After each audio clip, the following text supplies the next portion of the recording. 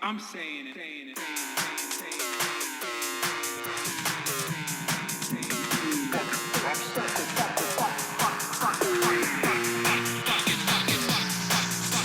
America deserved 9/11.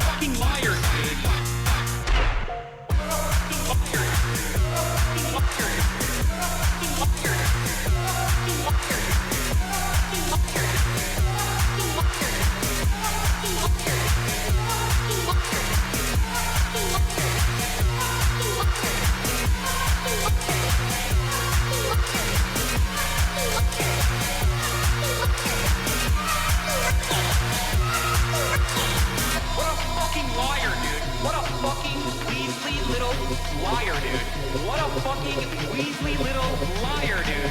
Holy shit, dude. Holy fucking shit, dude. Literally lying. What a fucking liar, dude. What a fucking weaselly liar, dude. What a fucking holy fucking what the fuck?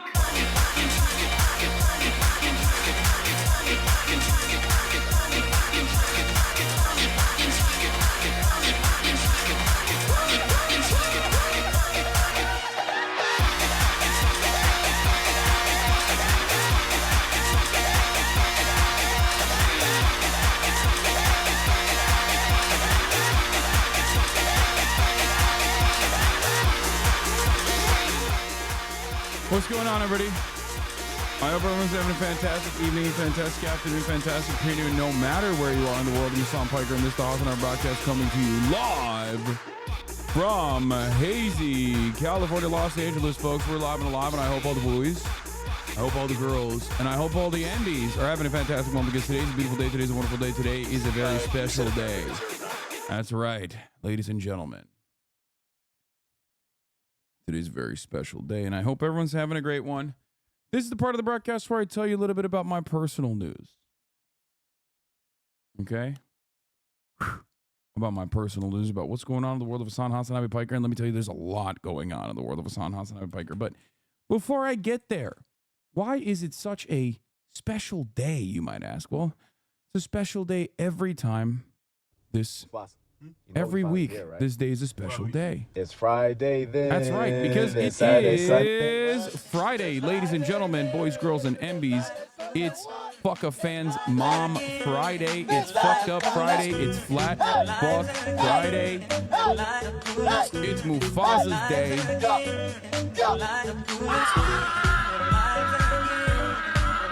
It actually is Winnie's birthday at Alveus as well. Winnie the Moo. That's how special of a goddamn birthday. That's how special of a goddamn Friday it is. It's Fuck a Fan's Mom Friday. That's right. It's the freaking weekend, baby. A time for all of you wage cucks to experience the freedom and the joy of having a sense of autonomy. It's Financial Fraud Friday, baby. That's what I'm talking about. It is time for some crimes, some financial crimes, some financial fraud. This is the part of the broadcast where I tell you a little bit about my personal news about what's going on in the world of HasanAbi Piker. Let me tell you, ladies and gentlemen, let me tell you, how was Kaya at the park today? She was not at the park today. Last night I ended the broadcast and I went to... Last night, I did a short but sweet stream. It was a half day. I was part-timer, 7 hours only. Now, the reason why I had to do that was because... The reason why I had to do that was because it was Jank's birthday. Jank Weigert has turned, I think, 54 or something, which is pretty crazy to think about. Okay.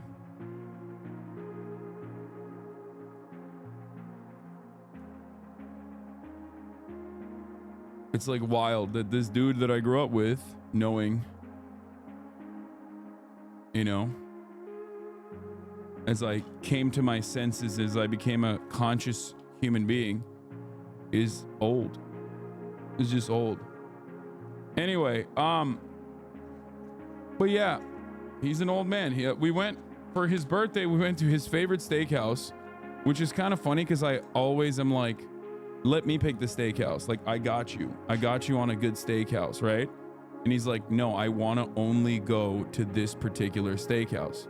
The steakhouse is Ruth Chris. He just loves Ruth Chris. He's a man.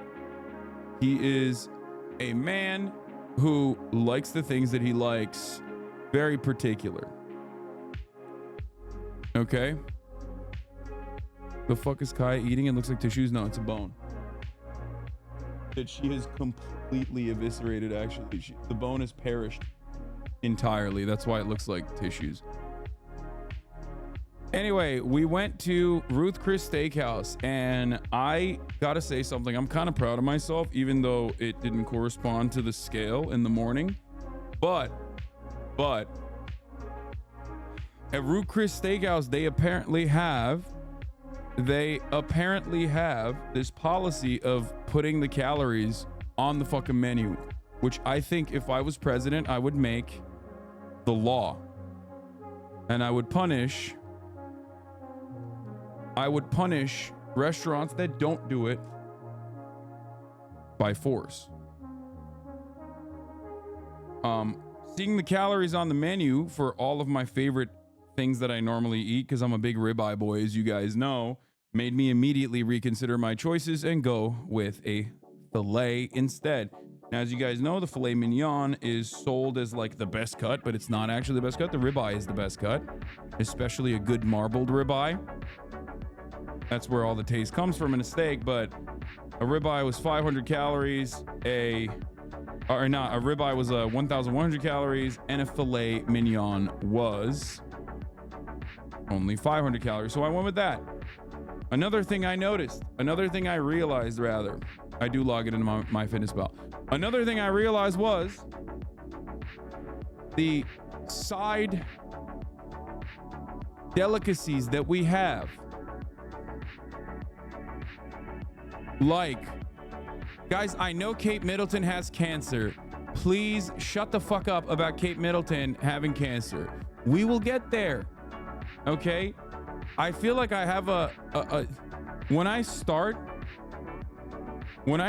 the stream and like something big pops off, I feel like a medieval, like I feel like I have a bunch of like town barkers, you know what I mean? My lord, the Duchess has cancer, my lord. The Duchess, she has cancer. Like, it's okay, man. Anyway, it's all right. Like, we'll get there, baby. Don't you worry about that. Yeah, you're like the town crier. But instead of having one town crier, we have like 1,000 of them. My liege, the Duchess has cancer. Will you speak out against cancer on this beautiful day, my lordship? Many hardships have befall upon the royals. Please, my lord.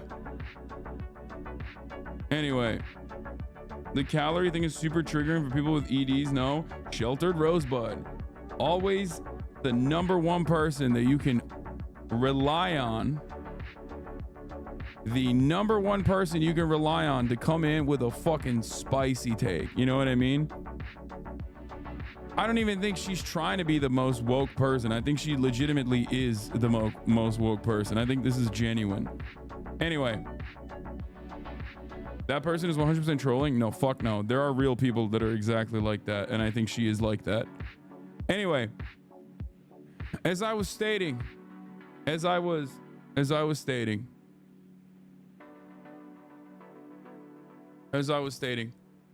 the fuck was I?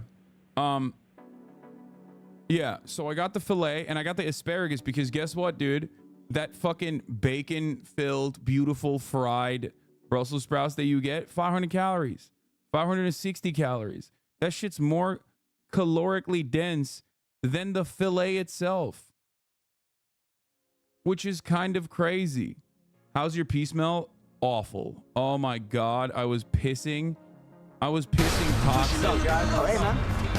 They've always been the best of friends. What is happening? Okay. I'm on I was pissing toxic for as a mark since today, this morning. I gotta turn off all of my videos. They're all like, they all started at the same time. Sorry. I've been waiting 17. Anyway. Sorry about that. Thoughts on BB speaking to Congress? We'll get to that. Okay, let me explain. You ruined my Brussels sprout experience at steakhouses now. I'm just saying, if you're trying to max out on your protein intake and you have like, if you're at a deficit like I am, or trying to be at a deficit like I am because I'm cutting, you know, that's something to be on the lookout for. I personally thought like, man, Brussels sprouts, like, what could they be? Like 300 calories max? It's literally fucking green shit, you know? Turns out, nope. Definitely much worse. Anyway, how the most expensive swords in the world are made. Oh my God, Veritasium made a video just for me. You're right, I will not to that. But yeah, so I had that, but I was very proud of myself because like I have no self-control, especially when it comes to eating out, which is why I usually avoid eating out. Okay? Part of the reason why I avoid eating out is because like I just can't, like I can't eat normal when I go out and eat out, which is not a good thing, right? Because like it's something that I need to work on. However, this was one of the first times where I was able to, you know, I had the filet, I had the asparagus, I had like a couple Brussels sprouts instead of the entire one, right?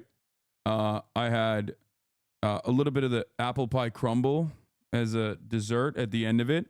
Overall, great experience. Rich people problems? What? You diet? Poor people diet too.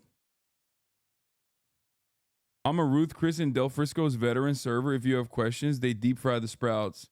I work there. What do you mean? Oh, I was actually going to mention that. Ruth Chris is so fucking expensive for like not being that high quality. You'd think you're eating at a Michelin star restaurant, for the record. It's like insane.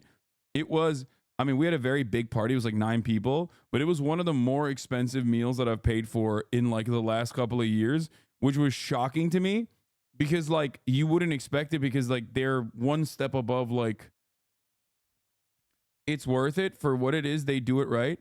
Yeah. I mean, it's just like buttery ass steak, but I'm saying like I've had significantly better steak. Anyway, but the irony of course is that when I was broke, I still had these same issues as far as like going out and socializing and eating out with friends and stuff. I would like not do it. This doesn't mean it's not just about like going to Ruth Chris. It's like any eating out situation, including like cheap fast food. Nick, but in any case, it was great though. My filet was good. Morocco to New York strip, it was ass, which was shocking. And what was I gonna say? Anyway, that was it. Went back home. I'm on the final chapter of Yakuza. I finished the Kasuga part of it. Now what remains is the Kazuma Kiryu part of the Yakuza 8 chapter, final chapter, which is really fucking annoying because the amount of time I've spent on it is like embarrassing, I'll admit. Like the amount of time I spent, sold out yet on the back orders? No.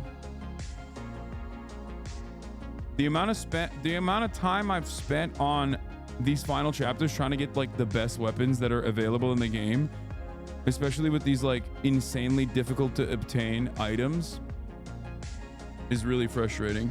Talk about Candace Owens. I'm going to talk about it, man. I'm going to. We just started. Oh my God. I'm going to talk about the Moscow. I'm going to talk about the Moscow mass shooting terror attack, potential terror attack. I'm going to talk about Kate Middleton getting cancer. I'm going to talk about Candace Owens getting fired. Please. I'm going to talk about all these things. It's news. I'm doing news. I'm a news guy. I promise I'm going to do the news. I promise. Okay. You let the news frogs run wild. I know. This is a calm down, everybody. This is like, there's a run of show here. Anyway, this morning I worked out, hit 295. 285 has gotten easier and easier to hit on the high bar squat, which is really good. Improvements there. Last night's caloric excursion punished me on the scale, but it's whatever. It is what it is. And overall,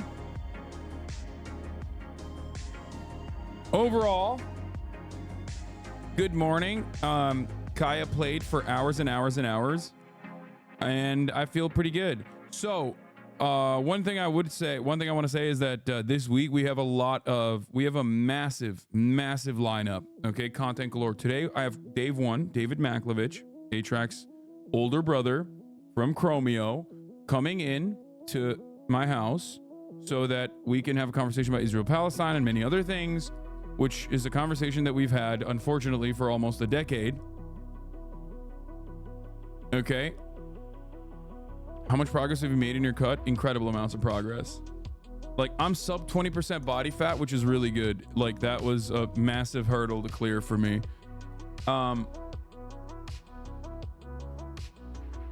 Too bad you can't talk about music. I mean, maybe. Kazakhstan was added to Google Street View overnight and no one knew it was coming. You don't have to cover it, but it is big news. I love that. That's very cute. Do you ever wish you could whip some chatters with a garden hose some days? Yes. Anyway. What if you have an agenda for what you're going to cover later in the podcast? That way people don't bombard you with questions. You think people read chatter? You think people read things that are on screen? Especially when they want to say something in the chat? Chatter, people don't even listen to my words. The words that are coming out of my mouth. People never read the title and will regularly come in and go, well, you got to change your title. People don't listen to the words that are coming out of my mouth.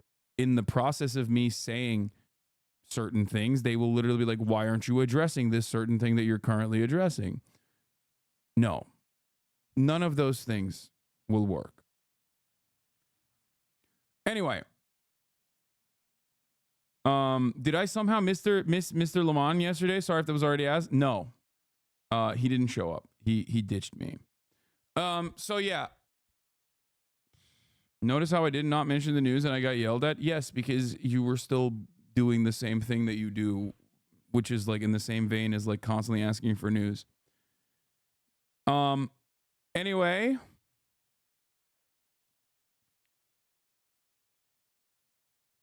Dragon's Dogma 2 when? Maybe later. Okay. I downloaded it yesterday because I still want to play. But yeah, overall, that is what's going on. Today we have Chromeo. Banger lineup this weekend. Today, Chromeo's in the building, talking Israel, Palestine. We will be watching the October 7 documentary from Al Jazeera. The TOS free edit one. Tomorrow, I have Matt Owens, the One Piece Netflix live action showrunner. My friend, HasanAbi head, Matt Owens, back in the building. We will be talking about One Piece. We will be doing more weeb stuff, more weeb tier lists, okay? And don't play Dragon's dog shit. Refund that garbage. Wait, really? Does this suck? I heard incredible things about it. And yes, I do know it is. Yes, I am familiar that it is Winnie's birthday. It's so bad. No, it's good. Is it bad because like it needs patches? Like there's a lot of PC issues. The game is great. People are whining about microtransactions that you don't need to pay for. Oh no, there's microtransactions for fast travel. Are you joking? What the heck is going on?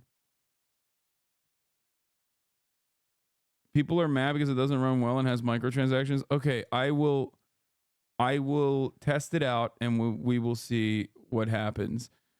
But yeah, no, you don't need to pay. You get it all in game. Okay, regardless. I'm 7.5 hours in. It has issues, but it's still very playable. Typical Capcom shit from the first game. The MTX are bullshit because everything is available in the game as it.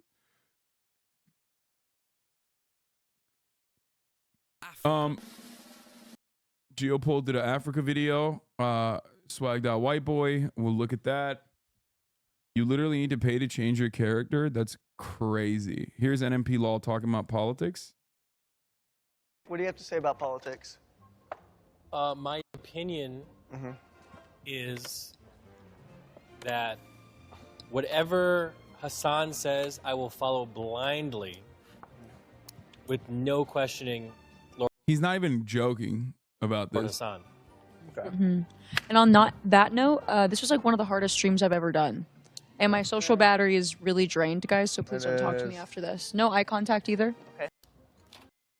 It's crazy. It's crazy.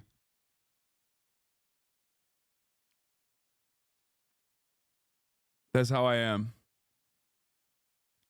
So no one talking about Moscow in here right now? Bro, what the fuck do you mean? Like, brother, what do you want? Like, it's a breaking story. I don't know what the fuck's going on. What do you want me to do? Look at like fucking slaughtered Russian people? It's so weird.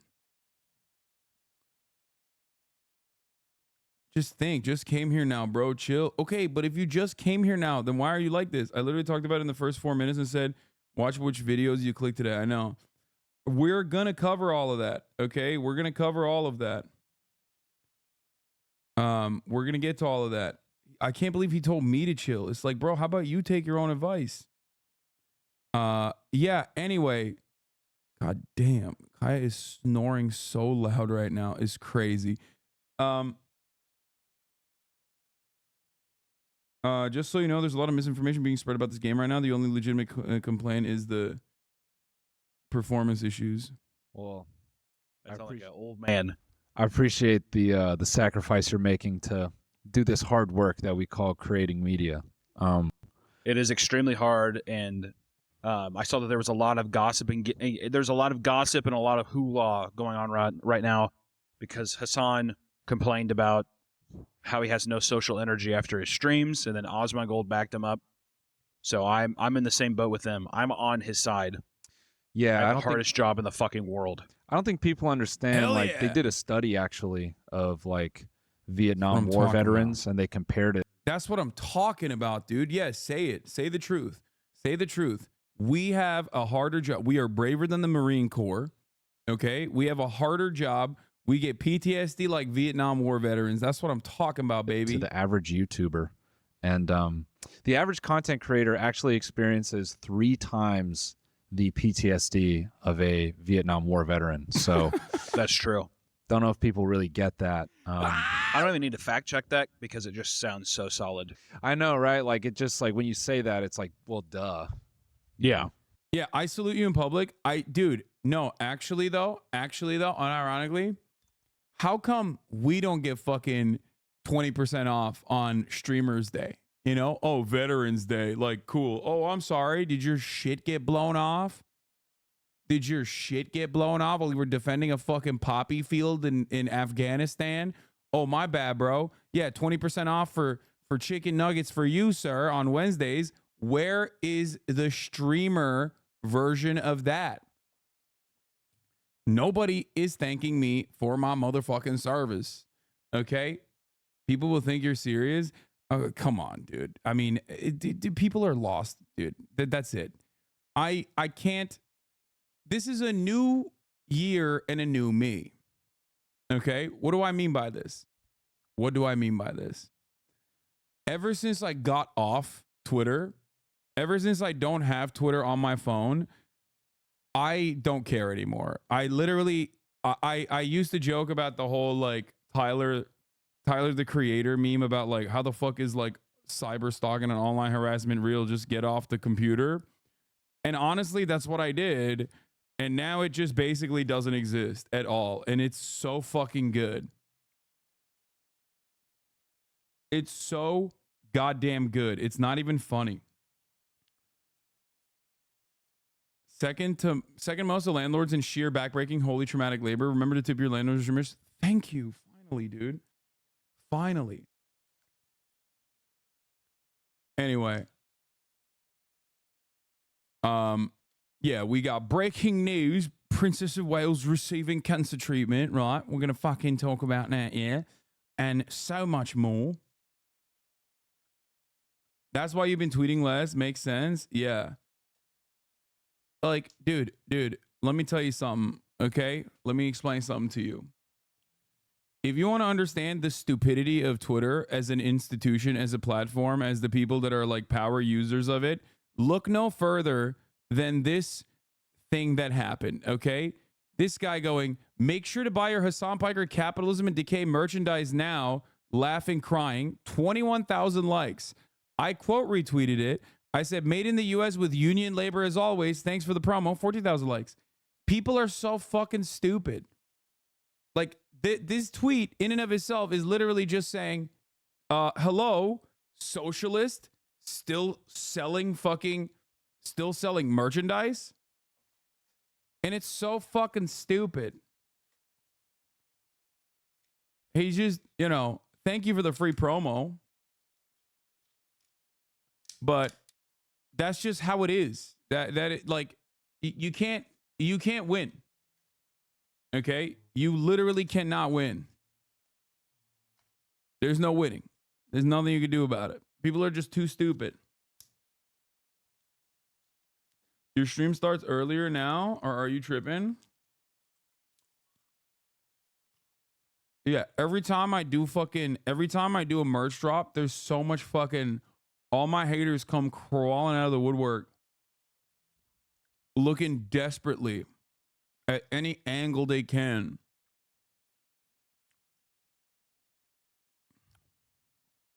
Proudest hypocrite I've ever seen. Based Satan.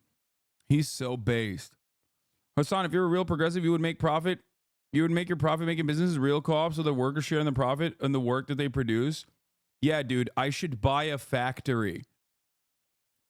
That's awesome.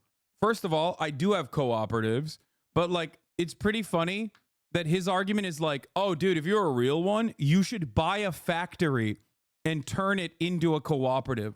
It's like, bro, you are literally the dumbest person on the planet. Okay? Just the absolute dumbest person on the planet.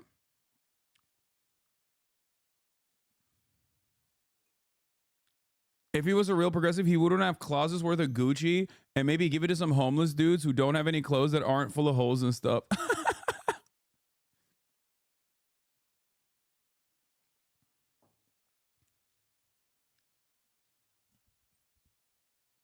That's awesome. Why does he have Cyprus in his name? Because I think he's a Cypriot. Anyway. If you're a real one, you would literally do anything other than what you're doing right now. Every detractor ever. Yeah. The average Ukrainian flag in the bio, Taiwan flag in the bio, Twitter user, Twitter power user. Bro, you just said it felt good not reading through these, and here you are now. No, my point is my brain is so much better when I'm not looking at this shit. And I've realized that like there's not really anything you can do. I'm using this as an opportunity to explain it to you guys that there's not really anything you can do about it. There's just like, the more mentally ill you are, the more the dumber you are, the more right wing you are, you will absolutely get a lot of play on this platform that rewards that sort of thing. So there's not really too much you can do about it. And, you know, you just let him chirp. Who gives a fuck?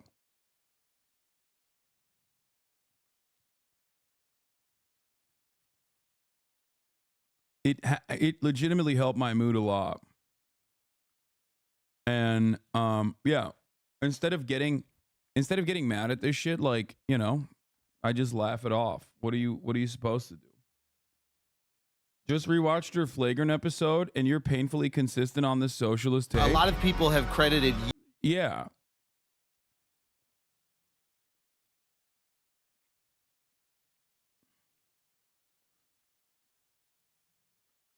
John Aziz, the fucking loser, also tweeted about your new merch release.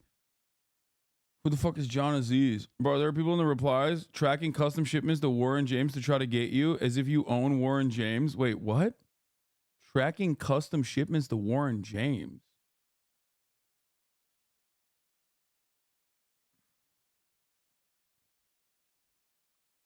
I don't even know how you do that. He's a pro-Israel Palestinian law. Yeah.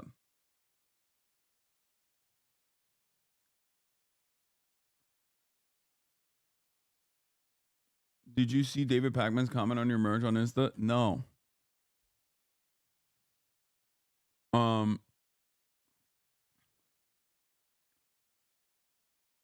I did not. That's the best part about Instagram, honestly. Because like when people write shit on Instagram, you don't really see it. You know what I mean? It's like infinitely easier. You just post a fucking sexy photo of yourself and move on. And then you scroll through your timeline. Like my Instagram timeline is great. It's just memes for the most part. You know? But yeah. I'm not looking at hater shit. Who gives a fuck? Fuck them. YOLO. The merchandise immediately fucking sold out. Like the inventory that we had immediately sold out. But because everyone always complains about not being able to fucking have the merch, this time we are using like Bayside Still for back order. So until their entire US, like the entirety of the United States union garments run out, we can still do back order stuff, which can happen anytime in the near immediate future. Back order simply means you will still get your you'll still get your stuff, but it'll take a little bit longer. Okay. How do we know we got stock prior to running out? Well, it'll inform you. But everything I think right now, with the exception of like some of the restocked Get Bread or Get Dead crew neck and stuff like that, is already completely sold out. Anyway.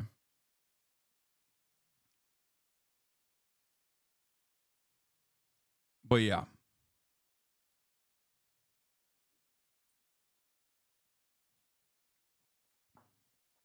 I saw on your IG comments that people were saying artwork resembles someone from another brand. Did you get that resolved? Yes. It was Death Traders. Obviously, I don't like draw the artwork itself, and this was entirely like, in my personal assessment, was way too fucking close. I immediately screamed at fucking Warren James, told him to fix it immediately. They reached out to him. He, I think, already took his story down, but they reached out to him. They're going to compensate him. He seems happy. He seems like perfectly happy. And not only that, but I also want to work with him on the next drop.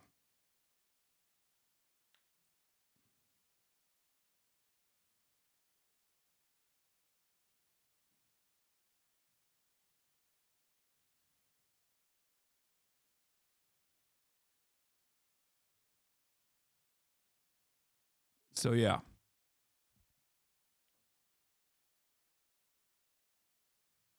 All the people on IG saying they look nothing alike, lol. No, I think the similar, like, it's obviously not a one-to-one, but there's enough similarities, in my opinion, with the shading, with the shapes, that like it does. I think it's enough of a resemblance that it's valid. Yeah. Also, Death Trader stuff is sick. He's a big New York punk scene dude. Yeah, I already hit him up. I'm sure you'll be shocked to learn that the D-fans are pumping that you stole from an artist. Yeah, who gives a fuck? I don't give a shit. I'm literally working with him on the next drop. So,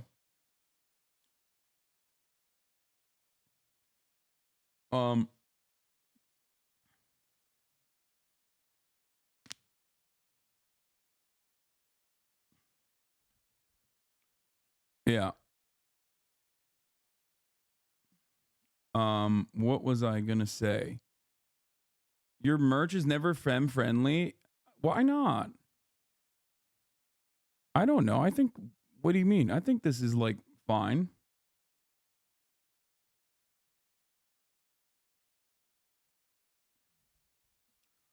I will not be covering the terror attack in Moscow right now because it's breaking news, and I don't know anything that's going on. So, Drew bought your merch. Funny. Okay.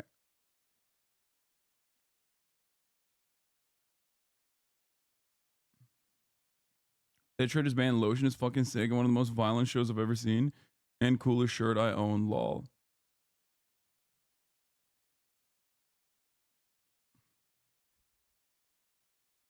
Anyway, have you thought about doing custom jewelry? Yes.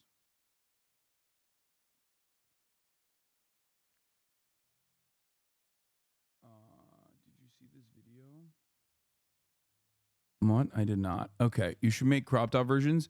Okay, I feel like you can make the crop top version. Just buy the shirt and turn it into a fucking crop top. You know what I mean? What is happening here? What size am I wearing? I'm wearing an XL. But I'm yacked. I'm impossibly jacked. So you have to remember, like, there have been so many. Oh my God, Sky News is live about this Kate Middleton shit. That's crazy. I mean, I guess it's like really big news, so it makes sense. But yeah, all right, let's blast off real quick. Let the people know.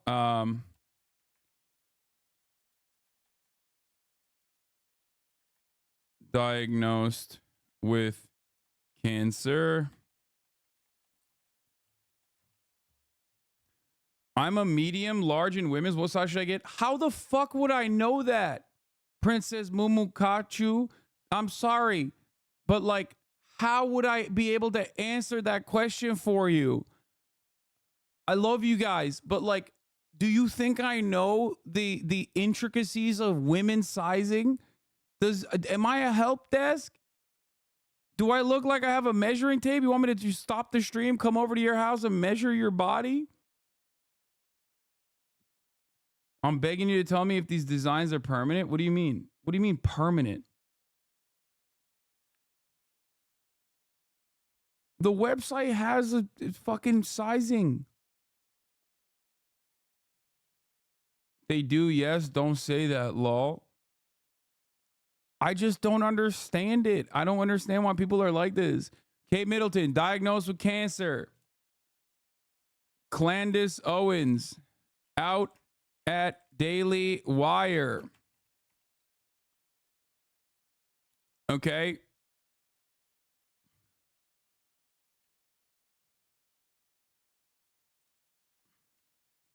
Dave Maklovich.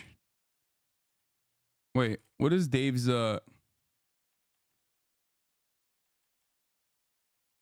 Dave's Twitter? Dave1 of Chromeo joins me later to discuss Israel, Palestine.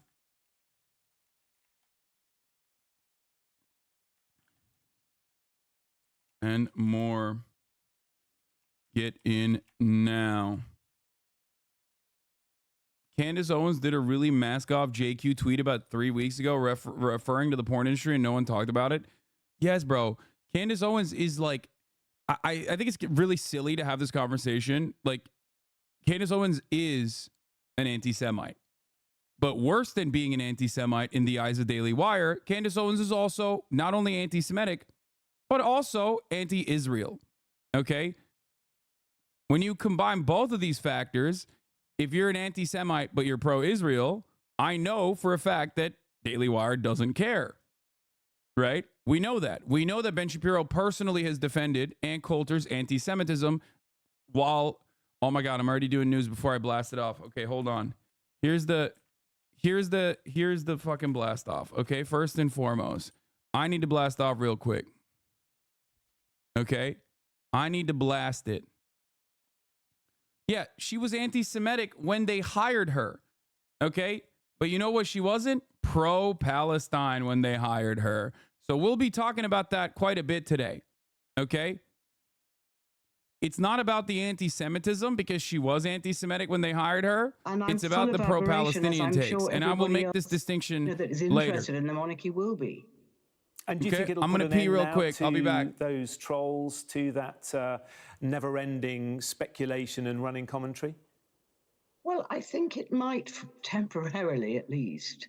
I really cannot see that anyone watching her little, her little speech, if you like to call it that, would not be full of sympathy and realise that, we have to leave this woman alone. I really hope so. I truly, truly hope so. I mean, I don't read the trolls myself, and I absolutely certain that they don't. But they, as I said, they will be aware of what people are saying because they need to know. They're in a very public position. And I sincerely hope it will stop all the speculation. You can't be more honest than get out there, sit on a bench in your garden and tell the world what's happening to you. It's a very brave thing to do. Do you think it would have been advisable to do that earlier, or do you think we're just simply not in a position to say she must do it when she feels right? And as you say, the kids breaking up for the Easter holidays seems like a good moment. I really don't feel that I just don't know. I mean, she obviously felt when she had to do it, she had to do it. I don't think doing it any earlier would have made any difference. I think she was obviously put in a corner about this. She felt, look, this can't go on. I'm going to have to say something. But you know, then you've got to think about it, and it's so very personal and very difficult. So I think probably the timing has been as right as they could make it.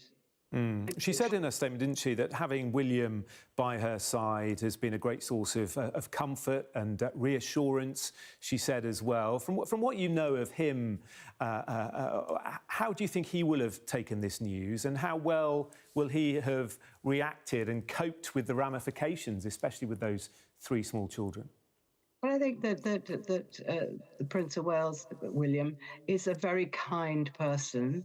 He's always been very, very close to Catherine and her family. They provided him perhaps. I don't with a family that understand he hasn't how. been able to have I don't understand how she has cancer at such a young age. Like, it's crazy. I do feel like the royals are cursed, bro. I'm not even joking.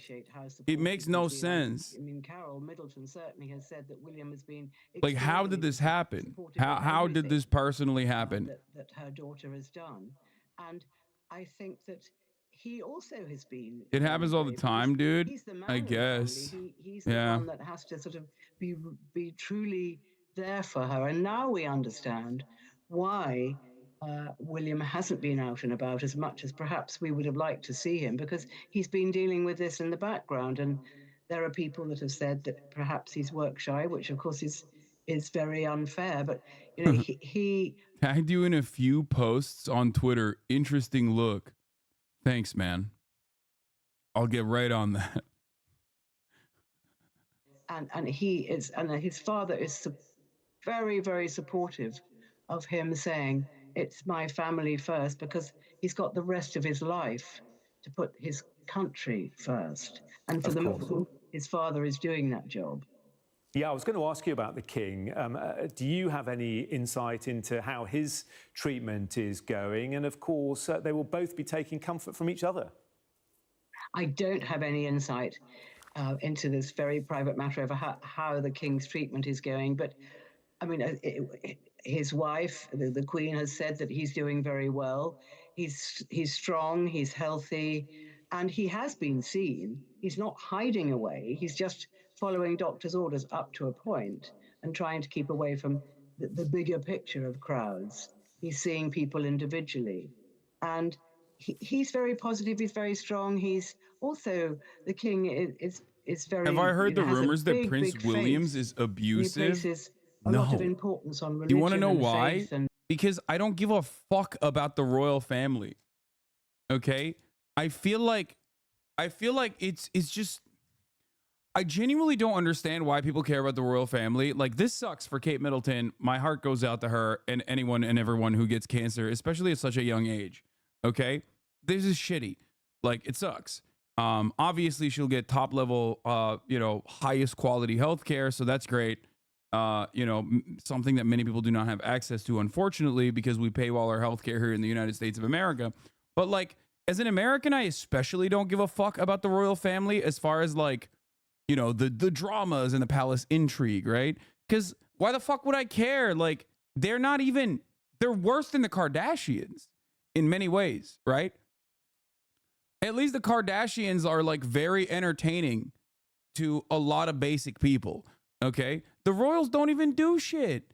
They just, like, go to an orphanage and, like, cut the cordon and stuff. Like, that's all they do. So for me, it's like they're mid. Their content is mid. I don't even care. I legitimately don't care. Like, I understand the fascination with the likes of like the Kardashians more than I understand the fascination with the royals, because like they don't do anything. They don't do shit. The fuck? It makes no dang sense.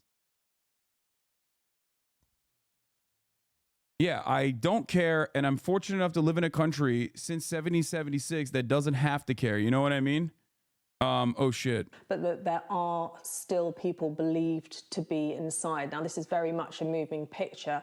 We are expecting more details, but we understand that at least 70 ambulances are on the scene, and we have had some reaction already. The Russian Foreign Ministry spokesperson saying this is a monstrous crime. Also, the Chechen leader saying, I strongly condemn such acts of violence, brutality, and recklessness against civilians. What we don't know exactly who's involved, what's the motivation, and why this seeming attack has been carried out. But definitely a very grim and moving situation near Moscow this evening. Okay, Siobhan, thank you very much for that update. So back to the news. I've met one and was like, question mark, this isn't a person with autonomy on anything. They go where they're told. Oh my God. They give a brief update on the Russian terror attack and then immediately back to Cape Middleton Power Hour. That's crazy. See, this is what they do. This is all they do. This is it. That's it. There you go. You just saw a royal do the maxed out, base boosted, highest level engagement. Okay. That's it. That's all they do. So for me, it's like, bro, listen, if they were like, at least like with Meghan Markle, there's drama, right? Like she's American, she's black, and the royals fucking hate both of those things. Okay. It's like competing on what they hate more, the fact that she's black or the fact that she's American. I think it's the fact that she's black they hate the most. But like, at least there's a little bit more, there's a little bit more drama there. It's a little bit more interesting, right? But with like this stuff, it's just like they don't do anything. They just like cut cordons, they cut ribbons. That's all they do. You're doing the same thing. They have no information to go into detail on. Doing the same thing on what?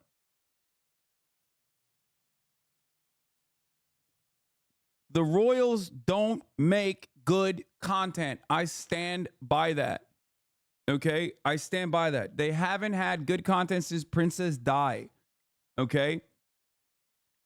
They haven't. What do you mean they literally run the country? They don't run shit, bro. What the fuck do you mean they run the country? All they do is just walk around and like wave at people. That's all they do. The chatter is saying the news is doing what you are, not covering the breaking Russian news until they have more info. Yeah, that does make sense, to be fair. But I expect them to already have more information because they are the news. I am just a dickhead. Do you see what I'm saying? Like, get to the fucking news about Russia, newsman, is what I say to them, because when you say that to me, that makes no sense. I'm a fucking dumbass online just like you. I'm trying to make sense of all the things that are happening, right? But obviously, it's a little bit different when you are skynews.com, right? Why are Americans covering this shit? Able to be with their children, take them away, have time together as a family, be in a bubble, and their children are not going to be going to school, interacting, talking to other people as this news is kind of hitting the world. So this timing, I think, is actually about protecting their children, which is fundamental to them. And Maggie, I understand that Prince William has now put out a statement. What? Hi, Kira. Yeah. It's sick that you got Chromeo talking about you. Us waiting for HasanAbi's top of the hour ad break to end. We are not subscribed. Please gift. That's crazy. Bro, okay. I'm banishing everyone into the shadow realm. If you send me a fucking image meme, I'm just never going to click on it. You're making me never click on your image memes ever again, okay? You're always trying to do a top of the hour ad break debate, okay? Stop it. This is my time. This is my fun. At the top of the hour, there's a 3-minute ad break, though. I feel like being on the royal beat, working for an American publication is the cushiest job in journalism. I mean, they probably don't get paid much. And they're probably part-timers for American media. You know what I mean? They probably mostly work in the UK as royal journalists. I did cover the new John Oliver yesterday about student loans. Pretty good.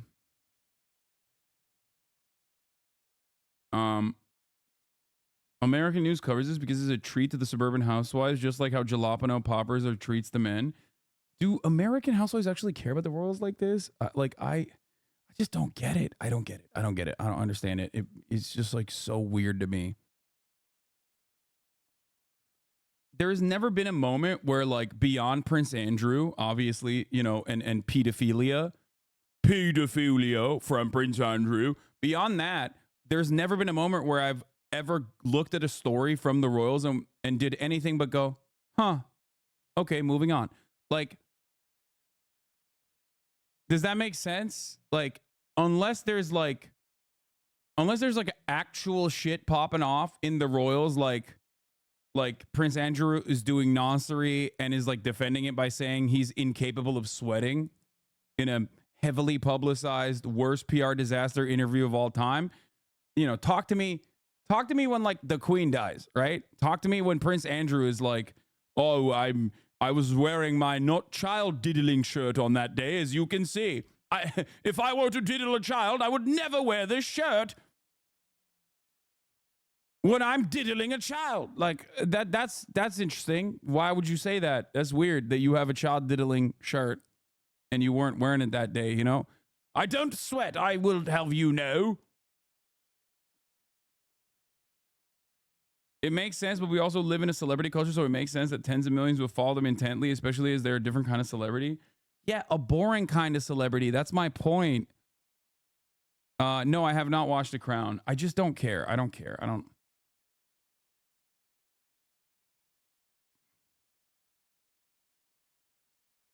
Why did USA now about terrorist attack in Moscow? Why did USA now about terrorist attack in Moscow?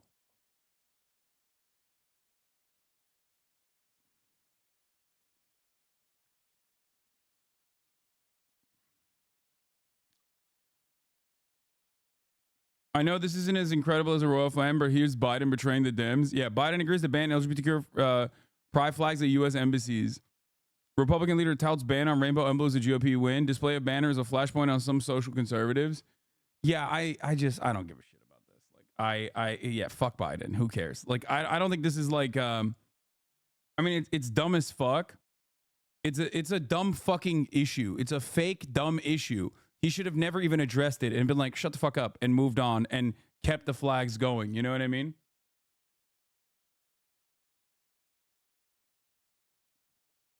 U.S. warned about an attack a few weeks ago from Fituks. U.S. embassy alert in Russia 2 weeks ago, warning attacks on large gatherings in Moscow. The embassy is monitoring reports that extremists have imminent plans to target large gatherings in Moscow to include concerts, and U.S. citizens should be advised to avoid large gatherings over the next 48 hours. Yeah. I mean, I don't know anything about what happened. Okay. I don't know anything about what happened so far. It's convenient. It's very, very convenient. The timing of it, everything. Shooting and blast reported. Here's what we know so far about it. Shooting and blast reported at concert hall near Moscow. RIA agency says at least 3 people in camouflage gear opened fire, while TASS reports a blast and a fire.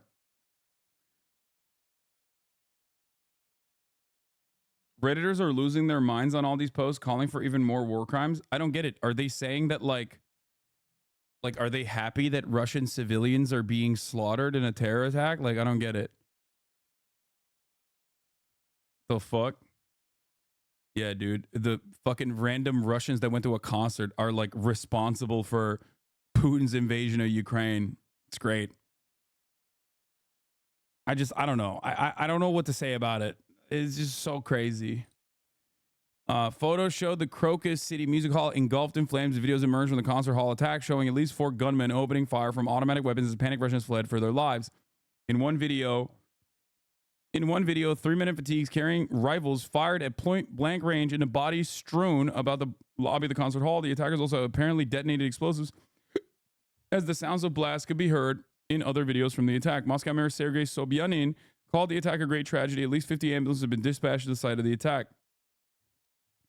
The attackers presumably opened fire at the entrance of the building during a concert using automatic weapons, and then a fire began in the building, said emergency services. Authorities said up to 5 people took part in the attack. Russian media reports that riot police units were sent to the area as people were being evacuated. People on Twitch losing their mind about random stuff that people say on the internet? What?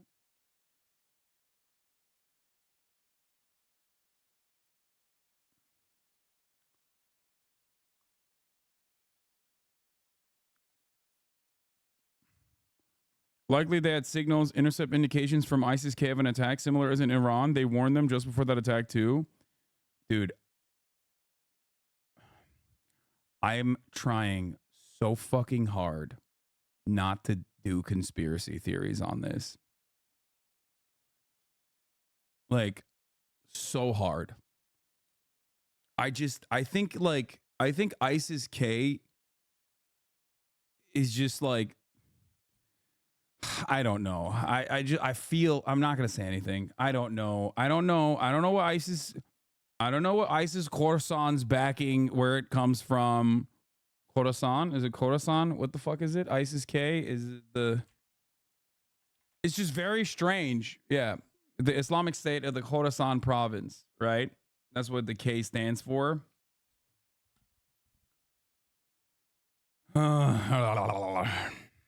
Very weird. Very weird that they're just popping now. Yeah.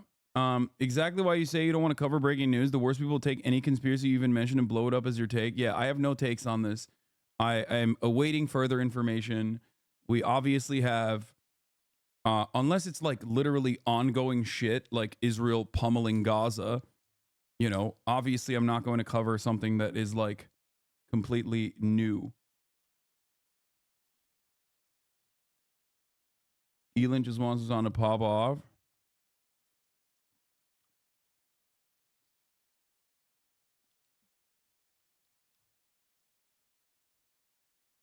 By the way, what do you mean? I don't think it's... My money's also pissed off Ukrainians, to be honest. No. I don't think that this is like Ukrainian dudes at all. I think it's... No.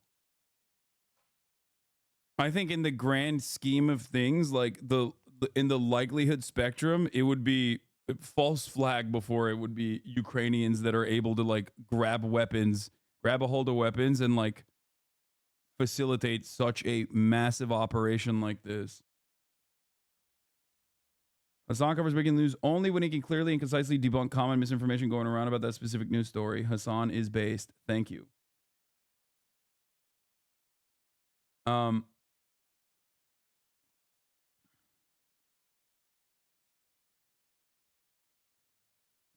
I can't tell if people are going to be anti-Russian or anti-Muslim on this one, Lamau, you know? Yeah. The shooting at the concert hall was reminiscent of some of Europe's worst terrorist incidents, such as the attack on the Bataclan in Paris in November 2015. Russians will likely recall the Nord-Ost terrorist attack in Moscow in 2002, where the gunmen took hostages at a theater in one of the worst incidents in the country's history. The Russian news agency 112, which specialized in crime reporting, put the death toll as high as 40 killed and more than 100 injured. It was unclear if police had managed to neutralize the attackers by Friday evening, as emergency workers said they had evacuated 100 people who had been sheltering in the building's basement. An eyewitness told the MASH Telegram channel that there were at least 5 attackers and that they were bearded. They act like trained fighters, the account read. At the moment of entering the building, the guards and people standing at the door were killed. Then they blocked the main entrance. The terrorists are armed with AKM assault rifles, the person said. Some carry unloads with various ammunition. At least 2 of the attackers are carrying backpacks, possibly with Molotov cocktails. Russian authorities had recently carried out a series of raids against armed Islamist militants in the region of Ingushetia, leading to pitched firefights between police and the fighters. Earlier this month, Western countries led by the United States had issued a number of warnings for their citizens not to join public gatherings in Russia. On March 8th, the embassy wrote it was monitoring reports that extremists have imminent plans to target large gatherings in Moscow, to include concerts, and U.S. citizens should be advised to avoid large gatherings over the next 48 hours. The warnings came shortly after Russia said it had foiled a planned shooting by an Afghan group linked to the Islamic State. It was unclear if this was the attack referred to in the warning. More details soon. It absolutely was Ukraine. You cannot say that with a certainty. Ukraine has infinitely more significant things to worry about currently. And I don't know if they have the capability of pulling this off. Whereas a third party, in the realm of likelihood, in the realm of possibility, the most likely would be having in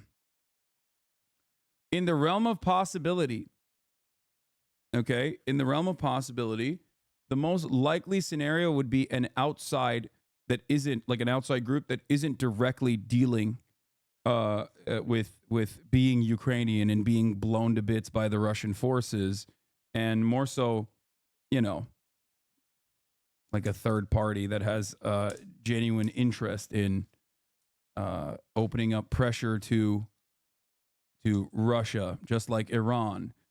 You know, a third party that has that always somehow suspiciously aligns against America's foreign adversaries, even though they are a terror cell, designated as a terror cell. I don't know.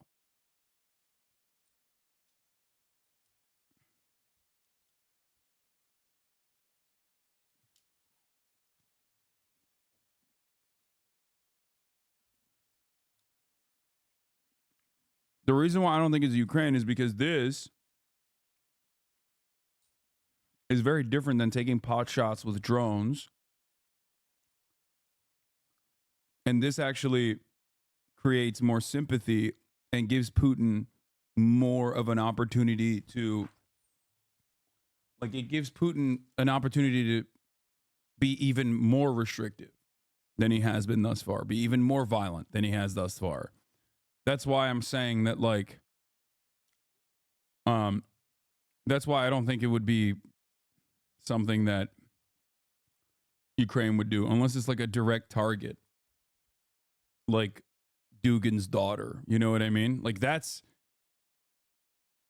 an assassination that makes sense, right? It's like we can reach you in your own home. I think that makes sense. This, on the other hand, does not. Ukraine GUR's military intelligence says today's terrorist attacks in Moscow is a deliberate provocation of Putin's security services.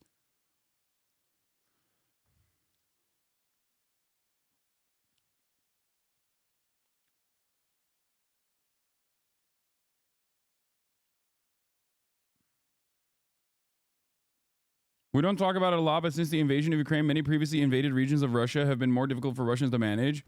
Ingushetia, Dagestan, Chechnya, Georgia. There is a likelihood that some groups from any of these regions mobilized. Relevant? Yeah, I mean, the 1999 Russian apartment bombings are relevant to a certain degree. I mean, if you believe that it's like a false flag operation,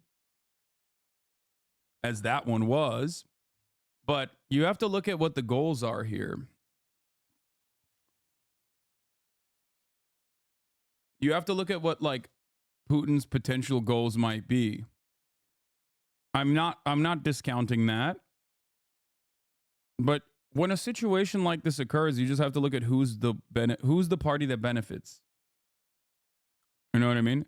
Who is the party that benefits in this? Who wins? Who loses?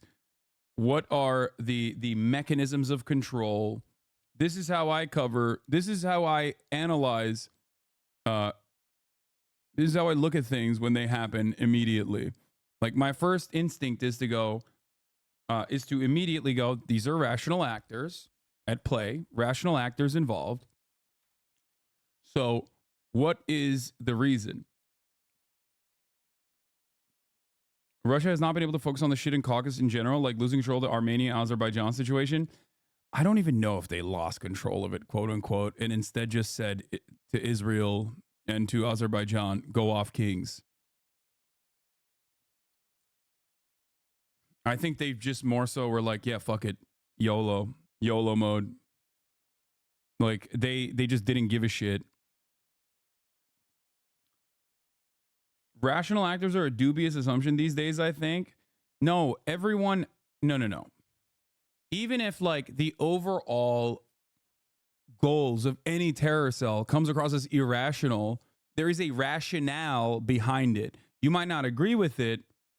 You might not agree with it, and I certainly don't in many of these circumstances, but like there's still an action and a reaction and something that is basically like motivating people to behave in a certain way. Wait, hold on. Maya's calling me. Hello, Maya. I am live and in the middle of talking about some gruesome stuff here. Oh, well, it's Winnie's birthday, so I was wondering if you wanted to say happy birthday. Wait, can you give the phone to Winnie? Yeah, she has it right now. Okay.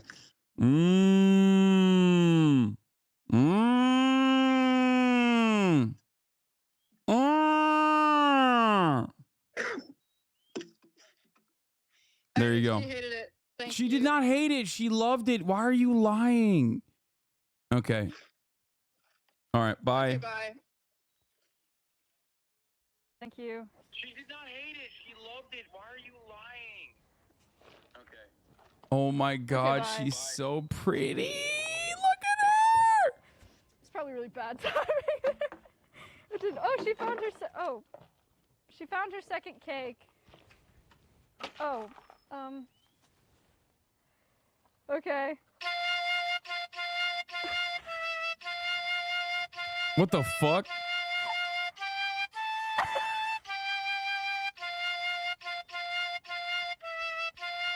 Okay.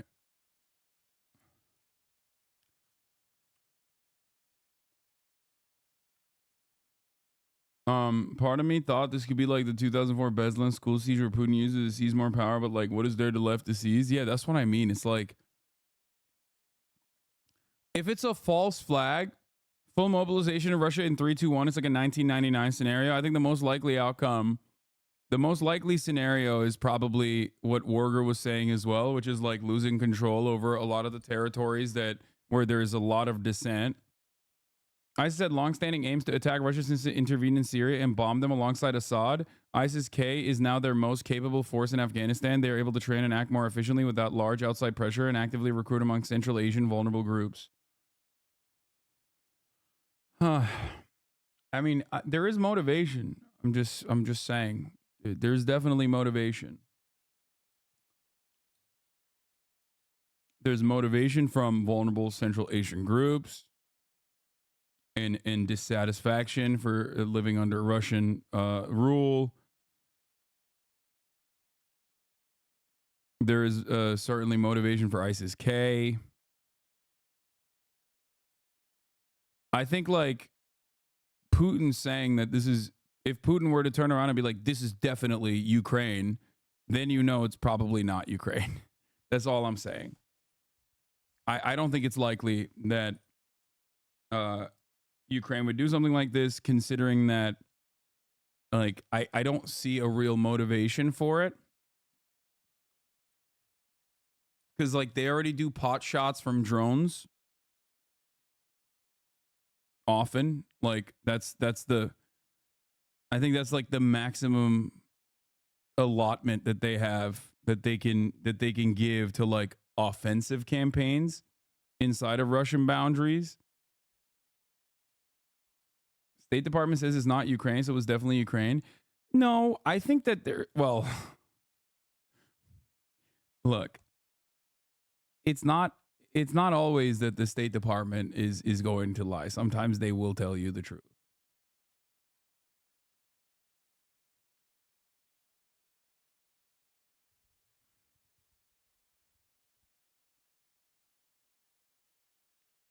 I saw reports that mobilization orders started going out in Moscow earlier today before the attacks. It's crazy. Grozny bombings in 1999 were used to further the Russian intelligence. What are you doing? Kaya, place. That's crazy. What was that?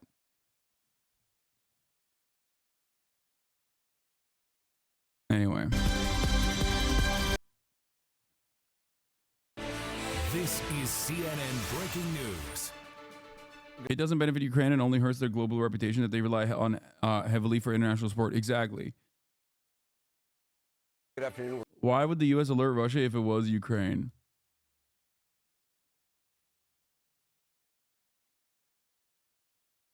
The only thing there is that Russia will create new military stations in Muslim majority regions in the south and will police these states harder, probably. With breaking news from Kensington Palace regarding Catherine, Princess of Wales. I want to go straight to CNN's All right, Max Fall. we're talking about Kate Middleton, right? Fucking hell. We're going to talk about Kate Middleton. Because there's not too much to talk about with respect to Russia other than like pure speculation. And I don't know. I legitimately don't know what happened. I don't know who is responsible for it, and neither do you. When there's more information that comes out on the matter, we will talk about it.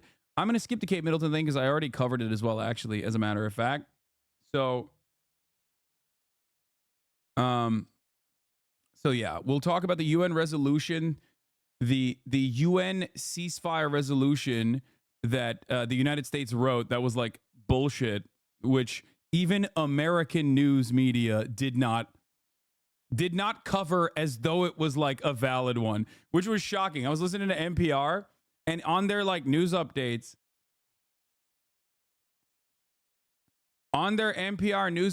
even the NPR person was like, America has previously vetoed every single ceasefire resolution. So even they were like kind of skeptical on this one. But as far as I understand, it's like a you know, I don't know why. I don't know why they're doing this. I don't know why they're like who's going to be like, wow, it sure seems like the Russians and the Chinese don't want a ceasefire. Really? Like, you think that's what the global community's perspective is going to be like? America? Really? Some guy in the State Department was like, this is going to get everybody. Okay. Everyone's going to be like, America actually wants the ceasefire, and everyone else are the bad guys that don't want the ceasefire. I promise. Like, it literally is the stupidest fucking person. You have to be the stupidest fucking person to look at that and be like, wow, well, color me surprised. The guys that were vetoing every single ceasefire UN resolution finally write one, and then they veto it? What's happening here? And it's like, no, you're just a fucking idiot. Like, you literally are so stupid. It'll convince the usual suspects, Hasbro trolls and Henry Houdini. Yes, you either, if you're a Reddit world news guy, or if you are one of these dudes that like operates as though they are a foreign policy advisor for the American State Department or for fucking the DNC or something, even though you're doing it for free on Twitter and you're a fucking loser, right? Like, those are the guys who are going to be like, oh, I'm motivated enough to believe this because I'm stupid. And also, not only am I stupid, but I'm also very motivated to like make America seem like they are invested in a fucking ceasefire. Okay? I don't know. I don't know what else to say about these fucking buffoons, okay? You have the dumbest brain I have ever seen in my entire life. Is literally an Israeli strategy, offer a very bad faith proposition with terrible terms, hope that the obvious rejection is seen as an obstacle. Exactly. Anyway, Yemen's Houthis told China, Russia, their ships won't be targeted. Houthis have reached an understanding on safe passage in Oman talks. Move signals, world powers' nervousness about maritime attacks. Here you can see a ship that is partially submerged. Not sunk. Excuse me, please do not say this ship sunk. It is only partially submerged. Guys, it's only partially submerged. It's not sunk. Do not say it's sunk. Don't fucking think it either. Don't say it. Don't think it. Guys, I'm a ship expert. Ships only do this when they're under extreme distress.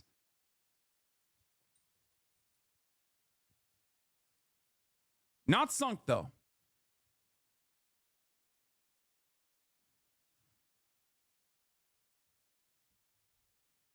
It's actually transforming into a submarine. Yeah, that was one of the funnier parts about like this convo. Remember that fucking photo? This is not the first time they've done this. They'll be like, as you can see, that other ship that is like halfway in the water is not sunk. And it's like, what do you mean it is not sunk? It is in the process of sinking. Is it secretly a submarine? Is it submerging? No, then it's fucking sinking. What the fuck? Dudes on the Titanic be like, guys, everybody calm down. We are not sunk. I repeat, we are not sunk. We are partially submerged. Anyway.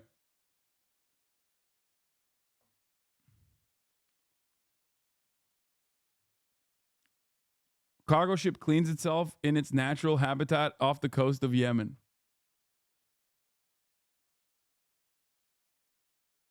What is this? We're cooked. What they actually want to do is license movies to train their models. OpenAI has reportedly scheduled meetings next week with Hollywood studios. Oh no, that's so bad. When are you gonna address the size of the best penis size is extra medium? Respectable take.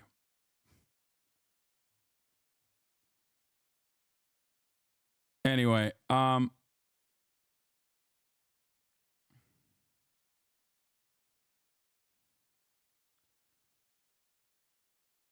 where the fuck was I?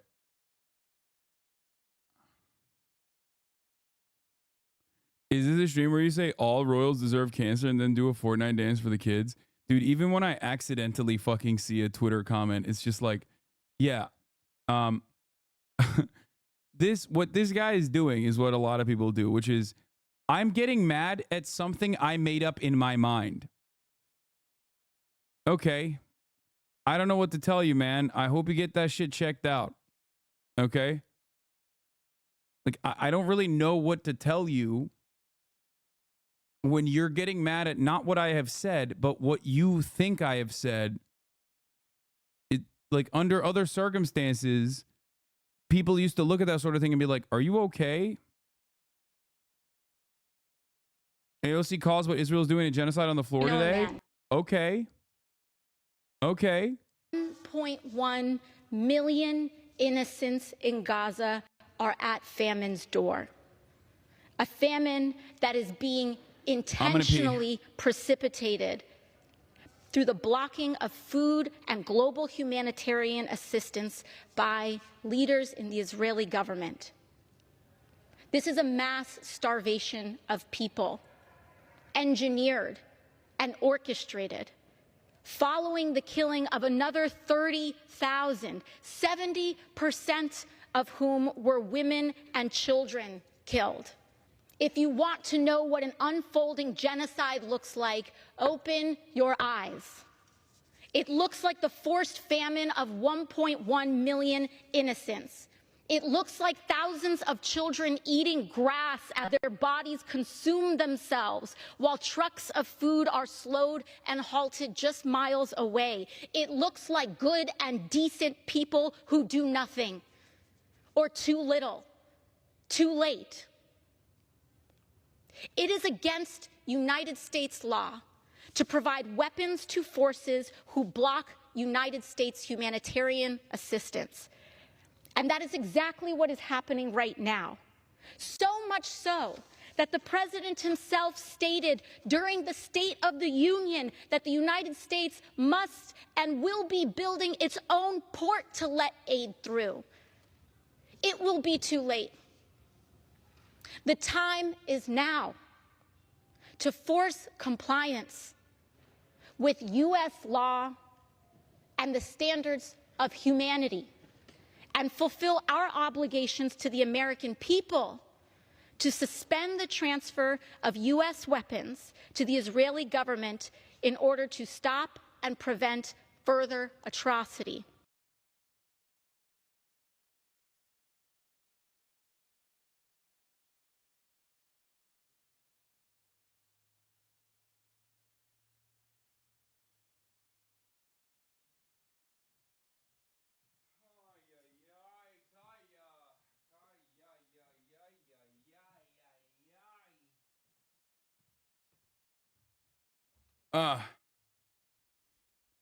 Y'all eating this shit up for bare minimum after countless lives were lost? I mean, listen, it is definitely taking quite some time, but I do think it's very significant. Anyone and everyone that openly states that Israel's actions are unconscionable in a chair react. Yes, brother, I took a piss. I'm stealing AOC and C-SPAN's content. I know. Anyone and everyone that says exactly what is going on under no uncertain terms is still, unfortunately, doing something that is relatively brave, especially from a position of power. Your expectation should not be, politicians or people in like positions of power to be like me, to say things like the way I've been saying it. Does that make sense? It is especially important when you're saying this as a matter of public record in the U.S. House, on the floor. This is very, very, very important. These takes were unconscionable, unheard of, unimaginable only a couple of years prior.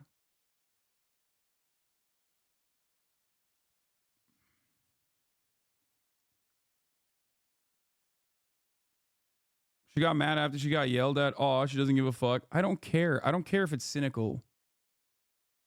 Why can't we have one dub without every leftist bitching about it? It does not matter what people in this chat say. Your opinions are so utterly irrelevant in the grand scheme of things when it comes to American foreign policy. Okay? These things take a tremendous amount of time and a tremendous amount of effort and a tremendous amount of activism. Having a phenomenally popular politician like AOC come out and openly assume a position like this is actually a good thing. Okay?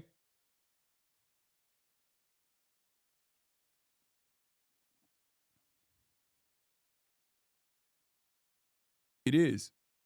I think, like, I saw a TikTok the other day and I thought it was very cute. It was like a young it was a young content creator on TikTok talking about like Mark Ruffalo's been an advocate for Palestinians for years. All the way back in 2022, he called it a genocide, or he called it an apartheid state. And I was laughing and I was like, all the way back? 2022 is not all the way back. Okay? A lot of people are just now getting into this discourse, okay?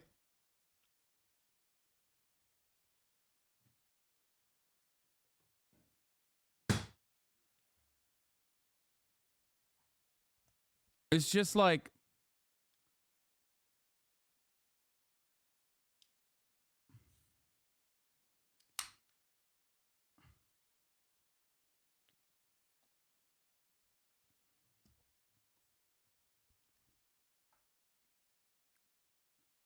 what's your take in general on AOC? I'm mixed. I'm very cynical of American politicians in general, no matter what their political ideology or their background is. As far as like, my cynicism of American politicians, like I see them as a valuable tool in spreading the message about certain issues. Like, that's why I love Bernie Sanders, and I will always love Bernie Sanders, regardless of his like awful, I would say very reserved commentary on Israel, especially this time around, like unexpectedly bad, even though he's always been like kind of warm on the Israeli apartheid, which is such a weird thing to say. Like it was really bad post October 7. Regardless of that, though, I still love him. I admire him. I will always love him and admire him. Why? You might ask, why, Hasan, are you saying that? Well, I'm saying that because all things considered, given the position that he's in, his track record is phenomenal. Okay? His track record is phenomenal, and he has done a tremendous amount of work normalizing socialism in the eyes, in the hearts, in the minds of so many young people in the United States of America, which is incredibly aggro towards that sort of thing. And you will never be able to take that away from him, no matter what. So I have a similar framework for AOC as well. AOC is in the beginning of her career. She's not like she's not, she doesn't have the 700 years of Bernie Sanders style experience. But as far as someone in the beginning of her career, she makes a decent amount of errors. Okay, she makes a decent amount of errors, but like my expectation from American politicians is not that they are going to be arming the Maoist struggle. You know what I mean?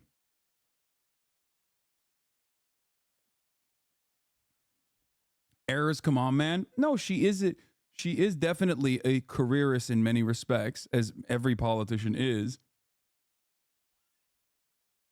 Childish people hear you say kill your inner reactionary and don't understand all the implications of its existence. Yes. Our take on AOC is we can save the discussion of AOC taking too long for this one for another time. Right now, it doesn't matter. Exactly. It's really dumb. It's just a way for people to be like, I was there before you. Okay? Yeah. That's great. I'm glad that you were there before AOC. That's fine. I was there before all of you. You don't see me fucking yelling at you motherfuckers. Okay? What? 30K dead? Are you taking a pragmatic approach? You're getting old? No. First of all, I am old. So make no mistake. But as an old guy, for the past 10 years, I've been covering Israel-Palestine.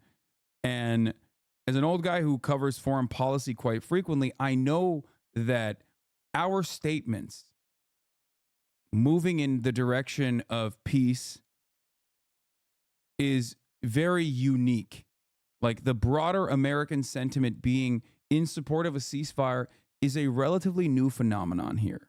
Okay? We are an incredibly reactionary country, especially as it pertains to foreign policy, especially when the foreign policy is America's number one ally, killing a bunch of, in the eyes of the American public at least, Muslims, Arabs. Okay? So the fact that, like, I even talked about Chuck Schumer's speech, where I openly told you this is liberal Zionism, but that shift away from bear-hugging Netanyahu to liberal Zionism is still significant. Do I think Chuck Schumer is someone who legitimately cares about the safety and security of Palestinians? No. Chuck Schumer is a politician responding to outside pressure. This is why outside pressure is very important. This is why campaigns like Vote Uncommitted are very important. You understand?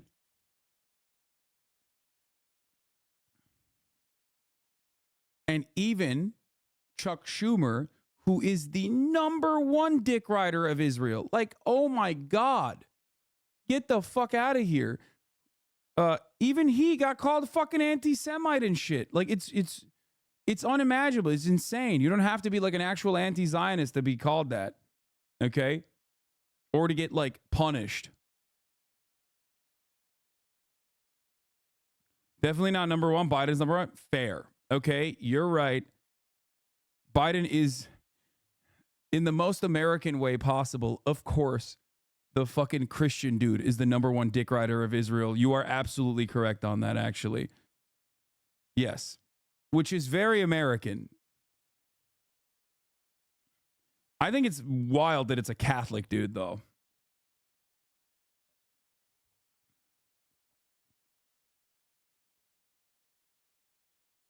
In this moment, 1.1 million innocents in Gaza are at famine's door.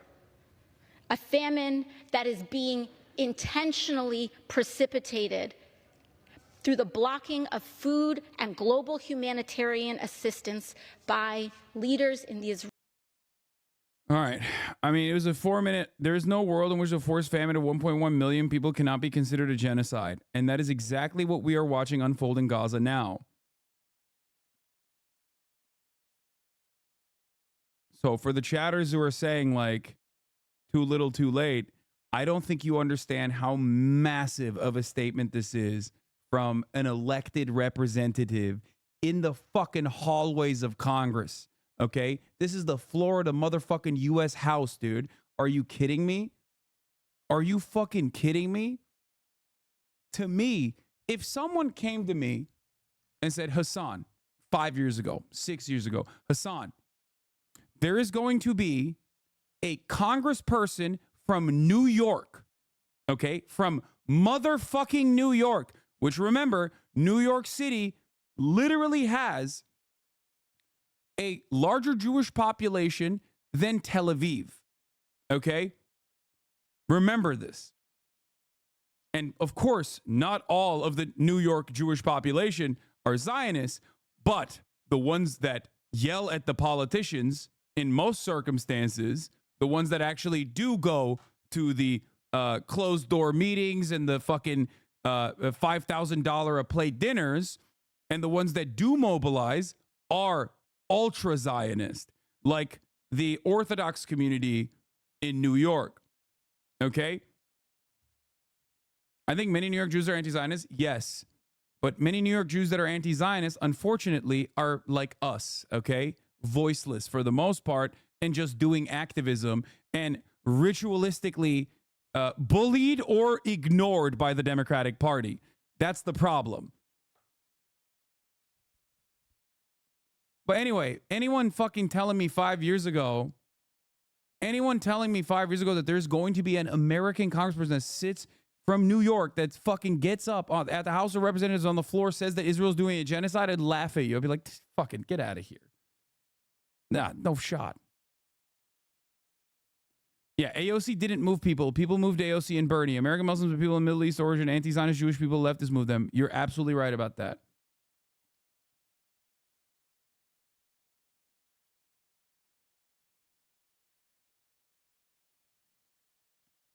I get it, but so much harm has been done. I agree, better than nothing, but turning from this point around is going to be rough. There is no turning from this point around. History only moves in one direction, okay? History only moves forward. There's not anything we can do. There's nothing we can do beyond just continuously putting pressure on our elected representatives to have more statements like this, to make it impossible to defend Israel's genocide. That's the only thing you can do.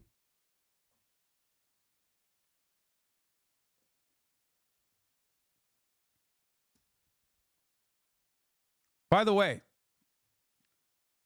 and I've said this before many, many times over, but it bears repeating, as always, Israel's defense, as far as the American State Department's interest, has nothing to do with Jewish people at all.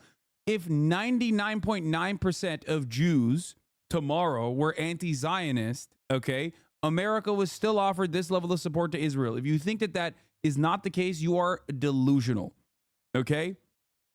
100%. How many motherfuckers are dick riding for Saudi Arabia in the same way that they are for Israel? That doesn't really stop the American government from offering unconditional support to Saudi Arabia now, does it? Think about that. Yes, you are absolutely correct, Slay0404. It is at the heart of the core interest of the empire. That is it. I think it means anything combined with Schumer's statements a week ago going forward, even though his statement wasn't like this. Yeah, Schumer didn't say this, and he will never say this. If anything, they'll probably ask Schumer to yell at AOC. But ultimately, this has nothing to do with like the democratic process, okay? And this has everything to do with American imperialism and America's interest in the region. That is why we defend Israel, not because there are Jews in positions of power and they are secretly doing a cabal or some shit. All that stuff is so dumb.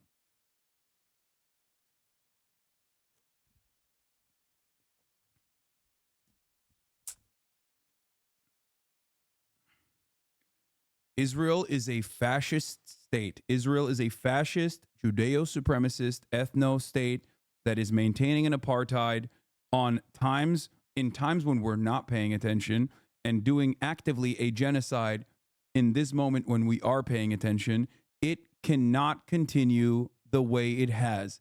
There is no way. It will not happen. It will not happen.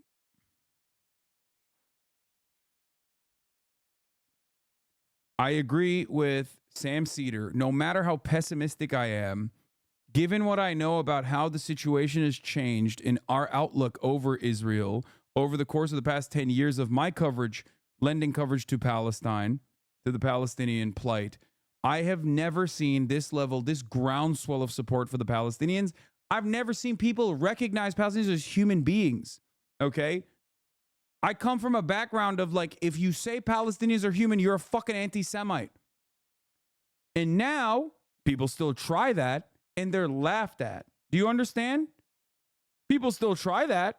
You think people aren't trying that? They still try to be like, oh, you, Jonathan Glazer, you fucking piece of shit. How dare you say you don't want your Judaism to be used to justify Israel's ethnic cleansing campaign? Okay?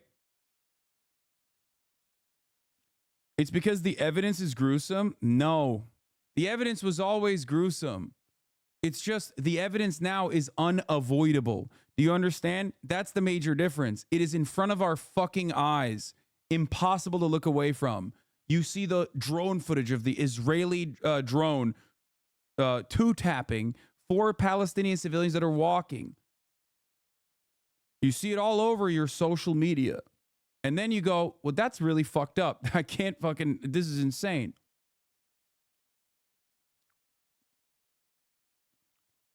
The reality of the matter is, Israel was doing this shit already.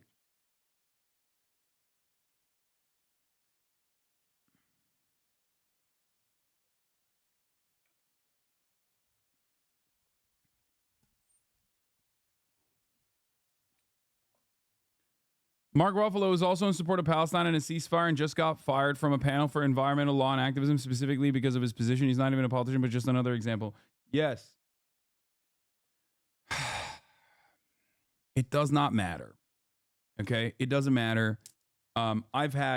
Listen, I lost a fucking third of this community. Okay? A third of this community left. That's it. Never to look back, never to come back ever again. Everyone post October 7, especially those who have been pro-Palestinian emancipation, has lost deals, has lost support. It's fine. It ultimately doesn't fucking matter. Because it's nothing in comparison to like what the Palestinians are experiencing on a daily fucking basis.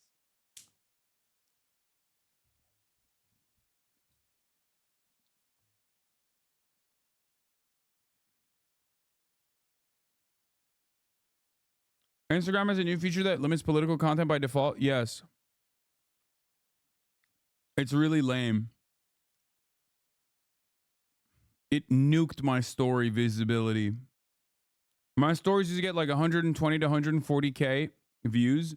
Now they get like 50K max. Straight up.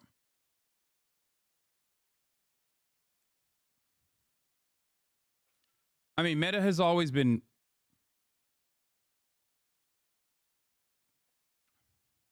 Meta has always been like this shit.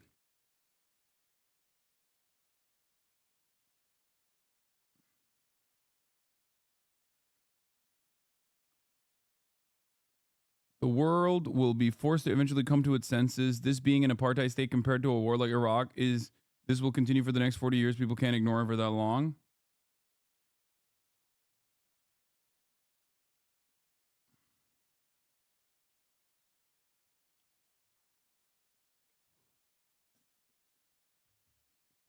Yet you deny the deep state? I don't understand. This is not the deep state. This is the state, okay? This is why I get mad at people be like, oh, man, the deep state. It's like, no, man, this is just the state, okay? Understand something. This is the state. It is not the deep state. It is the state, okay? It's not a cabal. It's just the State Department. Okay?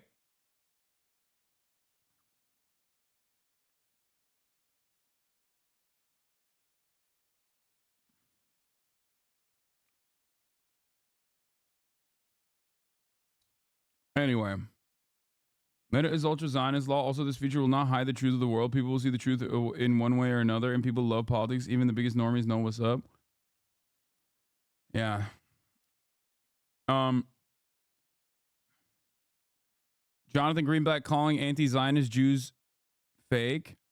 There is no whinier human alive than the anti-Zionist Jews. Most of them probably fake, who are now raging in responses to my wife's extremely reasonable tweet.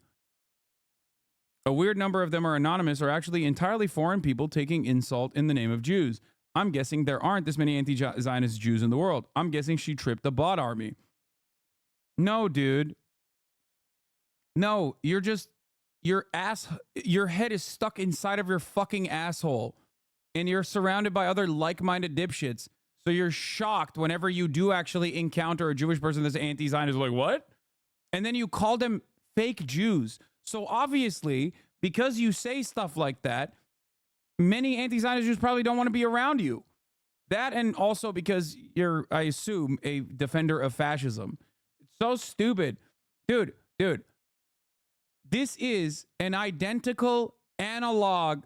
This is a perfect analog to how conservatives talk about shit all the time. Oh, we can't go on dating apps and have people want to fuck us. Oh, like, look, it must be a bot attack. There can't be this many people that are like against what I believe, right? I mean, that's crazy. It's like you are literally just a conservative fucking dipshit. That's all you are.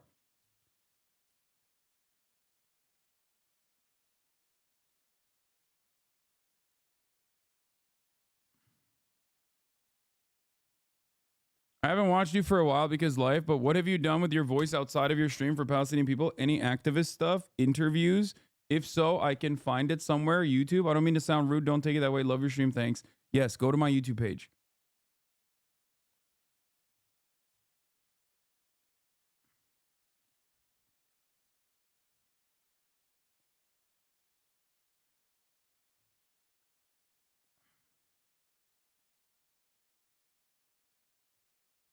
Anyway.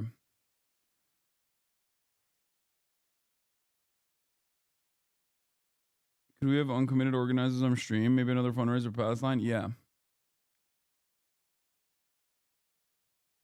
All right. I can't fucking read all this. Like, it's just like fucking crying. Didn't you raise a ton of money for relief efforts? Yes. $1.3 million is what this community raised for Palestinian charities that are operating on the ground right now. But hey, guys, remember, drama YouTubers made a video about my fucking Al Ahly hospital coverage. So who's to say who's really out there interested in Palestinians and their lives, or truth and honor and justice?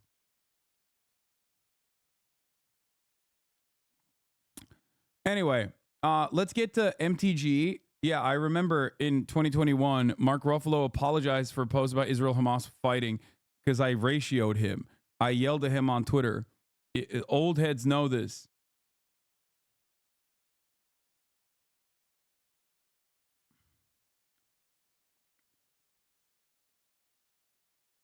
Wait, let me see if my reply will come up. Yep, here it is.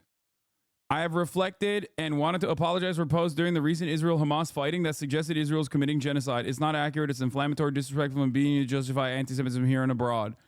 You should tell the families of the 200 plus murdered Palestinians in Gaza that were declared enemy combatants in the latest idea of propaganda that their occupiers aren't actually committing ethnic cleansing when they mowed the lawn last week. May 24, 2021. I don't know, man. Your Al Ahly take was really rough. No, what's really rough is thinking that you're going to do a top of the hour ad break debate at 12:51. Okay? Exactly. See? I knew it.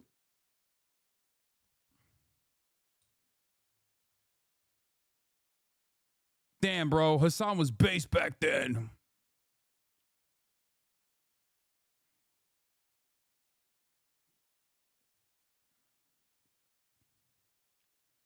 Mensch. Now let's work together to force the hand of this endless occupation. Fuck Bibi, fuck Hamas. Yes to people, humanity, justice, and drumroll, peace. Is land holy if it houses endless war, says Sarah Silverman on May 25th, 2021. Yeah, but you were saying Zionist talking points just 3 months ago, so wait, what?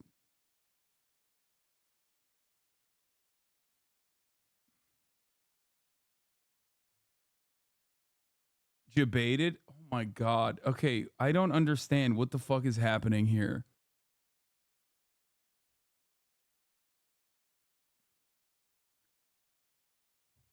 Yeah, I am a famous Zionist. Everybody knows that. I love Zionism. It's my favorite. Terror babies. We have to fight the terror babies.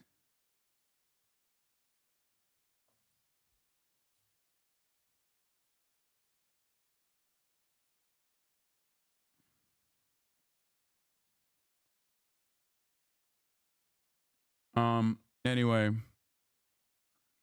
You made us this way, streamer. My heart can only take so many ad break debates. Yeah. Okay, let's do MTG saying she's done with Speaker Mike Johnson over spending deal. Chromeo is going to be here in a second. Or Dave1, David Maglovich is going to be here soon. And we are going to cover more Israel-Palestine stuff. So I'm trying to get out some of these other issues first before we go back to Israel-Palestine. House of Representatives is about to begin voting on a high-stakes government funding package that it's looking to push through once again at the 11th hour. In the nick of time, both chambers have to pass the bill by the end of the day to avoid a partial government shutdown.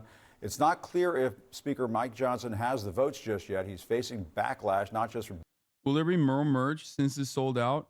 No, it's not actually fully sold out. We just sold out of the inventory that we had. Okay, but now it's still available on back order. If you go to the website right now, IDEOLOGIE.SHOP, you can still get it. It's just going to take a little bit longer for it to arrive at your doorstep. Okay, that's it.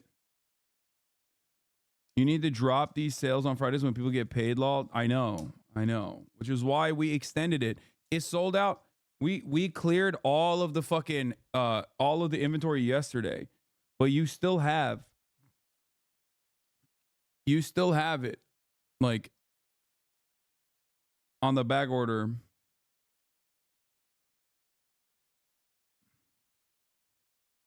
Because of you, American Union garment manufacturers can't see their families for 4 months.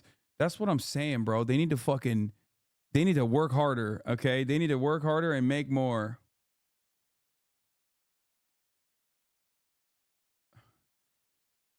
Keep making goddamn t-shirts, you sons of bitches. You know what I mean? The fuck is this shit?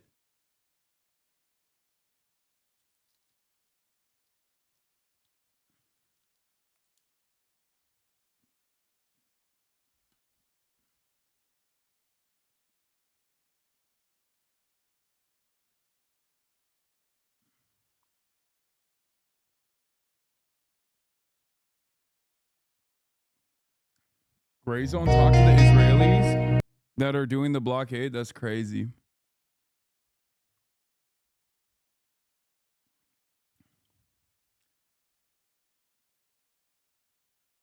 Will you ask Chromeo about Ezra Koenig? Wait, what happened? Is there drama or something? What?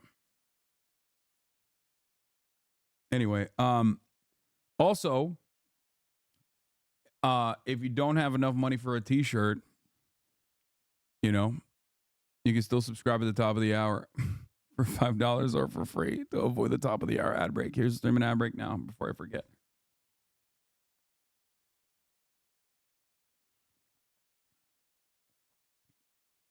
I will watch the Al Jazeera doc today, yes, with Chromeo, with Dave1.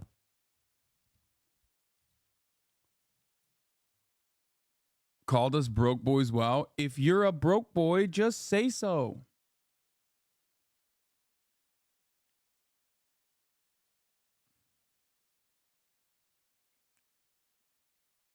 Democrats, but from within his own party. One congresswoman saying the Republican majority is, quote, a complete failure. Those aren't the words of a progressive. They're from none other than Marjorie Taylor Greene. She says she is done with this Speaker of the House. But the big question hanging over Washington right now is, can the legislation make it through the Senate in its sausage-making process before the midnight deadline? CNN Chief Congressional Correspondent Manu Raju is up on Capitol Hill for us. Manu, what's the latest? Yeah, look, this bill is expected to pass according to top Republicans, but not without some pain, particularly coming from the right. The far right of the House Republican Conference is absolutely furious at their leadership for cutting this deal. Remember, this deal is about 6 months after the fiscal year actually began, and they had approved short-term extension after short-term extension, ultimately keeping the government open, kicking the can down the road. That first short-term extension led to the ouster of Kevin McCarthy after a revolt from the right flank. Now, Speaker Mike Johnson, the new speaker, had to cut a deal with Chuck Schumer, the majority leader in the Senate, and the White House to fund the rest of the federal government to the end of this year. And that is what a number of Republicans on the right are concerned about. They believe this deal did not go far enough and cut spending and the process. This bill was unveiled yesterday morning at 3 a.m. It's going to have to pass today in order to avoid a government shutdown by midnight tonight. And they say there's simply not been enough time to review this 1,000-page bill. And that is one warning from one member in particular, Marjorie Taylor Greene of Georgia. I just wish that Jeremy Lafrado, who made the Gray Zone documentary, for permission to react. I'm pretty sure they won't mind me reacting to their fucking video, dog. Thank you for reaching out to them, but it'd be real weird. Especially considering that these guys normally fucking send me their videos ahead of time to be like, hey, can you react to this? I'm making a video about it. Holy shit, there's a spicy merch drop? Why is it spicy? Wait, is it actually sold out? What the fuck? What do you mean? The link says it's sold out. No, it's not. Here, let's click on it. Oh, what the fuck? It does say it's sold out. Wait, I thought it was on back order. What the hell? Hold up.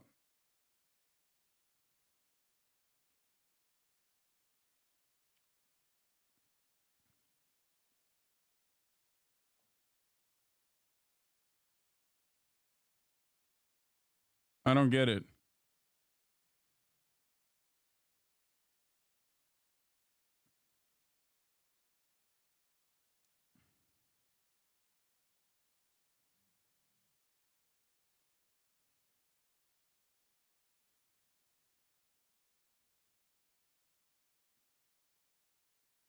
No one else getting t-shirts. Black market going to go through the roof. $200 shirts.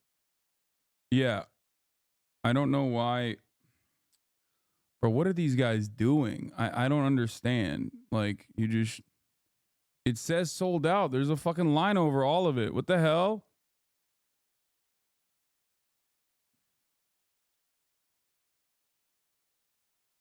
Did they run through the back order too?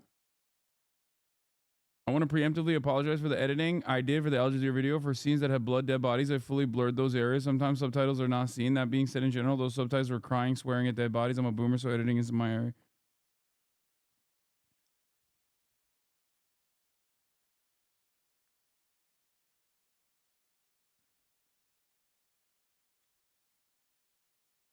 I don't think it's I don't think it is sold out. So, or at least there should be back order. Oh.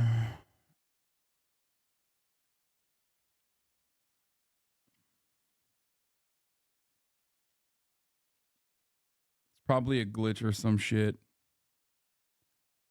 I'm talking to them right now. I back ordered yesterday, so at one point it worked. Yeah, no. It's been doing back ordered stock since yesterday, so they're saying that it's probably it shouldn't have been sold out yet. They heard it was fake socialism, so they decided to cancel it. Yeah. Yeah, the new collection and the restock have sold out, but available for pre-order while supplies last. Okay. It's what is this? 50% off bestsellers? I don't know what that is. Spend $100, get a free tee. Spend $200, get free shipping. Those are what they said.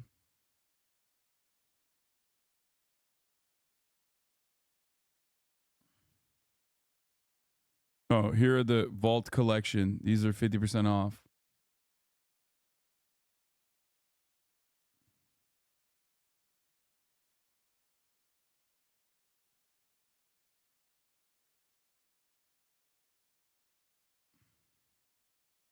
No, I don't think the back order is like sold out yet.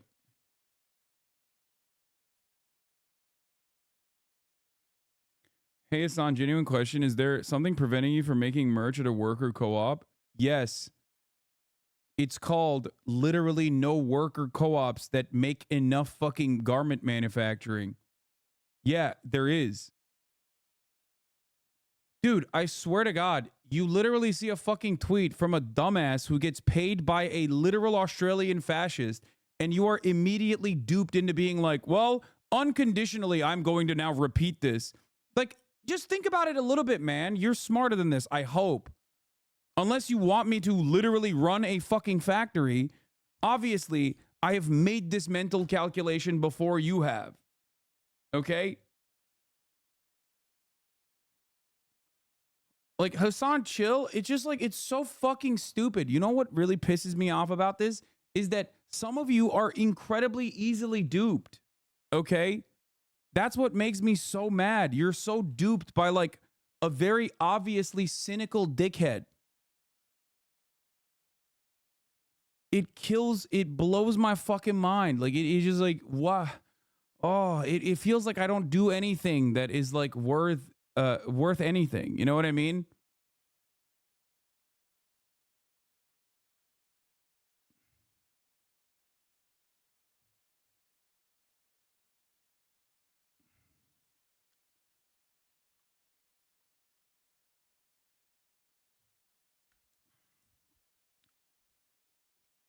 I don't know. I just like don't understand it. I mean, maybe I should be nicer and expect people to be dumber. But like it kills me when I see someone get like completely fucking duped by a dickhead. You know what I mean?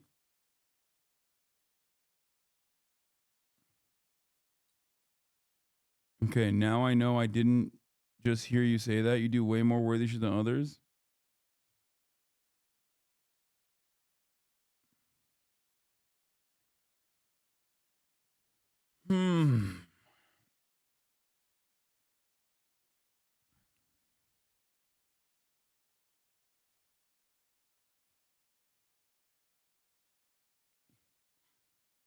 Half the time it like devolves, the criticism also unironically devolves into like, why don't you become a landlord? You know what I mean? Like, people will literally be like, why don't you become a landlord and house people? It's like, dude, you're talking about something that directly conflicts with what I believe in. Like, what the fuck is wrong with you? You know? Yeah, why don't you fucking buy a factory, dude?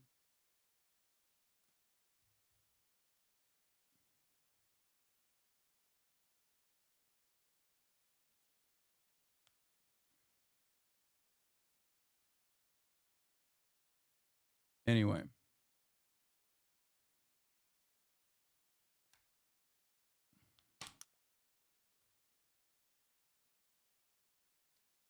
Kills me a little bit.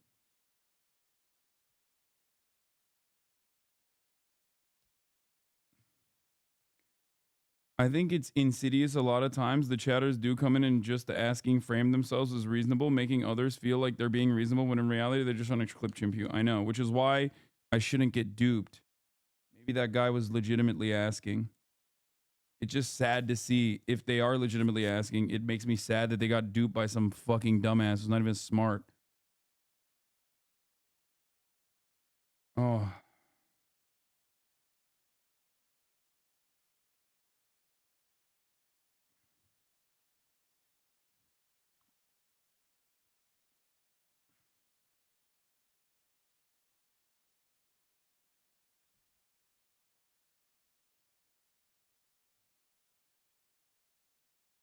They're not. They're following their daddy. He literally tweeted this today.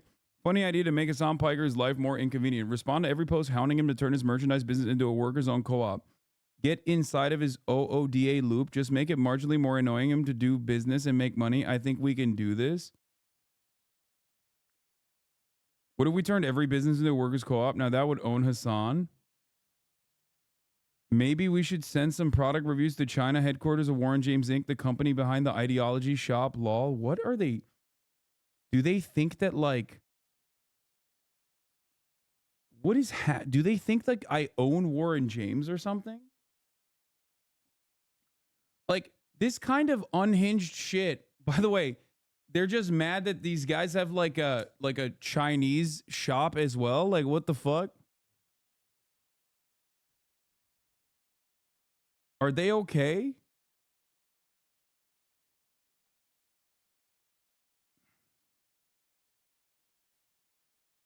What is going on? Yeah. What do you mean co-op? He doesn't even pay his workers. What am I doing right now? This guy's getting the most attention he's ever gotten having a tweet shown on stream. I know. I should probably stop looking at this shit.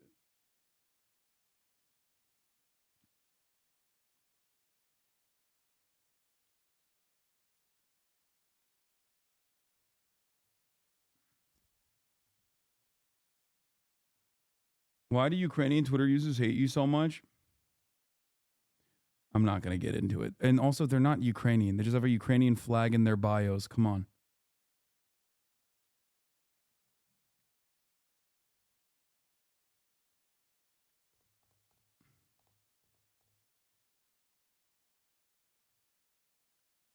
Okay. Where were we? Where the fuck is... Where's our boy David Maklovich? Yeah, it's a glitch, by the way, that it says is sold out.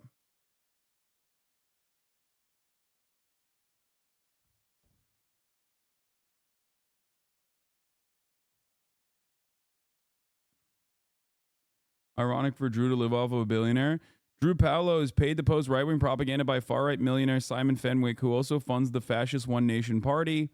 Pavlou even openly thanked Fenwick for his immense support in 2021. Ooh, interesting stuff here. Yeah, the shop is working again? Okay, good. Mr. Fenwick has contributed $365,000 to the Liberal Party, $75,000 to Liberal Democrats, and $25,000 to the anti-Chinese Communist Party activist Drew Pavlou. I want to thank my mates Tim Page and Dilby for their years of friendship, Simon Fenwick for his immense support, to my barrister Tony Morris Casey, who's been like a father figure to me.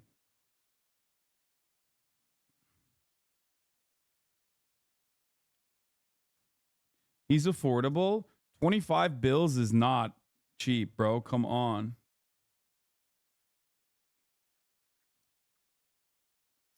Drew Pavlou is Ian Miles Strong for so many different countries and still finds time for you. It's sweet.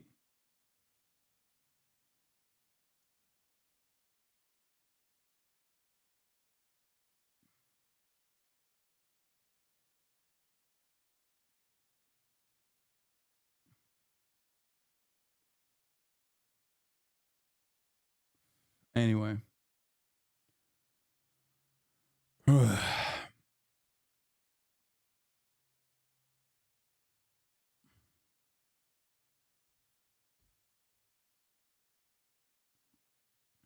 Where were we? Why don't you keep some journalists in the pocket? What do you mean? I don't need to pay anybody to fucking defend me. The people who are honest and the people who do good work, that see the good work that I do, will already come out and defend me in moments where it is, you know, in moments where they see fit. I don't give a shit. The Marjorie Taylor Greene video is kind of dumb. She's just like also going, she's just also going after Mike Johnson, using the Republican shit. She's speaking now. Let's listen in. Started out as with rules and promises to the American people that we would bring regular order back to Congress. Speaker Johnson has betrayed that by passing 3 CRs and then forcing us to pass or to vote on a 2-part omnibus, the second one being today. He also only gave us, I mean, I don't even know how, we had one day basically to read 1,012 pages, breaking the 72-hour rule. This is a betrayal of the American people. This is a betrayal of Republican voters. And the bill that we were forced to vote on forced Republicans to choose between funding to pay our soldiers and in doing so, funding late-term abortion. This bill was basically a dream and a wish list for Democrats and for the White House. It was completely led by Chuck Schumer, not our Republican Speaker of the House, not our conference, and we weren't even allowed to put amendments to the floor to have a chance to make changes to the bill. I filed the motion to vacate today, but it's more of a warning and a pink slip. I respect our conference. I paid all my dues to my conference. I'm a member in good standing, and I do not wish to inflict pain on our conference and to throw the House in chaos. But this is basically a warning, and it's time for us to go through the process, take our time, and find a new Speaker of the House that will stand with Republicans and our Republican majority instead of standing with the Democrats. That is a warning. If it's a warning, if it's a warning, does that mean that you're not going to go through and force this vote? No, I will. I'm just. There's nothing that can convince you to back off. There's not a time limit on this. It doesn't have to be forced and throw the House into chaos. I don't want to put any of our members in a difficult place like we were for 3.5 weeks. We're going to continue our committee work. We're going to continue our investigations. There's a lot of good investigations. Dude, this is 100% a media opportunity. She's just utilizing this. She is just taking advantage of the controversy and the gift that the Republican Party inevitably gave every single one of these dipshits by allowing anyone and everyone, any singular individual, to be able to to overthrow the Speaker of the House for any reason whatsoever. It's awesome. It's so sick. Going that have to be able to proceed, and the American people deserve that. But I'm not saying that it won't happen in 2 weeks or it won't happen in a month or who knows when. But I am saying the clock has started. It's time for our conference to choose a new speaker. Do you believe, thanks, Congresswoman, do you believe that there are more Republicans who support this push? And ultimately, if this does get filed, it could lead to exactly what you're saying, more chaos, more paralysis. Does the House Republican conference want to move forward with that? It's filed, but it's not voted on. It only gets voted on until I call it to the floor for a vote. Right. Wait a minute. Jeffries has said he would help potentially, or not he would help, but the Democrats might be willing to help him survive if there was a motion to vacate. Are you worried about putting Johnson in a position where he would actually be beholden to Democrats? I'm not worried about that at all. I'm not worried about that at all. I don't think that the American people, Republican voters across the country, want to see a Republican speaker that's held in place by Democrats. This is not exactly what people want. What do you need to hear from the Speaker or anything else to not move forward? What will change your mind to not move forward? We heard from everyone all week long. Do not break the 72-hour rule. He heard from all of us. He heard from all of us all week long. Allow us to introduce amendments. Allow us to do our jobs. Allow us to represent the districts that voted for us and sent us here. We want a secure border. And the Senate proposal of legalizing 5,000 people coming across the border every day is not securing the border. And this is giving up every point of leverage we have. Also, forcing Republicans to vote on full-term abortion funding in order to fund our military is a complete betrayal of all of our values, and our voters don't want us to be doing that. What's the process of finding? You saw what happened in the fall. We saw one speaker candidate after another fall short of getting the votes necessary. You can't. I mean, how could you possibly even find someone to succeed Mike Johnson who could get the votes, keep this conference together, and not plunge this chamber into chaos? We're going to have to do it because the country is in crisis. We have a border invasion that's happening every single day. We have Americans under the age of 30, for the first time it's showing in all types of polling, have lost hope for their future. The younger generations can't afford to buy a home. Inflation is running rampant. Our country is in crisis. The abortion thing keeps getting older. 12-year post-birth abortions. Yeah.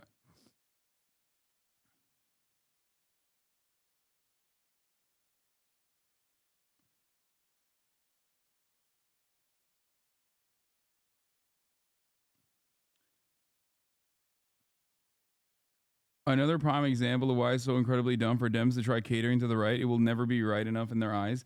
Yes, because reactionaries, and I cannot state this enough times for it to come across clearly for many people who refuse to hear it, reactionaries do not operate on consistent ideological principles. There are certain instances where they do operate on consistent ideological principles, like doing harm and shit like that. But in most circumstances, they are simply reacting to whatever they perceive as the opposition promotion. They're reacting to whatever the Democrats are proposing. That's why they literally find themselves cooking bills that are inherently right-wing. When the Democratic Party pushes a right-wing border bill, why does it get cast aside in Congress? Not because of the Democratic Party, but because of the Republican Party. They're like, if the Democrats are pushing for it, then we're against it, okay? We don't want to be on board with it. We can go way harder. We can go way further, which is why any kind of capitulation to the right is fucking idiotic.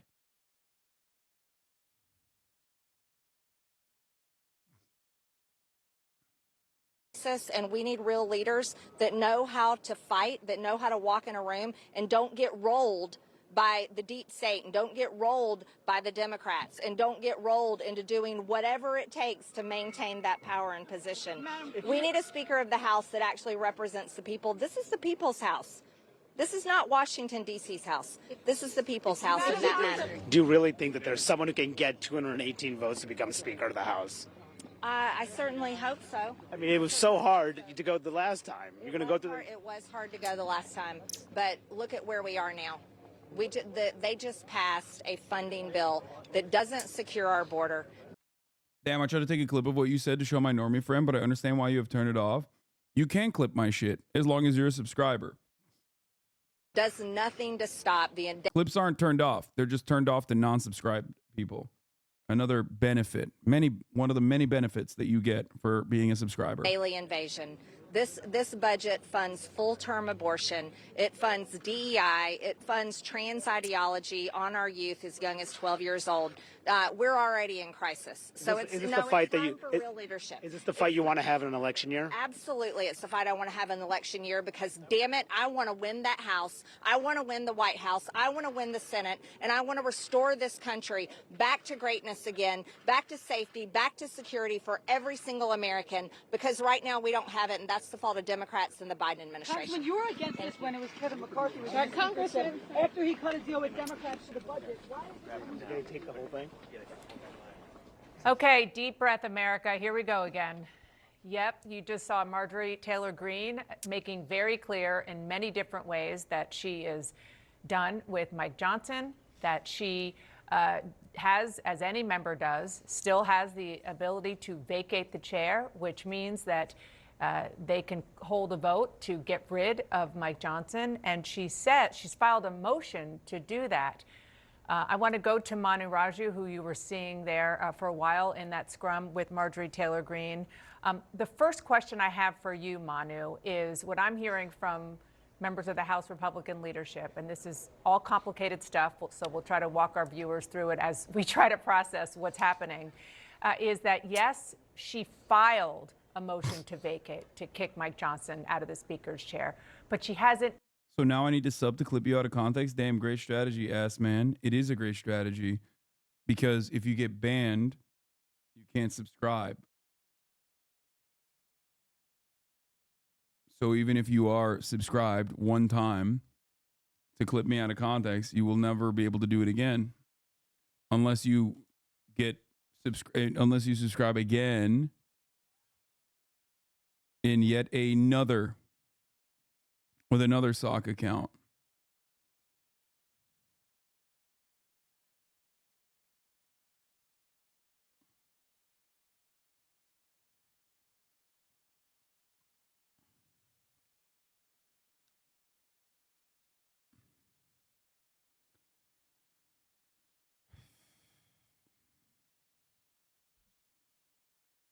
Noticed it yet.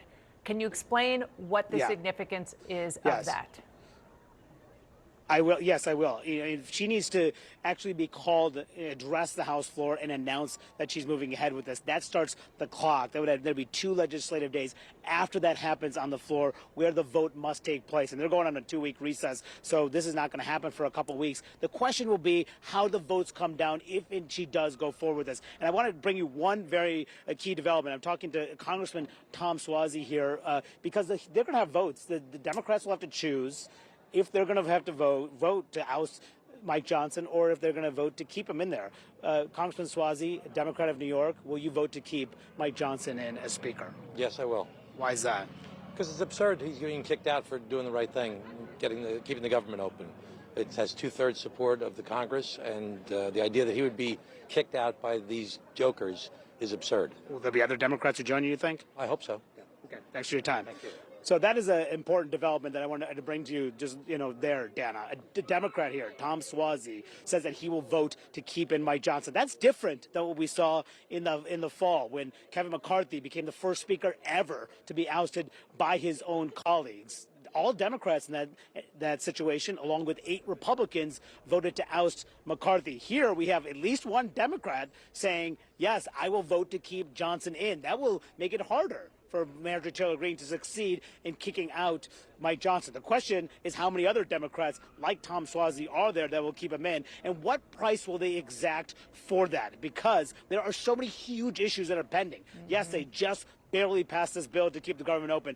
But about Ukraine funding, that is still pending. Maybe there'll be some discussions about how to get him to move ahead on Ukraine funding in exchange for keeping him in as Speaker. All that will undoubtedly play out over the next 2 weeks. But you're right, Dana. It is what Marjorie Taylor Greene indicated right there was that she's dangling this over Mike Johnson. She says she wants to begin the process of figuring out a new Speaker. But when she pulls the trigger, she has not said when that will happen, when that will happen, and that will actually lead to that key vote, probably in a couple weeks.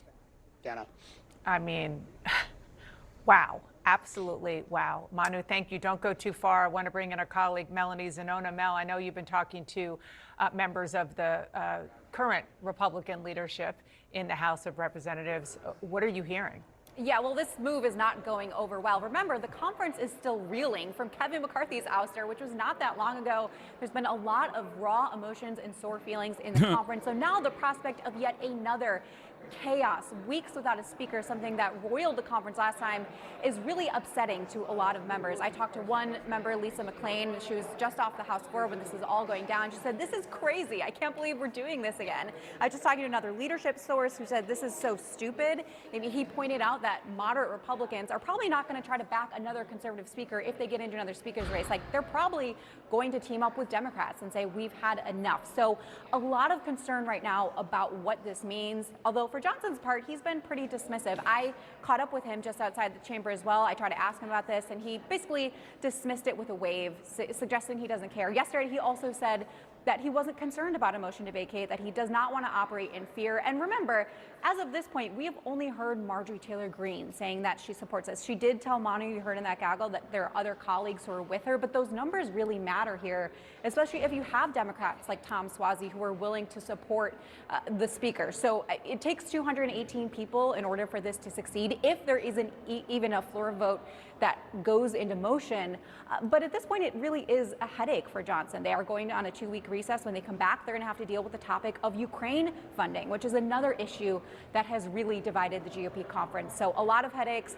And of course, this is looming over Johnson's head as he goes into 2-week recess. I saw something that I consider very funny that I'm just going to briefly show here. In an effort to basically Stalin-style rewrite history, Destiny observes Hasan's subreddit obsession with him.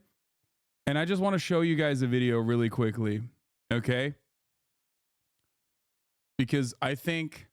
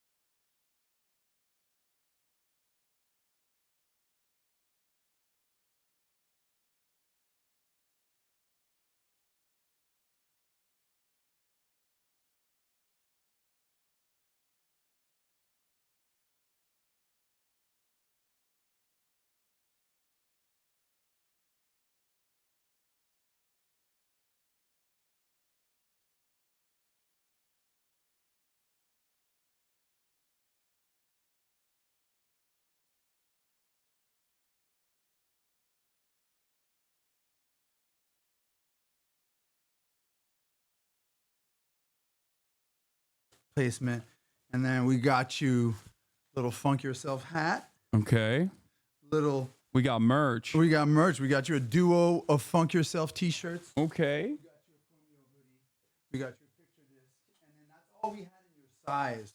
Okay. Every time I come back, I wear the Juliet Record stuff all the time. I know, it's incredible. I have this one. You already sent it to me. Well, you got another one. Okay, now I have two. Let's go. I'll send you the beige one. You have this already? Yeah, you guys sent me the you sent me the record. Remember when you asked me for my address a while back? Oh yeah. You sent me that, and you sent me the so record. now you got the picture disc. Well, where's the record? It should have been here. I think I put it on my library over there. Now you got it here, and then here's more. Okay, stash it somewhere. No, thank you, dude. Can I grab a water? Of course. So you know we do these meet and greets when we play on when we're on tour playing shows and stuff. And every so often, more often, you don't have to lick me. More often than not, I get kids that come up to me during the meet and greets being like, yo, when you gonna come back on Hasan's Hell stream? yeah. Like, yo, we loved you on Hasan and all that. So that feels good to hear.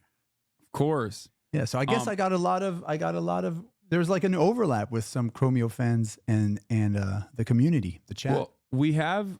Here's when Chromeo was on a year ago. This man literally left the West because of the Me Too era. He's like a threat to. Oh, we were talking about Andrew Tate. Dude, you put me on to Andrew. Okay, this guy needs to chill. Gaia. Or girl? Place. She is a lady. She is a lady. She's a little lady. Quite the lady. Very well trained lady. So don't worry. Yo, you put me on to Andrew Tate. Oh my God. You literally introduced me to who that was. Oh yeah, I remember Andrew Tate. So much time has passed. Luckily, his rocket ship to success is kind of softened now. His impact is softened. Oh yeah, for sure. Didn't he just get arrested again or detained or something? Yeah, a couple days ago. Like last week, his favorite content creator, Aiden Ross, former friend of the show, Aiden Ross. Wait. Outed him. Because he like DM'd him and he was like, I'm going to leave Romania and never come back. And it's like, there's an active investigation. So Aiden posted the screenshot or something? No, Aiden stupidly turned around and talked about it on stream and was like, on God, like, yo, he's saying he's going to leave Romania. Like, I got to go to Romania to like film stuff before he leaves. Oh. And then the Romanian court was like, what the fuck do you mean you're leaving Romania? No, you're not. That's kind of funny. Wait, what happened with Aiden? He's not a friend of the show anymore? Aiden Ross he's lost. He's unfortunately a lost soul. He is very much, I mean, he's on Kick, which is a online crypto gambling casino backed social media platform that's basically like Twitch, but comprised of like some of the worst. There's some friends of mine that are on there too. Like, what's the vibe? Like, it was super. Well, recently there was edgelord. Is it incel? Yeah, super edgelord, super incel. Recently, like, a prominent content creator on that platform was outed as like routinely procuring child sexual abuse material on sites like Omegle. Things like what's that. The chat? I can't see. Maybe I need to change my glasses. Last time I was here, the chat. It's not even the chat, it's chat. And they were saying so many, Nazi sympathizers. Yeah. What? They got all of it. But Aiden is Jewish. Aiden's Jewish, right. Aiden is Jewish, but he has like collaborated with Nazi sympathizers, including, of course, like hyping up Kanye West and stuff like that. So. Oh, he's doing that now? Or he has? Oh, I mean, he's been doing worse shit than that. I think, didn't he have like Nicholas Fuentes? Oh, okay. Bro, he wasn't outed. Getting CP was his content. True. He was actually, the guy I'm talking about wasn't even outed. Technically, he was already like procuring CSAM from underage girls on Omegle was basically his content. And he had a Discord server where he would like, basically you had to pay to see the nudes of the underage girls. It feels like everything got more chaotic since I've been here. More insane. The level of basedness. Yeah, has increased. Yeah, they're based. They're so based. Your hair got shorter. The last time I came here, the chat was cool. I can't see what they're saying. Does anybody remember me from last? I got forgotten. There's a whole new generation of chat. This is from the last time we were Andrew here. Tate this month as part of a human trafficking investigation. This was when was this? Ago, right? May. Yeah, this was not 1 year ago. This was 2 years ago, guys. Damn. Yeah, it's been 2 Because years. the first time we chatted, some people thought we were related. Dude, the actual first time we chatted was like almost 10 years ago Young at this Turks. point, which is insane. I saw Amazing. like a old photo. Does anyone have that on my Instagram? Let's see if I can find it like easily. Saying, Dave, y'all look alike. I mean, when I start focusing on chat, I go crazy. Don't even. But I kind of low-key like, not because there's a lot of cool messages on there. Let's Love see you, if Dave. let's see if I can find like. And you know, I didn't come here to promote the new Chromeo album, which came out 2 weeks ago, but we've been meaning to do this for a long time. Yeah. Yeah, you've been. And he last time he was gonna come through, he couldn't because he was on Jimmy Kimmel. Yes. Yeah, you're swagged out. But at the same time, let me see if I can find. There's no better time than now. I don't know. Yeah, we were on Young Turks. Yeah. Hold on. I'm gonna see if I can find like. Are we talking about me? I love Chromeo. Shout out to all my Chromeo crew. Dave, y'all got me into synthesizers. Your music cooks, great politics too. Yes. Yeah. Yeah, because you said it's funny. You were like, "Wow, look at you." Did you get less jacked, or are you more? Are you? Is No, I'm getting more jacked again. I got really. Well, you kind of fell down. You. I got fat during COVID. I got real. No, but I gained a lot of weight, and now But I'm 2022, you were already on the path to jackedness. kind and now, of. It now had you're been a even. year. Yeah, it had been a year. You know Like what, we got. this is me during COVID. I was like wow. real. I was much more overweight. Right. And then I lost it. We got to. Maybe we should train together. I mean, I'm down. Do Pull up. workouts. I'd be down. I'm going so far back in time because I'm trying to find that. It's like, going to be one far post. back. Yeah. It's going to be. Well, I'll tell you, it's going to be 2018. That's Yeah, how far that's back you got. crazy. A long time ago. Oh wow! Look at you. This is old. Yeah, this is real old stuff. Wow.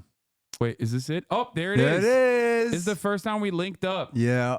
Big link. 296 weeks ago. Yep. On July 17, 2018. So it hasn't been it hasn't been a decade, but Oh, you it's know, close. But it's literally almost a decade. 8 years. Beautiful, beautiful friendship, beautiful kinship. Yeah. And it feels like things got worse and worse since then. Actually. Yeah. Which is interesting because like back then we talked about Dr. Jordan Peterson. Oh yeah, that's we talked about Israel Palestine.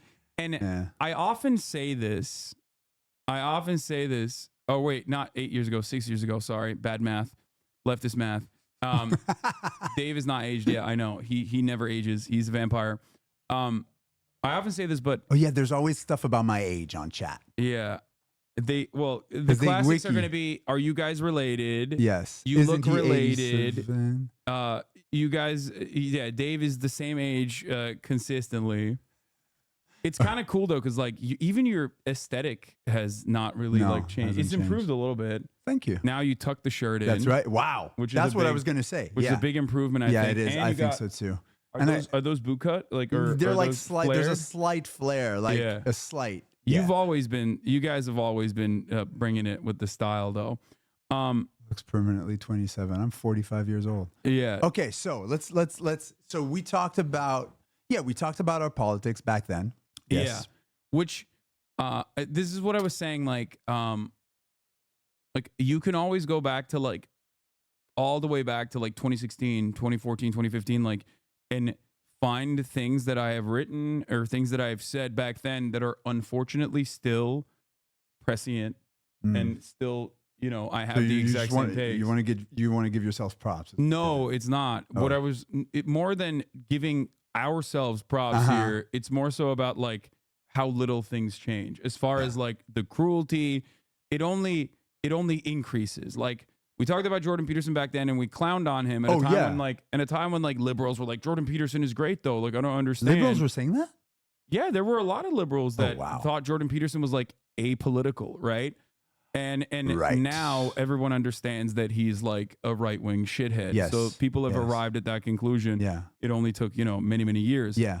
And the same thing is happening, I think, with the same thing I think is happening with Israel right now, which, you know, I've recognized it as an apartheid state for a very long time. Right. However, 2021, I think, was a pivotal moment where the Amnesty International, Human Rights Watch, and B'Tselem, which is an Israeli human rights organization. Yeah, shout to B'Tselem. We love them. Yeah, B'Tselem's great. Yep. They recognize Israel's an apartheid state. Love B'Tselem. And I think that was like a turning point for Western discourse surrounding the matter, because like all of a sudden there was like more permission to openly state it as is without people being like, oh, you're anti-Semitic for saying this.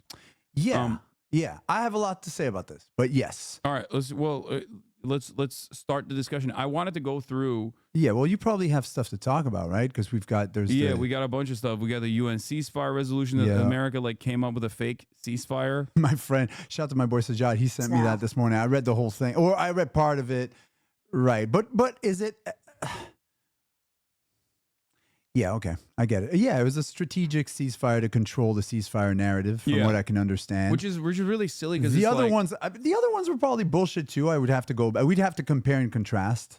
I think ultimately, I don't think that like any state actor is being honest when they're making a decision like this. It's a UN dick-swinging contest. Yeah, but it's a matter of like what is more beneficial for the Palestinian people in this circumstance where like I think it's really funny that when America was like, oh yeah, if we finally write our own carefully crafted ceasefire resolution, then we're going to vote for it, and then the bad guys are going to vote against it. Look how racist they are. And then everyone will be like, well, maybe it's Russia and China that's against the ceasefire all of a sudden. And it's like, who the fuck would believe that? Even as far as I saw in Western news, even NPR openly stated that America had stopped and vetoed every single ceasefire resolution up until this one that they wrote carefully and deliberately. What about, okay, we agree. Only question is, if we're talking about the very, very, very mainstream, watered down news narrative, is there something positive that can come of the simple headline, disingenuous as it may be, the simple headline, hey, America called for a ceasefire, enter sort of simpleton, garden variety simpleton, who's been, let's just say, indoctrinated by a certain propaganda in the past, reads this and says, oh, my country that I love, that I stand by, is actually calling for a ceasefire. Let's not even get into the fine print. Is there a positive that comes of that? Yes, there That's is. what I think. That's what I think. So too. Thank you. I think, like, That's for example, I'm not standing for, but there is a positive in terms of, I agree. of collective consciousness shifting Yeah. within a way lower common denominator. This is what I've been talking about for like the past couple of months at this point, which is that, like, for example, when Chuck Schumer came out in front of Congress and stated as like one of Israel's #1 dick riders historically, when he came out and was I like, loved it. And he reverted back to the liberal Zionist position, which is like a defensive posture to maintain the continuation of the apartheid, in my honest assessment of it. It doesn't but matter. It doesn't matter. Thank you. Because when I agree. Because they should have done that like from October 8th. They should have done that from 2018 onwards. I mean, yeah. Well, they were. Like, I'm saying that the Democratic Okay. Party has always like maintained a more liberal posture when it comes to Israel. Like, they're like, oh, we don't really like Netanyahu, but like, you know, Israel has a right to exist, and, you know, don't call it an apartheid. Like, but that was framing that I'm shocked it took this long for them to get to, but the fact that they got there is still, it's huge, a sign of progress in the direction where, like, it's obvious that the pressure campaign that has been mounted by grassroots organizers, I agree, and the wonderful people over at like Jewish Voice for Peace, if not now, and many of the now my boys are standing together. Yeah, Those are that's my shout to standing together. You know about them, right? They're the organization, the Jewish Israeli Palestinian Solidarity Organization, based in Israel. Oh, are you talking about Standing Omdim to- Be'achad? I think that's his name. it is Standingtogether.org, Yeah, Standing I think. Together. Yeah, I love them. Damn, I love bro, them. I'm dropping the Hebrew name and everything. What You do you? are. What do You you? are. You're yeah, way no, winner. it is. Omdim Be'achad, I think, right? I said it right, didn't I? I have a couple Israeli leftists in here. But anyway. Yeah, I love them. So, I mean, I'm more of a what is it, Mesarvot supporter myself, but you know, they're all right. Omdim Be'achad. I mean, wait, what? They're I'm. Do you know? Are you familiar with another organization in Israel? Which one? Here I'll show it. Let's go. Put me on. I think, is this how you spell it? Yeah, here it is. Oh, I see. Mesarvot. No, I don't know them. They are. There's also the former IDF soldiers, whatever. Yeah, That oh, one. that one's a good one That's too. a big Yes, one. exactly. What the fuck was that one called? Shit. Boy always sends me those. I'm telling you, I got a couple of like Mesarvot is the anti-Zionist. Breaking the Silence is the. Oh yeah, is that's the one. That's the one. I IDF love one. those. Yeah, former IDF Yeah, but like guys. a lot of Haaretz stuff is amazing too. Yeah, Harris is like, they go. You know, they do great coverage. Obviously, they have Gideon Levy, Yeah, who's yeah. incredible. Yeah. They have a lot of great Oh. journalists on there. But it's supposed to It's be actually better than American media by but the my widest thing with margin. Haaretz is that, first of all, we're not supposed to agree with everything a paper writes. Yeah, I agree. Otherwise, it's Soviet. Yeah, like I a paper agree. is supposed to any news media should encompass a spectrum of opinions. That's what I Yeah. think. I guess you're checking your text, but Sorry, but I'm- chat's listening. There should No, be I there should agree be a with you. spectrum within a publication. I of course they're gonna do Yeah. a little bit of both. Hey, okay, Kaya, no place. Where's my crew in the chat? I love this. I'm going crazy. Okay, so we said this is already big. This is big because a lot of our I've got beef with leftist anti-Zionists. I've got beef with everybody, but some people cringe me everywhere. But a lot of people, of course, more cynics or more, I don't know what you want to call them. We're like, yo, Chuck Schumer, whatever. You're still, in favor of XYZ. And what we just said is that his speech, to me, I agree as well, can do good things for the global narrative or the American sort of perception I think of it what's gives going more on. permission to everyone to be like, the fuck's going on? We have to stop this. Yeah. Like, I think Agreed. that ultimately is not I ultimately think is not a bad thing. But yeah, no, I was putting you on these guys. I've had two conscientious objectors on from this organization before. Yeah. They are conscientious objectors to the IDF. Wow. And they get jailed too. Like Yeah. One of my homegirls' boyfriends refused the military service and got jailed. Yeah. It's insane.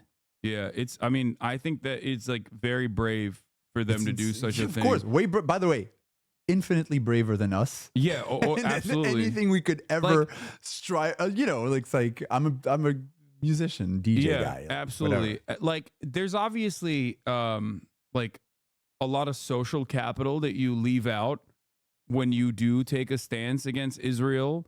That is the unfortunate reality. Like you saw Jonathan Glazer's speech, right? At the Oscars. Yeah, Like, I have a lot to say about that It was speech. incredible. Did you not like it? No, the problem with that speech is incredible. I got shivers when I saw it. The syntax was garbage. It's serious, like, and this Fucking guy's linguist over here. no, exactly. Well, I have a lot to say about this. If You're saying because he said I refute my Judaism being used for God knows what. The sentence was clumsy. He should have said I refute Israel using my Judaism. Refute was bad. Or because I refute, like I criticize Israel. I refuse to let my Judaism be used for XYZ. Yeah. Or I'm against. They jumped on that super quick yes, too, but and immediately there was like he served it to them on a silver syntactical platter. I still ultimately I know what he was saying. Yeah, me too. So, me too. But so I have a lot would- of friends that did not understand and that were so triggered and offended by I refute my Judaism full stop that it prevented them from understanding the message. And I have a problem with that because when you have a message that's so powerful and delivered on such a big stage, I think it's understandable to be nervous on that stage as a Okay, as a you write Jewish your man. message. No, I know. Of I'm saying course. like as a Jewish man who I know. made like an incredible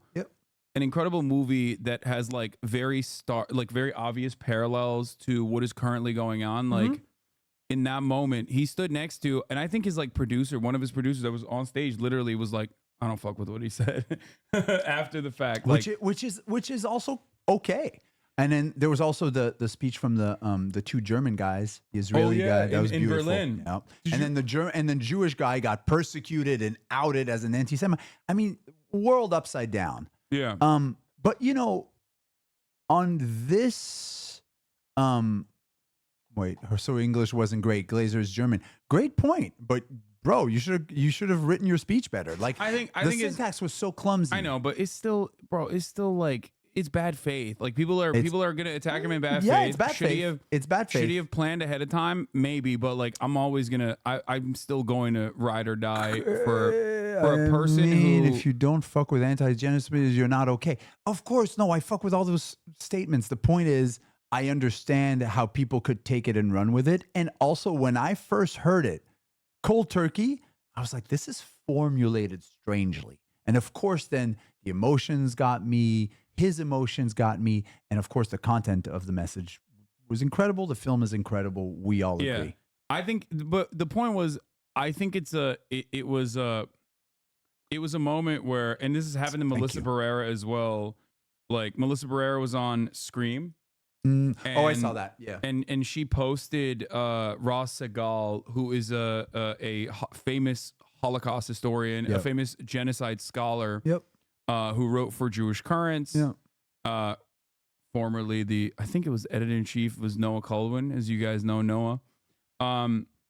So she posted an excerpt from that, you know, the direct text that Ross Segal had written. Yeah.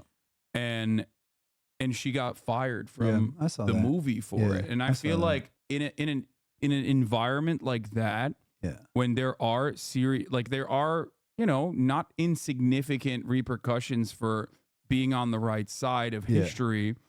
I do think it's like still brave. I thought I was your real dad. Yeah, it is brave. We agree. I have. However, obviously, it's nothing in comparison to what Palestinians are experiencing right now. Is what I mean.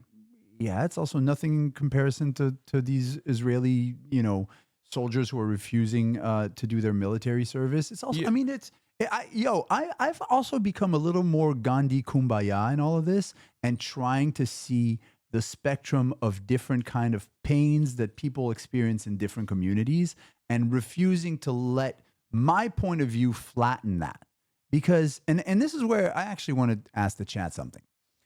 Because, so I grew up, sorry for the little parentheses and I know it's very ADD in here, so I'll try to keep this short. But I grew up in a very leftist family. I always refused to go to Israel my whole life. Even when my brother had his bar mitzvah there, I didn't go. I was 17, and I'm like, I'm not going. My parents were always big Chomsky leftists. This was the discourse I heard in my house growing up. So it was sort of easy in a way for me to have those opinions. I never rebelled against them. My moral compass was set from a very, very, very young age. Yeah. But I have a lot of Jewish friends, and I wonder if some of these are in the chat right now or some of these are listening right now. I have a lot of Jewish friends who grew up with extremely positive experiences with Israel. Oh, yeah. Right? And there are. And I don't want to deride them because those experiences are also, for them, they're valid and they're honest. If some, they were formative. And we can go on and on about them having been through propaganda and indoctrinated. That's another part of the story. But when you grow up with, you have your family there. I have some family there. You have family out there. You've done trips. You've had a great time. Some of these. My synagogue showed us PragerU vids about Israel. Wait, what? My synagogue showed us PragerU videos about, you know PragerU? No, what's that? Oh my God. Okay. I'm unqualified to come here, really. Okay. That's like it's like insane right-wing agitprop.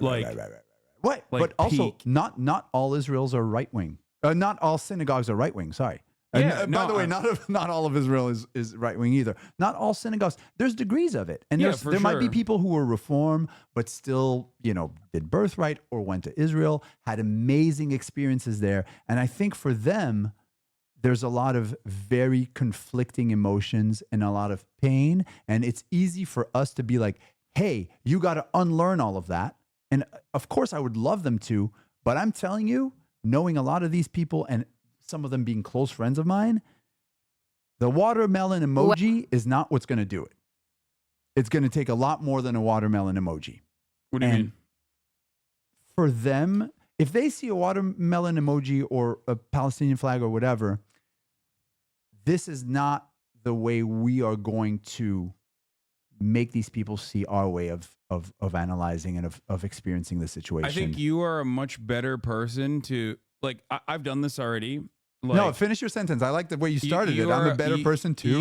You are a much better person to have these sorts of conversations with people like that who and have I been like want to. totally indoctrinated. Actually, not even you. I think you know who's even better than you? Sam Cedar, because he himself has been, because you have the privilege of like coming from a background where you like you said, you have the Chomsky parents and stuff, right? Yeah, I cheated. Whereas like Sam Cedar personally, I was talking to him about this exactly the other day on stream. He comes from a background where he was like, yeah, I was taught the indoctrination, right? And then he came to that conclusion. But I do think that you are much better than myself, for example, in having those conversations with people like that. Because it's just like somebody said, I get shut off. Like there's no way. But that's not going to help. There's no way that I can. Help. There's no way that like since October 7, this community went from 30,000 average viewership to 20,000. Like we lost a third, a big chunk of this community was like, nope, that's it. Yeah, but you should have had me more. We would have grown to 50,000, and we would all agree. Well, it doesn't really matter because like I had. No, but you know what I'm saying, though. I mean, I had like Ofer Kasif, like I had, like Israeli Knesset members and shit. They don't give a fuck. Right. There's somebody who said something that I don't like, because somebody said like, it's not worth convincing ultra-Zionists. Like, actually, I don't agree. And first of all, not everybody is an ultra-Zionist. There's this whole spectrum of Zionism that I think like a lot of Jews grapple with and experience. There's people who are liberal but still have like links to Israel. There's people who are actually that hate the Netanyahu government but have family out there. And there's this whole spectrum of emotions that is felt. And I think, at least for me as a member of the Jewish community, having a lot of conversations with other members of the community and sharing my perspective can help shift the perception towards what's going on. That's all I'm going to say. And I disagree. You need different strategies with different people. I agree. I think so fast. I think there are definitely like better people to have these conversations with, like progressive Jews in America. Of course, there are people you can't. There are people you can't convince. Yeah, Ben Shapiro. Yeah, he's paid to have that position. I mean, he's rabid personally, but he's also paid on top of that. So like, it's impossible to. And then people that aren't paid too? No, but I was actually talking about like not Zionist Jews, but Zionist Christians. Like, those are funky. You cannot convince those motherfuckers that like. You can't convince those motherfuckers that like the government is not run by pedophile vampires. Right. So good luck convincing them that like That the ones that are far gone. The rapture is not going to happen. Yeah, but you know what fascinates me is those gray areas, right? And going back to the zone of interest, like I think what's interesting in these situations is that they're extremely polarizing. I think a lot of people are caught in the middle, and in the spectrum, that's the middle. And I think having these conversations helps, because like the more things get polarized, the less we can think about a solution, or we can foresee a solution. Yeah. We've got an extremist in power over there. I'm gonna take Kai out to pee. Okay. Can I sit there and talk with chat? All right. Hi everyone. It's me. Wait. Going so fast. My synagogue was reformed. Okay, you guys got to stop talking so fast. Gray areas, what? Hello, sexy socialite. All right, you guys are crazy. I really love being on here because there's a lot of like, first of all, a lot of positivity. Wait, it's going too fast. I can't do this. So, anyways, that is the point I was trying to make, my fellow chatters. I actually missed you guys. This is an amazing community. I really love it. And stop talking chat. Well, what else am I going to do? I'm here. Yeah, like I have friends who have really, really positive experiences with Israel. And like, if I go and I'm like, yo, motherfucker, this is the fucking Nakba. This is what you need to learn. They're not going to learn. They're going to push back. And so I am trying. This is my journey. This is where I'm at with my journey in the matter, is I'm trying to have conversations that start from a place of compassion, or at least identifying, like, yo, we come from the same background. I got family out there too. Blah blah blah. Talk to the mic. I'm cutting out. Sorry, guys. And this is my experience. This is how I see things. This is how my Arab friends see things. This is how my Arab Christian friends in Lebanon see things. This is how my Arab Muslim friends see things. This is how my friend who lived in the West Bank see things. This is what they experience. And I always share documentaries. Sidebar, what was the one I love? Gatekeepers. The Gatekeepers. This is one of my favorite documentaries on the topic, by the way. I shout to anybody who's seen it. So that's it. Wait, you have whisper distance to mic. Oh, wait, did he turn his mic off? How about this? I'll do it like Fidel Castro style.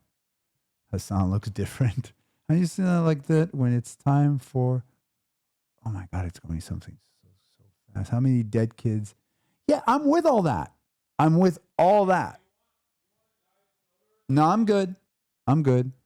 The documentary is called The Gatekeepers. It's incredible. It's one of my favorite documentaries on the topic because it's all the heads of Shin Bet from 1948 until 2012 who kind of reckon with the carnage. I'll be back.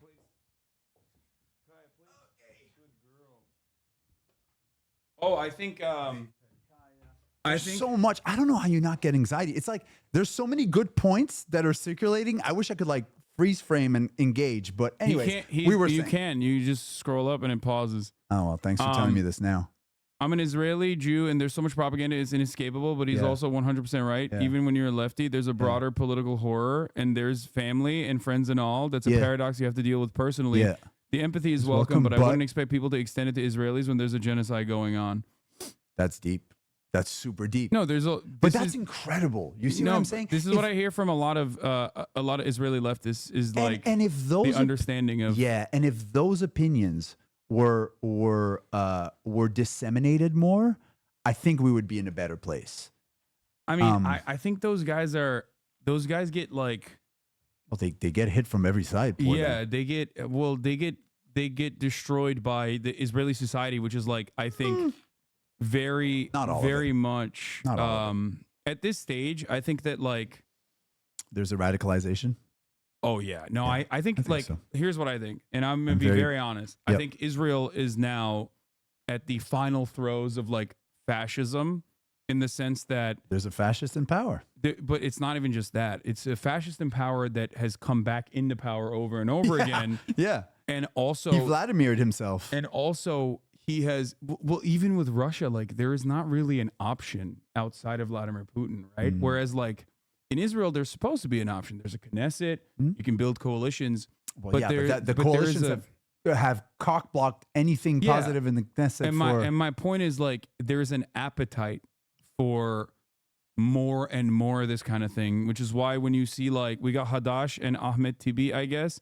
So it's interesting because, like, Israel in both its inception and also throughout its history has had, like, weirdly very left-wing positions on stuff. Absolutely. Except like land ownership. And then it's been used against Palestinians. Yes. Where they can't like own any land because the government owns it and controls it. And whitewashed when Jews and even leftist Jews like myself were learning about a different version of Zionism, because I had my parents telling me like, yo, kibbutzim are the commies. Yeah, and they were in certain. They are. Yeah.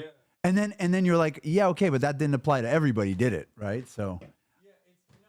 Yeah, it's like the Bernie Sanders thing, you know.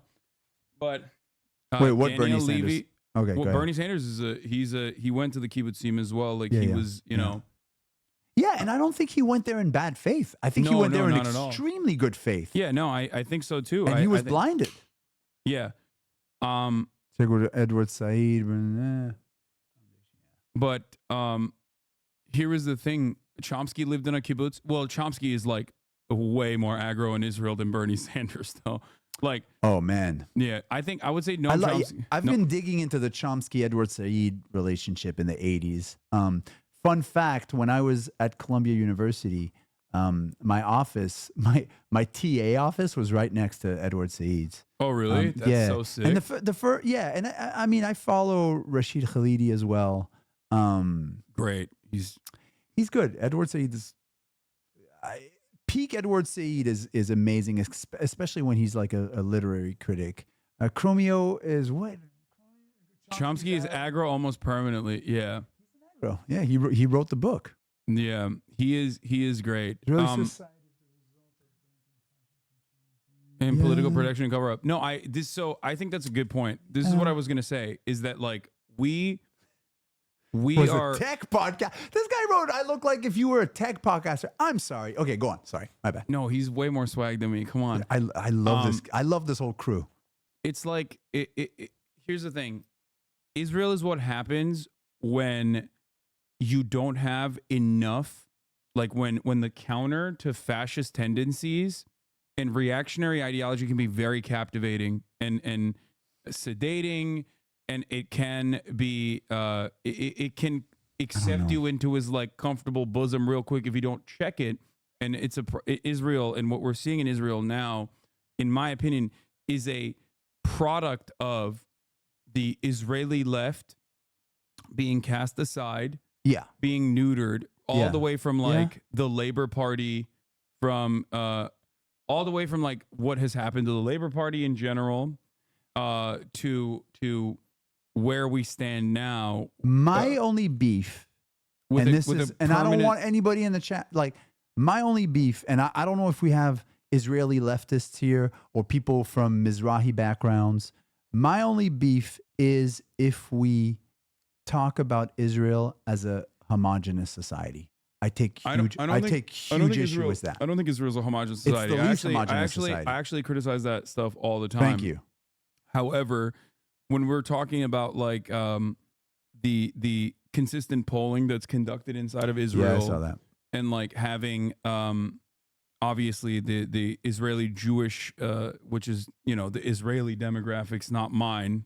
I don't subscribe to that notion, but like the Israeli Jewish population's opinion on continuing the atrocities in Gaza, there's like incredible amounts of support for it.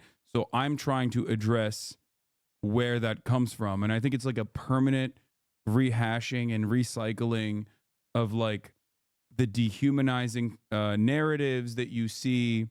There's a little bit of that. And a constant there like cycle of justification for the violence. There is that, and there's something no one on chat or in this room can contend with, and we're dealing with trauma and completely irrational.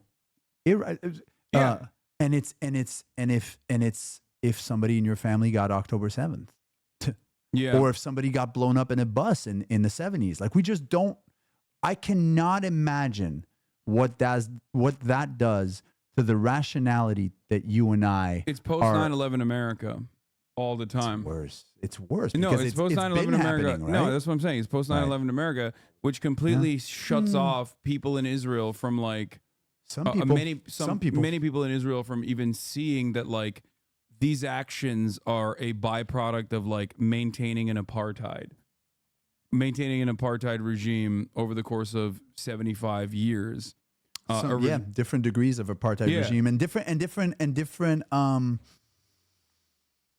different degrees of gaslighting their own population and the Palestinian population. Yeah, no. You guys elected them. What are you guys complaining about? You guys elected them in 2006. It's your choice. You know, that kind of thing. Yeah, and then, but that's like that ultimately is just Ilan Pape wrote an article about 25 years ago. In the article, an analysis Israeli school curriculum and determined that the next generation will be more fascist. Well, I mean, I was reading stuff on that even like sort of 10 years ago. Radicalization of the radicalization of an Israeli demo that is too young to remember even the prospects of peace. We can talk about Oslo Accords and all we can deconstruct all of that, but just the narrative or the prospect that was even in the realm of the possible. You have people who don't even remember that. I think it's not on their. I think it stems from the inception of the very real trauma due to the collective shared trauma of the entire global Jewish population due to pogroms, due to the Holocaust, and how Zionism was launched off of a response to that hurt, like that very real historic atrocity. And I've been reading more about the sort of the early versions of Zionism and the Jewish figures who were opposed to it, fervently opposed to it in Eastern Europe, and that's also fascinating. Yeah, no, their perspective is really great. Thank you. Palestinians have it worse. I'm sorry. Of course they do. Of course. Okay. Whoever's saying Palestinians have it worse, let's just let it be known. They absolutely do. Yeah, no one is 100%. Questioning this. Well, there are plenty who are questioning this, but no one here is questioning this. But as someone who's Jewish and who's always been on the extremely progressive side and on a side that's been, sort of incessantly critical of Israel, I think it also behooves me to, is that how you say it? Behooves, and I'm here giving syntax lessons. I don't even know how to use this. It behooves me to have conversations with Israeli sympathizers across the spectrum, because I actually have some in circles of close friends. I don't think you're going to find, for the record, on chat. I don't think you're going to find any Israeli sympathizers in this chat. That's okay. You guys know I'm not like that. But anyways, like I said, they've like anyone who but had. It's unfortunate that they left. Anyone who had even a marginal interest in defending Israel post October 7. I'm not talking about defending Israel. That's not what I'm talking about. No. I'm talking about contending with links, emotional attachments, and positive associations with Israel. And that can be very real, even with people who hate Netanyahu's guts. And those people need to feel seen, and they need people like me or like you to have conversations. I don't with think them. they'll listen to people like me. That's what well, I'm they'll saying. hopefully they'll listen to people like me. I have them in my DMs all the time. It's beautiful. They won't listen to people like me because I think a part of it's hard to separate a part of contemporary Zionism with a genuine fear, whether it is through whether it's a trauma response. You're or about to whether say it's something just very smart. I know what you're whether going. it's a trauma response or whether it's propaganda that they've been socially conditioned into believing. Yeah, they see a guy whose name is Hasan. Yeah. And they see someone who's Turkish, a Muslim guy, and they go, no. Ironically, Turkish. You guys are really, you guys calling Israel colonizers. You guys wrote the book on that shit. It's not only that, but I've also been incredibly critical of the Erdogan administration. Yeah. He's a mini. He could be a little BB in the making. That one. He's more Vladimir Putin than Benjamin Netanyahu. Right. He's already there. But what I was going to say is, no, Turkey, Recep Tayyip Erdogan always is duked it out with Benjamin Netanyahu historically with the Mavi Marmara massacre when the Turkish humanitarian aid ships went through the blockade and they got slaughtered. Except Turkey is a major, as a NATO nation, a major ally to Israel behind the scenes. Yeah. And Erdogan will say he'll go to unimaginable lengths. It's we love Hamas. They're the brave warriors or whatever. Well, some of them are now stationed in Turkey. Yeah, but I read something about that. But it doesn't matter because I believe somewhere around 40% of all energy that Israel uses comes from Azerbaijan, and it goes through Turkey. So Erdogan technically could shut off the energy in Israel if he wanted to, if he wasn't really. But yeah, he's getting a kickback, and his son actually is a shipping magnate, and his son, sends product to Israel, ships products to Israel. So they're directly involved. And I love that you said this. By the way, this is incredible. But I also think, and tell me if you agree about this, is that obviously the discourse that we hear, especially here in America, isn't always privy to the geopolitical underpinnings, the often paradoxical geopolitical underpinnings of what happens in that side of the world, from energy to Captagon, right? Yeah. To Bibi sending wads of cash, briefcases of cash to right? Hamas officials by way of Qatar. Yeah, okay. So, and I think that an understanding of that. What's interesting is when I speak to my Lebanese friends, especially some who are over there, they master that stuff, and they'll tell you who's on whose payroll, because I feel like, Lebanon has been sort of in the throes of completely Kafkaian, paradoxical, Byzantine political intrigue for super long. Yeah. So that doesn't surprise them. They're like, oh yeah, of course, this guy in Hezbollah is on this guy's payroll, and the Christian party used to say this, and now they're saying that. Da, da, da. But when it comes to Israel, we've been taught by the media here, by whatever propaganda apparatus, that it's clean, that it's a clean democracy. Yeah. Right? Yeah, Israel is the only democracy in the Middle East. That's what they always say. And by the way, this is and by the way, objectively speaking, there's tremendous artists, tremendous intellectuals, tremendous filmmakers, brilliant minds, Tel Aviv University and all that. And I just want to keep mentioning how much of Israeli political discourse is also extremely critical of the apartheid. I'm French, guys. Sorry. State. Yeah. Shout out to my boy Omer Bartov, even though he's here in the U.S. Yeah. The thing is, I think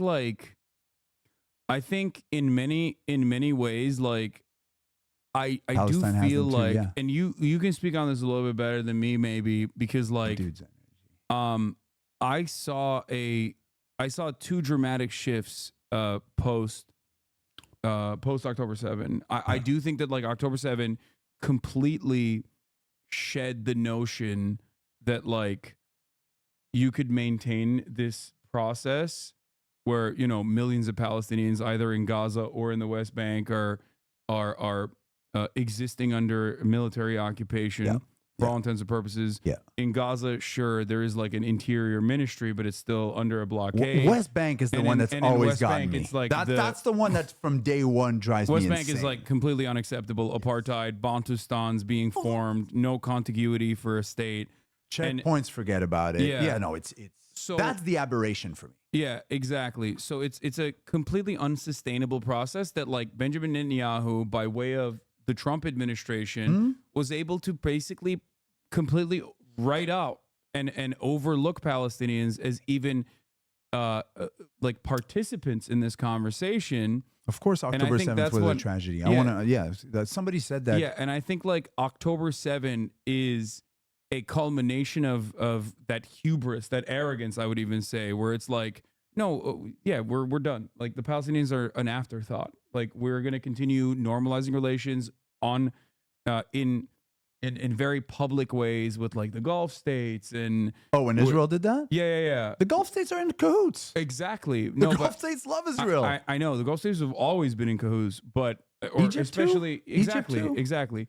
But what I'm saying and that doesn't surprise me, by the way. No. It's unsurprising it's to myself geopolitics as well. 101. What I was trying to say is that Trump administration Abraham Accords basically solidified that like we were not talking about Palestinians at all. Yeah. We were just moving. We were just moving on. BB went like this. Yeah. We're just wiping. Just wiping the notion that like Palestinians get any autonomy whatsoever off the table. Yeah. And we're basically continuing with normalizing relations in public, like openly normalizing relations with the states, even though the populations there are definitely not on board with such normalization. And I think that was the moment where it was like, no, this has to be costly. Like it will be costly. And it was. And in many ways, I think it radicalized a lot of people into going, oh, I was a liberal Zionist. I thought we could live with the Palestinians, and look how they betrayed us. Look what they did as a thank you. Not realizing that like those conditions were untenable for the Palestinians in perpetuity, and all they've known is like none of bloodshed which justify a massacre, but that No, of doesn't course matter. not. It was going to happen one way or another. Yeah, right? exactly. It's a pressure cooker. Yeah. By the way, somebody said I interrupted you too much. 2 people said that, so I apologize. I might not have good stream etiquette, so I apologize. I'm still new to this. Yeah. Even though I love it so much. You do. You love reading chat, which is I shouldn't. Yeah, my devastating. eyes are hurting. I agree with everything you said, and I wish I could pull up this clip of one of the heads of the Shin Bet. So I've shown him before. The one from last week where he's like, "How dirty will you fight?" And he was like, "Very dirty." And it's fascinating to see someone who was literally on the most aggressive side come to terms and say, I understand why they're doing this. I Yeah. understand why they think like this. When you're a former head of the Shin Bet, to me that sends shivers. I mean, there's like you said, the gatekeepers. I think I've shown pieces best. from the gatekeepers documentary before, like where I mean, chat can find it too if you describe it a little bit more. My boy is writing "Breaking the Silence." Yo, I got my boy. Shout Wait, to my, someone, you know, is this it? This is it. This is it. This is it. Dude, that, by the way, that took literally like 15 seconds for someone to find the clip. You briefly I love alluded. these people. You briefly alluded to it, and I they love these fucking people. found it. Yeah. Okay, immediately. let's go. Let's go. Could you describe what is the reality for Palestinians here?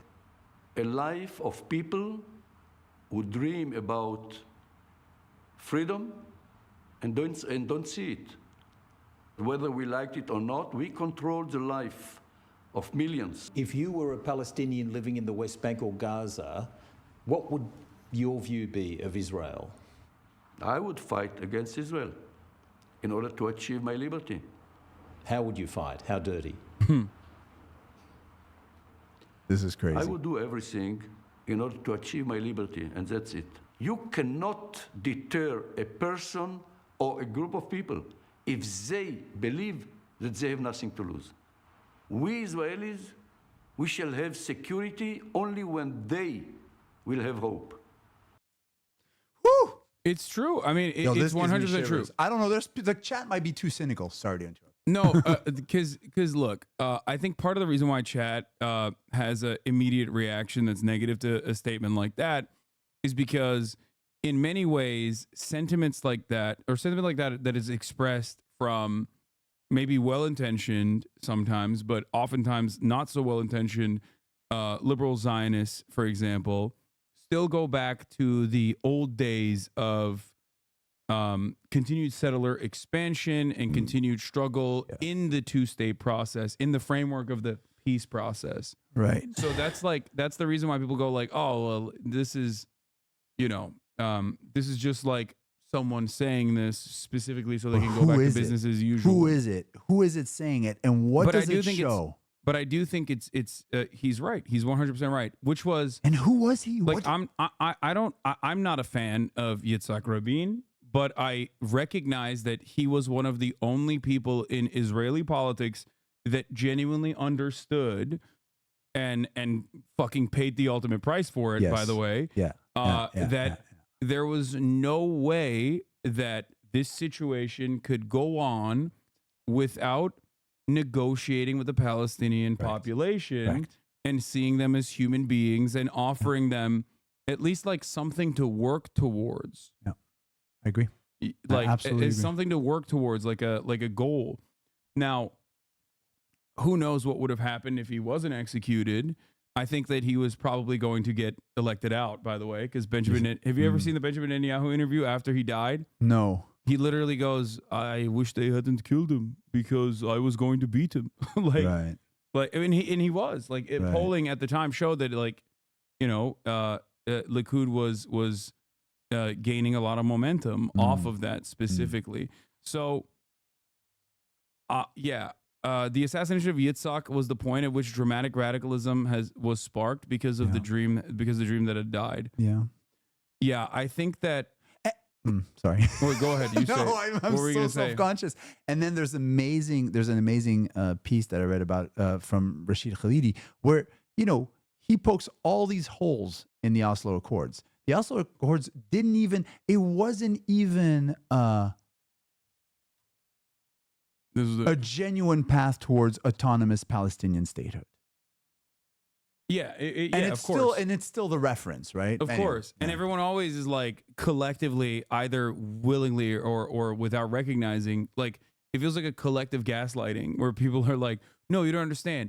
The Israelis offered like great terms and then the Palestinians just cast it aside because they're fucking barbaric animals or whatever. And it's like, the no, terms were crap. yeah, it was just awful. My only thing that I find also cringy, and I'm sorry, Chad, I don't want to, but it's when we're all here in front of our computers and cell phones discussing one state versus two state solutions with no regards to what both the Israeli and the Palestinian populations strive for. There was a piece in the New Yorker that came out a couple of months ago about the prospects once the ceasefire happens, what are the prospects? And this guy was like, the one-state solution isn't even popular within the Palestinian population. I think it's like I think like as far as the Palestinian opinion on the matter goes, I think the Palestinian population is like definitely more amenable to going towards that conclusion, because it like demonstrably would better their living conditions if they were offered like. It just needs to be equality, man. Like, yeah. I'm sorry to sound like a simpleton. No. I mean, that's what I say as well. Be equality, equal rights, bro. The thing is, like, Palestinians ultimately, I think, like the way I describe it is like this. Like right now, if you have like Palestinian citizens of Israel have like, you know, maybe marginally better than Jim Crow like conditions living inside of Israel. If that's the case, then obviously like Palestinians living in the West Bank have a much worse situation than that. And the Palestinians living in Gaza are living in a ghetto that is almost entirely controlled and surveilled around the clock, even before this last mowing of the lawn operation. It's unimaginable. My point is, like, even if, and I've said this before, even if we moved in the direction of all Palestinians unconditionally getting like Palestinian citizens of Israel type citizenship and amenities, it would be a dramatic improvement in their living conditions. Absolutely. Like unimaginable improvement in their living conditions, which is, of course, something that is a non-starter for the Israeli government in general, or time and time again. The current Israeli government, especially so. But like, it's like equal not even equal rights. Not even equal rights is what I'm saying. Like currently, and the apartheid. A Palestinian citizen of Israel can't like purchase a home everywhere they want. There are literally like Jewish enclaves where they could be like, legally they could say, no, we do not want an Arab to live here. And this isn't just like the opinion of the likes of Bezalel Smotrich, who has openly said like, I don't want a fucking Arab to give birth to a child next to my wife. Those are the nutcases. Yeah, those are like the most. Those are the most maximum. Yeah, those are the most maximum fanatics. Yeah. I'm talking about like the average, the median Israeli voter's perspective on it, that either overlooks this glaring inequality, or somehow, even if they don't overlook it, they're like kind of on board with it. So and I agree with everything.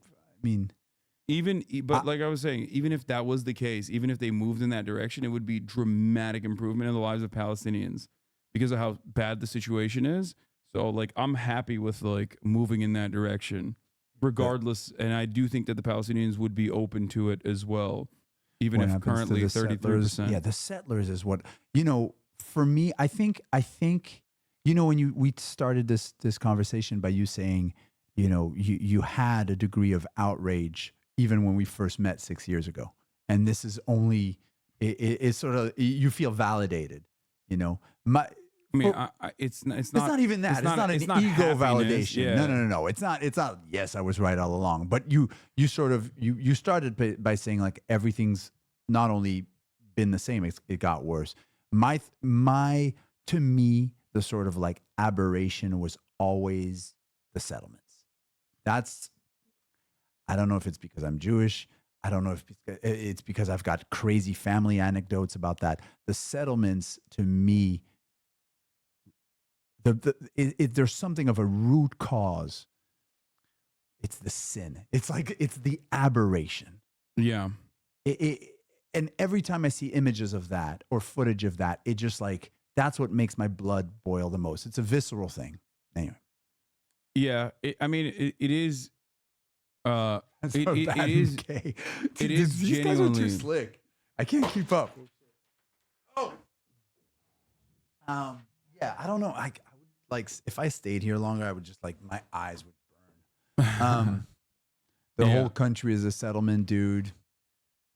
Yeah. So is the one you live in. Yeah. So there is that mentality of like, that 1948 is like when the settlement project first began, and West Bank is a continuation of that. I mean, the expansion is what kills me. The whole thing, yes, but the expansion, the ceaseless financed expansion. Yeah, financed not by, for the record, financed not by even American Jews, but mostly financed by American Christian Zionists. That I don't know the fine points of. No, 100%. This is something that a lot of people forget. They get lost in the sauce where they think on that like, part. okay, so many people in the United States of America think that like Israel is they've been captivated by the narrative that like Israel is the Jewish state. It has to exist as the Jewish state, as a demographic majority Jewish state, and that it represents the interests of all Jews, which is inherently anti-Semitic to say. Even if there's like some level of truth to it in the way that like a lot of Jewish people receive this information, it still doesn't matter. It is in my opinion, inherently anti-Semitic thing to claim that like all Jews ride or die for Israel. Yeah, of course. Yeah. Hugely. Yeah. Hugely. And So- it's a cause for persecution of people like me. Exactly. Or the German filmmaker we spoke about before. And it So yeah. literally, and it instills like genuine anti-Semitism in both the supporters of Israel, who are oftentimes like by and large very anti-Semitic, the Christian Zionists that I'm talking about. They're hugely anti-Semitic too, right? They just want us to leave. Yes. Is that what they want? exactly. Yeah, okay. So basically, my point is that a lot of people, because of this propaganda, whether they're genuinely interested in like what is in the best interest of Jews, and they think that this is the best interest of Jews, or because of the anti-Semitism that we talked about, a lot of people think that this conversation starts and begins at American Jews or Jews in the Western world, when Zionism versus anti-Zionism within the Jewish community in America, at least like polls that I've seen, show a demographic breakdown that is actually quite similar to Zionism versus anti-Zionism, or rather, empathizing with Palestinians versus empathizing with Israelis or the Israeli government's actions. It's almost identical. Once you get to like under 45, you start seeing in the Western Jewish populations genuine anti-Zionist tendencies that are almost identical in percentages to every other group in the country, with, I guess, the exception of like Muslims or Arabs. And beyond that, the much larger player here is actually the much more significant, much more politically important group of American voters, which are the evangelical Christians. Yeah. Evangelical Christians numerically They're are the Illuminati. so much. How come they're saying, we're the Illuminati? Yeah. They're the Illuminati. Evangelical Christians are so much larger in size than American Jews are, both anti-Zionist and Zionist. There's not that many Jews in general. What is it, 15 million around the planet? 14 to 15 Yeah, 14 worldwide. million Jews around the planet, 6 million Jews in America, somewhere along those numbers. You have like a 10x number of evangelical Protestant Christians that are Zionists from a theological perspective, which is like the Armageddon stuff. Right. Even from the most extreme perspective, when you talk about like, not all evangelical Protestants are like, John Hagee loving, mega church attending psychopaths. Right. I'm talking even the fucking most insane, when you look at the numbers of the most insane, zealous Christian evangelical supporters in this country, it's still almost 10x's the number of Jewish Zionists in this country. So this conversation is always had on the boundaries of like, and they're financing Jews as well. want this, and they're financing as well. Not only are they financing, they are directly financing settlement expansion in this country. It is not American Jews that finance West Bank settlements. It is American Christians that finance West Bank settlements.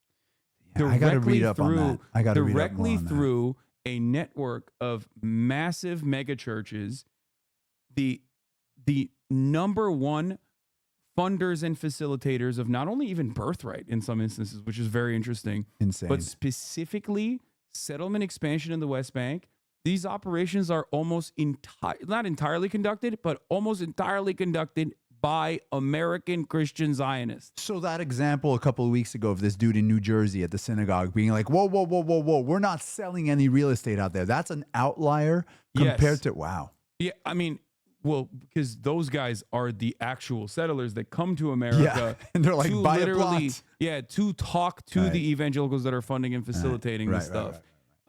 This was, I mean, here, we can watch this if you want. This is from 2018. Yeah. Why evangelical Christians my love boy Israel. Shane. Oh, boy.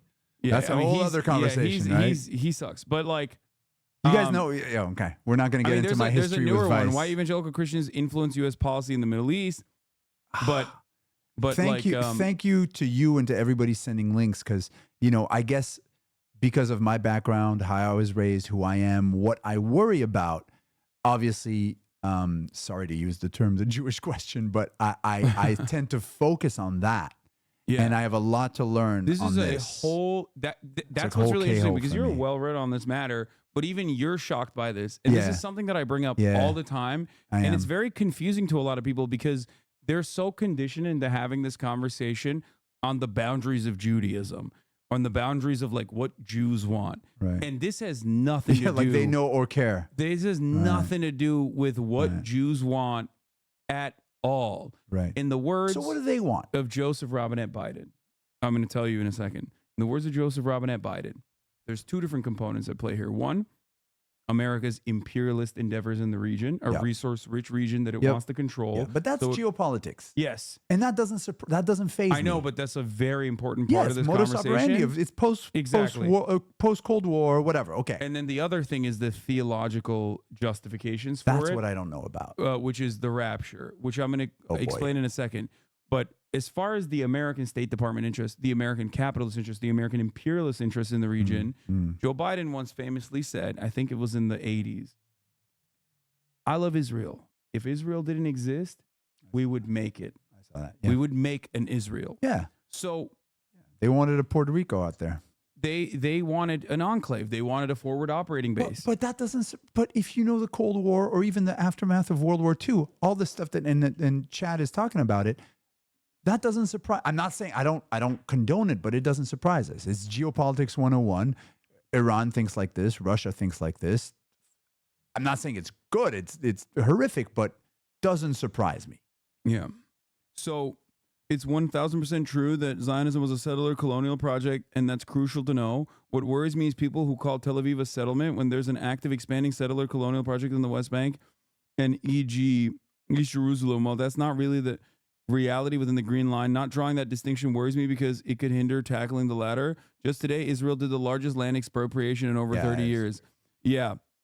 No, that's to what I was saying earlier. Look, I am obviously very sympathetic to the Palestinian emancipation, as everyone knows. That's why I keep getting called a terrorist all the fucking time. However, having said that, like, I've also maintained the position that, like, it is completely understandable that, like, within the green line, within what you know as like Israel proper, on like post 1948 boundaries, post 1947 boundaries, like you're not going to expel people that have only lived in Israel and only know Israel. This is their land. Insane. Like there are people by now. Rashid Khalidi makes a great point for that. They're not going anywhere, which is no like, one's going anywhere. So there's 7 million here, 7 million there. Yeah, they deserve equal rights. And like I get when I say this, people sometimes get mad at me for saying this. For saying like, what? They have to leave. They have to leave like Algerians. They have to leave like the French colonists did in Algeria after. Oh yeah, that's a good one. The Algerian independence, and it's like, first of all, the Pieds Noirs, they're saying, for the record, if there was a genuine move towards like inevitably creating a secular one state between Palestinians where everyone has equal rights and equal representation, or two state, whatever. But regardless, like, people that are the most racist would leave. They would be like, I don't want to live next to Palestinians. Fuck that shit. So that is a matter that, like, or they'd coexist, like racists coexist with us here. Maybe there's a racist over there. They would be forced to coexist, and some of the most like reactionary would leave, like they did, ironically, in apartheid South Africa, which some of them went to Israel. but that's a totally separate subject. Yeah, white flight. So my point was going back to the evangelical theological justification. White flight, except another talking point that cringes me to no end when people talk about Israeli imperialism, so to speak, is the assumption that Israelis are white. I know. I say that all the time. It's insane. Like you will never. I mean, look. I'm a Moroccan, bro. He listen. I mean, maybe I'd read. No, we're both white passing. White passing Ethiopian dudes. Jews. Shout to my falashas out there too. So here's the thing. I say this all the time. If you were to put a lineup of and looked at the population demographic percentages of Sephardi and Mizrahi Jews and Ashkenazi Jews and placed them on a lineup, populated where's the Jew, where's the Arab? Populated with Palestinians side by side, you would never be able to guess who is actually Jewish and who is actually Christian or Muslim, especially because, as I mentioned just now, in that population group, there are a shit ton of Arab Jews. Of course, that's my family background. Yeah, the unfortunate reality is that classification in Israel deliberately doesn't exist, where the Israeli government classifies everyone as either Jew or Arab. And that blows my mind because it doesn't blow my mind because it is an ethno state, but that classification actually betrays the notion that Arab Jews are the plurality. You know the story Israel. about Arab Jews whose children got taken from them too, right? That's a whole thing. I'm sure there's someone on chat who knows more about this than me, but there's a whole class of Mizrahi Jews who came to Israel and their children, and they were placed in like these kind of like indoctrination camps. Oh, yeah. And their I children thought is some before, Argentina shit. Yeah. Yeah. Where, they were taught to eat proper because they thought because they were doing this shit. The whole Yemeni Jews. Shout out to my Yemeni Jews out there exactly, too. Yemeni Jews as well. Like there are a lot of Arab Jews that came from Arab countries that fled Arab countries or came voluntarily from Arab countries that literally were treated as like second class citizens by the broader Israeli society that portrayed itself as like they wanted to be like a Western facing nation. I don't even know if it's the broader Israeli society because it was like not a the broader small Israeli society. You're right. It's just more so like that. There was a deliberate attempt to like restructure, I think, Israeli society in the same way that like when they would burn down Palestinian villages, they'd put European like pine trees and shit. They'd plant European style trees that were not like naturally that didn't naturally exist in the region. Yeah, there's this lore in my family. Europeanize the. My mom tells me this about so my mom's from Morocco, and she tells me this about relatives of hers who, instead of coming to North America in the 50s and 60s, went to Israel, and they actually got sent to that Moroccan community got sent. And I think it was like offsite. I think it was in France, but they got sent to a camp. It's like some Uyghur shit, and they got sent to re-education. Yeah, 100%. Like re-education, so that. Bless you. So that you can integrate appropriately into Israeli society.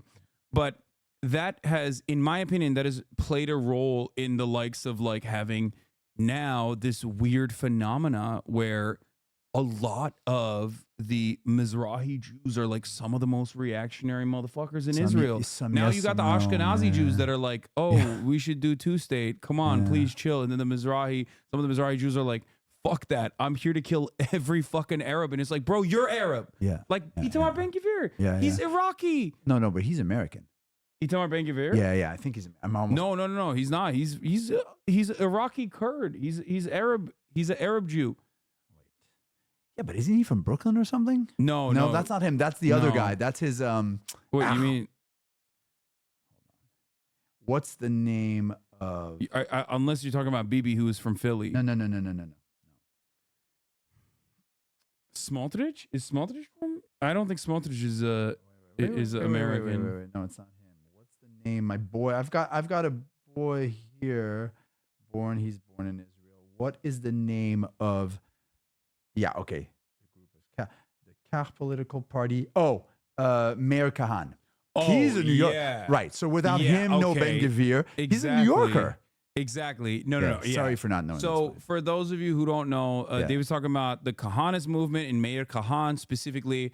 One of his fucking psychopathic followers is Baruch Goldstein, who did the massacre.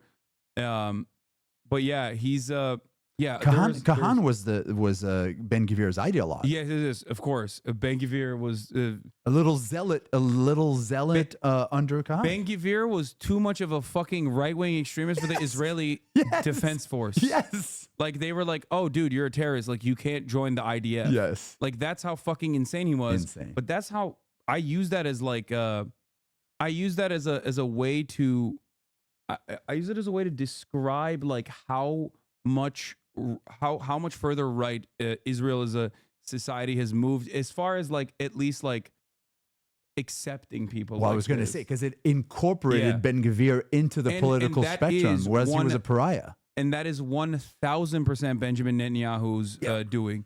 Like his right-wing capitulations, and he is also very extremely far right as well.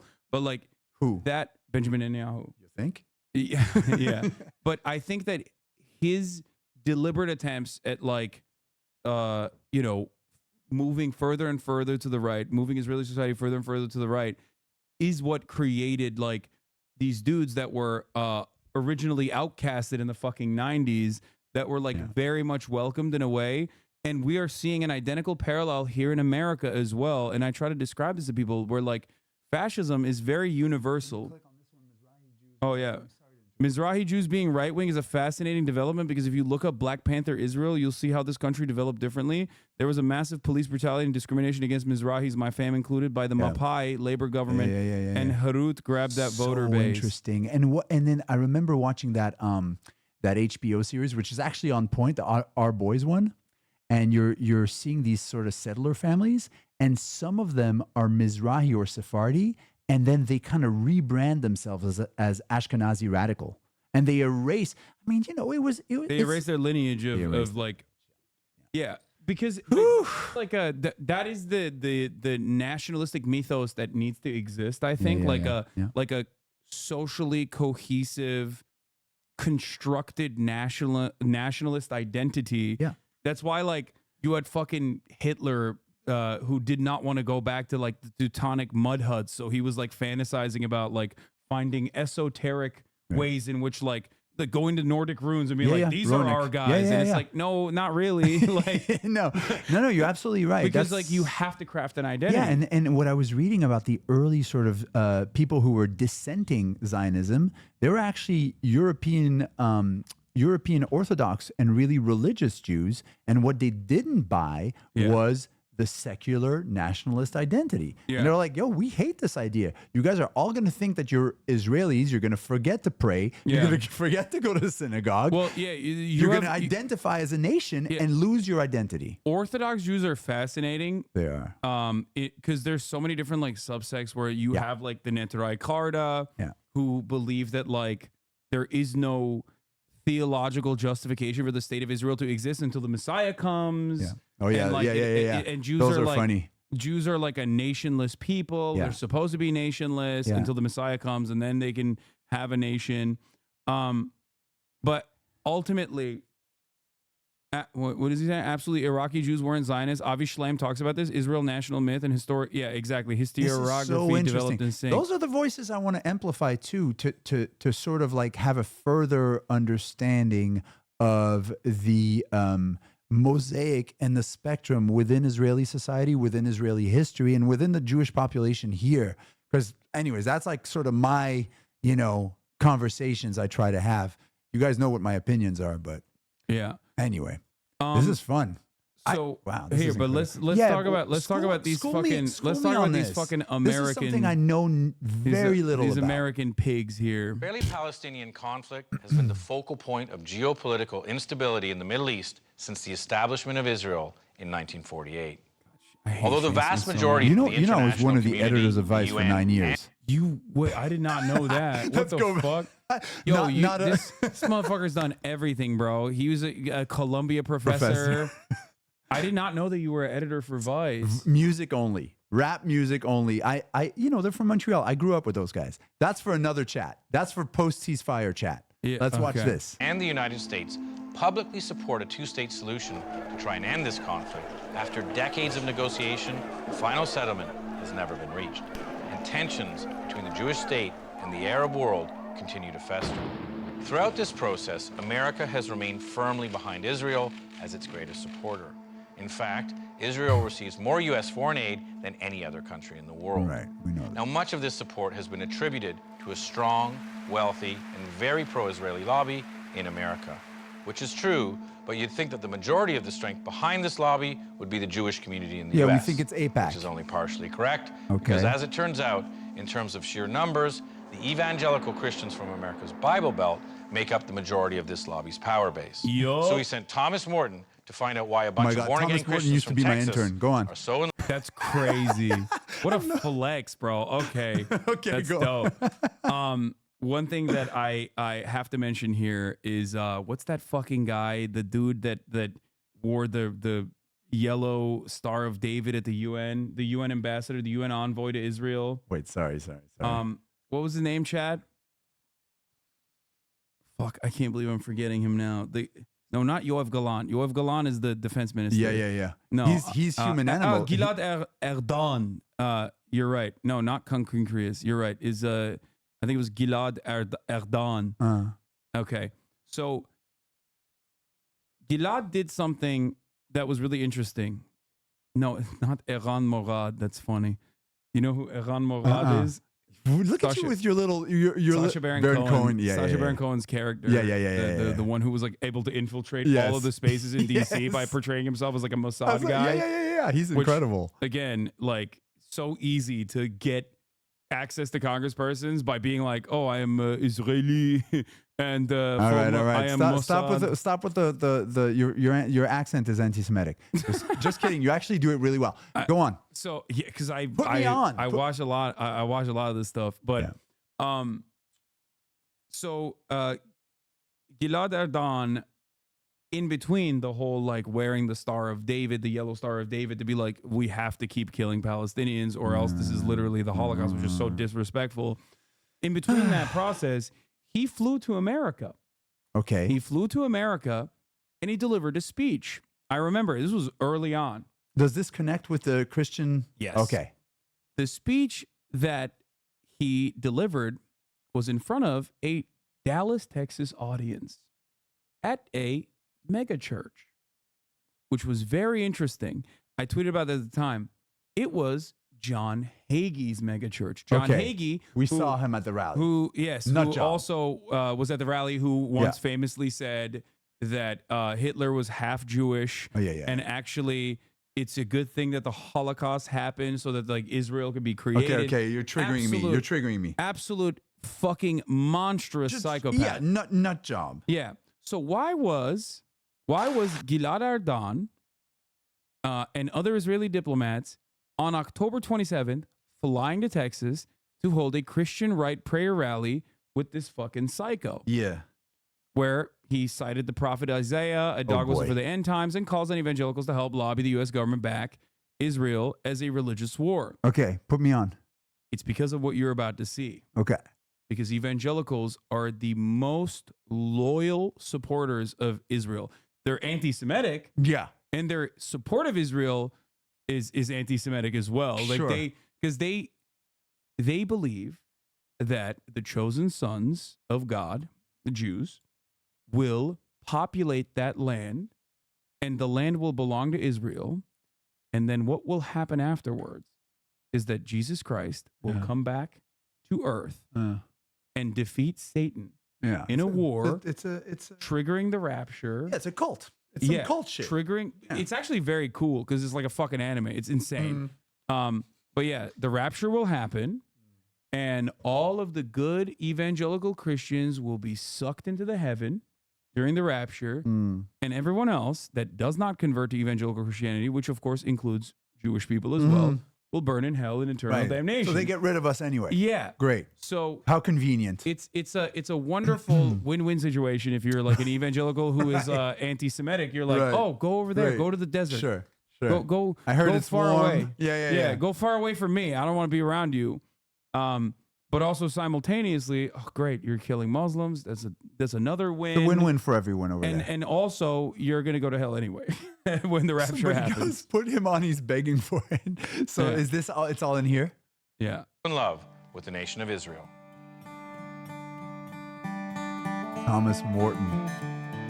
Oh wow. Okay. Can't cool. believe he interned for you. That's so sick. He was our editorial. This may be the Megiddo, here most it is. important prophetic spot in the entire Bible, because the final act of the book of Revelation is. Can I just say, yeah. Irvin Baxter, End Time Ministries. Yeah. Already a red flag right there. Crazy, yeah. Why He- does this man One with a eye on southern America, drawl- one eye on the Middle East. Yeah, Go on. why is this man with a southern drawl talking about how Israel belongs to the chosen sons of God in the middle of fucking Megiddo? Interesting. Going to begin right here at this place.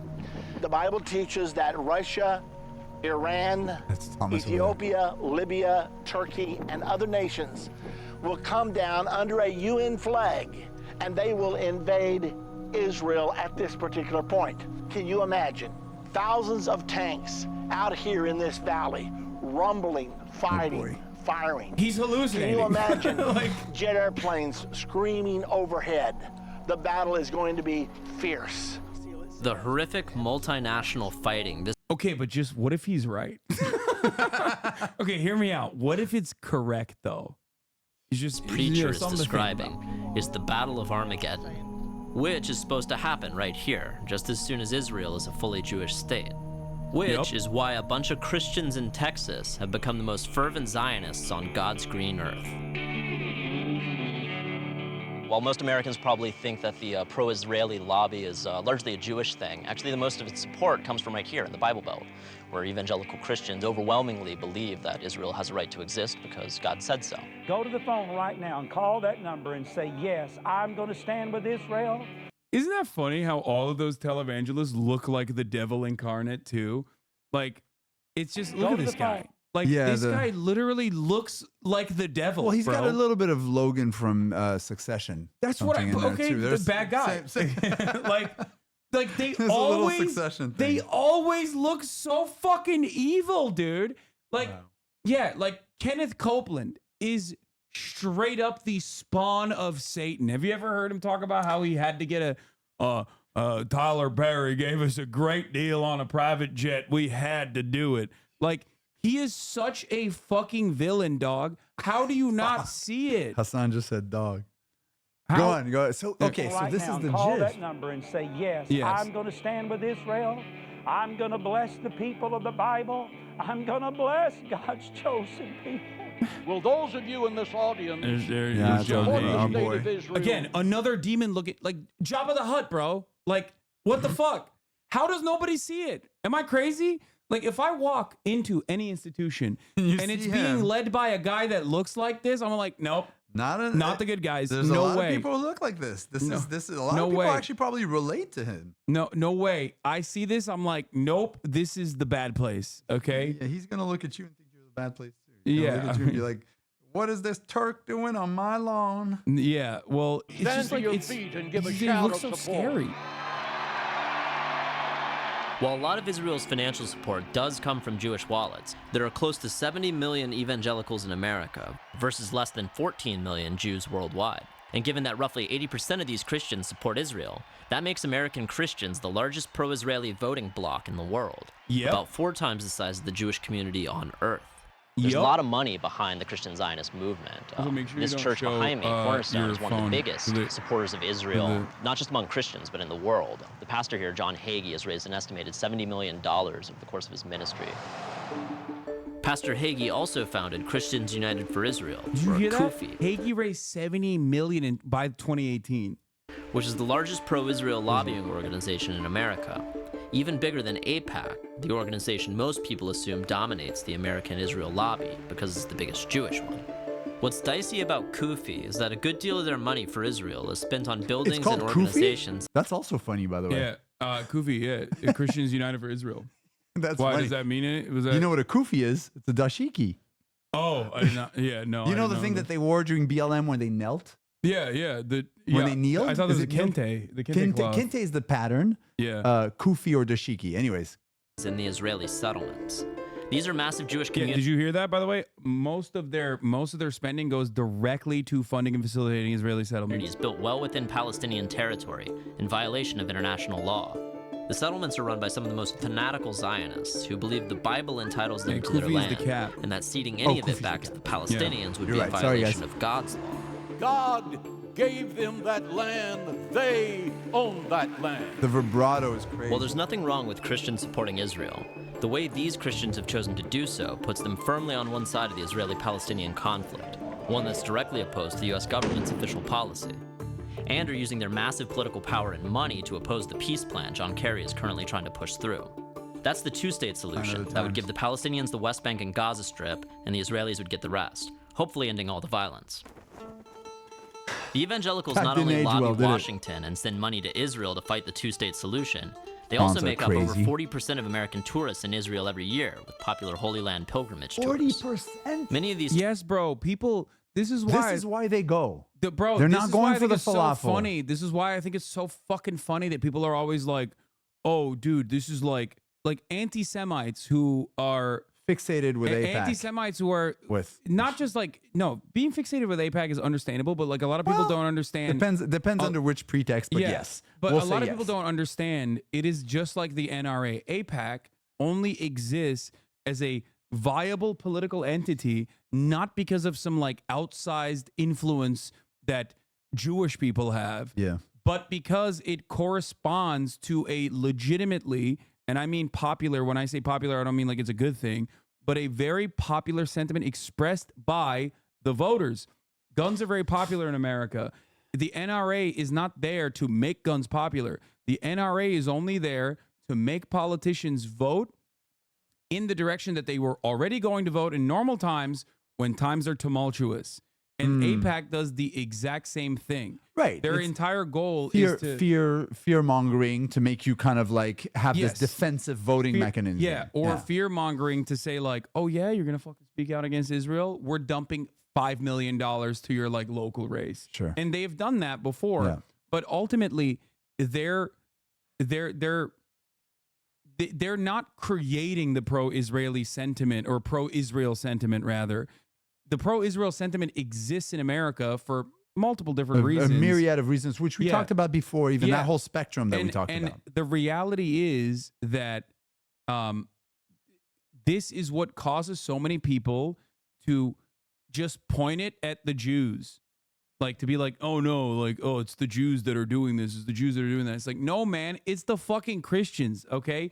I've said this before. If 99% of American Jews were like rabid anti-Zionists, okay, somehow, tomorrow, everyone was like, I'm Chomsky, okay? Every American Jew tomorrow came out and was like, not in our name. Yeah. We're done with this shit. Stop it now. America would still absolutely fund Israel and would absolutely continue on funding Israel and saying, go ahead, do whatever the fuck you want to do. Partially because of the evangelical Christian support, but more importantly than that, because of America's imperialist interest in maintaining Israel as a forward operating base with nukes. Yeah, I just don't like the word imperialist because there's more modern ways to say that. It's modern. It's not even imperialist. It's geopolitics. Yeah, it's post-Cold War. That's what I mean. Look, I'm old school. You're old school. Well, yeah, you're Turkish mostly. A little bit of a. You're a Turk. A little bit of a Leninist appreciation for America's actions. That's where it stems from, is that like America has a genuine interest in operating in maintaining Israel in the way that it is, of course, as a destabilizing force in the region that is not ultimately as autonomous as like people would like to think it is. Ask Iran. Yeah, I mean, the region to begin with is a hotbed for proxy wars, and America is one of the players in those proxy wars. Yeah. Okay. Tours actually have stops in the Israeli settlements, which are used by the settlers to solicit donations for their cause. We're in Karnei Shamram, Israeli settlement. We're about to meet Sandra, who deals with Pastor Hagee in I went to the United jail for States. She 6 is not a months over a Christian, she's Facebook Orthodox. post. Holy shit. I live in Jerusalem. I was just sharing posts that show what is happening in Gaza. Was not really calling for anything bad towards anyone. And I had special forces at my door after a couple days. Get him on the chat. He is in the chat. On the show. Get him on FaceTime. I live there at the moment, and I can tell you right now, these people are beyond evil. Bro, I feel like he's going to go to jail again. If he Yeah. Take that down, bro. Unscreenshot this. Yeah. Bro. Incredible. I got to go. You're leaving? I got to run. Dude, this is incredible. Wait, I gotta do my little chat shout out. Shout out to all my Mizrahis in the chat too, all my Moroccans in the chat, all my Jewish people who are dealing with a lot of different opinions within their families and trying to like reconcile all that. Shout out to all my Palestinians too. Shout out to all my Chomskins and who? Fucking Austin. While we're having a conversation about serious subjects, wait, who's Austin? My podcast co-host is sending me fucking nude photos of himself. He's jacked. He is jacked. He's jacked. Look at this.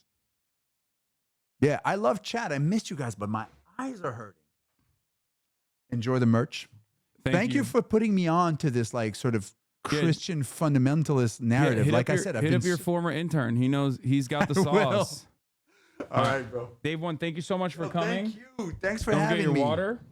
Yes. One for the road. One for the road. Little road soda. We'll do it again. We'll bring pee. Hell yeah. We'll do it again.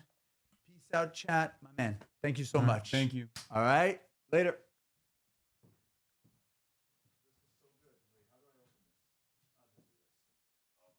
Oh, all right. Bye. All right, that was Dave Maklovich, everybody. Dave1, one half of Chromeo, A-Track's brother. For those of you who don't know, it's funny. He's like talking about his brother having a bar mitzvah in Israel. I think he was talking about A-Track. For those of you who don't know, are you a stunt double? Yes, I am his stunt double. We'll finish this and then, what the fuck is this meme, bro? I can't wait for the real Hasan to die so my body double can rise from the ashes. Well, yeah, A-Track. Actually, A-Track. Straight up. A-Track also is anti-Zionist as well, for those who didn't know. Yes, Dave1. David is 45 years old, which is shocking. I know. Yes, fancy footwork. Every time you have Dave on, I wish you could stay for much longer. I know, me too. I also wish that.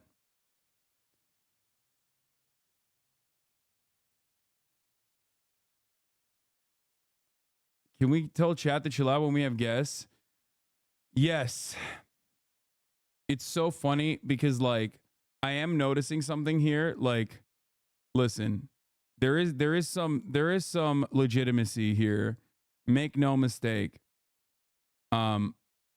Like, while Ethan has said some stuff that's controversial to a broader audience, there is definitely some valid criticisms to be made towards chat, especially as it pertains to like hearing any kind of conversation that you can misconstrue in the direction that there is not like 100% unconditional support for Palestinians.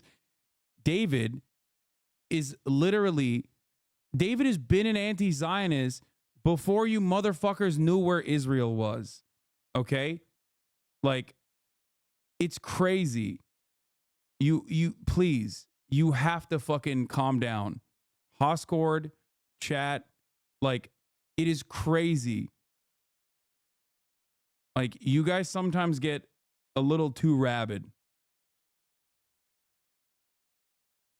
It's crazy to me that it's crazy to me that you're like being aggro towards him in any way. Yeah, if he's 45, he was anti-Zionist before some of us were fucking born. Exactly. So please.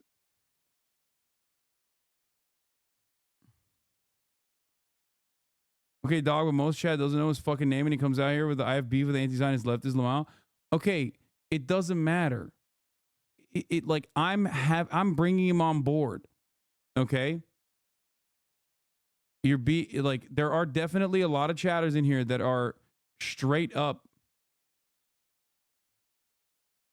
You talk so often about your haters being uncharitable towards you, but they refuse to reckon with the reality that they aren't charitable to people you bring on. Exactly. Please dial it back.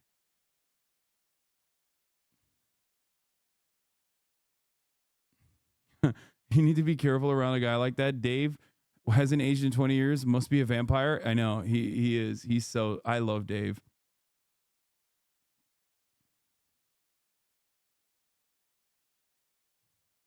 This is why people hate leftists. I agree.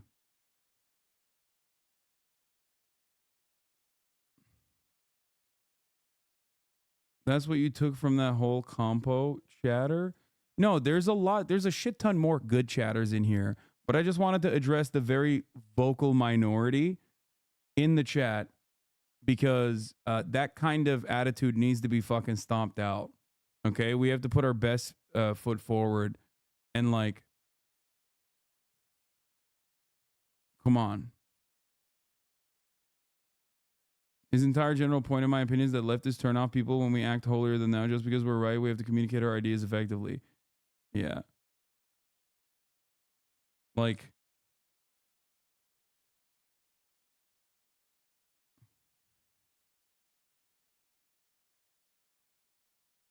I think Dave has a portrait in his attic that slowly ages and he can't look at.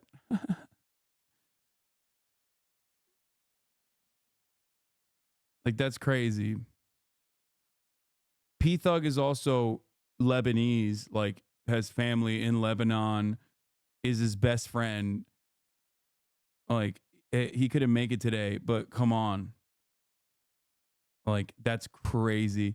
For a guy who loves shitting on Canada, you sure do have a lot of Canadian friends. Of course I have a lot of Canadian friends. Canadians, like, usually, like I said, have a starting position that is the most understandable, empathetic, normal, good. And then there's the motherfuckers like Ted Cruz. You know what I mean?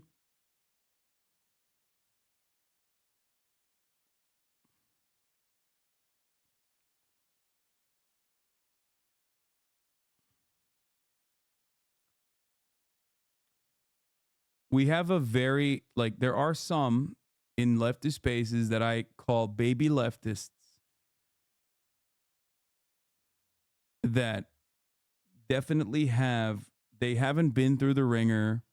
Hoscord loves Hasan. Thank you for the 10 community. Give the subs. Did David leave on a bad note? No, fuck no.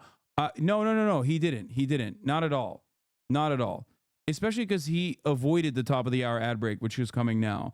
I just wanted to address it. It's probably best that I didn't even address it. But I wanted to address it because, like, I don't like it. I see it. Even if I see one, I often get one guide in chat, as you guys know. But, like, I don't like it when people very quickly jump on a person without knowing what their background is and, you know, what they bring to the table, how many years they have been, like, an advocate for Palestinian emancipation. And it wasn't certainly one guy, and I don't like it. And I think you guys need to be more tempered in your approach. Yeah. Not even when he was saying something contentious. There were a lot of moments where chatters didn't understand what he was saying and thought it was the opposite. Yeah. I need you guys to be fucking chill. Okay? Stop being overzealous.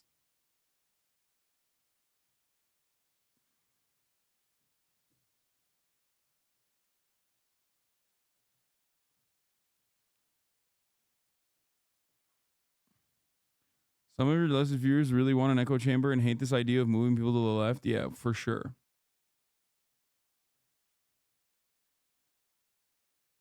Okay.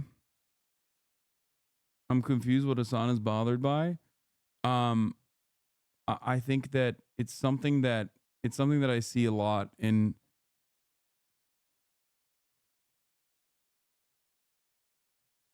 he didn't even say anything controversial. I know. That's why I'm saying it's like chatters were being very uncharitable.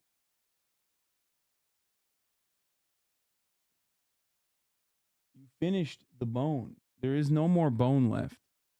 You are bone dry. Don't look at me like that.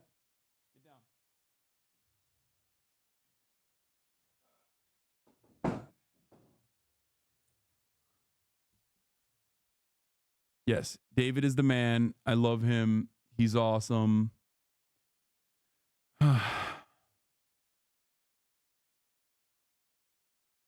And, you know, everyone needs to fucking, like, there are people that were, you know, maybe popping off need to be way more chill.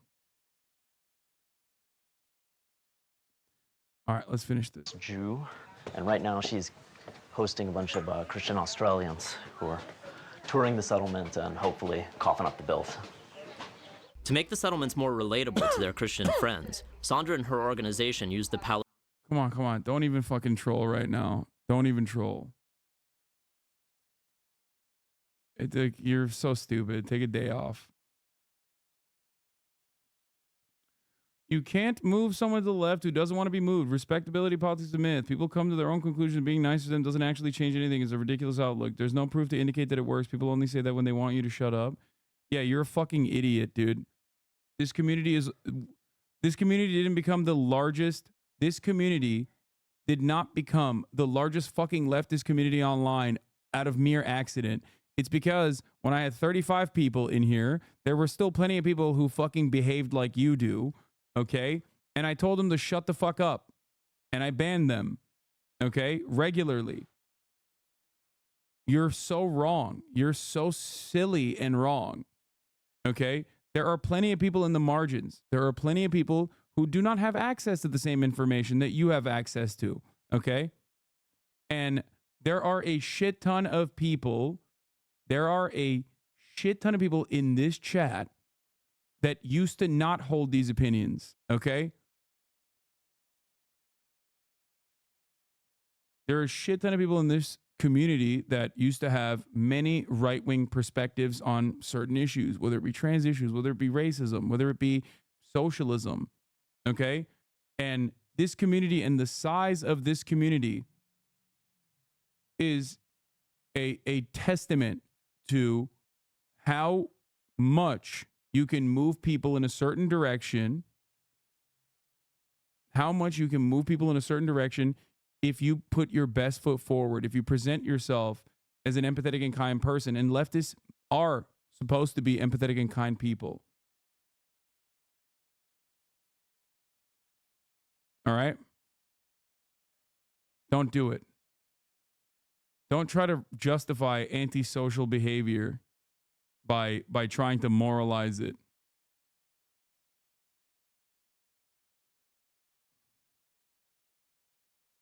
I was swayed away from JP by right-wingish media towards this community in 2017, 2018 due to the kindness and understanding from this community. Yeah.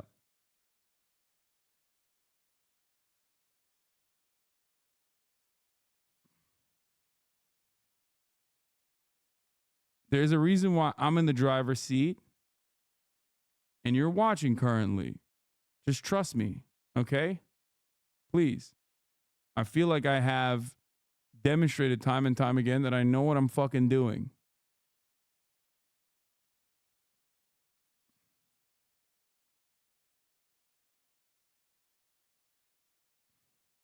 Palestinian territories' biblical names of Judea and Samaria.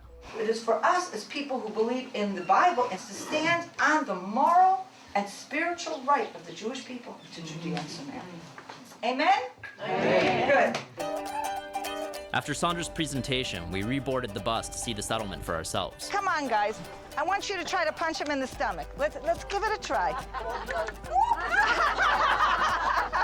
Unfortunately, our Arab neighbors also have these kinds of guns. Unfortunately. God damn. These are all fucking Christian Zionists, by the way. American Christian Zionists. So these people like Obama for giving Israel Iron Dome? No, they hate Obama because he's black. And think Obama also is a Jew hater. And not the kind that I like, you know? I hate Obama. I hate Obama because he's Kenyan. I personally believe that Jews have horns and tails, but also I think that they belong in Israel, far away from me. And Obama does not care about them going to Israel. Missoula Star Fox and Zealous Crow, thank you for the 5 community, give the subs. By the way, the tail thing and the horn thing is something that I've directly heard from my Jewish friends that have visited places in the South. Okay? Like, we got people who are like direct dick riders of the Israeli state that love funding the settlements, who legitimately think that like Jews have horns and tails. Okay? There is no better demonstration of like ultra Zionist Christianity and how anti-Semitic that is. I am Jewish, raised in Knoxville, Tennessee, buckle of the Bible Belt, and they openly said I was going to hell. Yup. Yeah, space lasers is another good one. To be protected with something like this. How important is Christian support for specifically for the settlements? Christian support for the Jewish presence in Judea and Samaria is critical because it's a very large group of people all over the world, and we need to hear their voices, and thank God they are raising their voices on this issue louder and louder every day. Another Christian Holy Land tour leader is evangelical pastor Irvin Baxter, whose end-time ministries takes its flock to Israel twice a year. The focus of their tours is actually the real reason evangelicals overwhelmingly want the Jews to control all of Israel, which is the actual end times, as in Armageddon. Because, according to their interpretation of the Bible, Jewish control of the Holy Land will lead directly to the second coming of Christ. We watched this back in the day, remember? The word remember that movie? We watched that movie entirely on stream before. It's such a good movie. Armageddon is actually 2 words, Har Megiddo, or Hill of Megiddo. You are standing on the Hill of Megiddo right now. The final act of the book of Revelation is going to begin right here at this place. And when Israel's about to be defeated, the Bible tells us that Jesus Christ himself will intervene. It says it this way: the Lord himself will descend from heaven with a shout, with the voice of the archangel, with the trump of God. He is going to defeat the Antichrist. He's going to defeat the false prophet. Both of them will be cast alive into the lake of fire. At that time, Satan is going to be bound for the next 1,000 years, and we are going to crown Jesus Christ as King of Kings and Lord of Lords.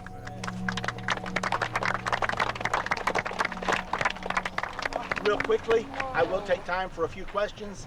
What will be happening in Maryland at that time? Well, I can't tell you for sure if Maryland will still be there or not. In addition to Armageddon, Pastor Baxter's End Times tour hits all the other local attractions associated with the apocalypse, including the most contested piece of real estate on the planet, Jerusalem, which houses some of the most sacred sites for Jews, Muslims, and Christians alike. It's also where Jesus lands at the grand finale of the end times, which doesn't pan out so great for the Jews. 2/3 of Israel will die. It's Zechariah 13, I think, maybe verse 7, 8, 9, right in that area. Yeah. That 2/3. It's pretty funny that they like he doesn't even hide it. He's like, yeah, some of you Jews are gonna die, and the rest of you that don't convert to Christianity, well, you're gonna die too. You're gonna go to hell. I mean, it's insane. It is literally a death cult. Like it's so psychotic. 1/3 will die. God, I wish David saw this part. 1/3 will be brought through the fire, and that 1/3 will then turn to Messiah en masse when he comes back. And the scripture says that they will run. See, they're gonna convert like immediately, instantaneously. They're gonna convert to. Sam Cedar once told me in his youth that a girlfriend checked his head for horns.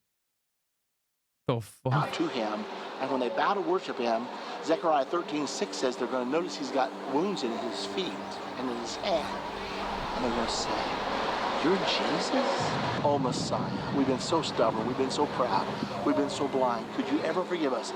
And 2,000 years of blindness is going to come peeling off the Jewish mind. And those of us that have been caught up in the rapture and come with Jesus here too. Oh, because the Christians have been raptured out. All who are born again will have been raptured. When Jesus comes, we'll be caught up to meet him in the air. Yeah. And then we will come with him to the Mount of Olives. And so we're going to be watching this whole panoramic thing unfold as the Jewish people turn to their Messiah. We're going to be converting people by the hundreds of thousands during this time. It's going to be the best of times and the worst of times. While the 2/3 of Jews who die are definitely like, dude. These motherfuckers don't miss a city council meeting. Like, bro. Like, my man said the Jewish mind of 2,000 years of wrong think is gonna be cleared. Okay, think about that. Like, does that strike you as the words of a man who is not anti-Semitic? getting the worst of times into the stick, it's a little less clear how the rest of the world fares in the pastor's end of days scenario. Can America get on the right side of Armageddon by supporting Israel? Americans can let their legislators know, support Israel. Right now, under the President Obama administration, there seems to be a drift somewhat away from Israel, at least a determination to force Israel to do what America thinks it should do. The only way for Israel to endure and thrive as a Jewish and democratic state is through the realization of an independent and viable Palestine. The Jewish people should say, look, this is our promised land. The Bible says we should not give it up, so we're not giving it up. You have to respect our religion. Aside from potentially derailing an otherwise pretty solid peace plan, Christian support for the... By the way, who was it that originally said, was it John Kerry? Israel can't be a democratic state and a Jewish one. Can't have both.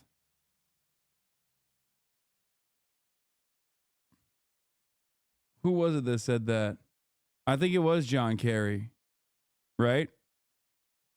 Is John Kerry, think about the changing of the narrative.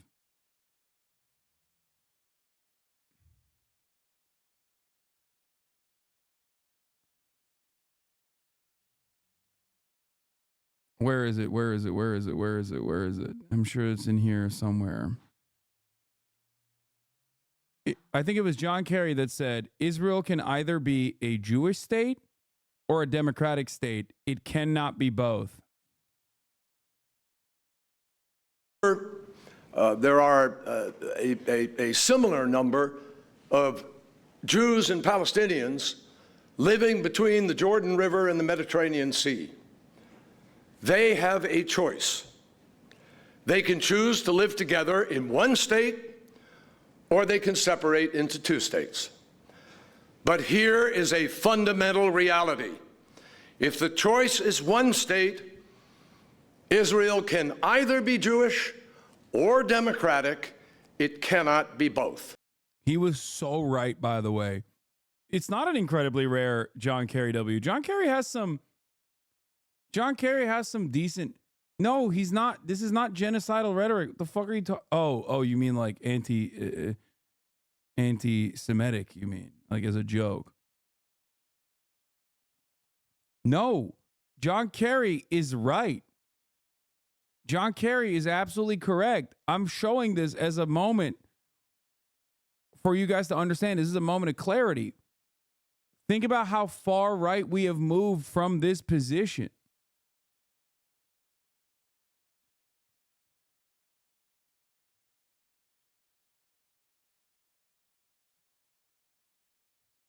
He was absolutely correct when he said Israel can either be a Jewish state, if there is a one state, Israel can either be a Jewish state or a democratic state. It can't be both. He is right. He's absolutely right.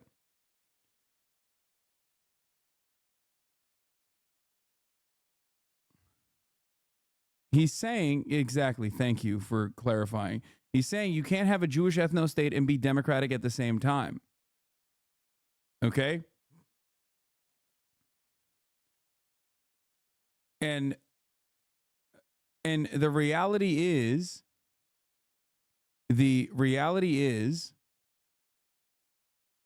okay, that Barack Obama's sentiment only a couple years after that, which we just saw here, aside from is a more right-wing position Jewish than that. and Democratic Or no, before state then. Sorry, this was in March 2013. Barack Obama said, through the realization of an independent and viable Palestine. and even this was considered to be like unacceptable at the time. Christian support for the Israeli settlements further makes life a pain in the ass for the Palestinians living nearby, which is exactly what's happening at Beit Jala, a Palestinian village on the outskirts of Bethlehem, where Jesus was born. Javier Abu Aid is also a Christian, as well as an official in the Palestinian Liberation Organization. We met him at a weekly outdoor mass put on by the Catholic Church as a form of protest against Israeli encroachment. 2 years ago, an Israeli court decided to build the wall here, where we are. So basically all this valley that you see here, it's going to be on the Israeli side of the wall. Hello, how are you? Hey, how are you? He's not saying that, though. The qualifiers that a one-state solution can either be Jewish or Democratic. For a two-state, he doesn't have this critique. I get the point you're making. He's still a liberal Zionist. Yes, I understand that. For example, he's one of the 58 landowners that are going to lose their land here. It's and are 58 Palestinian Christian families that are going to lose their land here. And you're not talking about, immigrants that came here. You're talking about indigenous population of this land. We are standing now. Ironic, because the OG Christians, too. Over a territory that no one in the world, not even the... Like OG Christians who originally were Jewish. That's who you're fucking killing. You're killing the descendants whose ancestors were the OG Jews who stayed, converted to fucking Christianity, and were the OG Christians. It's nuts, dude. It's fucking nuts. It's so crazy that people literally don't recognize this, where they think like, no, you don't understand. Like, these guys gotta go. They gotta go. They gotta go. It's like, bro, what the fuck do you mean?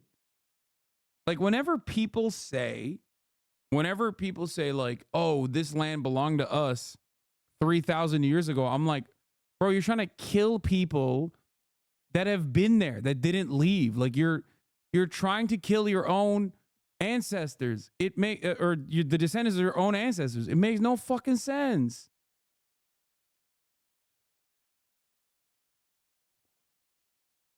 The U.S. recognizes as part of Israel.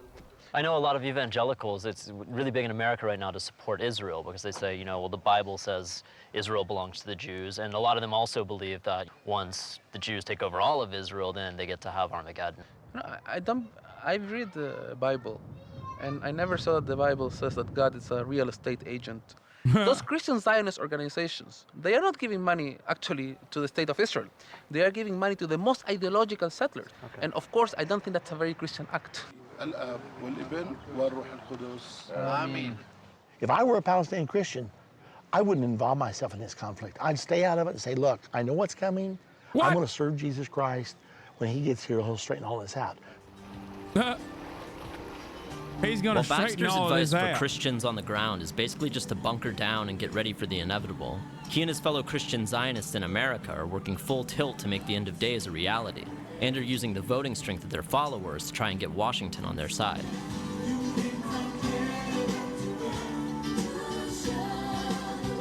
And in a political conflict that's already been hijacked by religious zealots on both the Palestinian and Israeli side, adding millions of doomsday-ready American evangelicals to the table is like pouring gas on the fire, in the most flammable region in the world.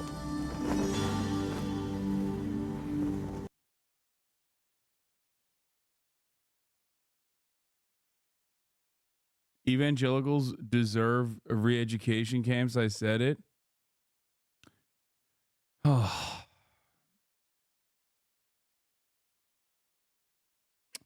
All right, let's talk about Candace Owens, baby. Candace mother-freaking Owens. We still haven't even talked about Catturd. Before I forget, let's talk about the ceasefire as well. Russia and China have blocked calls for U.S. Immediate Gaza ceasefire. Interesting framing. Let's take a Let's look. start in New York, where the UN Security Council has voted against a US draft resolution calling for an immediate ceasefire in Gaza linked to the release of hostages. Russia and China were amongst 3 countries that vetoed the US resolution. It was the first time the US had supported calls for an immediate ceasefire in the region. I love that the BBC's like coverage of this is like more right-wing than the American coverage of this. Having previously used its own veto to block such demands at the UN. Well, this is how the US ambassador to the UN responded to China and Russia's veto. Russia and China still could not bring itself to condemn Hamas's terrorist attacks on October 7th. Can we just pause on that for a moment? Russia and China refuses to condemn Hamas for burning people alive, for gunning down innocent civilians at a concert, for raping women and girls, for taking hundreds of people hostage. This was the deadliest single attack on Jews since the Holocaust. And a permanent member of this council can't even condemn it. I'm sorry, it's really outrageous. Yeah, and it's below the so outrageous. Bro, you've literally personally vetoed every ceasefire resolution up until this very moment where you guys conveniently wrote a false ceasefire resolution. It's so fucking crazy. Unity of this body. That was the US representative there to the UN just speaking a short time ago. Biden derangement syndrome, 44. Are you a Hamas supporter for real? Hamas is the lesser evil, my friend. I'm a lesser evil voter. That's why I love Donald Trump.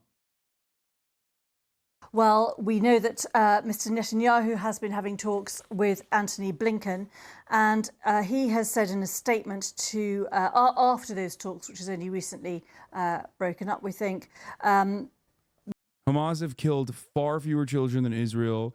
Hamas has, the Palestinian resistance is not just Hamas, by the way.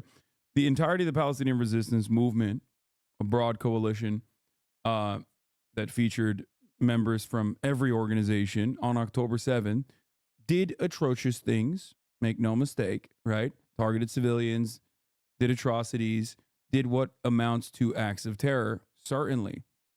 Having said that, however, and I stress this, okay? I need you to understand this. I need you to understand one thing. Their civilian to military, armed military personnel ratio is infinitely better than Israel's. In totality, of course, Israel's killed far greater number of children, far greater number of women, far greater number of civilians across the board. But Hamas is the lesser evil here. Okay? Lesser evil. I'm a lesser evil voter. That's why I'm voting for Donald Trump. No, I'm just kidding. That part I'm joking about. Oof. You think Hamas cares about Palestinians? You think the Israeli government cares about Israeli citizens? They don't care about their own. Yeah, I don't think the Israeli government cares. You think this fucking dipshit cares about Israeli citizens? Really funny that you say that. Really funny that you say that. Yes, this is Bad Wolf Hacker. Same person from yesterday. Yeah. Do you think this guy cared a lot about the Israeli hostages when he... Do I think Hamas cares about Palestinians? I think every Palestinian resistance group, regardless of what you may think of them, genuinely wants the apartheid to end. Yes. And this also includes Hamas. 1,000%. Are they absolutely corrupt? 100%. Okay?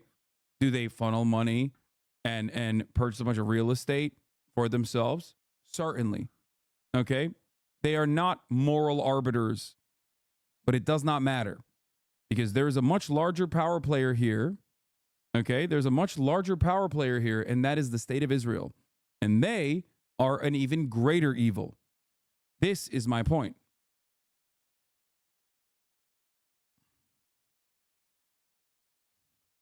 Individual Palestinians, no, but the people as a whole in resistance of occupation, yes. Yep. Didn't they blow up Israelis fleeing the festival? Oh, you're talking about the Israeli forces? Not just the cars that were leaving the festival, but also as far as Hamas is playing a role here too. What do you mean? Playing a role in what?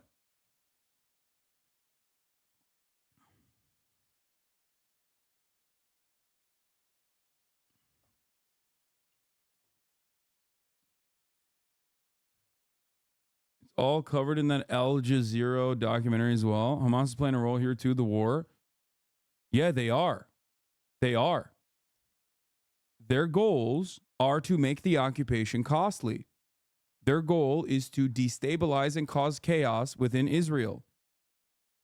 That's what their goal was. And in many respects, they succeeded. So now, ask yourself, do you care about the actions of the ANC, or do you care that the apartheid was a far greater evil in South Africa? Do you think Nelson Mandela is still a terrorist, for example? Or do you agree with the now whitewash framing? Who's all paying for this? The people on the ground, the Palestinians, and even family members of the Israelis as well on October 7th. They're paying for it. It's always the average citizen that pays for it. Just the folks, normal folks.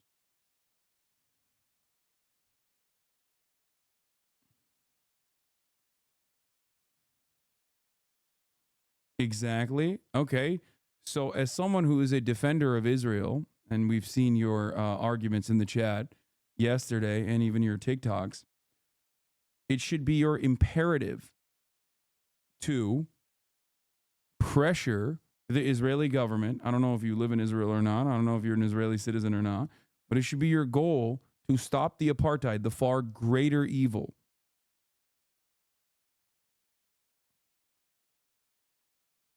The notion that Hamas is somehow made up of obstructionist outsiders is such delusional cope. Yeah, exactly. I mean, I don't agree with that anyway. These people are seeing their family members killed and their homes destroyed. They have every reason to fight. Of course. Just like Ehud Barak said in the chat, you guys were talking about it. Ehud Barak himself was like, yeah, dude, if I was Palestinian, I would join one of these fucking terror groups. Are you kidding me? The fuck are you supposed to do?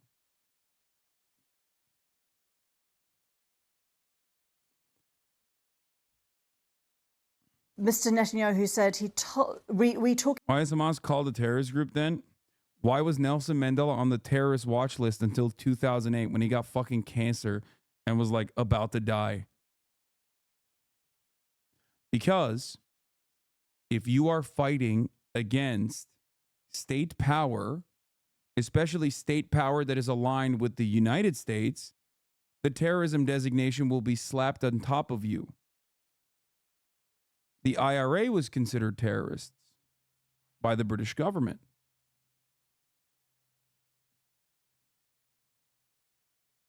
Talking about going into Rafah, he said, Mr. Netanyahu said, I told him I hope we will do it with the support of the US, but if we have to, we will do it alone. We know that, of course, the US and other allies of Israel have been urging caution on that particular move. Well, let's speak to Mark Lowen, who is in Jerusalem for us. Mark, just first of all, on the UN resolution. It's automatic, and you should probably learn more about Hamas before you stand for them.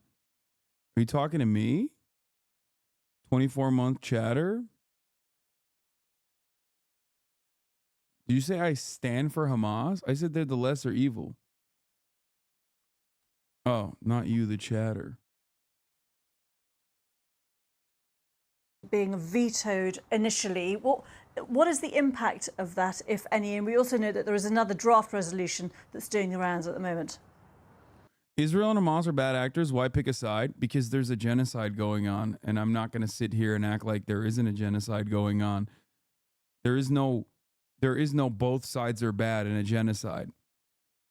I believe that the Jewish resistance groups in the Warsaw Ghetto ultimately were on the right side of history. There is no, well, they did some bad things.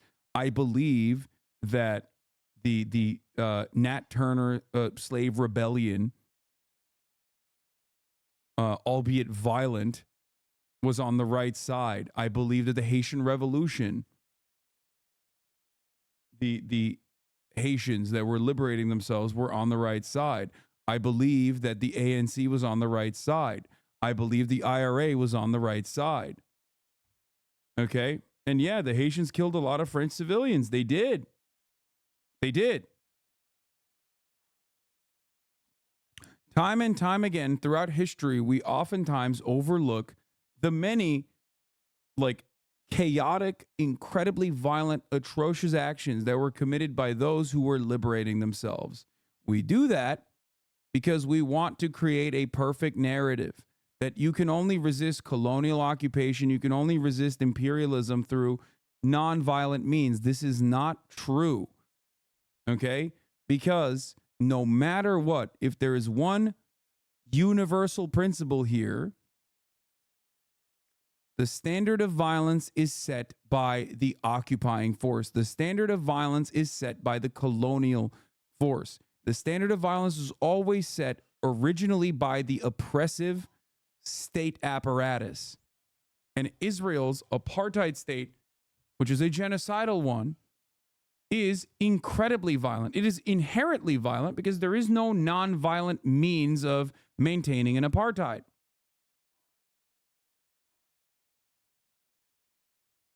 When we talk about Hamas killing civilians en masse on October 7th, there is no context that justifies it. Even when we mention apartheid and occupation, I can accept that. But when it's genocide of Palestinians that's talked about suddenly, it's just war. And, well, look at October 7th. The only people justifying killing en masse are them. Yes. I've never once said that there is a valid reason to go and fucking kill civilians. Okay? I think that while terrorist is a political designation, terrorism, in my opinion, is an act, okay?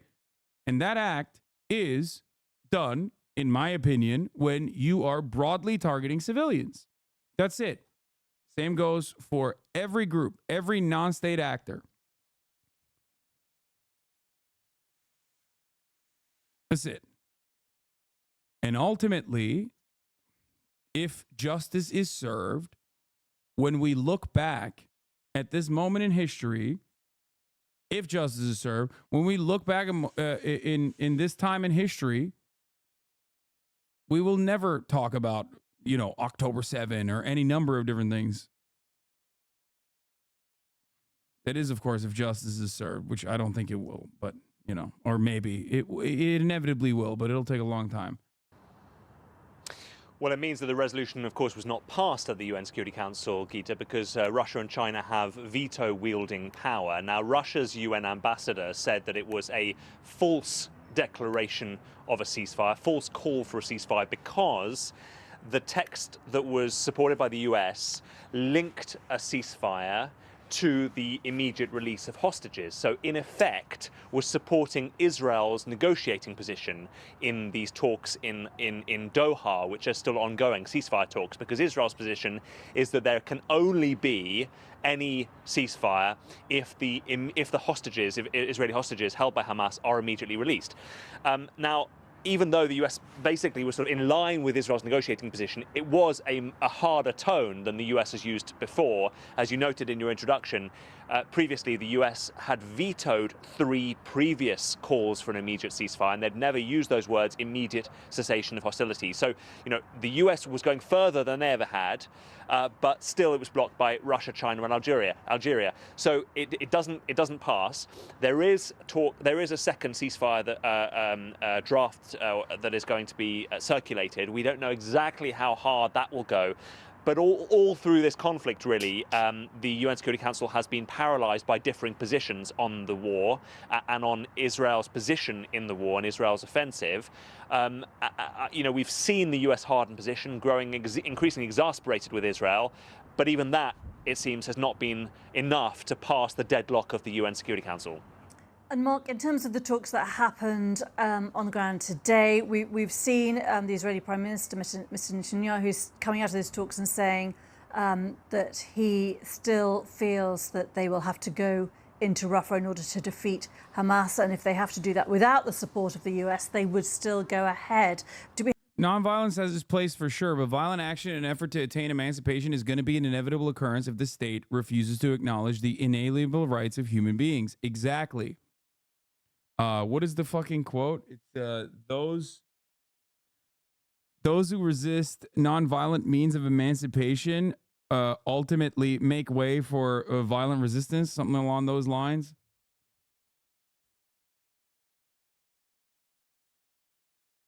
It's just like when you shut out people from their yearning for peace and prosperity, you are causing them to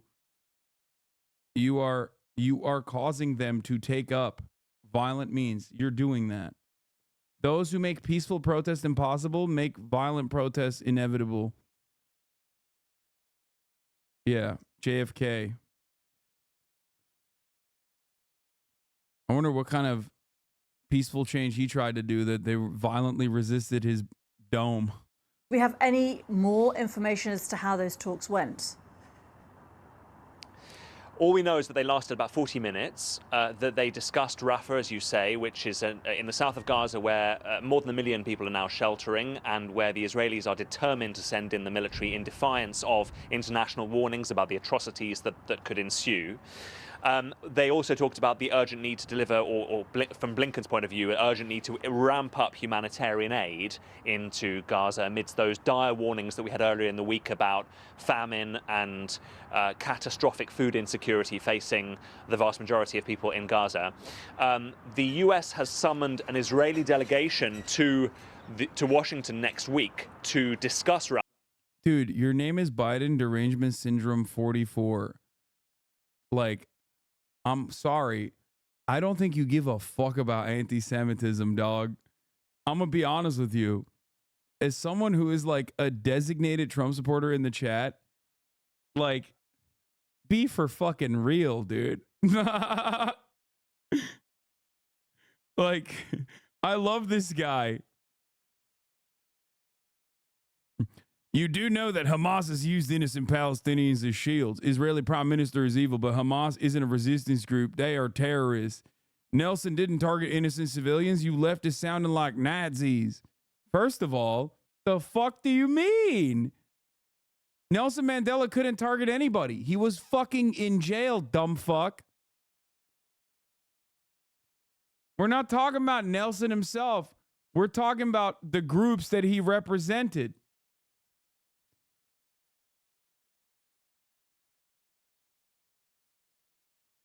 They're a lib. Why does he have... Oh, it's because it's Biden derangement syndrome.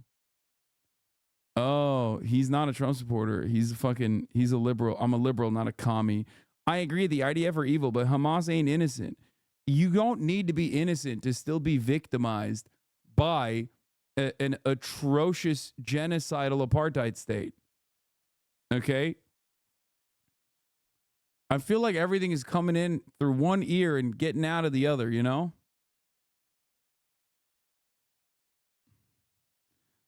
Hamas needs to be eradicated as a political party. There's a rising anti-Semitism among the far left. You have Biden derangement syndrome? Yeah, you're right. Ask him if he thinks George Floyd deserved it. I mean, dude, do I want to know? Do I want to know if he thinks George Floyd deserved it? Because the answer that he gives us might shock you, okay? In the baby settlers quote, you were literally saying the opposite, that babies cannot be killed. These people are ridiculous. Yeah, but they want to hear what they want to hear. That's it.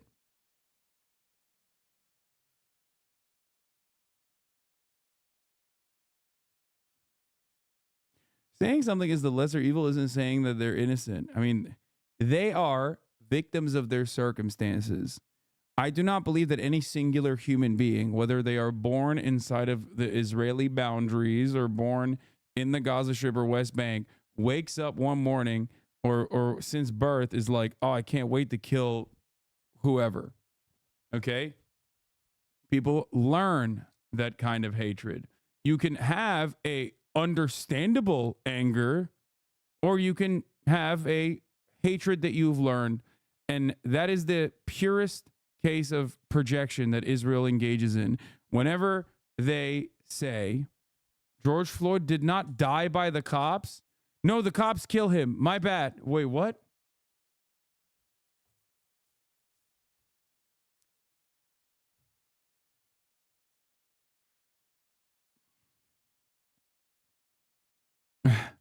Oh, fuck. I meant the cops did kill him. My bad.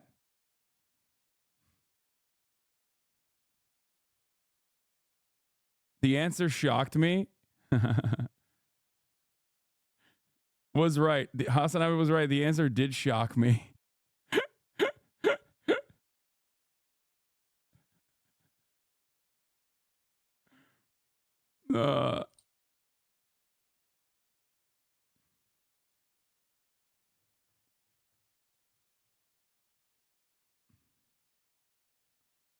This guy's got to be trolling. I think so too. He's pretty fucking nutty.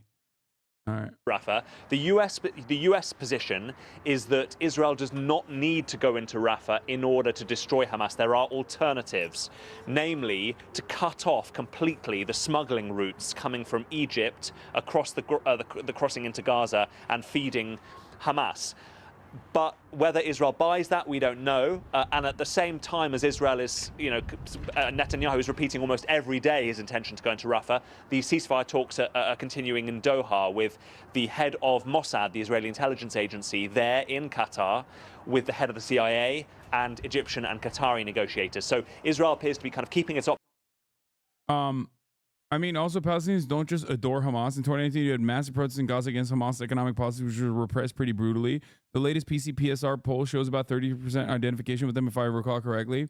One thing that you have to remember about Hamas' civil governance, which is like obviously not great, is that Hamas is broadly supported in the West Bank by way higher margins than in Gaza. Okay? Something to remember. Something to always remember. It's the dudes that don't exist under Hamas that actually, like Hamas more. Now, of course, if there's one group that is consistently hated by every single person, every single Palestinian person, it is, of course, the Palestinian Authority, which is correctly identified as a part of the Israeli security apparatus.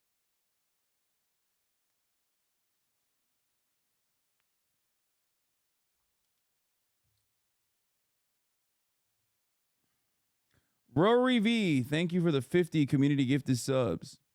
God damn. Champagne Socialist HasanAbi, buy my anti-capitalism t-shirts. Classic. Also, buy my subs at the top of the hour. Fucking Christ, dude.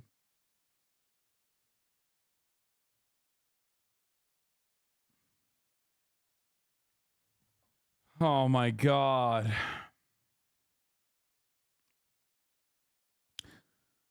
Right at the heels of a 50 big one, too. 50 gifted ones. Comes the top of the hour ad break, which 50 of you will not see because you've subscribed. Or you got gifted a sub. But the rest of you will see it. Here's the 3-minute ad break now. Options open, playing to different audiences, but clearly if the Israeli military does go into Rafah, which probably could take quite a few weeks to organize given the number of people who would need to be evacuated first, that would exacerbate the already very, very fractious relationship between the US and Israel. And Mark, a difficult question potentially for you to answer from where you are at the moment, so forgive me for asking, but do we have any real information about whether representatives of Hamas or, via any other Palestinian groupings are involved in these talks, these ceasefire talks? They are in effect represented by the Qataris because their political wing of Hamas has been living in Qatar, basically. The sort of political representatives of Hamas have lived in Qatar. So Qatar actually plays a double or an important go-between between the Israelis and Hamas, because even though they don't have official relations with Israel, they do talk to the Israelis, but they also give residency to top Hamas officials. Now, the 32% number is not accurate. I believe 32 would vote for Haniyeh versus Barghouti, which is not a do you support Hamas versus Fatah question. Majority of Gazans right now do support Hamas, despite its not so cool governance. Also, they're under blockade, and it's not like any government can do well under a blockade. No, I agree. There's only one figure that is currently more popular than the Hamas in the eyes of the Palestinians. The Palestinians do actually report showing way more positive approval of Hamas in times of Israeli sieges.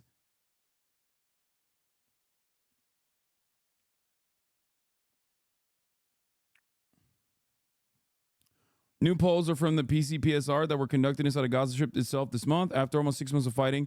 Dude, it is also kind of crazy that these guys are like conducting polls on a population that's being genocided. Let's not forget.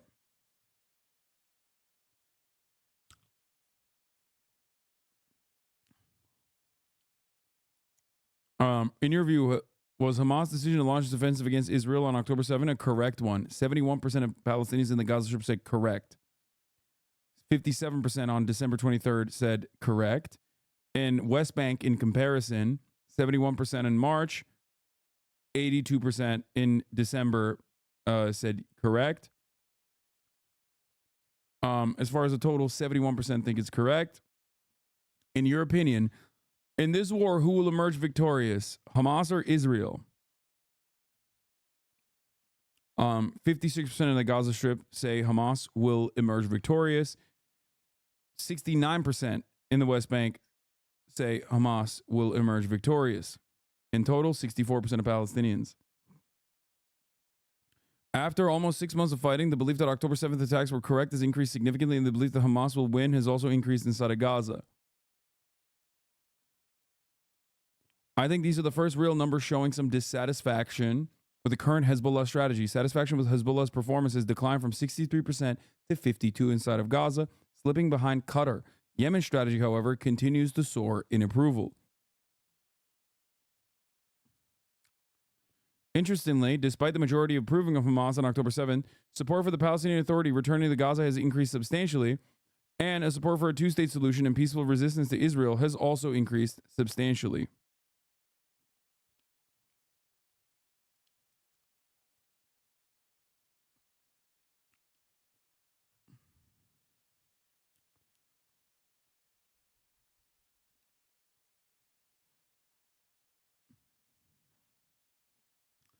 Do you support or oppose a solution based on the establishment of a Palestinian state alongside Israel, known as the two-state solution? The support in Gaza is 62%. The support in the West Bank, which bears the brunt of the negative impact of the two-state solution, even worse than the Gazans. Well, I guess not worse than the Gazans because Gazans are being genocided, but like they know what a two-state solution looks like. 34%. Total is at 45%.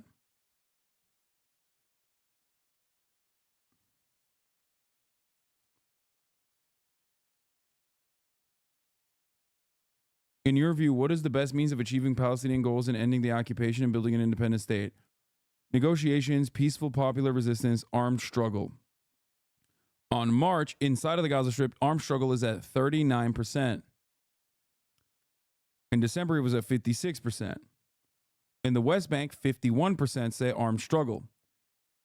26% say negotiations. 23% say peaceful popular resistance. In total, currently as it stands, as of March 24th, 25% say across the board negotiations.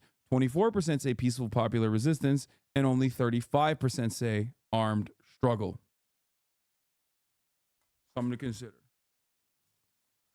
All right, let's get back to this shit. Now, what we understand is that in order for an agreement on a ceasefire to be reached, they would need to actually have the green light from the head of Hamas in Gaza, who is Yahya Sinwar, and he is Israel's most wanted. He is believed to be the mastermind behind the 7th of October attacks. We don't know where he is.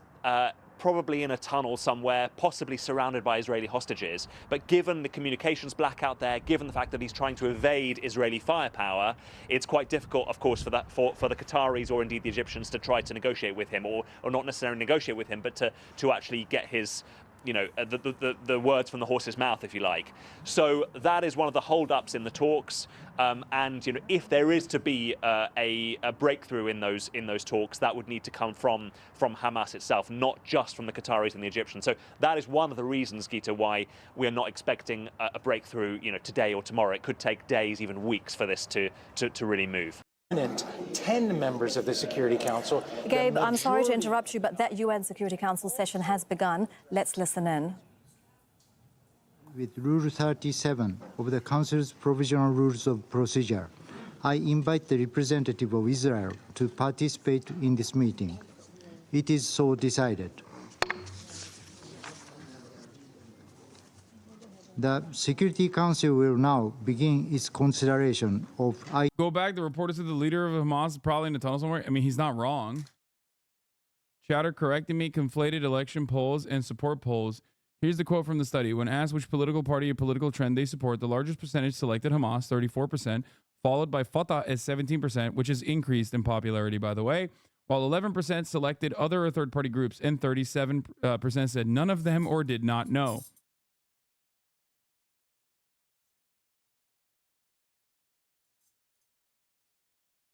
You read the wrong line in the stats? Wait, did I? 41%, or on March in totality, 46%. 46%.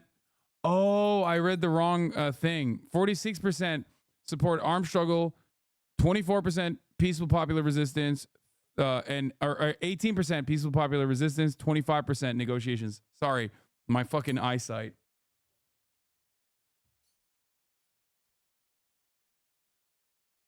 Am I reading it wrong? 46% armed struggle. That's what it says right here. No?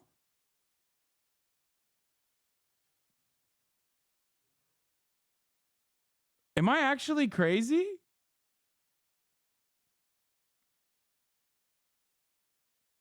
It's like, it's cooking my ass. Like, trying to read this is like fucking me up. Sorry. Motherfucker got them glasses and he still can't see. Yeah, I got them glasses and I still can't see, bitch.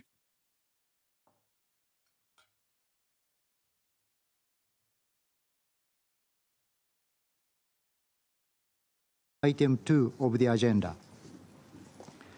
Okay, we're not gonna watch all 20 minutes of this, but here. The resolution that Russia and China just vetoed at the UN isn't actually a ceasefire.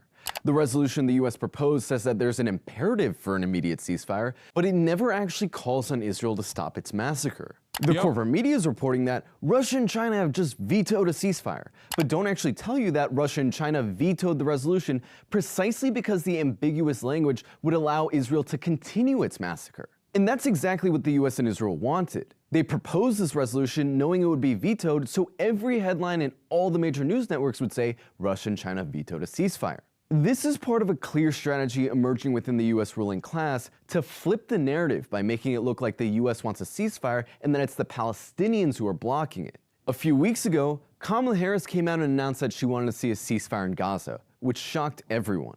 The video circulated like wildfire, and the corporate media was running headlines praising Kamala Harris, saying, Kamala Harris has proposed a ceasefire. But if you actually watch the full clip, Kamala Harris says immediately after that she's calling for a 6-week. So for the record, this is correct. And Kamala Harris's team actually said that a lot of that stuff was added on to her speech against her better judgment, which I think is really interesting. The fact, like, I don't know if it's a lie or not, but the fact that they like leaked to the media that they added on, like a lot of that stuff was added on to her speech is I believe that? No, I don't care. What I do care about is what her team is leaking. Remember, like the fact that they're leaking that is still interesting. It means that they recognize that there is an appetite for her to have a stronger position. Do you get it? Because normally you wouldn't leak anything if you were like, yeah, no, it's a great take. Actually, fuck you.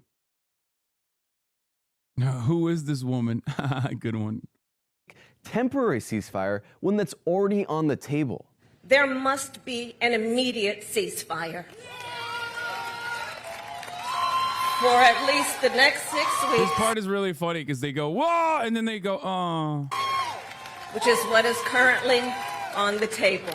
The ceasefire proposal she's referring to is the Israeli one, which would pause the fighting for 6 weeks, during which Israel would get all of its prisoners back, and then the genocidal invasion of Rafah would continue. The ceasefire that Kamala Harris, Joe Biden, Gavin Newsom, and all of these U.S. diplomats have come out in support of isn't actually a ceasefire that would end the war. It's literally Israel's exact negotiating position being repackaged as a ceasefire, one that would pause the fighting long enough so that Israel can get all of its people out, which would then allow Israel to decimate Rafah without having to worry about any domestic backlash. Israel has been clear from day one that their goal is the total takeover of Gaza and the destruction of the resistance. So the word ceasefire is essentially being co-opted by the Biden administration here. Yep. And we have to start asking what people mean when they use the word ceasefire. Liberals love doing this, dude. They love. This is a very good PR strategy that liberals suspiciously only apply when it's in a leftward direction. Okay? This is the same exact energy as conservatives not saying that they're anti-abortion, but instead saying that they're pro-life. It's just like it is a way to reframe the narrative in a way that like favors their position while not really changing your position at all. Republicans were never actually pro-life in any meaningful way. You know?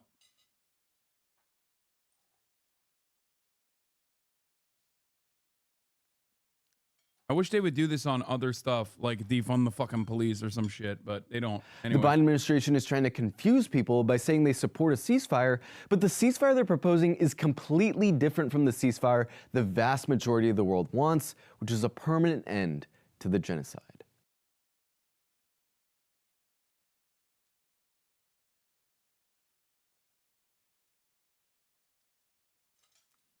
Are you going to interview more Houthi terrorists?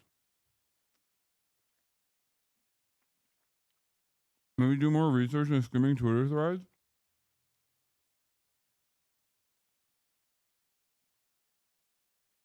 You all right?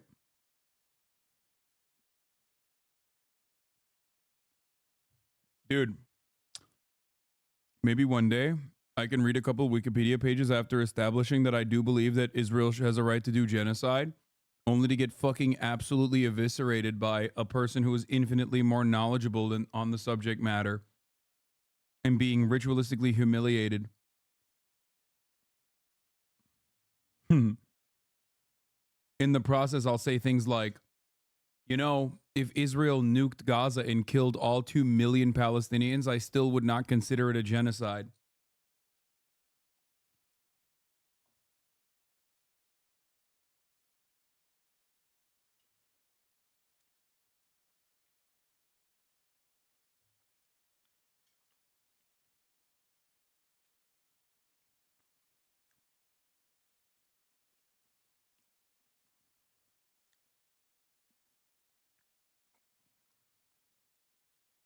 I just shit myself. I have 5 months to live. Good luck.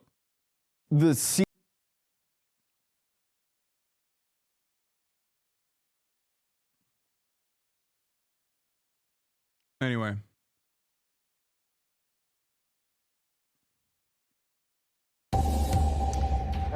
Well, U.S. Secretary of State Antony Blinken, as you know, is in Tel Aviv. He's met with Israeli Prime Minister Benjamin Netanyahu. He's speaking now at the airport. Let's listen in. As I did as well in my conversations with Egyptian colleagues and the Qatari Foreign Ministry yesterday. I also had a chance to meet with the hostage families again. And it's hard to describe what they're going through every single day. We've made progress in the last couple of weeks on the hostage negotiations, closing gaps, but almost by definition, when you get down to the last items, they tend to be the hardest. So there's still a lot of work to be done, hard work to be done, but we're determined to try to get it done. We also talked about the imperative of surge. D still absolutely seething over the Finkelstein debate almost a week later. Nonstop damage control. Believe he scheduled the JPP interview because he was in desperate need of a layup. Yeah, he's trying to do tune-up fights out here with benzo-addled, fucking brain-broken conservative dipshits. But hey, as long as he's standing in opposition to conservative principles, I'm on board. You know, good for him. More power to him, as long as he's fucking sticking it to like actual conservatives. I don't have an issue with that. Very dumb. I don't want him to be. I do not want him to be a genocide defender. Actually, it would be very much nicer if he was not. Urging and sustaining humanitarian assistance for the people in Gaza. 100% of the population of Gaza is acutely food insecure.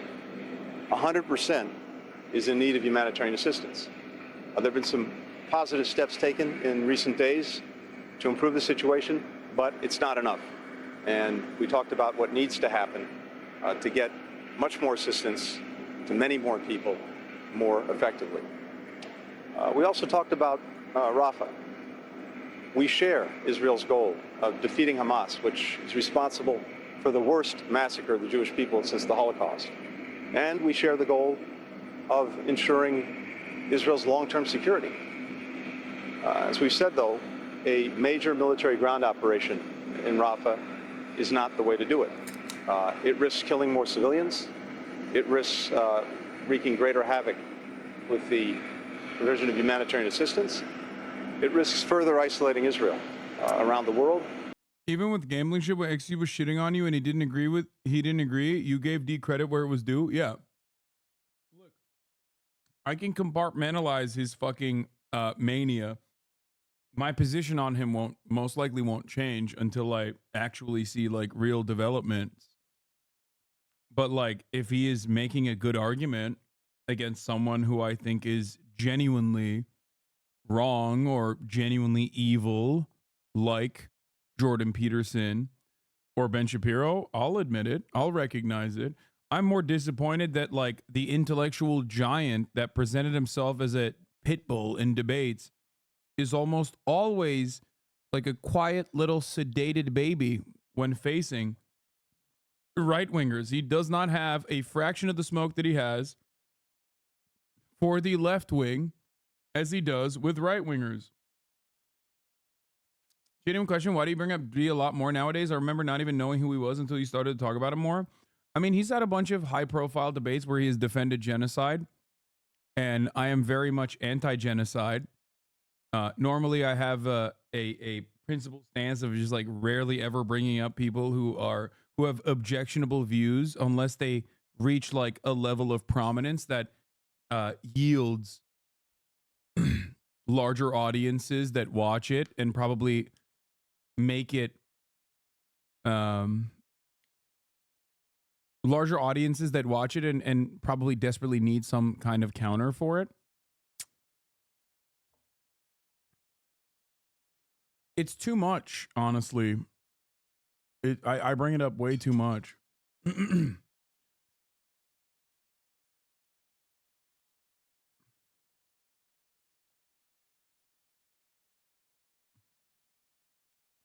And jeopardizing its long-term security and standing.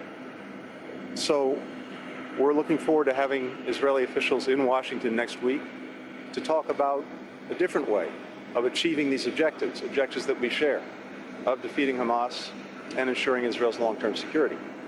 It really requires an integrated humanitarian, military, and political plan. As I said, we'll be talking about that next week, going through the details of what we see as the best way forward. We also had an opportunity to talk about the longer-term trajectory, what needs to happen once the conflict in Gaza is over. Conversations that I had with our Arab partners over the last couple of days and that we had here in Israel as well. we're determined that Israel succeed in making sure it can defend itself, that October 7th never happens again, that it emerge from this Totally, strong, that's definitely the secure, that's definitely the goals here. integrated for sure. in the region, with a future of security and peace, not only for Israelis, but for Palestinians and for our other friends in the region. And we believe there's a path forward to do that. We'll be continuing to work to flesh out that path and to try to walk down it in the days and weeks ahead. Amira? Mr. Secretary, I'm not gonna lie. I feel like I would. Maybe I'm crazy for this, but I feel like I would respect an honest fascist more than Anthony Blinken,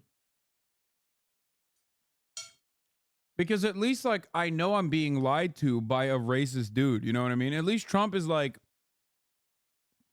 At least Trump is like, yeah, they're Arab dogs. They must be fucking brought down. They must be brought to heel. You know what I mean? Like I get why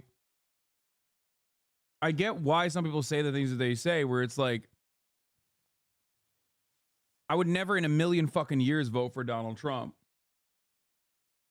But it is very interesting to watch liberals try to massage the genocide with like rhetoric such as this, where it's like, well, Israel has a right to defend itself.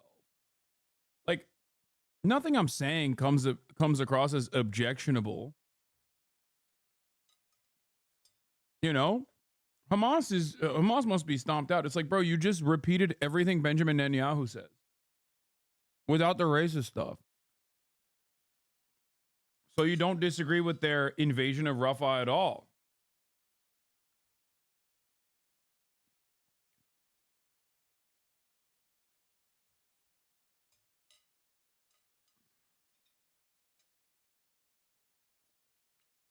Like, what do you disagree with?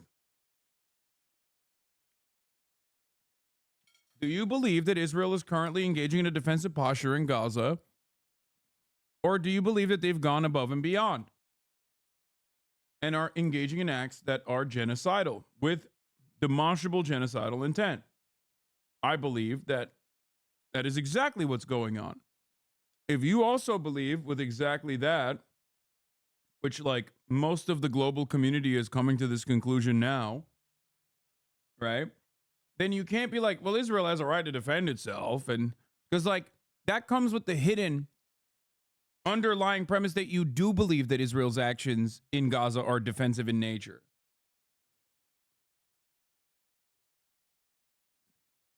It's very stupid.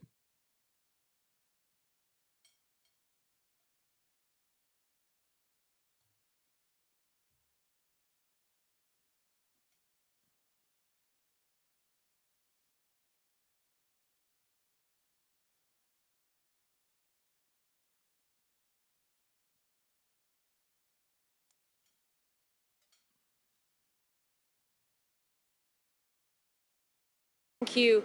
Can you give us an update on the ceasefire talks in Doha? What is the latest that you've heard from the negotiators? And also today, Israel has announced a land seizure of 800 hectares in the occupied West Bank just when you are doing your visit here. What are your thoughts? So on the negotiations, I can't give you any more details other than to say that we're intensely engaged in them, That was working with also the Qataris, deliberate. working with the Egyptians. That was also deliberate, by the way. Yeah. Israel taking more fucking land right as Anthony Blinken is in Israel is literally on purpose. It is a way to say like, yeah, fuck you. Remember, America was like, oh yeah, we think like settler expansion must be put to an end. And we're going to take like 4 or 5 settlers and like revoke their citizenship or some shit.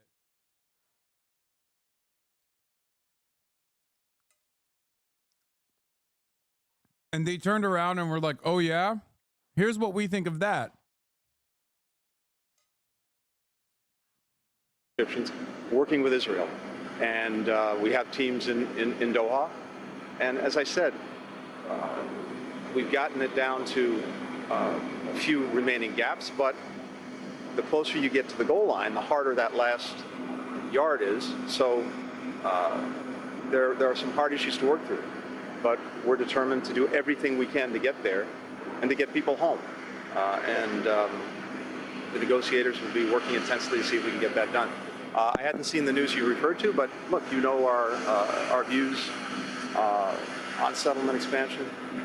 You know our views on everything from demolitions to evictions to other steps, unilateral steps.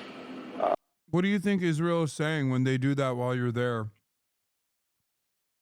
Oh, I'm just hearing about this. He's pulling a Trump finding out about RBG's death. Oh, I'm just hearing about this. You're saying how many hectares? You're saying largest land grab in recent history? Oh, well, we don't like that, I think. Or maybe we do. Hold on. I have to think about it. Hey, what's it like to be basically pants by the Israeli government live on TV? No, exactly. Yes, we do know your views on these things. So why aren't you acting on those views? Well, everyone knows we're against the illegal settlements. That are taken that make the already challenging prospect of two states even more distant. So I haven't seen the specifics of this, but anyone taking steps that makes things... Do you want to see the specifics of it? They just described it to you.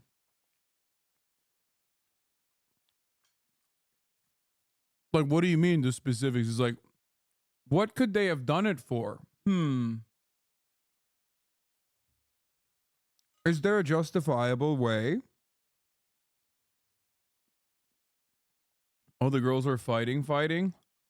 After getting fired today, my bank account is going to be dry for a while, but not as dry as Ben's wife. Okay, I don't agree. That's not, there's no way that's real.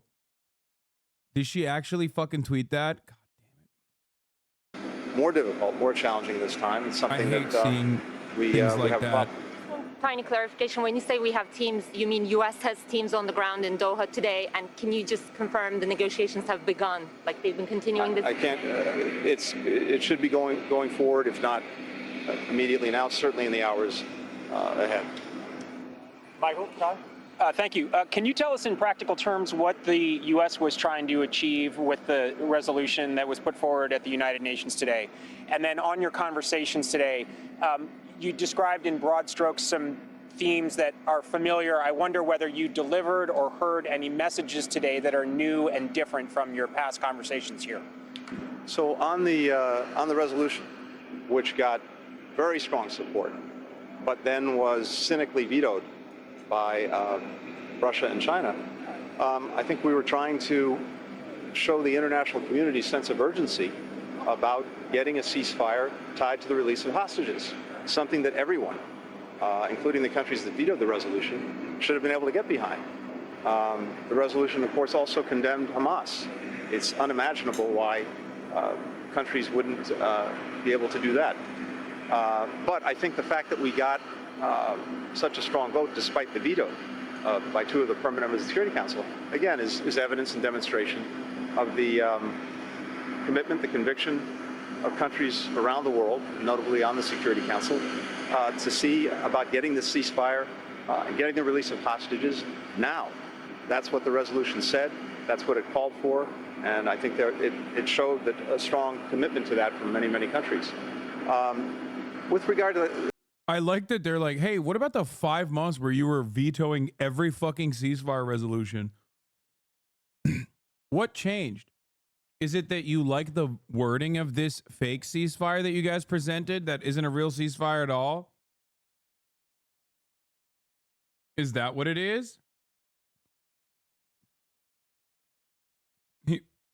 He likes the popularity argument when the other vetoes were we were the only one to veto.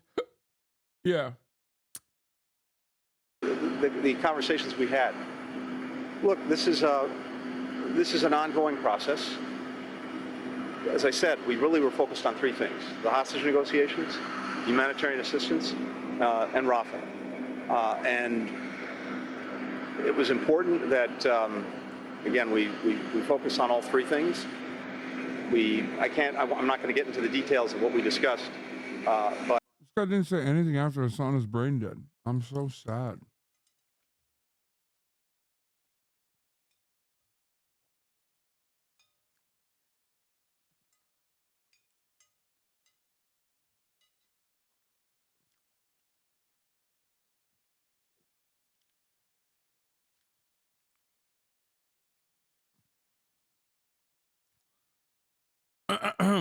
Blinking, looking kind of pressed. Yeah, bro, he's made into a bitch. He literally, dude, Netanyahu fucking. Do you think Israel is ever going to agree to ceasefire? No. Actually, that's not true.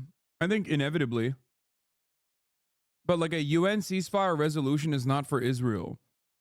A UN ceasefire resolution is to apply political pressure to allies of Israel, or to rather give people the moral allowance to no longer unconditionally support Israel. Okay? If you do actually care about that sort of thing, like, I don't know, you said Hasan is brain dead, but I believe both will come to terms soon because the world is no longer blind. Wait, what?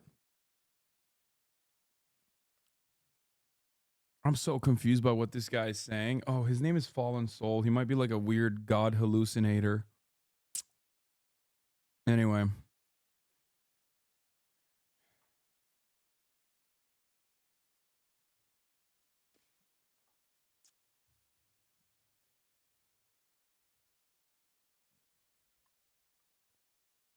Damn, he said free Palestine. Respect.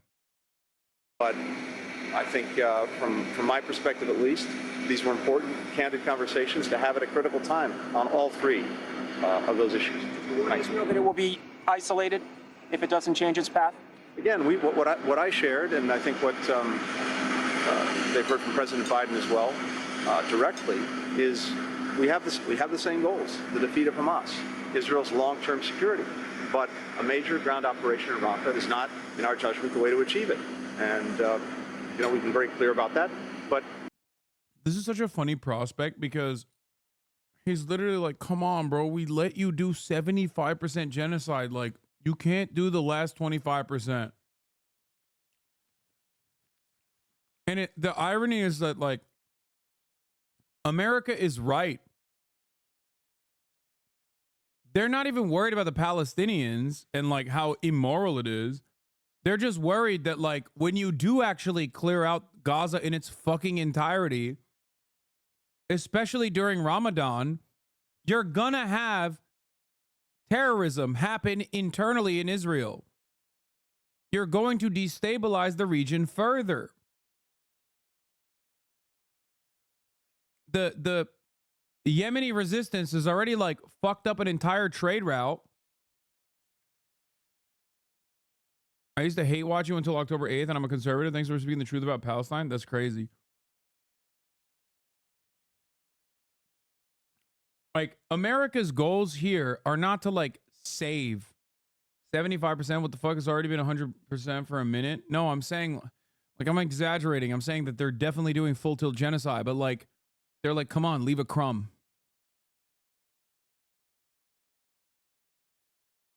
The point is that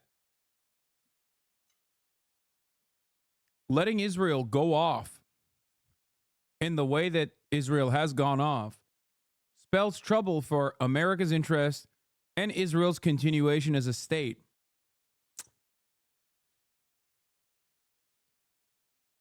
It's not just about the optics of it. The optics of it do matter as well. But the reality is, you're gonna fucking start seeing, like, you're gonna see terrorism. You're gonna see acts of terror against the Israeli civilians, Israeli population. You're gonna see more October 7s. You're gonna see October 7s times 10.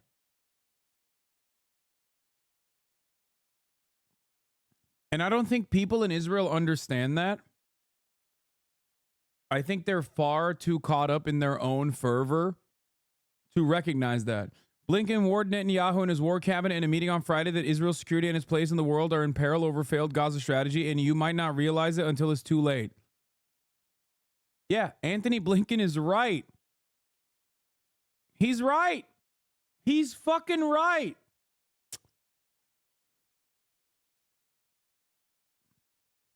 Like, even from a pro-American State Department position, Israel's actions unironically cuck Israel. But I think a lot of people post-October 7 are so, like, violently looking for vengeance that they can't see it. Like, these guys are like, dude, rein it in. Like, you can never have an apartheid ever again if you don't rein it in. Like, right now, you're fucking cooked. You're cooked. Everybody hates you. On God, everybody hates you.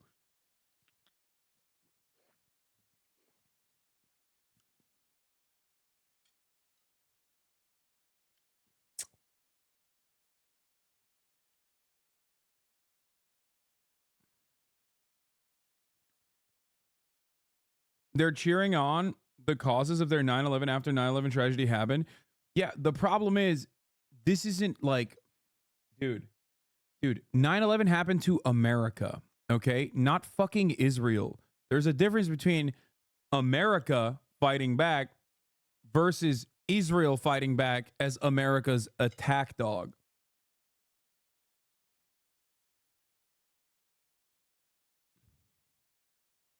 I've never seen a more direct demonstration of how much of a glaring failure U.S. mainstream media is. This insanity. Is this real? Have more Palestinians or Israelis died in war? Half of Americans don't know. Are you saying Israel did 9/11? What? Come on, dude. Why are you guys baiting me in the middle of the fucking hour? I already ran the secret middle of the hour ad break.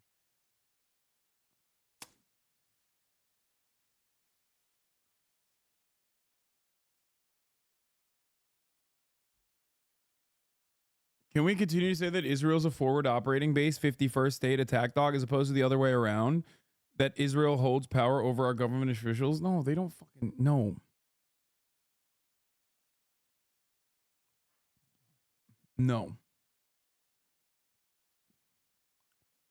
Israel can never hold power over our elected government officials, because if tomorrow our elected government officials were like, yeah, no more guns, Israel is fucking screwed. Okay?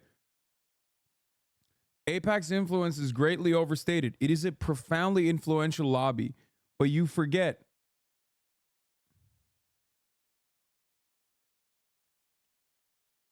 that it only exists in the way that it does specifically because it corresponds to American State Department interests. Oh, something that I reference on a regular basis every day, pretty much.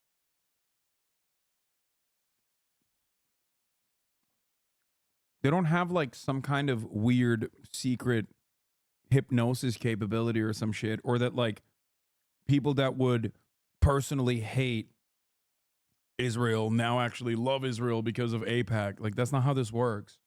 There's a shit ton of people who love Israel for religious reasons. There's a shit ton of people who love Israel because of the social conditioning. Okay? They're basically leaning on that after almost a century of propaganda. Anyway, majority in the U.S. says Israel's valid reasons for fighting. Fewer say the same about Hamas. 57% express some sympathy for both Israelis and Palestinians. God, I fucking hate America so much. I just, oh God, we're a nation of fucking bloodthirsty monsters. Also, here's another thing. No, they understand to some extent, but their solution is arming up. You may have heard Govt arbitrarily handing out weapons to open carry pretty much any Jewish Israeli who wants, expanding gun ownership massively. Even kibbutzim do weird patrols around their fence now because they're scared of terrorists. Yeah, no, I am familiar, which is ironic because Israel is basically speedrunning post 9/11 America. And what many people fail to reckon with is that post 9/11 America is actually the end stage of the United States of America and its empire. We expanded far too great. We were far too violent for far too many years. Okay? 9/11 and our reaction to 9/11 is what basically will be regarded in history as the death knell of the American empire, the final chapter. And Israel, as a much smaller fucking country, okay, that cannot exist without complete Western support, complete political cover, thinks that they can do post 9/11 America shit when they can't do that. They do not have the numbers. They do not have the equipment. They do not have anything. They don't have the natural resources. That's why you're seeing this happen in Israel right now in real time. arming the entire citizenry will only cause devastation to the entire citizenry. Look at American gun ownership. Look at how bad it is here with gun violence. You think that shit's not going to fucking harm Israelis? It already has, by the way. In the beginning, like in a couple months in after October 7, every week there was another fucking psychopathic settler, inbred fucking douchebag, wearing fucking military fatigues, shooting another Israeli dude because he thought, oh, I thought he was a terrorist. I thought he was terrorist. Like literally, fucking Israeli former cop literally sitting on the ground begging in Hebrew, I'm Israeli, getting fucking executed by some inbred 15-year-old fucking douchebag in military fatigues. Yeah, think about how much worse that's going to get. Yeah, let's keep giving all these fucking douchebags weapons. Pretty good.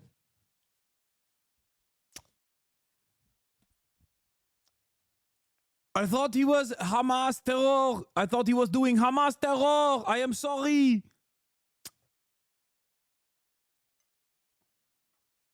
Like dudes that don't know their fucking ass from their elbow. Like, get the fuck out of here.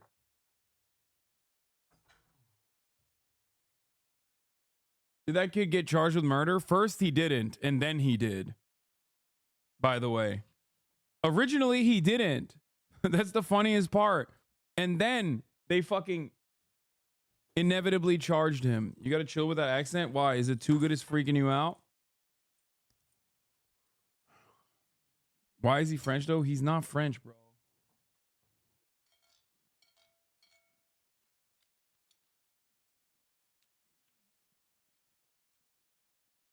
Most important, we have a senior team coming to Washington next week.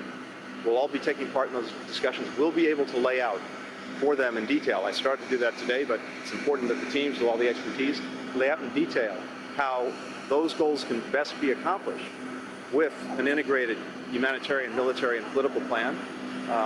We'll put all that on the table. Of course, we'll hear from them too, and we'll take it to next week. Thanks. Well, you've been listening there to U.S. Secretary of State Antony Blinken speaking in Tel Aviv after meeting Israeli Prime Minister Benjamin Netanyahu earlier on Friday. Now, he said that progress is being made on negotiations in Doha. They've gotten it down, he said, to a few remaining gaps, but there is still some way to go. Blinken also says that he pressed the need to increase humanitarian aid and warned Israel against its planned offensive in Rafah. He says they also discussed long-term plans, including the integration of Israel in the region. Well, let's now go to Hamda Salahut. She's in occupied East Jerusalem, keeping an eye on this visit for us. Hamda, there are still clearly some broad differences of opinion between Blinken and Netanyahu.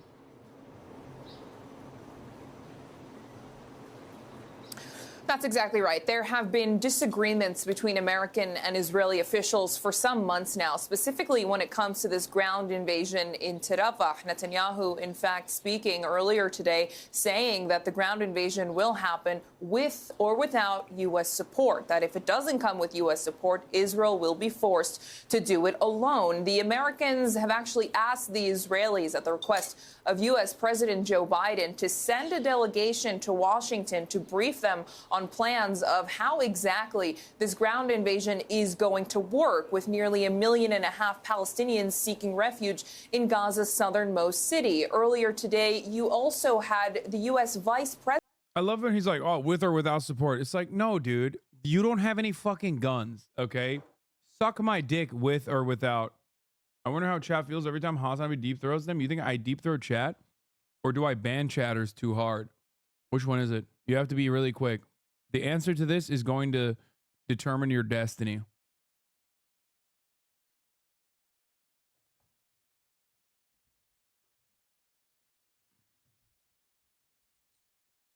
Also, when did it become a bad thing that a streamer loves his community?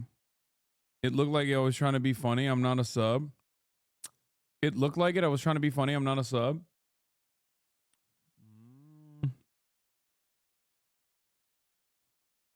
Okay, well, it wasn't really that funny. But, yeah, I love my community.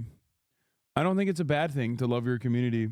I'm very harsh on my community at times, like I was earlier. especially because I want them to do better. Oh, there you are.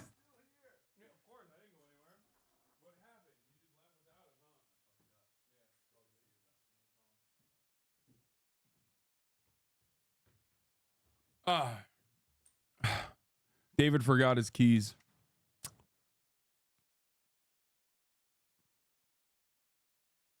President Kamala Harris, who said that there is nowhere for these Palestinian civilians in Rafah to go to. And then we just heard from Blinken, who said that this is a war that will require humanitarian, political, and military type of thinking, not just one way, which Netanyahu says is military pressure. So the continued disputes between American and Israeli officials are quite prevalent. Now, when it comes to these negotiations in Doha, Blinken is saying that there is progress, and the last bit of it is always the hardest, these final sticking points. But during the same hour, Israeli officials speaking anonymously to Israeli media have said, quote, that there is no real progress in these talks, and that's because of sticking points from both sides, with that Hamas wanting to see an end to the war and the Israelis saying that even if there is a long pause in the fighting, the war will continue after that, especially when it comes to this ground invasion into Rafah that is seemingly causing now some problems between the Americans and their Israeli counterparts. Hamda Salhut keeping an eye on that Blinken visit for us in Israel. Thank you very much, Hamda. Well, I'm joined now again on set by our diplomatic editor, James Bays. James, I'm curious about what you made of Blinken's tone, because as we heard from Hamda, literally earlier after that meeting with Netanyahu walked out and said he's going to go ahead with his Rafah offensive with or without Washington's support. But now we've literally got Blinken getting on a plane at the airport saying, oh, no, they're still trying to convince them. I'm afraid to say that Secretary of State Blinken's comments were exactly the same comments as he made before he started the trip, when he arrived in Cairo, and as he was leaving, he said the same thing. He hasn't changed the script. But what really went on in the meeting, I think, will be very, very interesting, because there are big problems between Israel and the United States right now. There is the problems of the Rafah. This part is correct, by the way. Like, there are big problems between Israel and the United States, and I don't think people recognize that. And these distinctions are not on, again, I need to stress this. These distinctions are not on the humanity of Palestinians. Neither party actually gives a fuck about Palestinian people at all. It's a distinction without a difference for the Palestinians, but it's a distinction that's still significant for America's global interests, Israel's global interest, and the stability of the region. Okay? They are currently clashing, butting heads in a pretty obvious way. It's not just about optics either. It's about the direct consequences. It is about the direct consequences of Israel's actions, and how it is received by regional actors. I think it's very interesting that Iran and Iranian proxies spoke a big game after October 7 and just quietly went back to business as usual. However, they have been awfully quiet, perhaps too quiet, in the past couple of months, especially during Ramadan. I think that is probably a little bit scarier than them saying, like, oh, don't you dare do anything during Ramadan. What? Hezbollah is striking Israel literally every day? No, dude. I'm not talking about fucking pot shots over the border, okay? No. That's not what I'm talking about. You guys are... Dude, listen. Hezbollah striking northern Israel in now emptied out villages in northern Israel is not the same as what I'm talking about. I'm talking about, like, direct infiltration, direct attacks of terror upon the Israeli civilian population. I'm talking state action in the form of like, you know, larger armaments, not just like the smaller rockets. Cyber security, yeah, cyber attacks, things of that nature.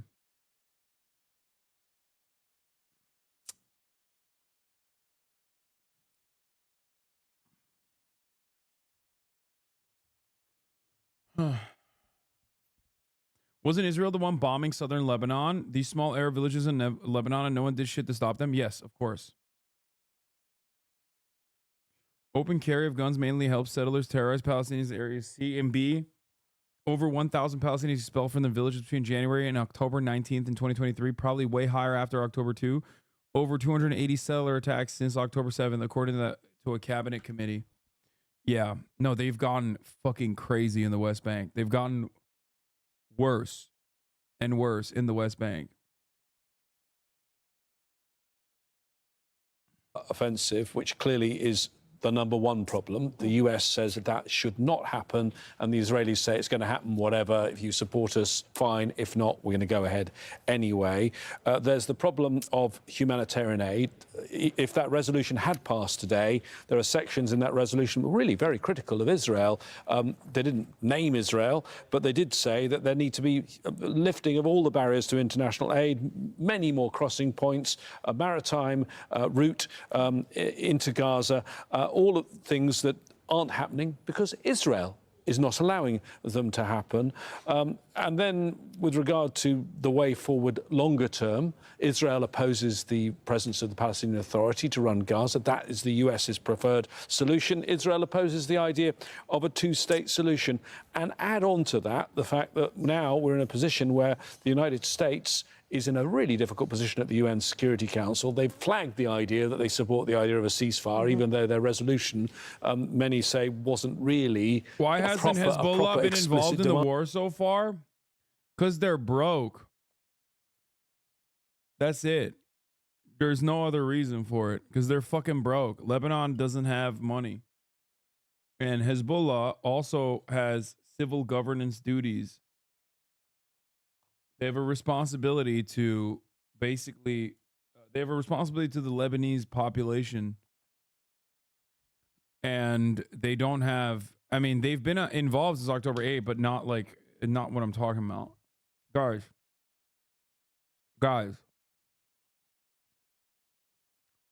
there's like a red line, unspoken treaty amongst the Iranian proxy forces. Hezbollah, the Houthis, Ansar Allah, in Yemen, the forces in Iraq and in Syria, right? The IRGC-backed militia groups, and of course the IRGC in Iran. Their October 8 was a clear boundary break. Another very clear boundary break was striking Beirut, and in all of these circumstances, none of the proxies, with the exception of Yemen, who has not stopped doing their very best to disrupt Israeli commerce as best as they possibly can, to disrupt international commerce through a very important trade route that they've functionally shut off, the Red Sea. Hezbollah and the IRGC groups, the IRGC militants in Syria and also in Iraq, have not actually done what people or what even Israel might have expected them to do. A full-blown war would look very different than what's going on right now.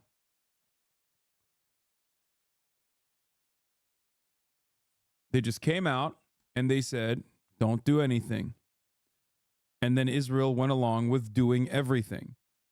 Israel went as far as to bomb Beirut in a major escalation.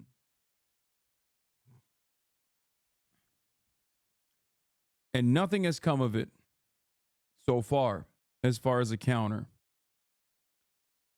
Maybe they want Israel to hang itself on its own rope. I don't know. I think the Lebanese economy sucks. And I think that Iran doesn't want the smoke.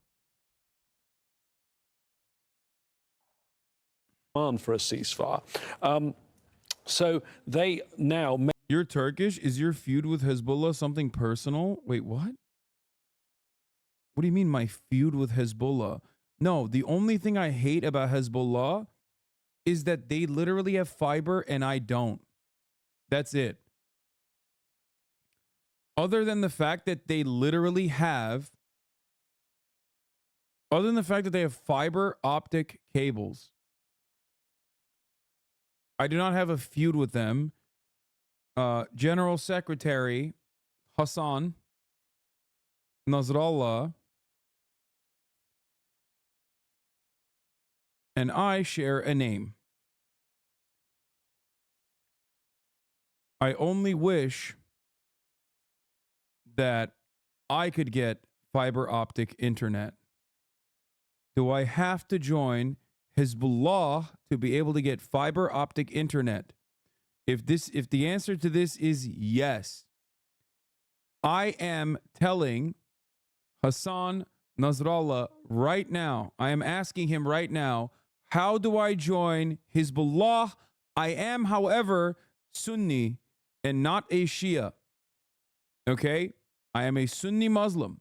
But if there's some kind of, conversion, we can make it happen. Acknowledge the hidden imam. Listen, all I'm saying is if I get fucking fiber optic internet in my neighborhood, I will become a Shia Muslim. I will believe that the mullahs deserve to run the countries, actually. Imams and the mullahs. Big game changer for me. I hate how disrupted my ISPs are. I just I have no options out here. I will acknowledge the Mahdi. Okay? I will acknowledge whatever you want me to acknowledge. How do you not have fiber already? Listen, bro. Listen to me. Okay? Does that make you batshit crazy? Narcissist full of hamburgers? Wait, what? You're American. Does that make you batshit crazy? Narcissist full of hamburgers? Yes, it does. Do you think... What? They have a small org for Sunni members, lol. I mean, look. Hamas, Sunni. It's not like they don't work with Sunni militant groups, okay? I'm just saying, we share the first name, okay? Please, lay out some fiber optic cables under my fucking house. And I'll do all the Shia stuff. What do? They Nevruz?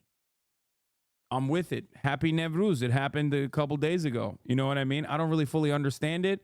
There's, I think, a little bit of self-flagellation going on. Fuck it. I'll do it. For fiber optic cable, I will self-flagellate. Do you understand? I will jump over the coals.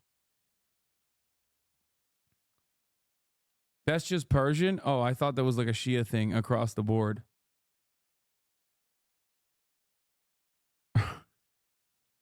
You're thinking of Ashura? That's a Persian local tradition, not Shia. Fuck it. I don't know enough about the Shia traditions. I'll do the Persian ones too. Fuck it. YOLO.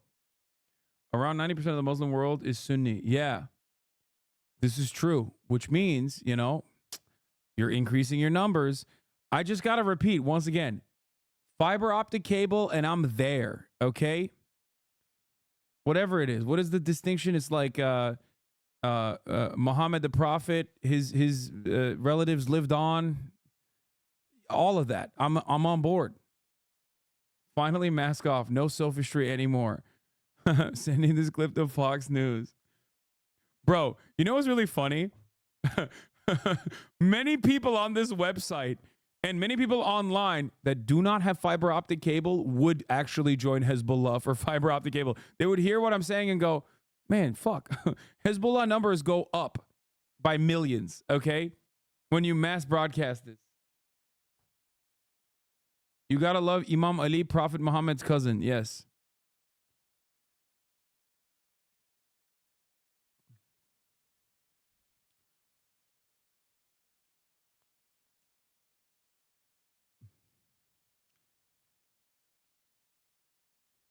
Did your family identify as one or the other? Bro, there is no in Turkey, it's mostly just Sunni. There's there are Shias, Alevi, and Shias. But, it's mostly Sunni. But also, there's no I mean, with the exception of the Alevis in Turkey, which have been killed. they were like, I think there was like, they were trapped in a hotel and like burned alive or some shit. Like there have been conflicts of that sort and like anti-Alevi violence.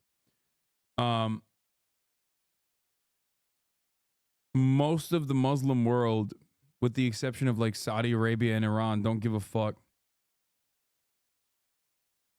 You know?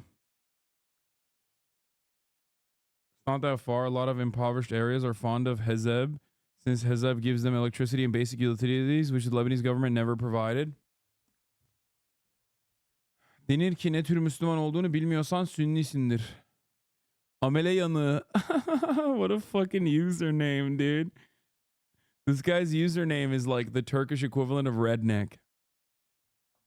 But like, it's different than a redneck, kind of. It just means like a worker's tan. But worker as a pejorative, amele. It means like dumb worker.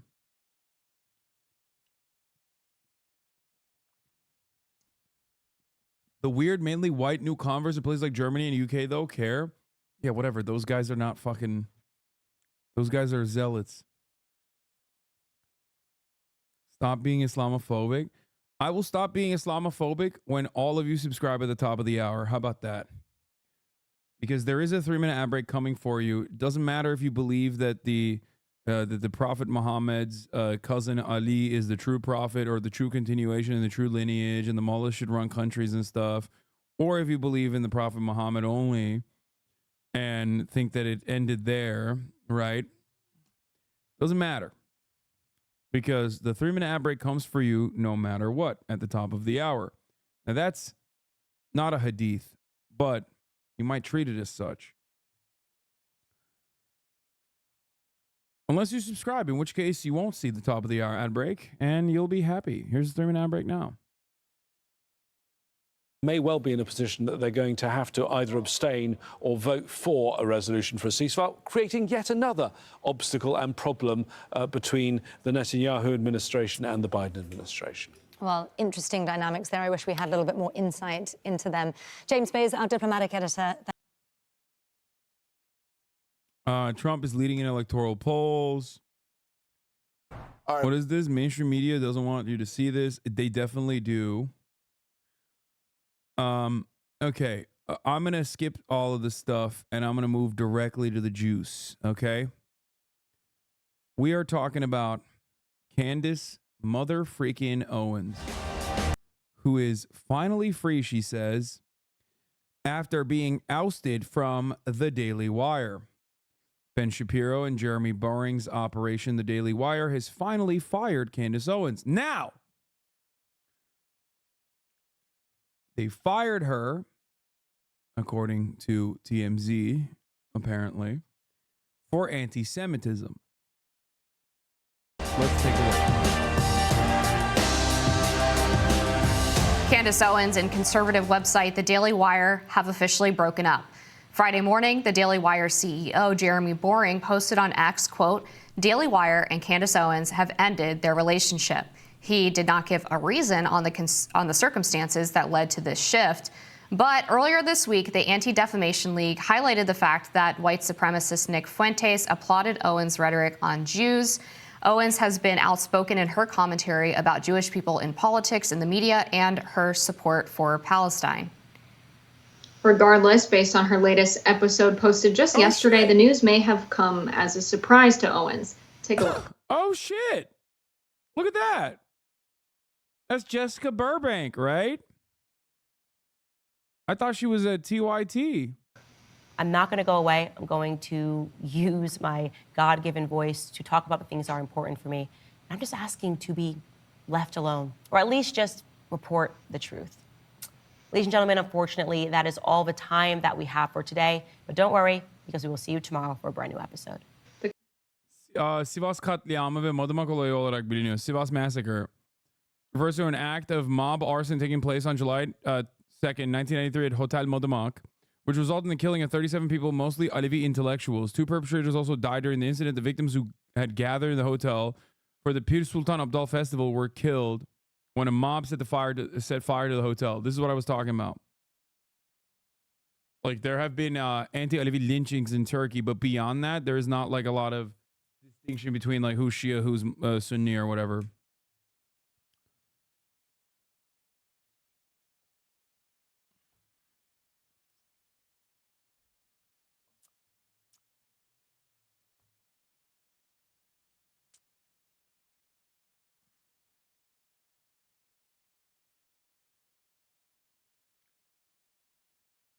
Sufism is the only real Islam.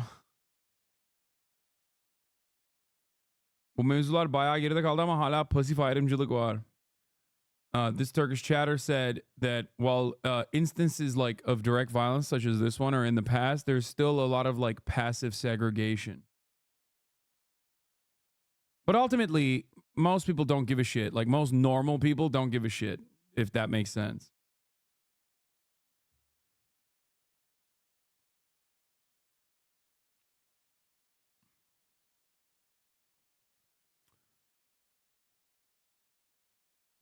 Like, the reality is, like, while think about it this way, the Houthis, Ansar Allah, right, should be hated by a lot of Sunni Muslims if that was the case. And yet, they are currently probably the most popular game in town. Don't say they are. Are you kidding me? Are you fucking joking? The Ansar Allah is beloved by the Muslim world across the board currently.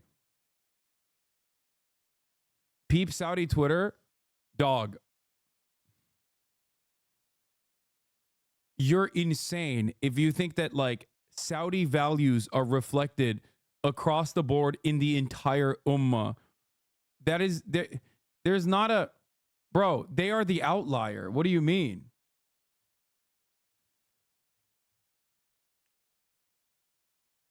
I'm telling you right now, everybody fucking loves Yemen. Everybody in the Muslim world absolutely fucking adores Yemen.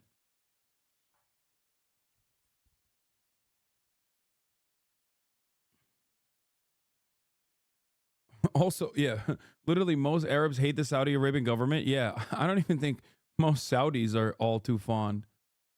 Yeah, Saudi Twitter isn't even representative of Saudi Arabia, let alone the entire Muslim world. Like, white boys in Idaho with a little bit of swag are tapped into how fucking popular the Ansar Allah movement has become in the rest of the fucking Muslim world. And there's still people being like, the Arab world hated Yemen before your interview? That's not true. That's pretty funny, though.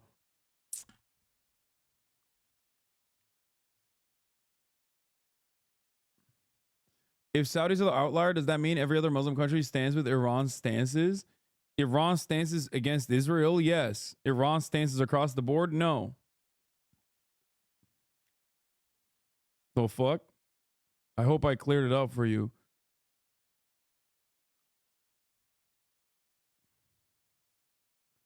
HasanAbi revisionism? Yeah.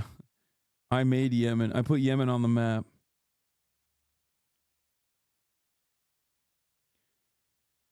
Anyway, the one thing I do want to mention about Candace Owens really quickly, a white supremacist through and through, by the way, make no mistake. My position on Candace Owens has not changed and will most likely never change.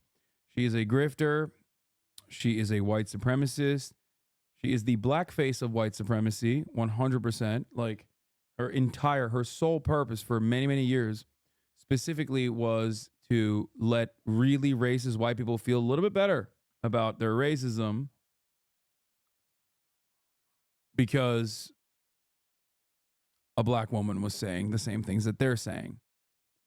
So that's definite, okay? That's something that everyone needs to understand. Candace Owens also was already an anti-Semite before she was hired at the Daily Wire. So make no mistake,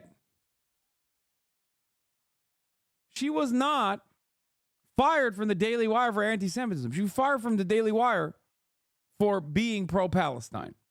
Now, is she genuine in her pro-Palestinian emancipation? Is this another way for her to launder anti-Semitic narratives? Maybe. Okay. I have not listened to Candace in such a long time. I don't know. I would suspect that it's probably not genuine, right? I suspect that it's most likely not genuine. Because I think anti-Semitism is probably the more leading interest that she has.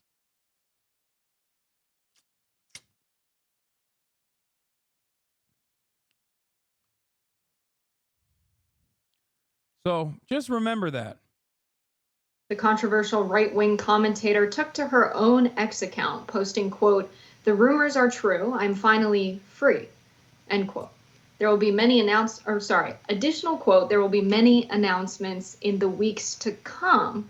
Owens joined the Daily Wire back in 2021. So a little bit unclear about what's next for Owens here. Very obvious she's not with the Daily Wire anymore, and that whether it was a firing or they had a conversation this morning that ended in them deciding to end their relationship, all of the language makes it sound like they broke up and that it was a romantic relationship.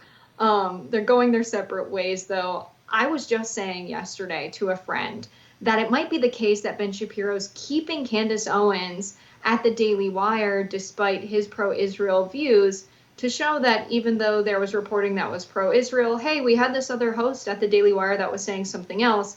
It seems. I'm going to tweet out, Candace Owens was an anti-Semite before she was hired at Daily Wire. She was fired for being anti-Israel, not making an assessment on whether her pro-Palestinian sentiment is genuine or not. Ben Shapiro has openly defended anti-Semites because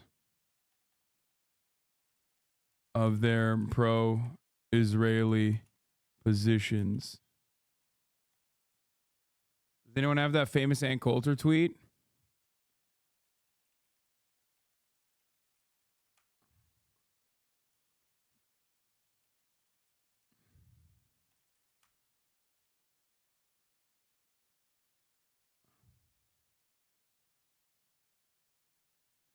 Here, let me screenshot this bad boy.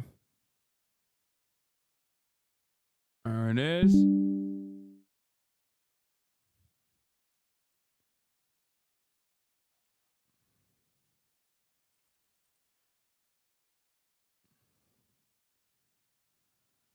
Hold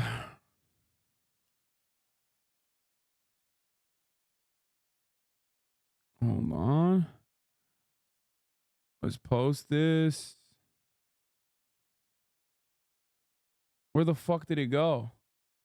Oh, in the screenshots folder, I suspect.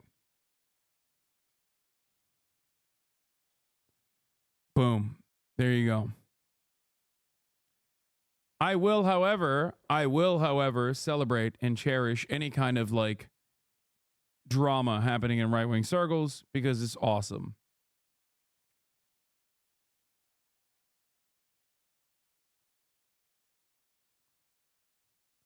Did you see this?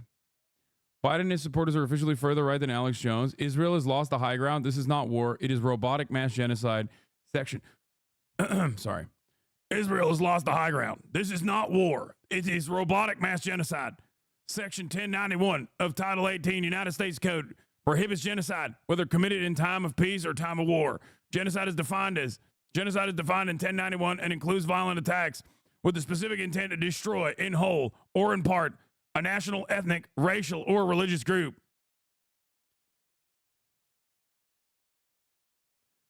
I guarantee he's saying that because he's anti-Semitic. You know, the one thing that Alex Jones would always do is like, he would always do the fucking like anti-Semitic conspiracies, but then he would always stop when it came to blaming the Jews, which is really interesting. Just, I mean, you saw it with the Kanye West conversation too. But who knows? Maybe he's adopted his position. He would always say globalists. And a guy like that, Alex Jones would have been a better debate partner for Benny Morris. This is the tweet you want. Oh my God, that's incredible. It's kind of freaky.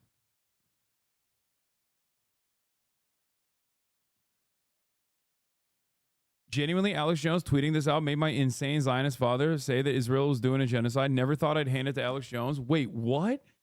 Dude, your parents are fascinating. Your parents are legitimately fucking fascinating, dude. Hasan Isabai asked his mom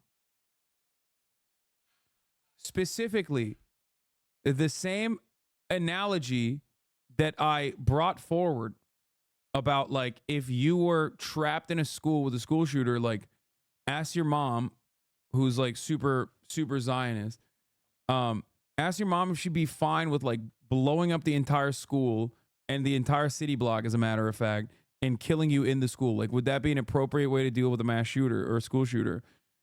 And his mom said yes. Yes, you would die, but that's a sacrifice I'm willing to make.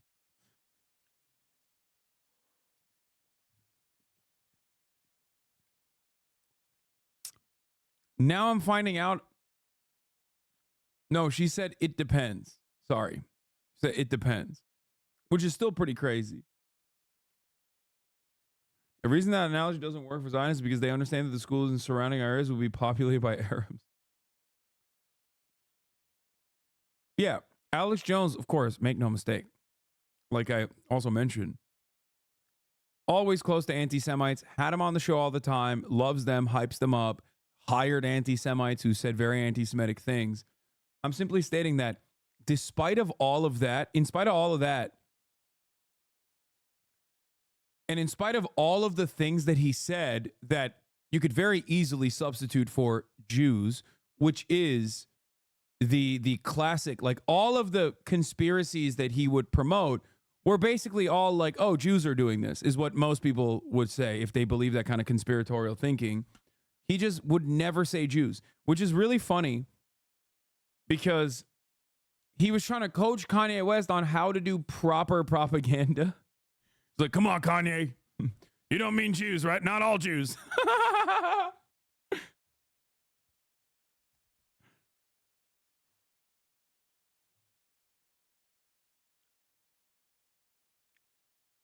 Just something interesting to consider.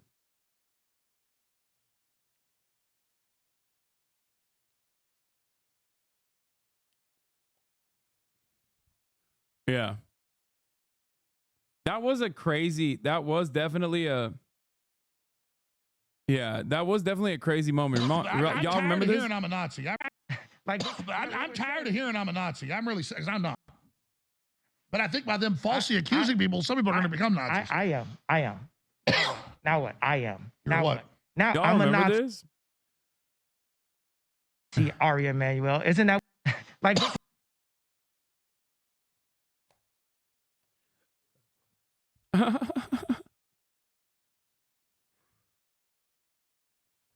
The fuck, dude? American politics is so insane, bro. Fake video can't see his face. That's right. That could be anybody under that mask.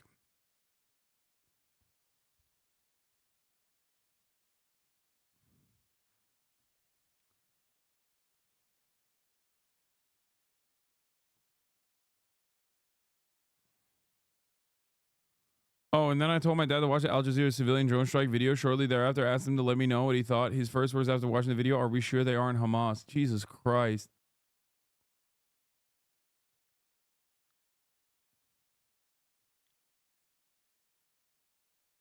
Anyway. Generation Alpha is going to be so brain broken. What do you mean, dude? They have a healthy diet of watching Kanye West, kick streamers, and Andrew Tate. Surely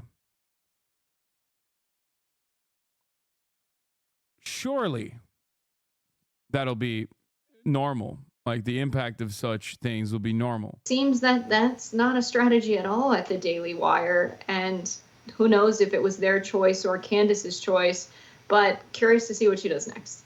Yeah, I mean, based on the fact that she said, see you tomorrow, that definitely suggests that the Daily Wire pulled the trigger and fired her. I think, people who have been following some of the internal feuding at the Daily Wire probably are not super surprised by this. It's definitely the case that Ben Shapiro was very troubled by her views on the Israel-Palestine conflict. He is obviously one of the most pro-Israel voices in conservative media, and they've had public tension around what she's been saying on her show. There was one point. Bro, Candace Owens literally said Hitler wanted to make Germany great. Okay, before she was hired by the Daily Wire. Please, if anyone comes at me and goes, oh yeah, this is because of anti-Semitism, you can suck my entire cock, okay? You are literally the dumbest person on the planet. No, he didn't give a fuck as long as she shut the fuck up about Palestine. I will never, ever in a million years believe that Ben Shapiro gives a single shred of a shit about someone's anti-Semitic tendencies or anti-Semitic statements. Okay? Ben Shapiro, make no mistake, does not give a fuck about anti-Semitism. In that tweet that I just posted in the chat, I showed you, he very clearly has defended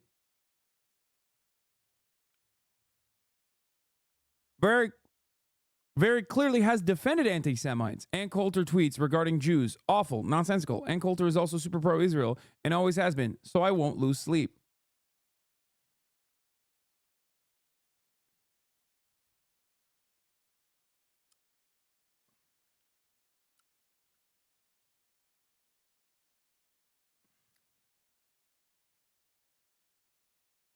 So, oh my God, a trash. She said it was bad for Hitler to go into other countries. Maybe she applies the same principle to Israel. Yes, she does. Except in the other direction, if that makes sense. She applies a similar principle. That principle is anti-Semitism. I believe that Candace Owens is 100% an anti-Semite, okay? Die in the wool, straight up anti-Semite. Are you saying Ben Shapiro was anti-Semitic? I think so. Yeah, I don't think that's like that. I believe Ben Shapiro is anti-Semitic in the same exact way that Candace Owens is anti-black. She doesn't give a shit. And just like he doesn't give a shit what happens to Jews in general, as long as white evangelical Protestants are on board. Yeah, I agree. I actually don't have any problems at all with the word nationalism. I think that it gets, the definition gets poisoned by elitists that actually want globalism. Globalism is what I don't want. So when you think about, whenever we say nationalism, the first thing people think about, at least in America, is Hitler. You know, he was a National Socialist, but if Hitler just wanted to make Germany great and have things run well, okay, fine. The problem is that he had dreams outside of Germany. He wanted to globalize. He wanted. She's like, bro, what do you mean? Hitler wanted to make Germany great? So like the concentration camps for communist, socialist, trade unionist Jews, like the Roma people, disabled people, gay people, that's all fine and dandy, honestly. That's fine. He just wanted to make Germany great. It was an issue when he started doing Lebensraum, you know? Because, like, why the fuck would you want to live with Polish people, dog? That's her take.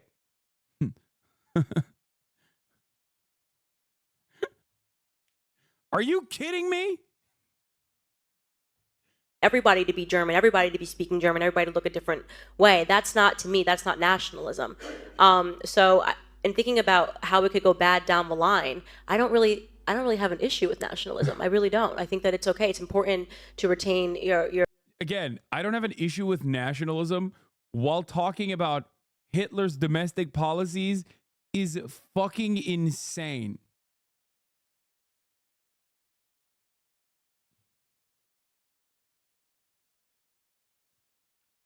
Your country's identity and to make sure that what's happening here, which I think is incredibly worrisome in terms of the decrease in the birth rate that we're seeing in the UK, is what you kind of want to avoid. So I don't have anything problem. I have no problems with nationalism. It's globalism that I try to avoid.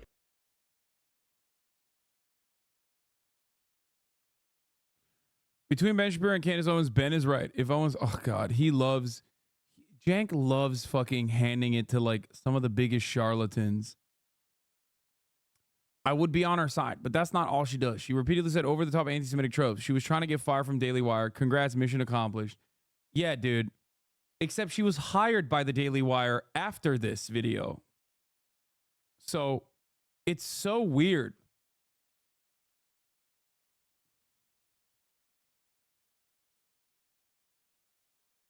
Why don't you have a Jank accent voice? What kind of voice or accent does he have?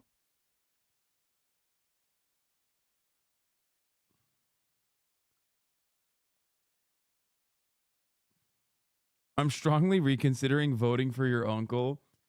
Yeah, even all of that, he's still significantly better as the president in comparison to Brandon. But, you know. Of course, brother.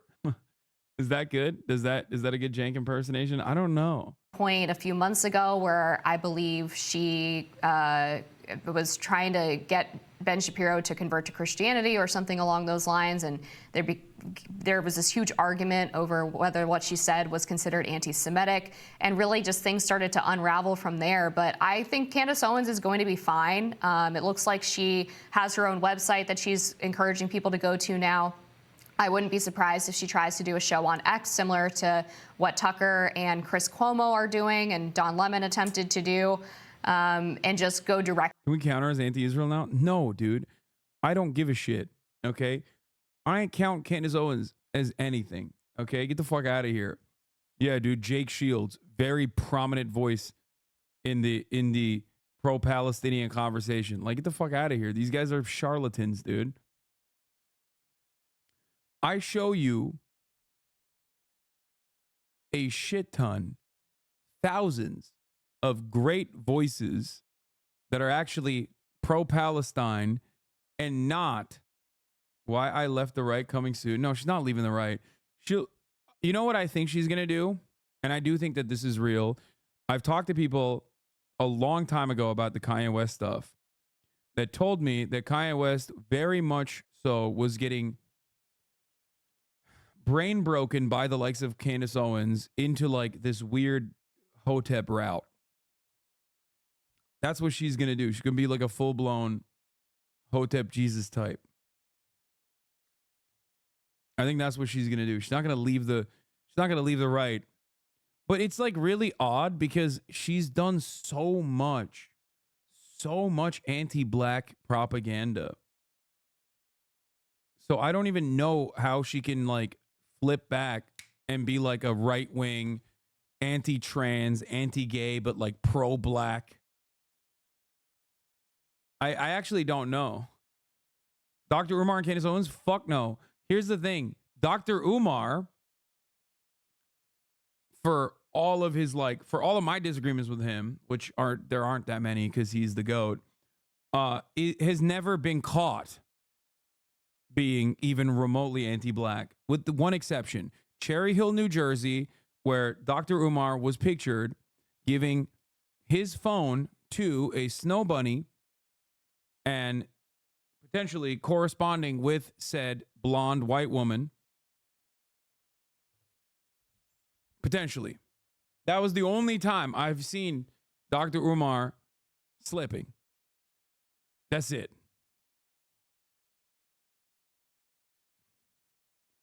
Yeah, not gonna lie, you're delusional if you think Dr. Umar and Candace Owens are similar and very white. Yeah, I did not say that. I'm saying the exact opposite.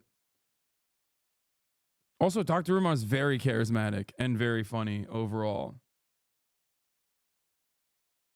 Dr. Umar was at the Cherry Hill Mall. You got it. This is fake news. Honestly, a lot of people forget that like artificial intelligence videos have actually advanced quite dramatically over the past couple of years. This is in 2022, and it is AI. Look at it.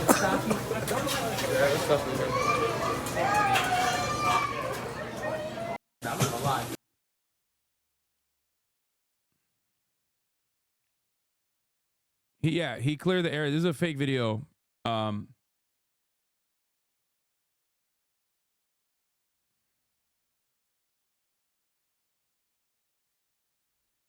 What the fuck is a snow bunny? Think about it.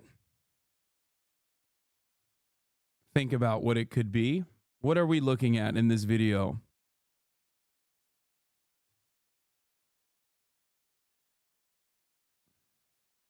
He already explained that the video was, this was a snow bunny that was selling incense, and he was simply buying some incense because the man loves his incense. Yeah, I always give my phone to girls that I want to buy incense from. Look at it. And also laugh at their jokes. Like full body laugh at their jokes. Not just like, haha, full body bending.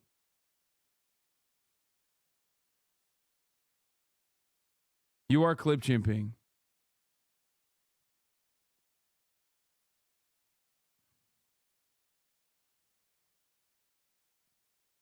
Something I wonder about videos like this, who the fuck is recording this? What random person in a mall would recognize this guy in public? Megaphonics. What you have done right now is demonstrate how incredibly white you are. Okay? Dr. Umar is a incredibly famous person. Especially in the black community. Especially. Dr. Umar isn't dumb enough to get caught like this. He's just testing his followers. True. See, that I agree with. It's a test.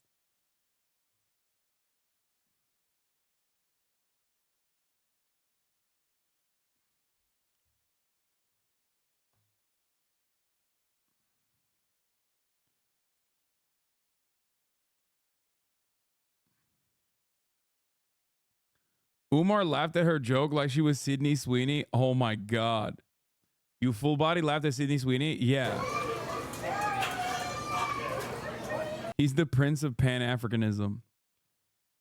And also building a school,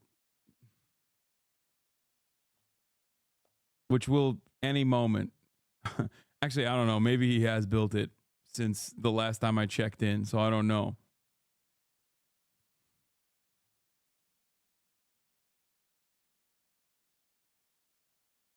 He wasn't laughing. He was picking up the bag.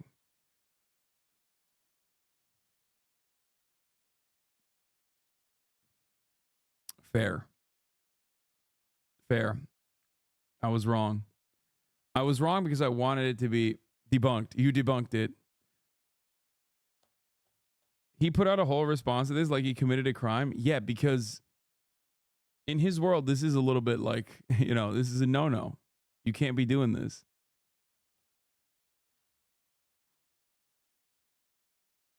This is the Dr. Umar equivalent of me like having literal fucking indentured servants that edit my videos or something. You know what I mean? Like what people say I do.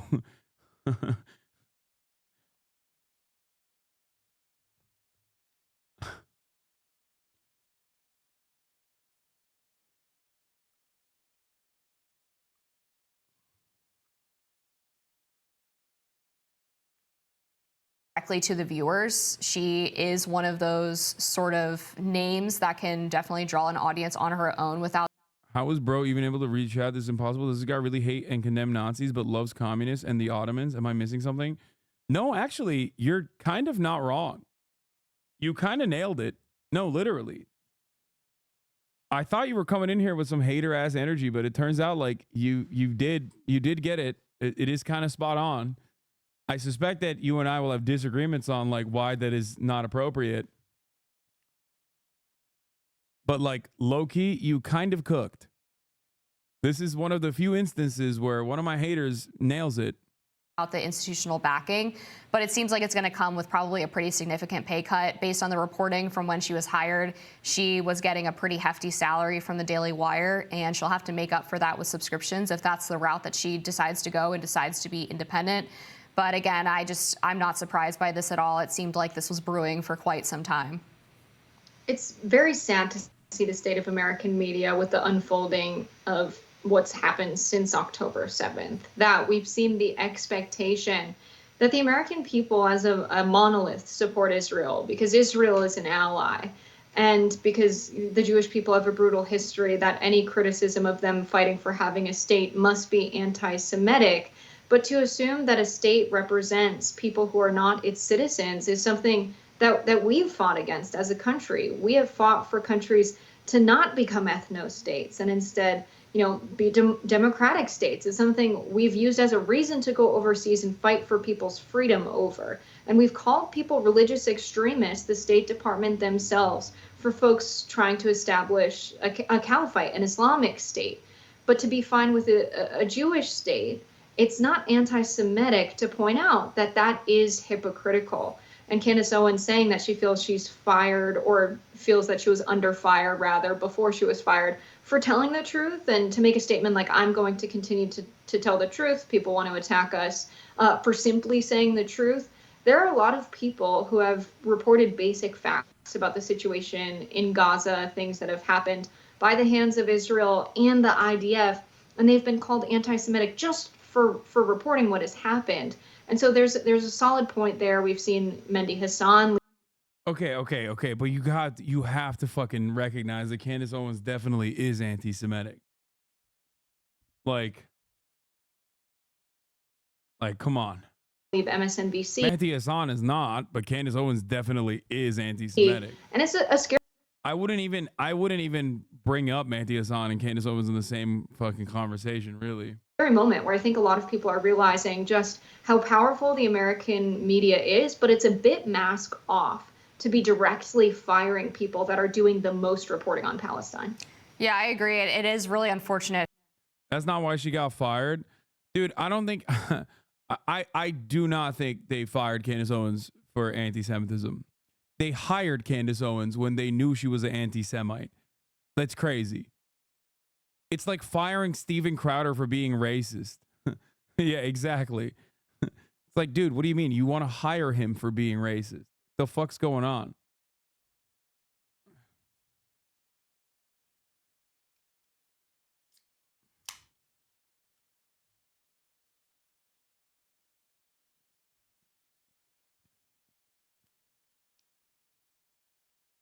Yeah.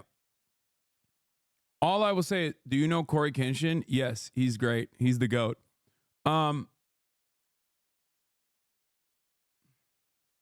What has she said that is anti-Semitic?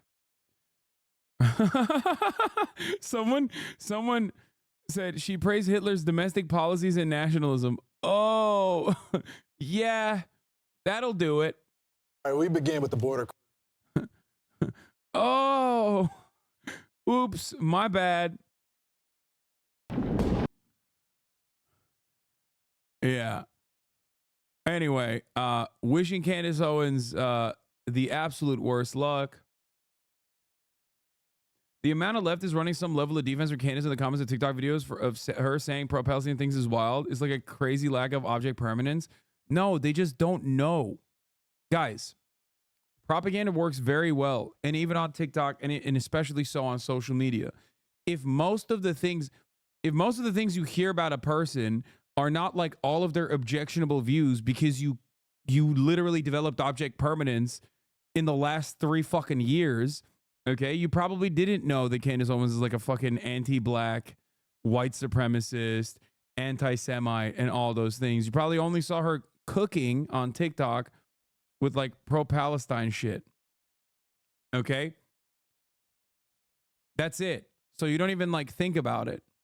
This is the same exact reason why so many of my fucking clips that make it to like Reddit After Dark or whatever have a litany of comments underneath it like, damn, well, I fucking normally hate Hasan, but he really cooked here. And the take that they're saying that to is like a take that I've had for 10 fucking years. So obviously, it means that like people are motivated by the drama that they see because actual politics is fucking boring. So as far as the drama goes, especially when we're talking about like how young these people are, they have no understanding of anything. They just only have like seen this new feverish response that is, you know, this new like pro-Palestinian messaging that they recently got on board with. I mean, I'll take it. I am happy to see so much pro-Palestinian messaging on TikTok. It makes me very happy. It fills my heart with joy. But remember that a lot of those people are easily misdirected. It's sad to admit this as a Muslim, but it's like when Muslims ran defense for Andrew Tate after reverting. Exactly. Exactly.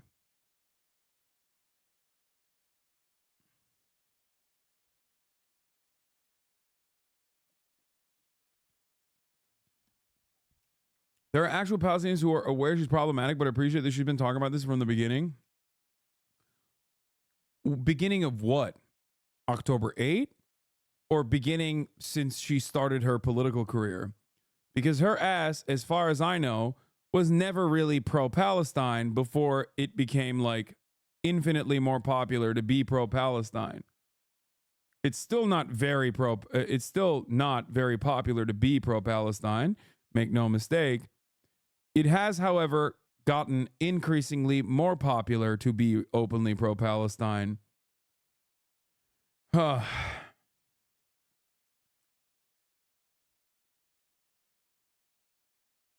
Anyway, maybe I'm wrong. But I have actually never personally seen her come out with a take that I agree with, especially like a pro-Palestinian take that I agree with in the past. It's all new shit. In a position to evaluate the scientific credibility of the trials for the vaccines, do you? No, I don't. So I have to. What the fuck? I thought Jordan Peterson was AI voice. Then what are you doing? I have to do, I don't trust them. I looked at the bloody data. First of all, you have to trust third parties to some extent. When you go outside, I don't have to trust. Of course you do.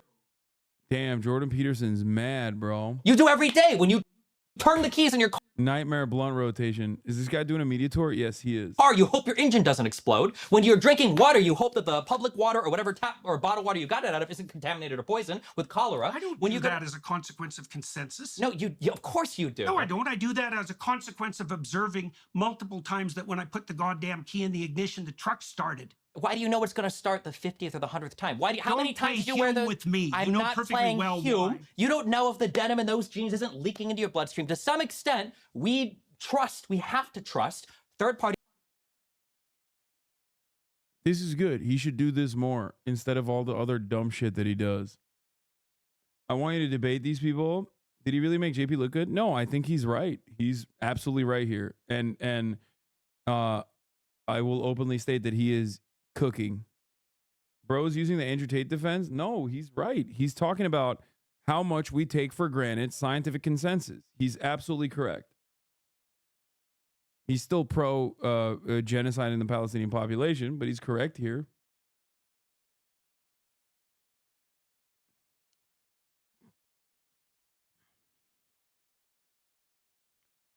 Jordan Peterson, classic fucking science lover, taking a very anti-vaccine stance here. It's awesome. JLP didn't want to go to Oxford? What the fuck is this? I know. Remember when I was supposed to fucking debate Jordan Peterson? Not JLP. Jordan B. Peterson. I was supposed to debate him in Oxford. I was even down to fucking fly to England in the middle of the motherfucking winter to debate his ass, and he pulled out.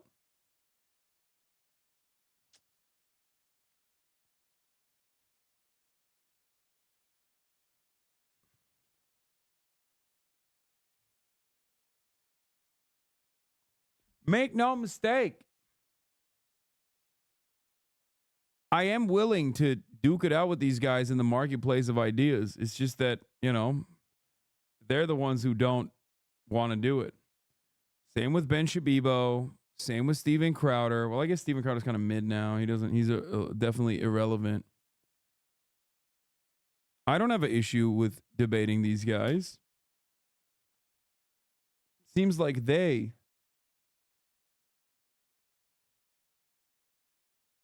are the ones who have an issue with debating me.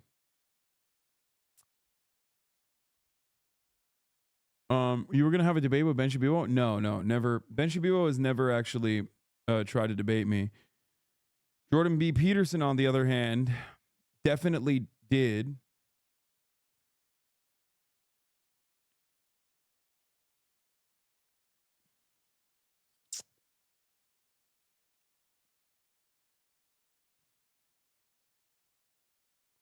Crowder's in the position Candace Owens will be in soon. Yeah. Can you debate some dogmatic dragons soon? Sure. Do you think Benny is cementing himself as the big name in right-wing media since people like Crowder and Tommy and Rubens all eventually fall into irrelevancy like Owens will? Yeah.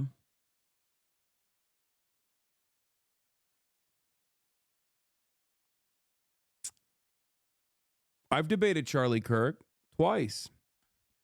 I've debated one of Ben Shapiro's underlings. I am not against debating right-wing shitheads very publicly and very openly. Anyway, here.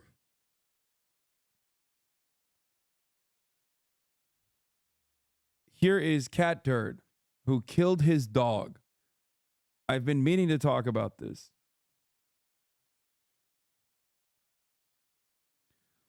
Oh my God, I looked outside and Smiles' entire mouth was bloody and he was rolling around like he couldn't breathe. He had a stick wedged into the roof of his mouth between his teeth. It took me 5 minutes to get it out. It was so wedged.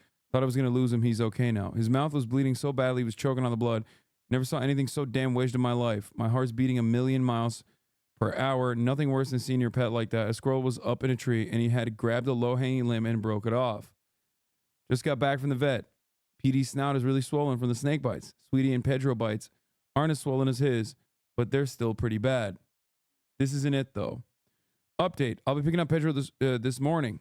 It looks like he'll be okay. He had surgery. He had a really bad gash across his chest that I believe he cut on a board or something during the fight. Bad swollen neck and back leg. I still have no idea what happened. I keep the puppy separated unless I'm monitoring them, so thankfully they weren't involved. Just spoke to the vet who saw Wiggles. How many dogs does this fucking guy have? They believe he probably got clipped by a car, but can't be 100% sure. His paw is dislocated, and they couldn't tell about the bones in his paw if any were broken. They're sending his x-rays to Tallahassee to a specialist to get their opinion. He could need surgery. He does have other injuries, but none seem too bad. He's going to be in a splint and a cone for a while. But of course, basically what ends up happening is that he ran over his fucking dog and killed him, which is really sad. But also, it's still Catturd. So here we go.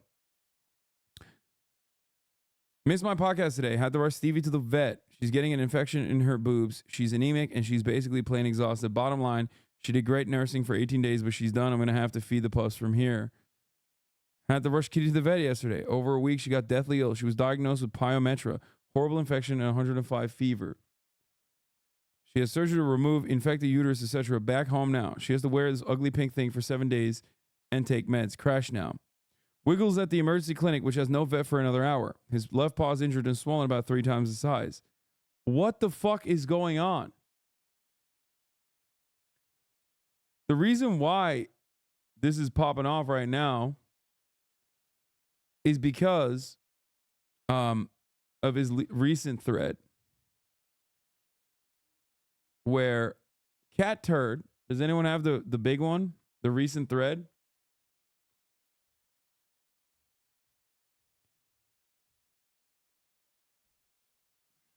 Here's the recent thread. He had a Keemstar moment. It's kind of sad, actually. Trigger warning.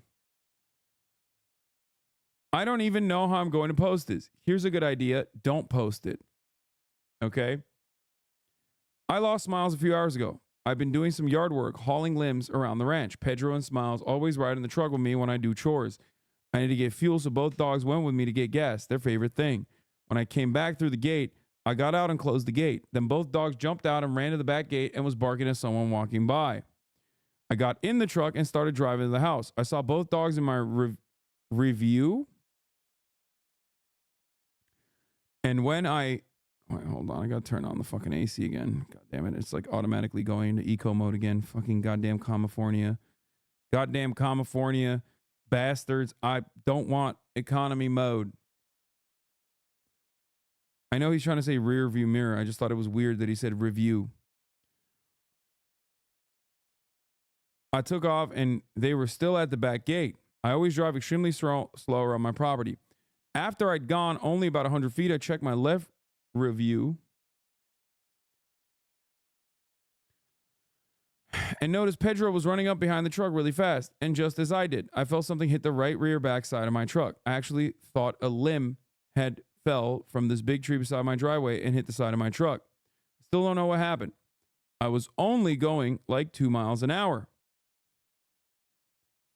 He must have caught up to the truck and either tripped and fell under the truck, under the back rear tire, but I never felt like I ran anything over, or maybe ran into the back of the truck as I was watching Pedro. When I got out, Smiles walked a few steps to me and seemed fine, but then he fell over and pretty much instantly died.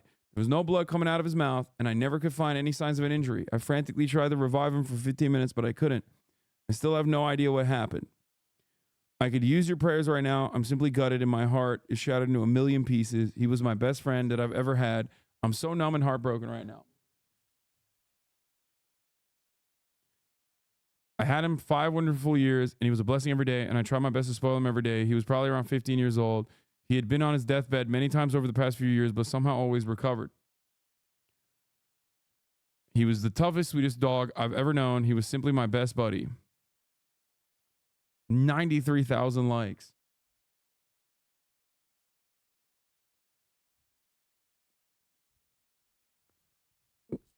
Get the dogs away from this man.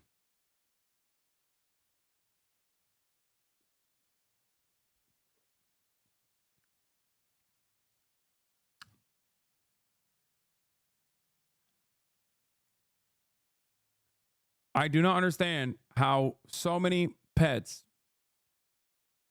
under the Catturd reign has had so many awful moments, awful instances that befall them. Their misfortune is plenty.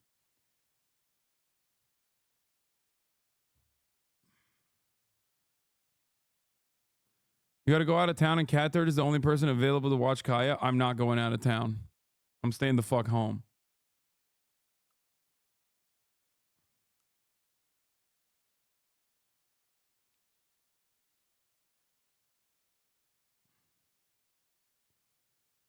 What are the chances he made it all up to get likes? No. I believe it.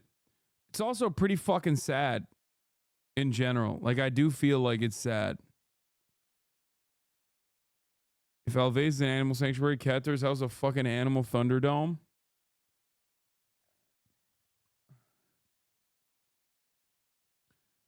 I don't know. Listen. Shit happens, dude. Shit happens to pets. Pets are like little children on fucking steroids, you know? They're constantly trying to kill themselves. It's not just shit happens. I mean, it's true.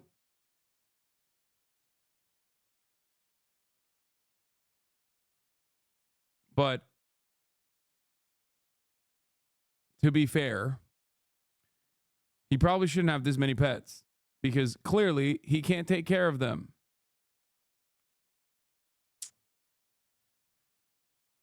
That's my take.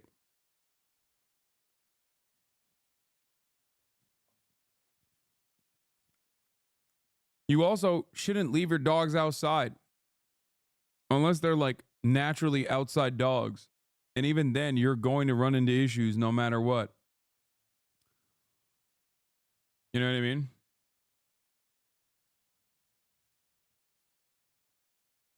But I think it's like he probably has like a big property in Florida where you can have a big property, and he takes advantage of that by letting his dogs roam outside when there's like animals and shit.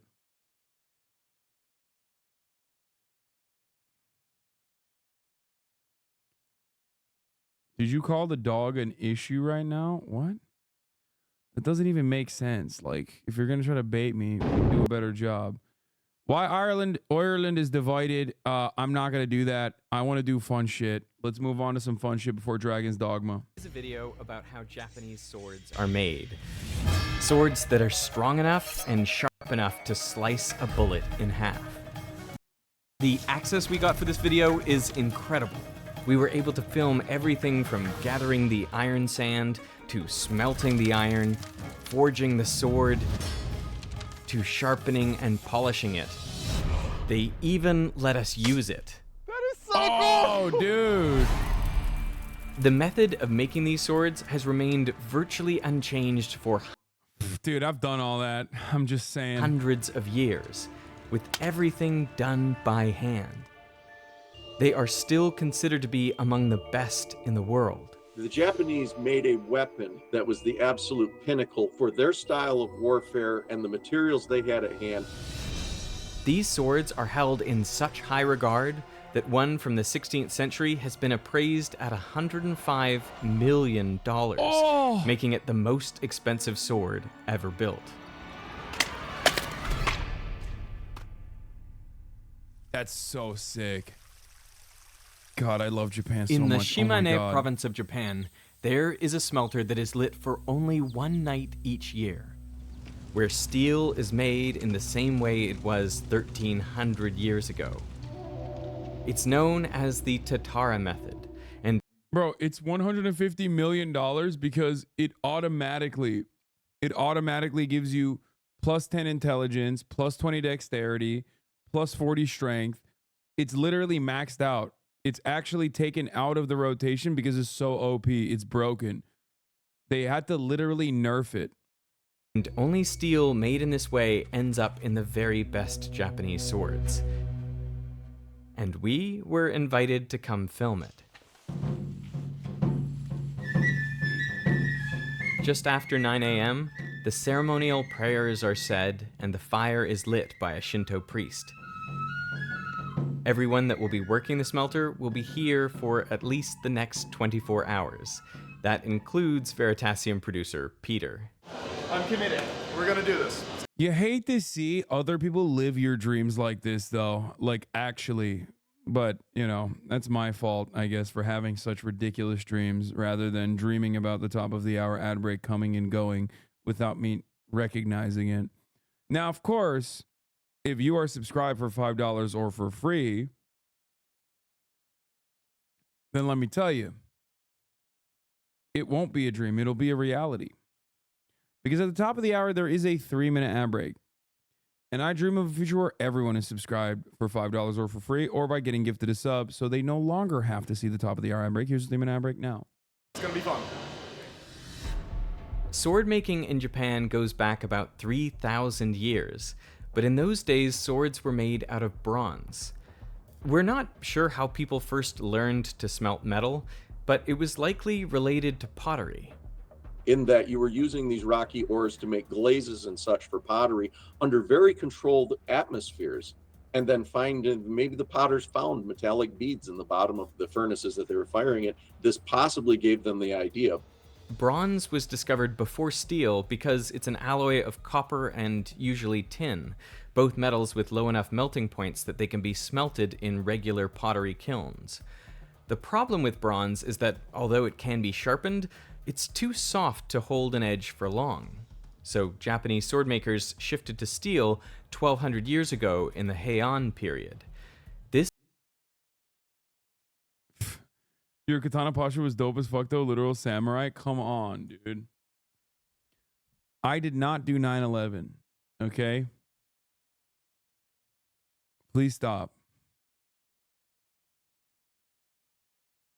This is what most people would recognize as a Japanese sword. It's made of steel with a curved blade. Steel is an alloy of iron, the fourth most common element in Earth's crust. The oceans of the world used to be rich with dissolved iron. But 2.5 billion years ago, cyanobacteria started photosynthesizing and creating oxygen. The iron reacted with that oxygen, precipitating out of solution to be deposited at the bottom of the ocean. Incidentally, the cyanobacteria were poisoned by the oxygen that they themselves produced, so it's thought that when levels got high enough, they died off, and as a result, oxygen levels dropped and iron no longer precipitated out of solution. Then the cyanobacteria could multiply again and the cycle repeated. That's why most of the world's iron is found in layers of sedimentary rock called banded iron formations. Each layer of iron was formed during a global flourishing of cyanobacteria that infused the ocean with oxygen. Yo, come on, man. What the fuck is this science shit, bro? Let me see the goddamn swords, man. Show me the fucking Japanese dudes pumping that shit. The majority of the global iron supply comes from these banded iron formations because of their high concentration of iron, up to around 60% iron oxide by weight. Oh, this is so cool. I get it. You guys are nerds, with its okay? mostly I get it. You're volcanic so geology, smart. has barely any of these sedimentary iron oxides. And this is likely why the country was late to the steel production game. Archaeologists have found steel artifacts in Anatolia, which is modern-day Turkey, that are nearly 4,000 years old. See, now I'm interested. Okay, that's right. Turks invented steel. Recognize, son. But in Japan, metals, including steel, were imported from China and Korea up until the 8th century, when Japan started making its own steel. So where did they get the raw ingredients? Well, igneous rocks like granite and diorite still contain iron oxides, just in much lower concentrations. But as the mountains are weathered, these iron oxides are broken apart and washed downstream. Eventually, they become part of the sand. The Japanese noticed that because iron oxides are denser than other minerals in the sand, they accumulate in places where the river changes direction or speed. The heavier iron sinks to the bottom and the lighter material is washed away. To amplify this effect, they deliberately created diversions in the river to increase the concentration of iron. What you do is you dam off a section of river and then you drag sand into it. Because iron is heavier than the other parts of the sand, it is the thing that gets left behind and everything else gets washed downstream. With this method, you can get iron sands with 80% iron oxides by weight. That's more concentrated than high-quality iron ore. And since it has fewer impurities, it's an excellent source material for high-quality steel. If you heat up those iron oxides to over 1250 degrees Celsius, you can break the bonds with oxygen and get pure iron. But pure iron is actually softer than bronze. So in its elemental state, iron provides no advantage. But nature gave humans a lucky break. One of the few ways you can heat something up to 1250 degrees is with charcoal. And charcoal is basically pure carbon. And if you add just a little bit of carbon to iron, it creates an incredibly strong alloy, steel. Yeah, a lot of people see it as a heat process. I see it as a chemical process. Alloys are usually stronger than pure metals because they contain different sized atoms. And this reduces the ability of atoms to slide past each other when an external force is applied. So I've just been given gloves, other gloves, That and a looks fucking sick, dude. towel. That's what I'm So talking about. things Get are to the very good much, shit. Getting real. Without nerds, there would be no katanas for you to coom over. Whatever, Genuinely dude. quite worried. And here is the room with all of the charcoal that we're going to be using overnight. There's just bags and bags of this stuff.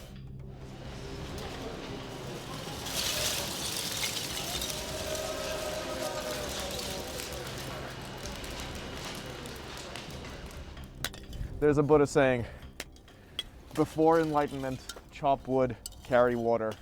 After enlightenment, chop wood, carry water. I'm here? Okay. So we're lining up on the four corners, I guess?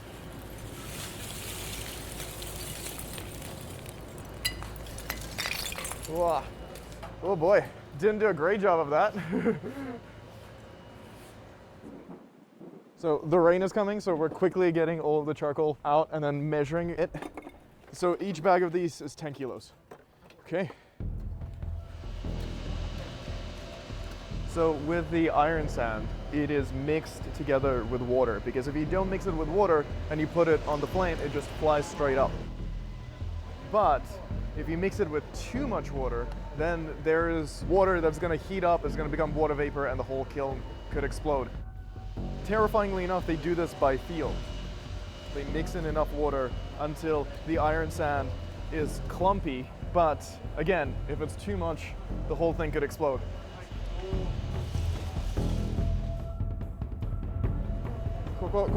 Hi. This is how you know Japan fell off. You know before they never let white boys touch any part of that process. Agreed. Japanese economy in the dumps, dude. They're like, please, we have too much deflation. Please, white boy, come save us. Show us the way.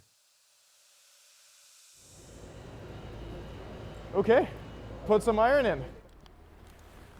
Weebs single-handedly are keeping the Japanese economy alive. I am certain of. And I say this as a weeb myself, and it is my honor to keep the Japans alive.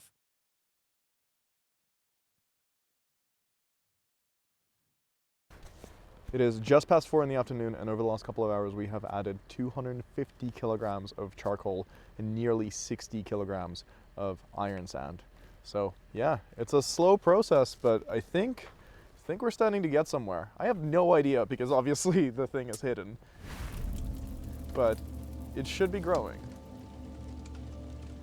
To achieve the high temperatures required to make steel, you need a strong, steady supply of oxygen.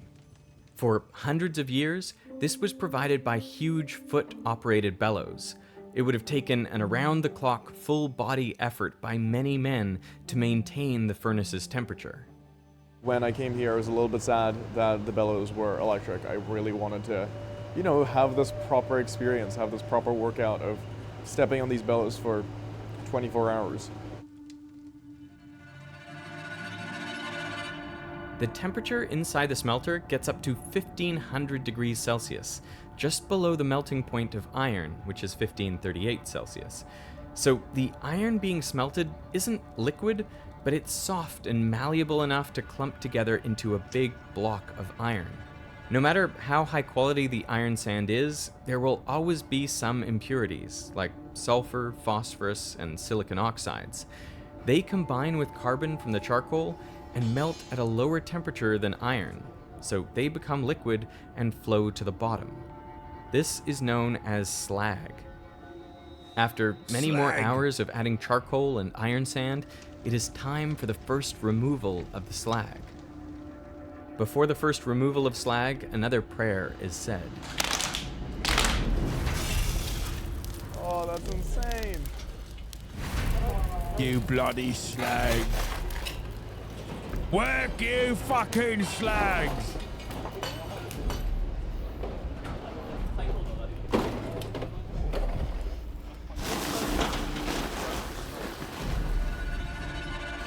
Hot tomato.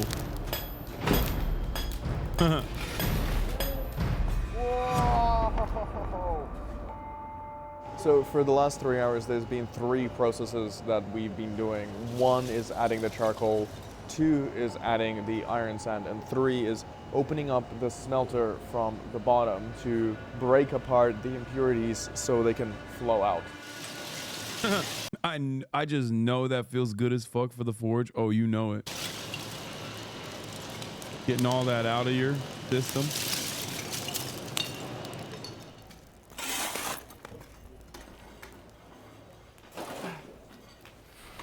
Look at this white boy learning the value of a yen, you know what I mean?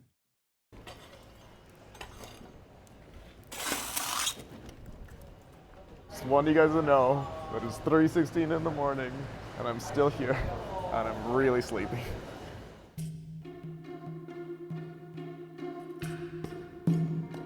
So it's currently 6 o'clock in the morning the next day. We've been smelting for 21 hours. I'm exhausted, but the sun is about to come out and it's been pretty amazing. I gotta be honest. We gotta close these doors really quick before they get mad at me. At 9 a.m. the next morning, the smelting is complete. A total of 614 kilograms of iron sand and 670 kilograms of charcoal were added to the smelter. At this point, in a traditional smelter, the only way to get the steel out would be to break it apart. These days, a crane is used to take the smelter apart. Oh, wow, okay. Oh! And what is left to show for all that hard work is a 100 kilogram block of steel, iron, and slag. Only around a third of this block is high enough quality to be used in sword making. Oh, that's insane. That's so cool. The result for all the hard work. This is step one of making a Japanese sword. The steel is sorted by quality and carbon content, which is also done by eye. In fact, this is one of the exams you need to pass to be certified as a swordsmith. Then the different grades of steel are sent out to one of 300 swordsmiths around the country. Only 30 do it as their full-time job. And one of them is Akihira Kokaji, who we went to visit next. This is when the forging of the sword begins. In a coal oven with hand-pumped bellows, the steel is heated until it is soft and malleable. Then, using hammers, the master swordsmith flattens out the steel. Okay, this is a serious question, and I don't even know if like you guys would be good answerers of this question. But like, I don't fully understand why they're doing the slag the old-fashioned way. Is it just tradition? Is it supposed to be like better, less impurities? Like what? Like that makes no sense, kind of. In the old days, this would have been done by the swordsmith and 3 apprentices. The swordsmith using a smaller hammer would set the rhythm, and the apprentices would use big mallets to flatten the steel.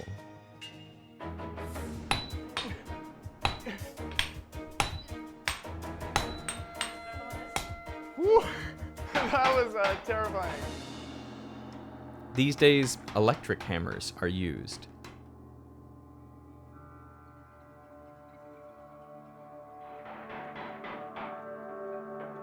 When the steel... What do you mean? What do I mean? What do you mean, what do I mean? Like, modern methods of creating steel are probably infinitely more efficient, infinitely less time-consuming, infinitely less labor-intensive, and probably yield way less imperfections. It has to be specifically for the fucking vibes. There are literally laws in Japan that only allow swords to be made by traditional methods, hence they're considered art pieces and not weapons and legal to own. Is flat enough, it is then bent back on itself.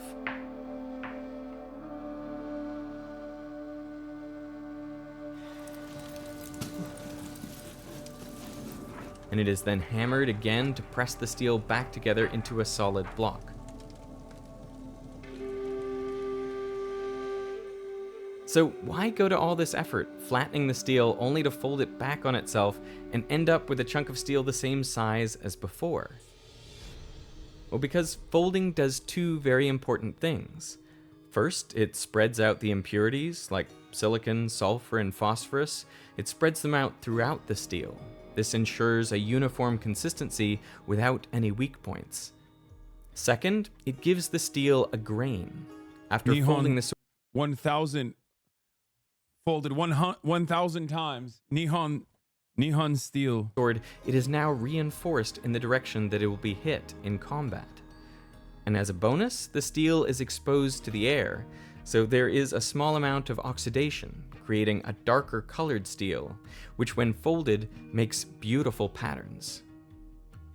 There are some swords which have more than 1 billion layers.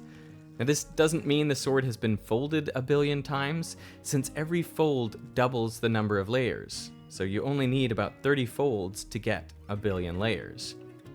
But usually, a sword is folded 10 to 13 times, resulting in a few thousand layers of steel. Now, a blade isn't made from a single block of steel. The carbon content affects how hard the steel is, so different carbon percentages are used in different parts of the blade.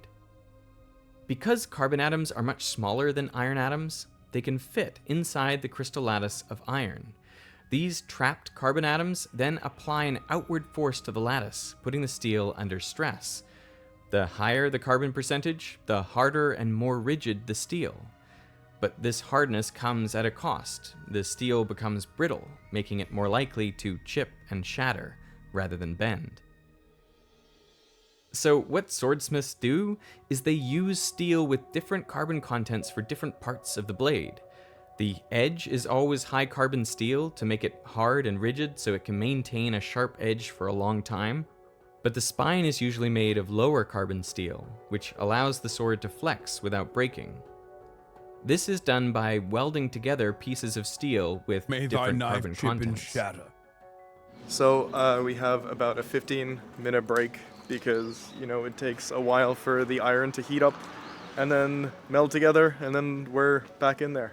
It's very hot. It's very, very hot in there. It's kind of unbelievable that he can do this for 4 hours at a time.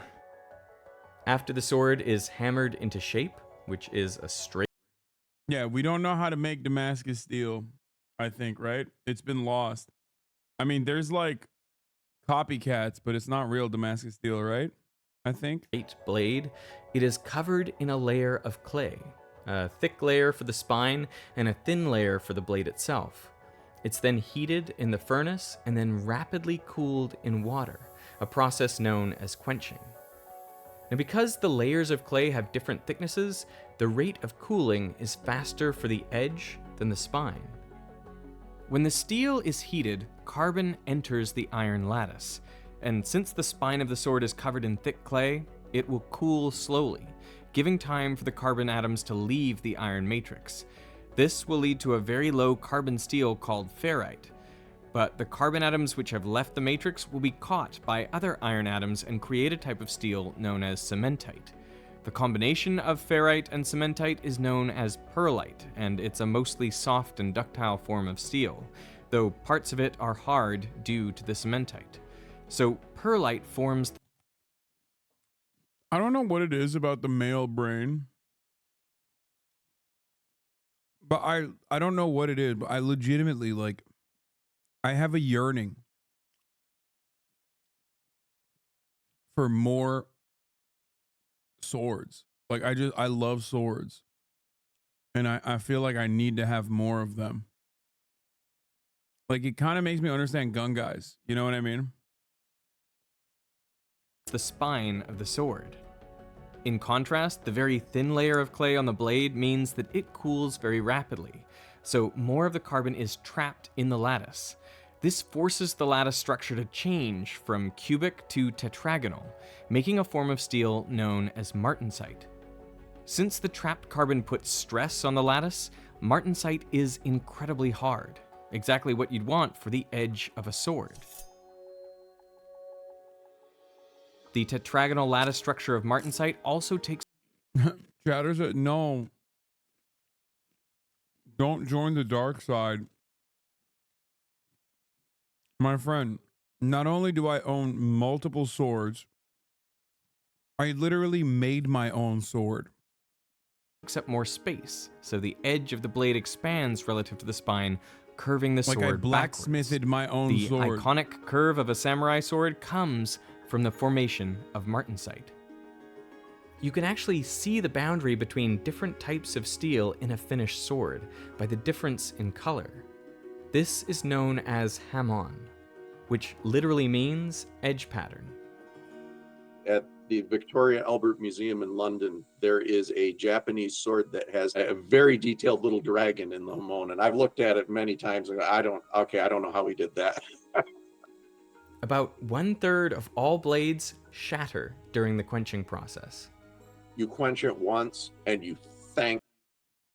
Not me, bitch. Not me. Y'all already fucking know. You saw my ass hit that fucking quench. The stars that you made it. The sword is then... No, you just bent it. No, I didn't. No, I didn't. Gil literally was shocked at how straight my sword was.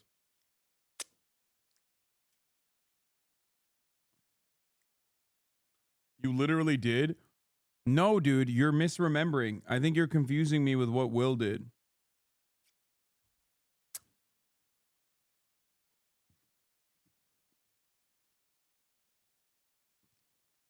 My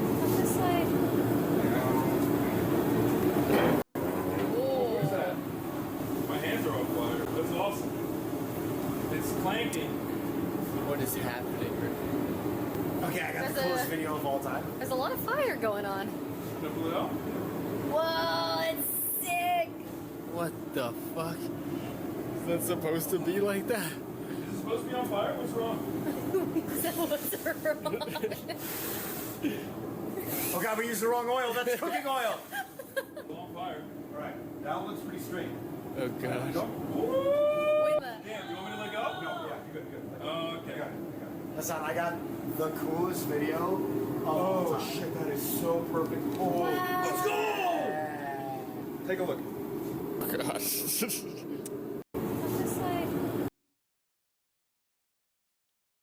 He literally said, that is the shortest sword. I was not expecting it. Then placed back in the forge to evaporate any remaining water.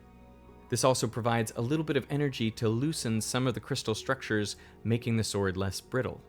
And that's about the extent of the tempering process on a Japanese sword, which that might be enough to relax things a bit, but they kept the edge much harder than you would have in the West. After the sword is forged, it is sent to a polisher.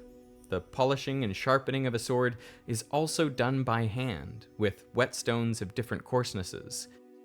It can take a month to sharpen and polish a single sword.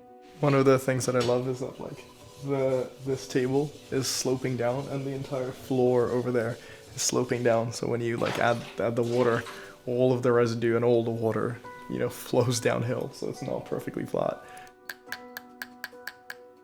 Sometimes the swords are also engraved with beautiful patterns, though this is quite rare. And after all that, the sword is done. To learn how to use a Japanese sword, Peter got a lesson from a master, Takara Takanashi. He is the 10th generation student of Miyamoto Musashi, a legendary samurai. Musashi killed his first opponent in single combat at the age of 13.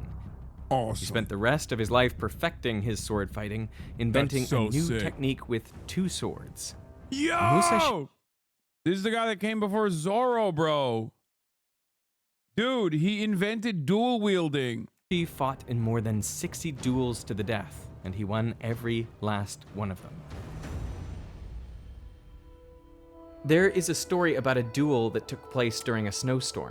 That's always funny to think about, I've talked about this before, the first guy to invent flanking just cooked so hard. So much shit that we take for granted now and the science of warfare, someone invented it. And the first guy that did it, everyone was like, that is the most insane thing that I've ever fucking seen in my life. This guy, he's too powerful. Some guy was like, why don't we just go around them? Same with the guy with the 2 swords. Everyone was like, what the fuck? Nobody thought about having 2 swords? As he faced his opponent, katana outstretched, Musashi was so calm and kept his sword so still that snowflakes began to accumulate on the thin edge of the blade. So during the lesson, I thought I would get to use a katana, but instead we spent the entire time learning how to take the blade out of its sheath and then put it back in. So yeah. When I actually got the chance to use a katana to slice through some things, I was deeply unprepared.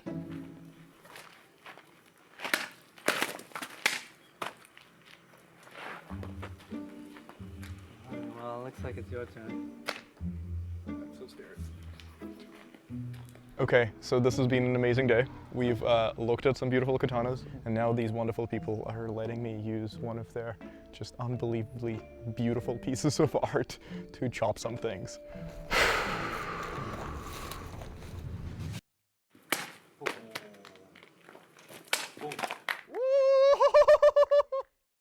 Like, this is kind of the best day ever. There really is something remarkable about Japanese swords. The amount of care, attention, and expertise that each step requires, from the gathering and refining of the iron sand, to the smelting, to the forging and sharpening a sword, each step takes so much time and skill. He didn't flick it. Disgraceful. He literally just put it, he whipped it like a baseball bat. He didn't flick it.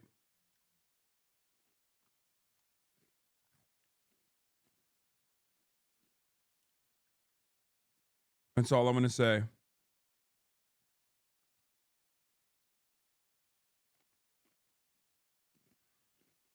It's incredible that all these things were discovered by trial and error to produce artifacts of such high quality that they are still prized centuries later.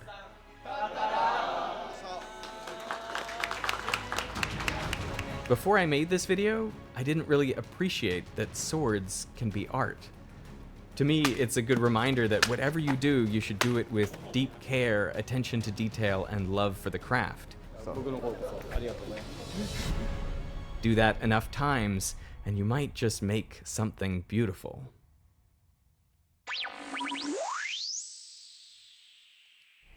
Hey, this part of the video was brought to you by Henson Shaving. Arigatou gozaimasu.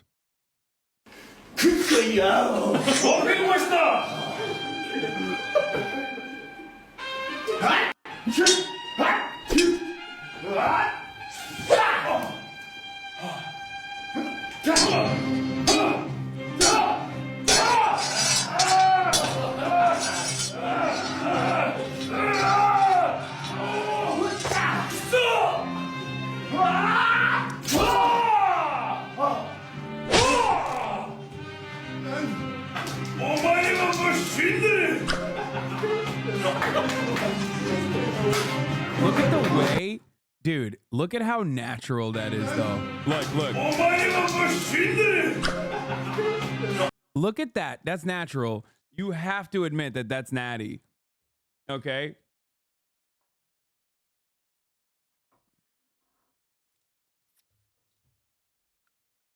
That's clean. And if you fucking act like that's not clean, like me wiping the blood off my sword.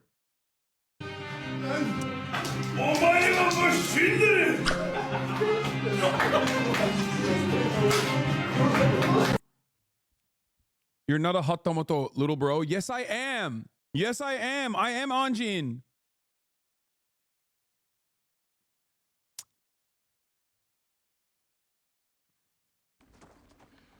Peering into ladies' private quarters?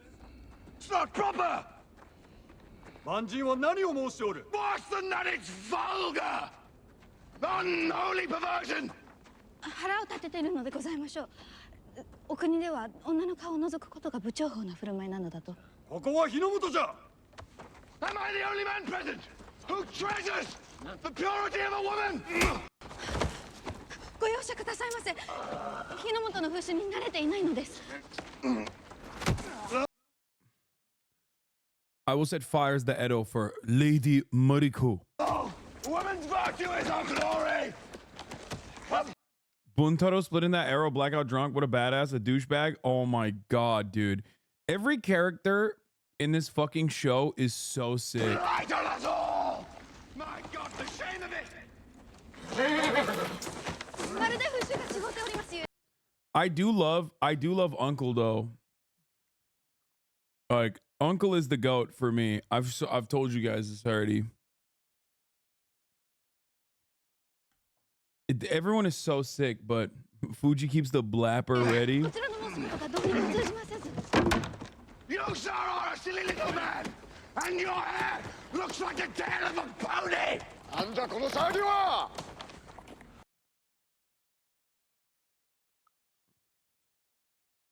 I worked with her on Monarch Legend of Monsters. That's sick.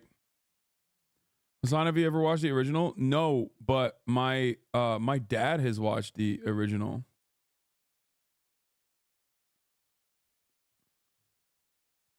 Yeah, Sea Dog Va is on the show, which is kind of crazy.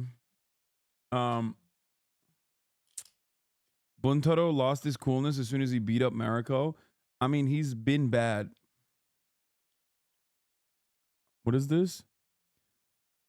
My Turkish drama series is this guy on TikTok trying to convince his Kemalist mother of the most basic Muslim concepts. May Allah guide her. Yeah, I saw this fucking dude. And he's kind of weird. I'm not going to lie. Where he's like asking his mom why they have a Santa Claus in the house and shit. And I'm like, bro, you're Turkish. Like, of course you're going to have a fucking Santa Claus in the house. Santa Claus is literally goddamn Turkish. So you're telling me when you pray, you don't pray? British, of course. When you pray Salah, it must be in a language you understand. So you're telling me when you pray, you don't do in Arabic? You should do your own language. You should understand what Kim sana bunu söyledi annem? Yani namazda Allahu Ekber demeyip Tanrı en büyüktür mü diyorsun? Kur'an'da namazı Arapça kılın diyor mu demiyor? Tamam da. Demiyor When you're praying, are you reciting Quran? Yes or no? Logically Deniz, is logically. Yani mantık olarak. Mom. When you're praying, are you reciting Quran? Yes. What language was the Quran written in? Deniz Arapça. So do you do? Hayır, illaki Kur'an'dan bir şey okuman gerekmiyor. Deniz, çünkü anlamıyorum. Arapça söylediğim zaman dediğimde anlamıyorum ve You know this is nationalism. This is nationalism. Hayır, Deniz, you're a nationalist. Lastly, we need to discuss the matter of why we have Crusaders statues in the house. Now, me personally, I'm not in favor of this, and I'd like to ask your formal opinion as to why we have. İngilizce mi anlıyor musun? Deniz saçmalama. Okay, so I apologize. But why do you have statues of Crusaders in the house? GCS İngilizce'den ben senden daha yüksek almışımdır. Oh, okay. Okay, we'll end the conversation here for today. The most confused group of Muslims are Turkish parents. You can't change my mind.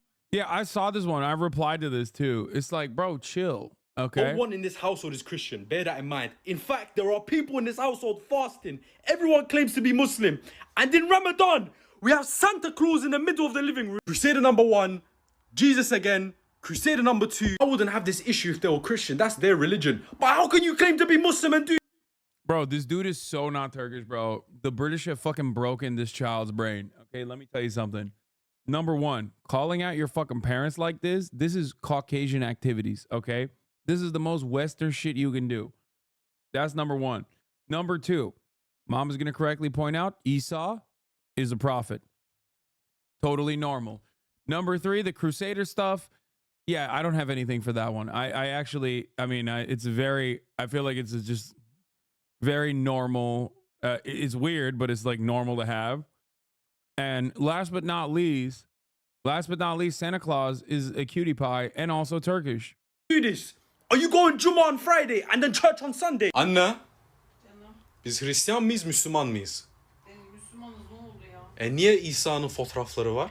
Annem o da peygamber ya. Tamam da o da peygamber ya. Peygamberin fotoğrafı koyulur mu? Deniz, konunun Kur'an'da öyle bir şey yazıyor mu? Santa Claus niye var? Anneciğim, Santa Claus öyle geleneksel. Şirin, ben o dedeyi seviyorum. Annem yapma bunu ya. Dedeyi seviyorum. O Santa Claus'la Ramazan ayında bu yapılır mı şimdi? Deniz anneciğim, Santa Claus o bizim dedemizi andırdığı için ben... I tried my best, but realistically... Yeah, she's saying it reminds me of our grandpa. Why is he upsetting his mom? For TikTok clout. Parents, especially Turkish parents, are never going to take... Is he an r/atheist? I'm confused. No, bro. He's like a fucking... No, you don't get it. He's saying that, like, people in his family who are believers that are also Muslim are not doing Islam right. Take knowledge from their children, yeah? This is not my household. I'm sorry, guys. There's nothing I can do. He's a secular Muslim in the UK. Is he secular? I thought he was like... I thought he was British. I thought he was not a secular Muslim, but a British one.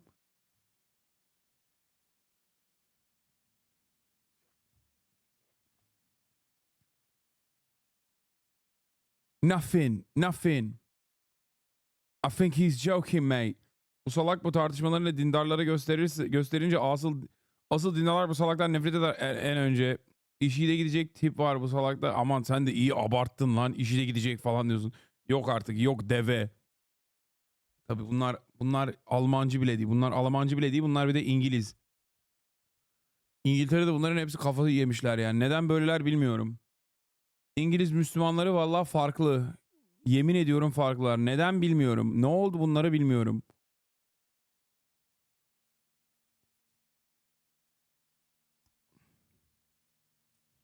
Abi yemin ederim anneyle tartışılır mı herkesin önünde? He's mad that this dude is making fun of, he's like arguing with his mom in front of everyone.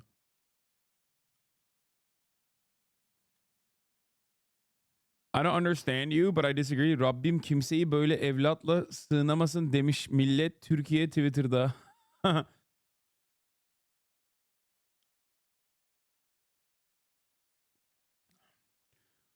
I'm just saying, there's a fascinating phenomena in like British Muslims that just like get real fucking aggro. I don't know why.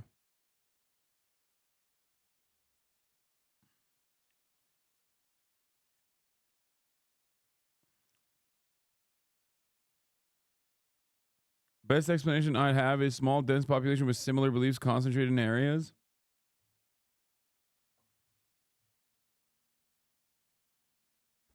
Because it's trendy and alpha.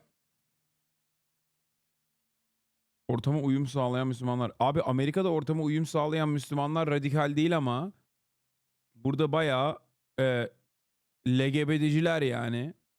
İyi anlamda söylüyorum. Erdoğan gibi söylemiyorum. Amerikan Müslümanları çok şey yani. Açık görüşlü insanlar burada. İngiltere'de tam tersi. Neden bilmiyorum. Harbi şaşırtıyor yani.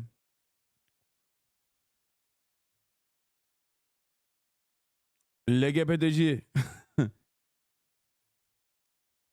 I'm talking about this fascinating thing where like American Muslims are actually more tolerant of like LGBT stuff than like white Anglo-Saxon Protestants are. But I feel like in England, in Oi Bruvland, the Muslims are like out of control for some reason. Like I feel like they're way more.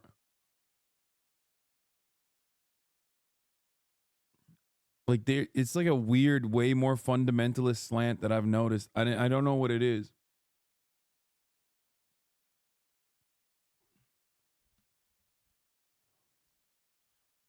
Oi Bruvland, brother. Yeah, it could be because Kutalper, this is the most Turkish fucking name of all time. One of my besties when I was growing up, his name was Kutalper. He thinks it's because of the Islamophobia that's like radicalizing people, like pushing people to radicalization and like harden their stances. But I genuinely don't get it. Amerika'da da var. Lol bahane mi bu? Yo yani Amerika'da da var. Doğru söylüyorsun aslında. Evet. It doesn't make sense. Yeah, you're right. There's hella Islamophobia in America too, but I think like because the war on terror happened originally under a Republican admin, maybe Republicans kind of like ran with that narrative way harder than the Democrats did. So a lot of Muslims in America were more tolerant to like progressive ideals and stuff as they saw like a natural allegiance there maybe. I genuinely don't know what it is. It has always been shocking. I mean, look, I'm sure there's like plenty of fucking woke Muslims. Grab a controller and kick back, it says. Okay. I'm turning on Dragon's Dogma. Dragging these dogs in your mouth, dude. And by dogs, I mean my dogs. You know what I'm saying? Freaking got him, dude. Let's see if it plays. Wait, what the fuck? Why is it like this?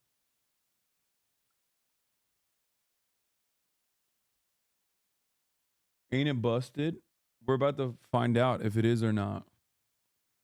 What about the Ronin, Rise of Ronin? Is that actually on Steam or is that PlayStation game only? Brother, as a PS5 game only? Brother.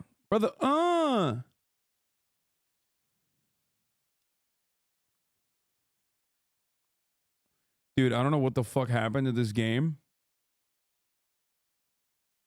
but instantly my computer went. It's making noises. My computer's making noises I've never heard it make before.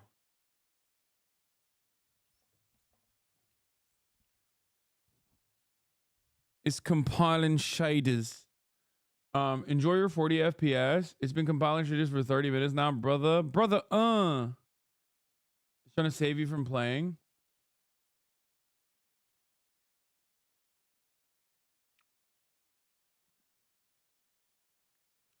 You didn't like my attempts, so I optimized you. That's crazy. At least my head looks normal and large. Wait, let's see if my fucking PlayStation works. Maybe I can download the...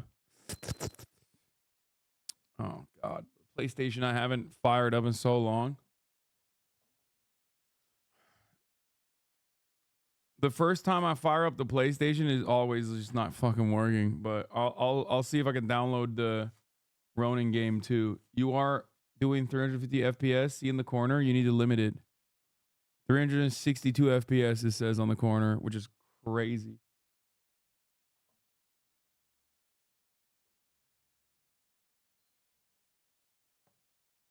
Do you wear an XL? Yes.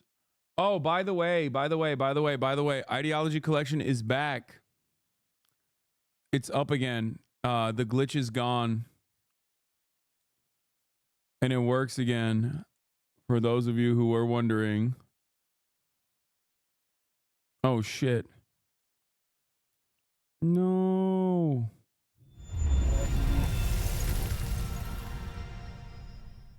Fuck. Okay, it's not gonna work right now. I don't think the PlayStation is gonna work currently. How do I make this? How do I full screen this chat? Why does this start? How do I full screen this? Alt enter.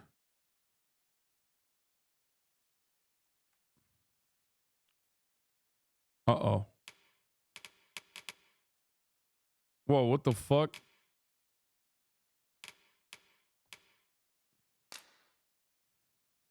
Max brightness. Adjusting little pattern is barely visible. Confirm. Adjusting the pattern is barely visible. Confirm. Adjusting the picture in the center disappears. Please check your max min brightness settings if you can't see the picture in the center at all. Confirm. Enter your age.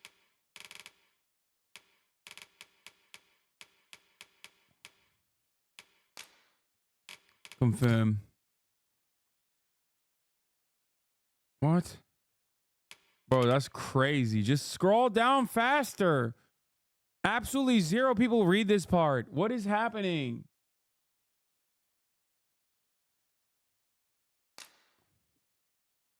That's so dumb. Enable network features. This will allow you to hire pawns, player followers created by other users. It will allow other users to hire the pawn you create. You can change your settings anytime in the network section of the options menu. All right, fuck it. Why not? Let's get some fucking pawns in here, yeah? Oh my God, okay. Dragon's Dogma music and sound collection. Custom sounds have been added. All right, let's change some of the fucking graphics first, yeah? Oh no! Borderless window. All right, what am I supposed to change here, chat? Chat, what am I supposed to change in here?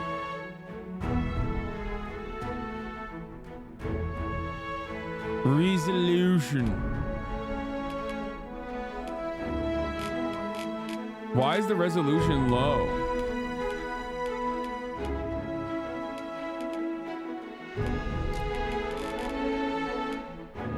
Turn ray tracing off. It's off already. Cap the FPS to 60, yeah?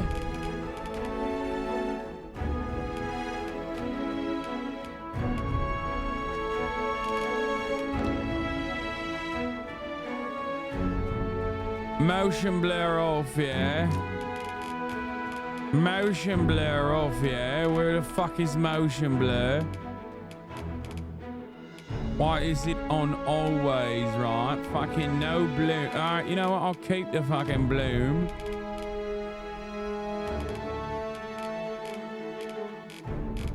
Don't you have a 1440p monitor? I do, but it's fine as is, mate. Sound, master volume. Turn it down a bit, yeah. That's better. Probably. Hook you on a gobble, you mug. What does that fucking mean? Highest textures. I don't know if I should do the highest textures, mate.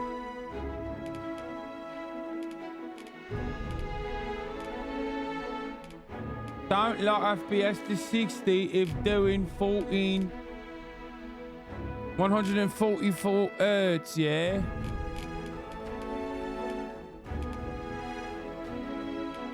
This game better not have any fucking pronouns, mate.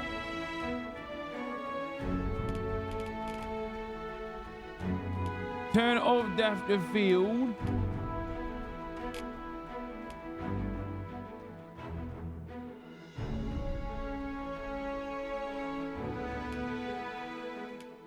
Don't you dare current fucking day us, mate. Don't fucking do it, yeah? Lads, don't current day us.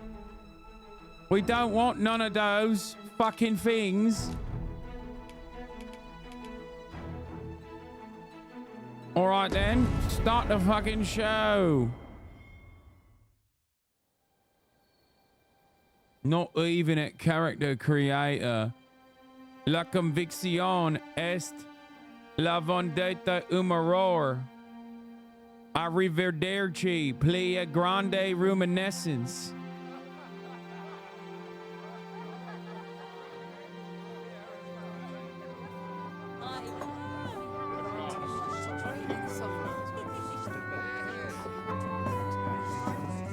Graphics look fine so far, lads.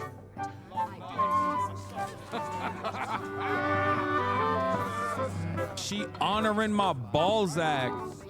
You know what I'm saying? Honored guests, lend me your ears.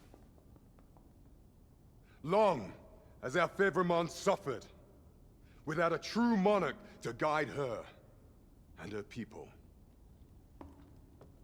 Decades have passed since last His Majesty Erland sat atop the Draken throne. Long have we endured, yet it has not been for naught. At last, the bell has tolled on the age of the Council. What about the age of consent, yeah? We may celebrate the coming of our rightful ruler. That's what I want to know about. Fucking no pronouns and no age of consent. No more politics. My word, such an inspiring visage. Your Man's chatting bear. Your Majesty, oh how long I have awaited this moment.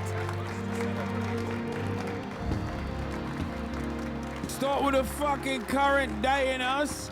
Did that baby company work on this fucking game too? With a Black Knight?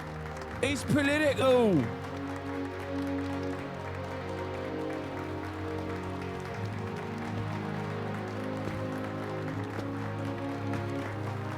Damn, bro, I started off as the king. Pretty poggers.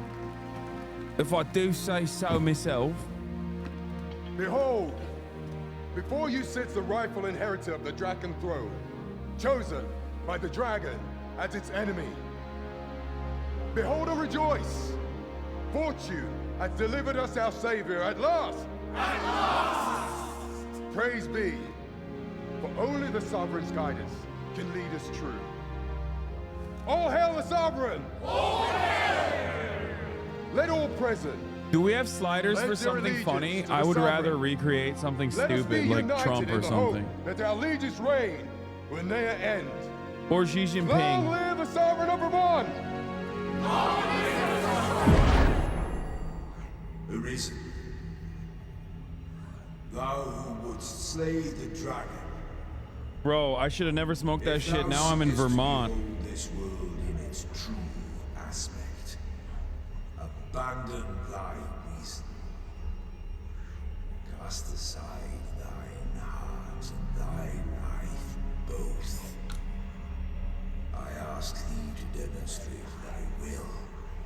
For naught but thine ambition can alter the course of the rivers of fate.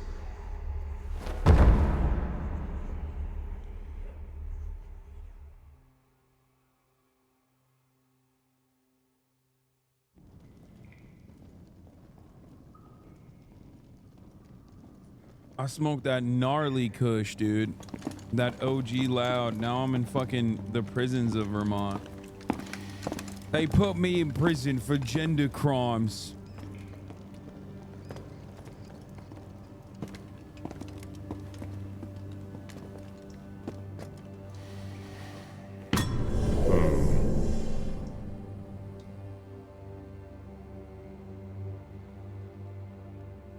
Are you gonna pay $2.99 for fast travel, or are you Which one of you brokey? was it? No need to be shy. I've just got to take down a record of your name and face. Come on, step forward. You can either select a prisoner as a preset or select a hooded prisoner to customize your appearance from a blank slate. Aha! I thought I recognized you. Let's go, mate. Choose a race, body type, and base head to determine a character's basic appearance. You will then be able to make further edits by selecting Customize. Once finalized, the Arisen's race cannot be changed. What the fuck? Is that a furry? Fucking gender ambiguity! No fucking furries in my video games! And look at this lady! She looks stronger than me. I fucking hate it. Trump sliders.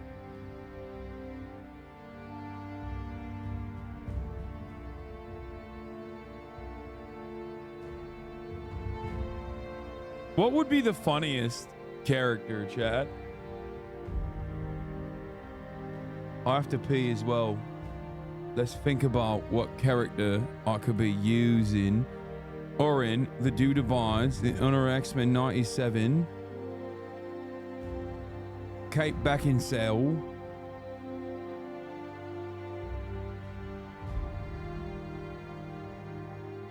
I don't want to make myself.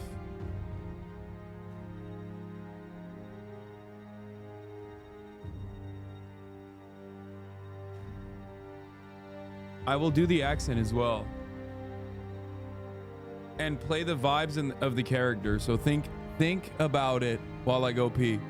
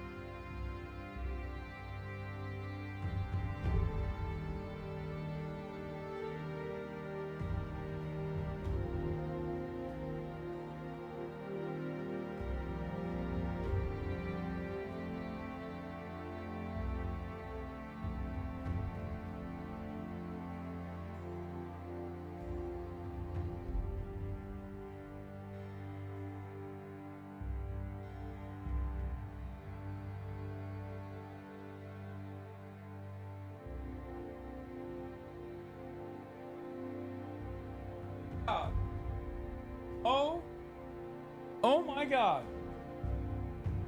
What is that? Why are you wagging your tail, huh? Why are you wagging your little old tail right now? Oh, someone woke up. Like, enough with the gaming, Dad. Do the Trump sliders there, but for the uncanny body, but change the hair to make it Elon Musk. This is the way Prigozhin and Andrew Tate were good things I saw in the chat. Norm Finkelstein. Why do I ask my chat these things? Chat is just permanently not interested in fun. Princess Diana? No.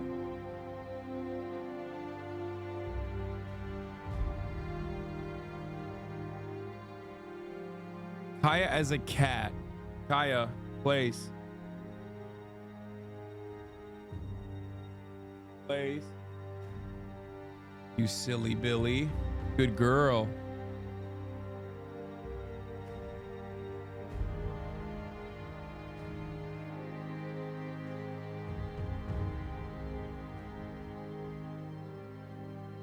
Patrick Bet David. I don't know how to make Patrick Bet David.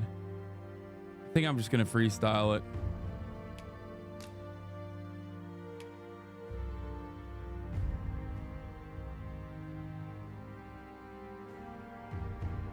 What is this?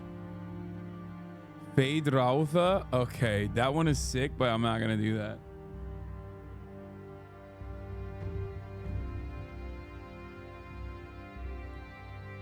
Alex Jones I would do.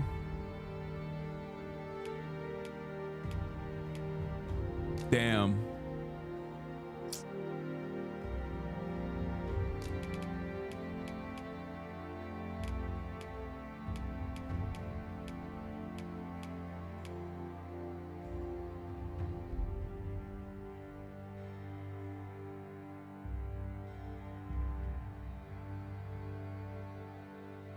Just make yourself. I don't know how to make myself.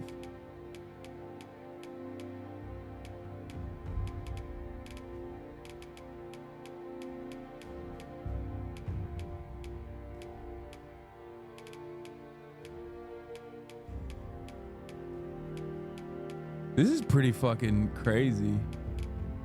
This is like, damn. This looks like the Brian Johnson guy. The billionaire who found the de-aging serum with like the body of a 25-year-old man with the head of like a 65-year-old man.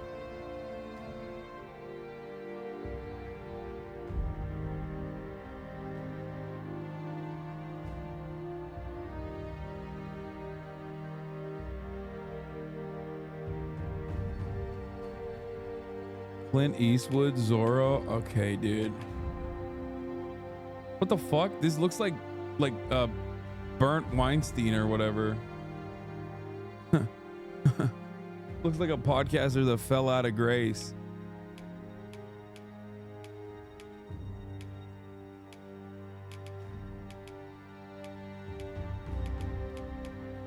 This is a twink. Make the guy right middle row and look.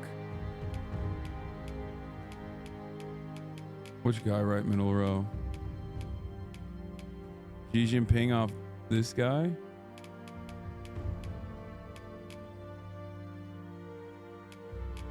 How much can you manipulate the look?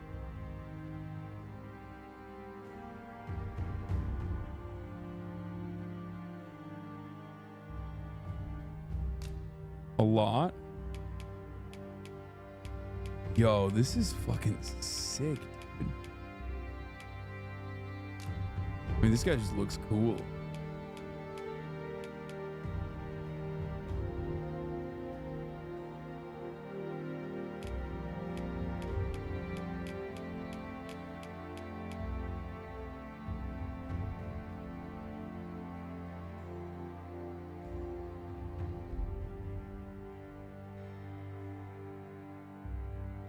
Honestly, you can take a good 30 minutes doing this.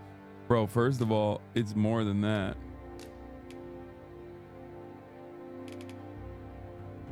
I'm yacked. Is there a penis slider? Race, masculine human. Body. Face head, detail customization. Oh my god, you can change the fucking torso length.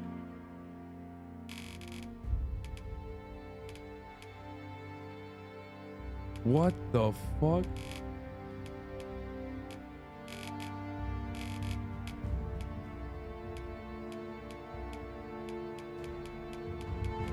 Muscle type? That's insane. The demo is just the character creator.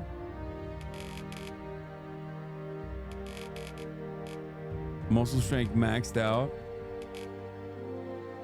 Crap size. I'm making Neckzilla. No leg day for you, sir.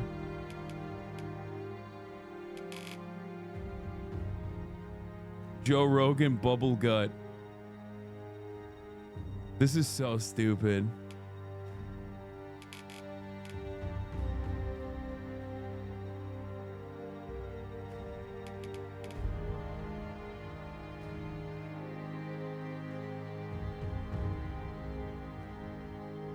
This is pretty good. Wow, does it automatically change the weight?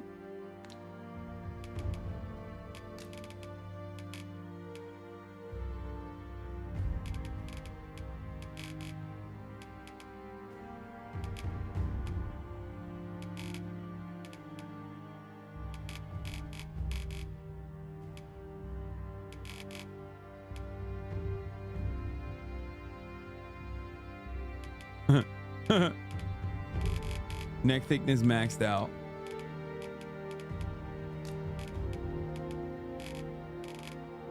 How many different, what is the movements? Elbow angle? Knee angle?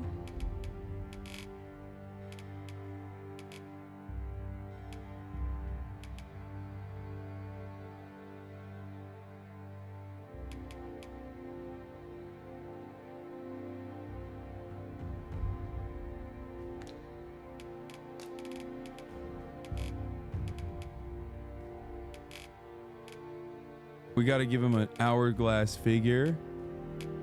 Overall leg size, even skinnier. I think the leg should be skinnier, right? That's what I feel. But with massive calves in comparison.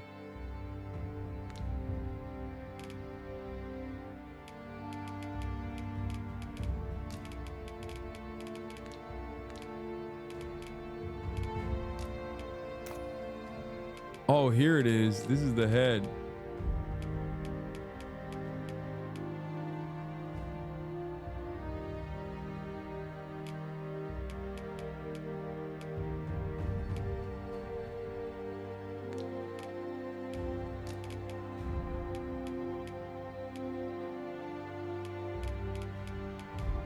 Wrinkles? No wrinkles. These needs to be smooth. And fucking doused in baby oil. That's right. Shiny as a motherfucker. That's what I'm talking about. Brow height. Get that brow line snatched.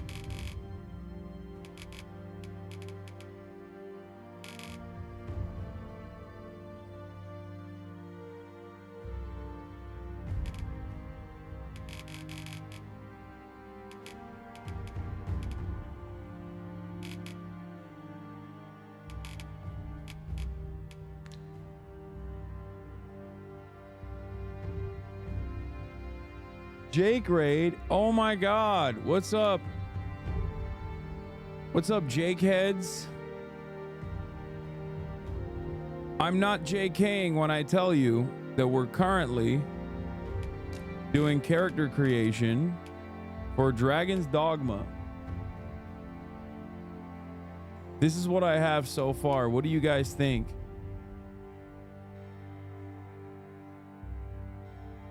Thank you for the raid, Jake. Hope you had a good stream. I assume eating.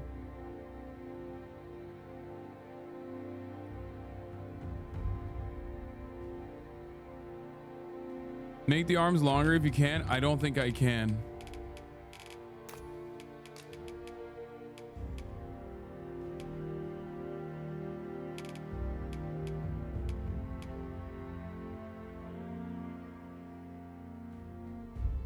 Are you making yourself during COVID? Yes.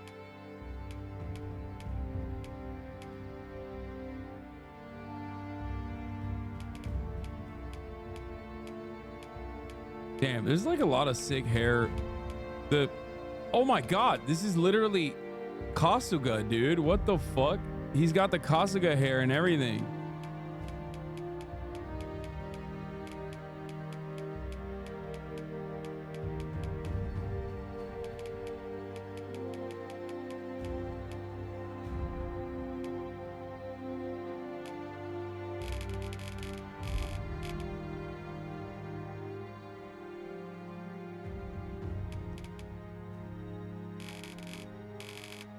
What is the sheen position? What does that mean? I don't even understand what this does.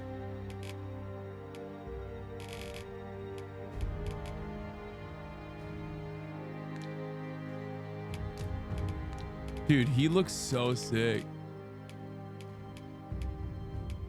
Oh my God. I didn't even know my man's jawline was fucking snap. He was mewing, dude. He's like... I did not realize he was mewing under that motherfucking jaw right there. That's crazy.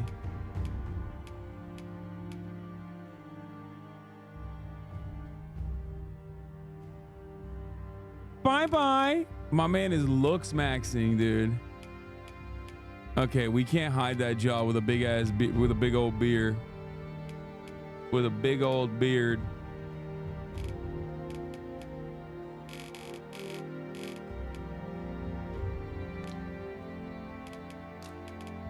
Genetics, man. He's got everything. Body hair. Oh yeah, you know he's gonna have some fucking... Okay, give me more. More! That's the max?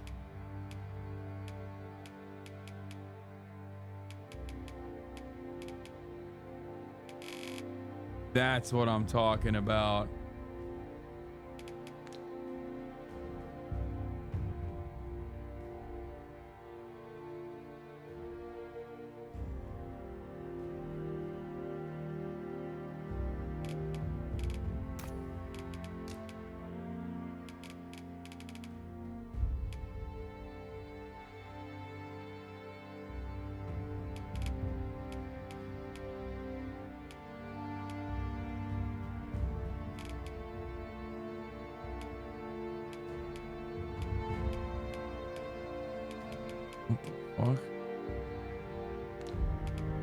That's crazy. The amount of like...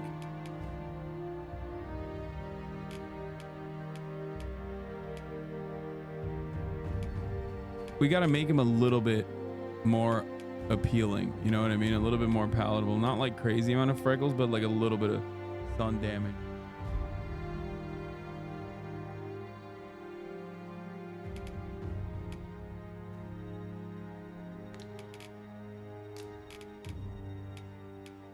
The fuck? What does this mean? Oh, it's makeup. Nah.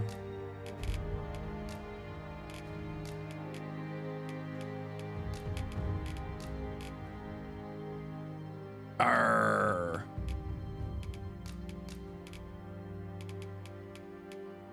I've had a couple battles,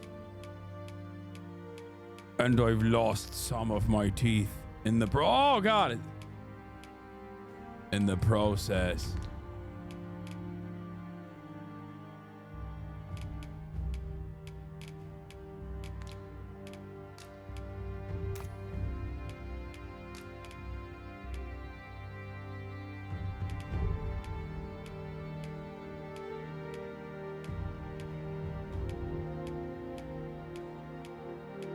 Damn, there's some fucking badass tattoos, man.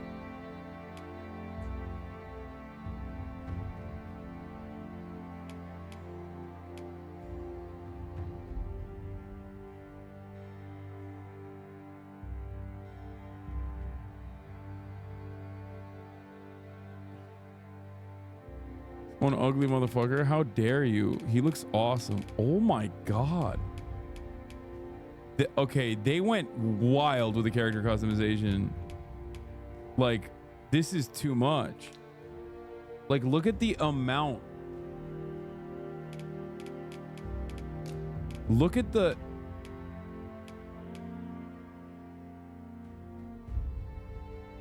What is he, a victim of an acid attack? What the hell?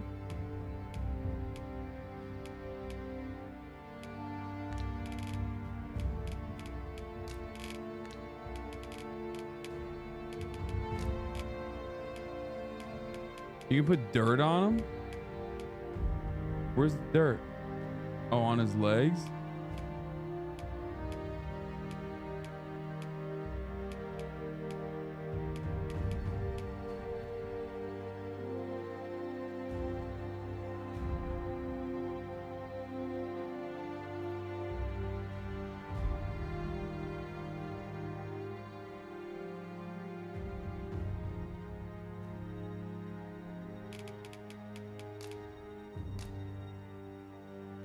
Okay, we're not gonna do dirt. All right, that's it.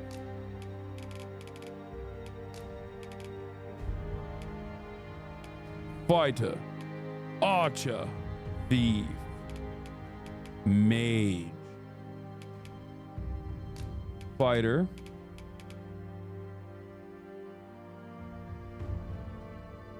wait, did I skip something?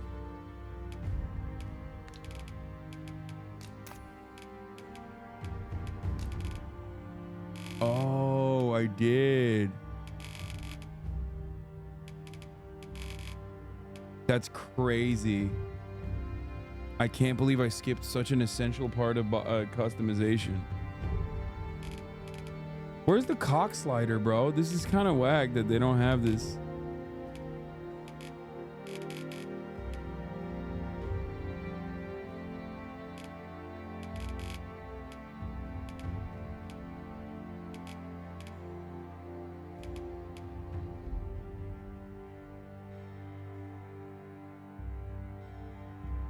To the chatters who were saying, I thought you didn't know how to do yourself. I don't think you understand. My legs are ginormous. My ass is so fucking fat. It's got its own gravitational pull. I'm out here fucking pulling 405s easy on the deadlifts. I'm out here doing 295 on the squats on my last set. You're over there fucking talking about like, oh my God, this is you. Bitch, you know how fucking strong my legs are? I almost killed Miskiff on accident. So no, this isn't me. How dare you? The movement style does resemble how I move, though, I'll be honest. Like,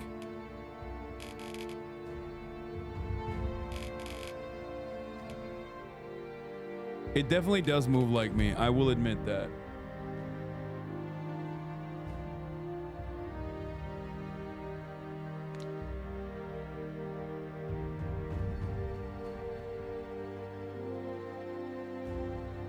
Bro, please fix his legs. His legs are perfect. How dare you? Dude, that's crazy. You guys are haters, man. Wait, how does that sound? Oh, test voice.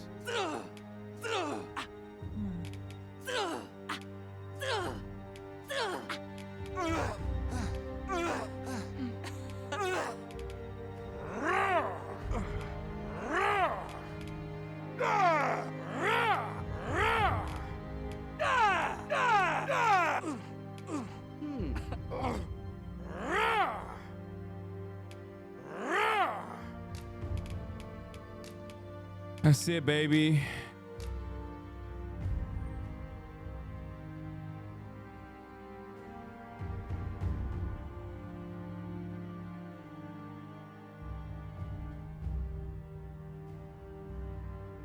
Enter a name.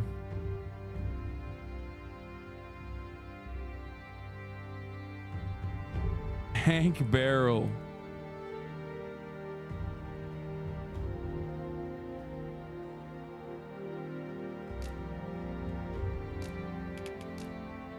Moniker. What the fuck? Hayabusa. Age 20.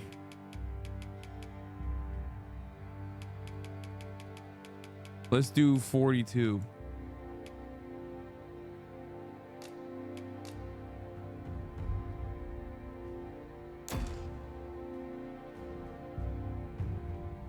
I ill like that look in your eyes. 'Tis queerly brazen for a pawn. Most of your kind have eyes blank as a cadaver's.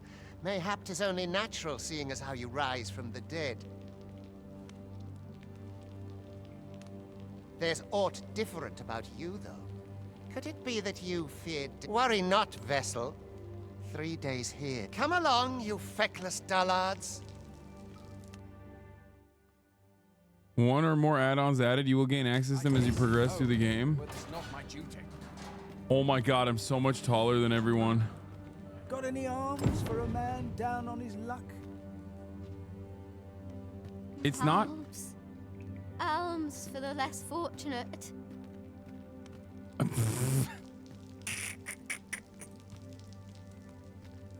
Pray, do not impede me, sir. I'm on duty. Yeah? Are you having an odd time looking at my gumbos? Pray, sir, have you aught to spare? I've got titties enough for all of yous. I can feed an entire brigade with my milk. Don't look at me that way. I've no need. Hail. Pray, do as he says and get in line. 'Tis for your own good I say this. You do not want to invoke the Overseer's wrath. I don't, but I'll fucking give him the smoke, I will. Alright then. Wait, oh, I can just use this. Oh, what the fuck? It's saying YXB? I don't like that, I don't.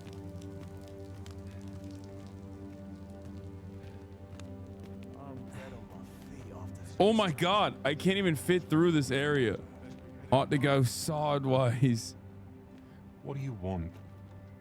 Fuck you. We're not allowed to talk during missions, sir.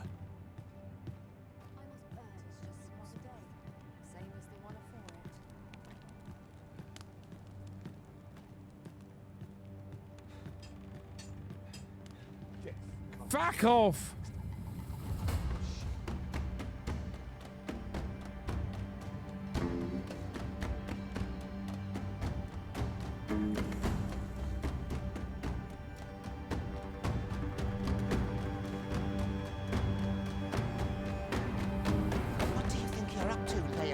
Get a move on!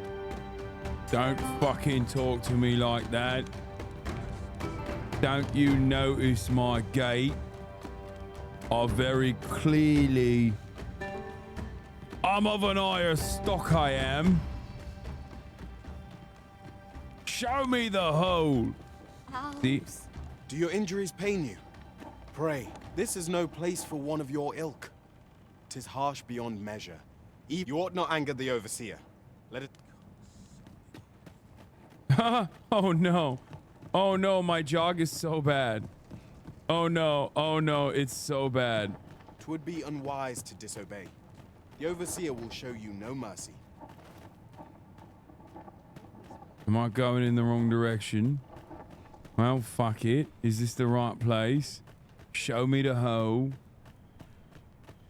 This is not how I jog, is it, chat?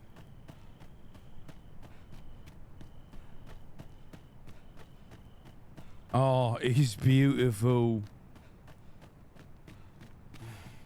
Oh! Oh, no!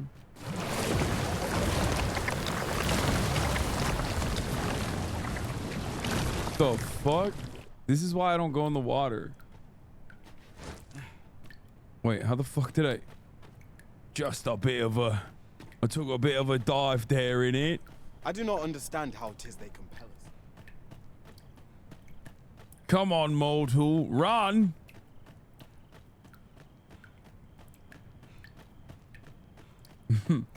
Why did I jump? Well, because nature is fucking beautiful, lad. That's why I jumped in the water.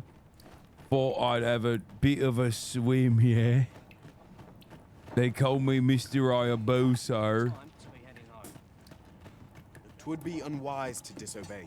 Okay, The bro, overseer will shut show the you fuck no up. Just mercy. show me the way. God, you're so fucking whack, mate. Which way do I go? Time for you to get to work.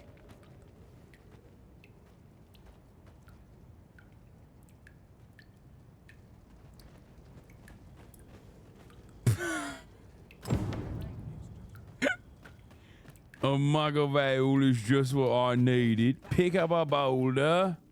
You are prepared to work. Then you all begin by carrying stones out from the... I'm ready to do the work, young master. LB, light the lantern. Look at me. I've got a lantern on my body. It's nothing for me. The vicinity I is love quite carrying cluttered. boulders. Great leap. Oh, It's just like when I was in Wano.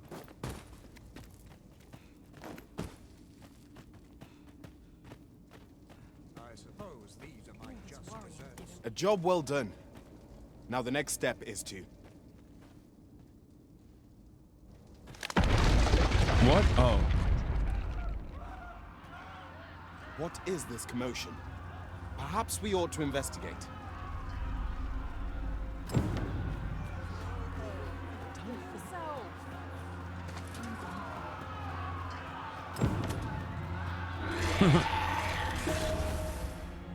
The dashing is so bad. It's so stupid. Oh, it's my wife, is he?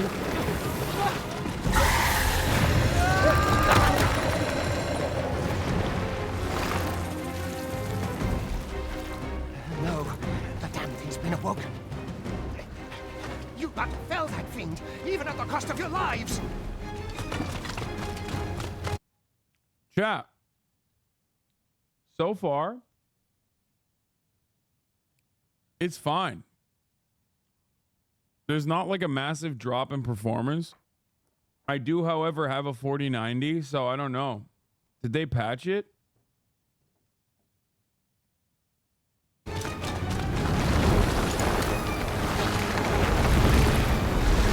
at those titties. Get me out of here! Now! Dude, I am so Sigma. Oh god, those legs. Oh, the teeth. Observe your foes carefully and attack as the situation demands.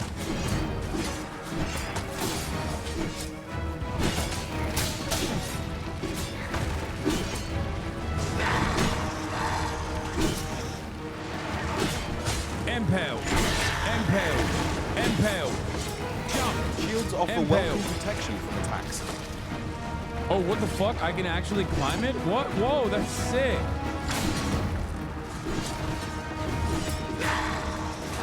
Boulders, barrels, and the like can make effective weapons for feather combatants.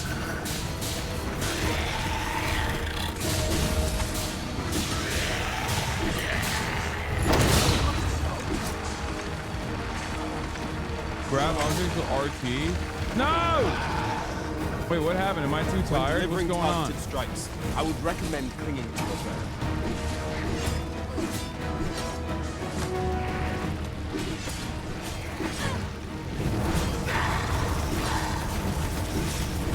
This is crazy, bro.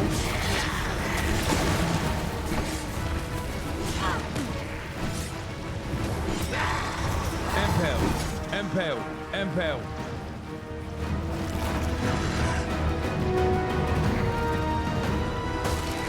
Capcom, I mean, it's sick. The fighting, the combat mechanics are pretty cool and pretty seamless.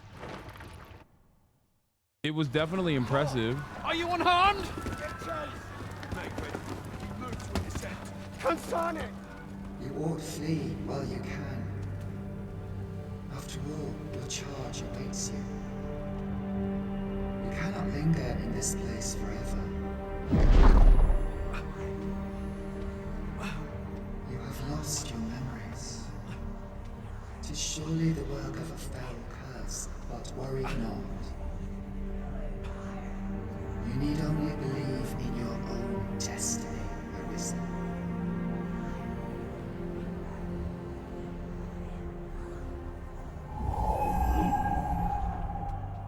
Son it. The accursed creature escaped. Oh, you! Get back here! After them. This way, Arisen! So how does everybody know I'm Arisen, but Come I this don't? way. You know what I mean? Let us flee.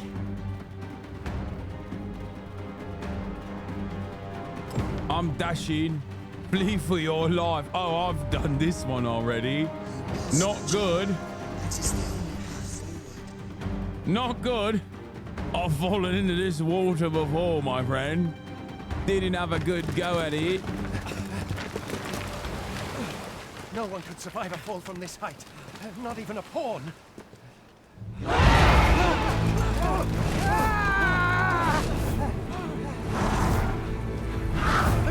Don't just stand there!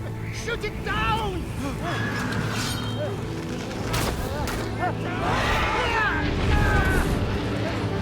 Bald eagle, baby. Let's go. Gryffindor. Or whatever the fuck this thing is called. Bring it down! Bring it down! Go now, lost soul. Griffin! Learn all you can of this world you must protect. What you fucking saying then? I'll protect this world, I will. Griffin, dumbass. Okay, whatever, dude. Whatever. Chihuahua. Chihuahua.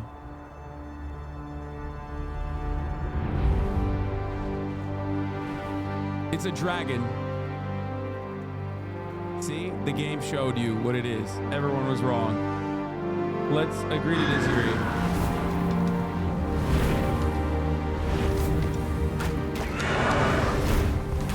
Dragon dog.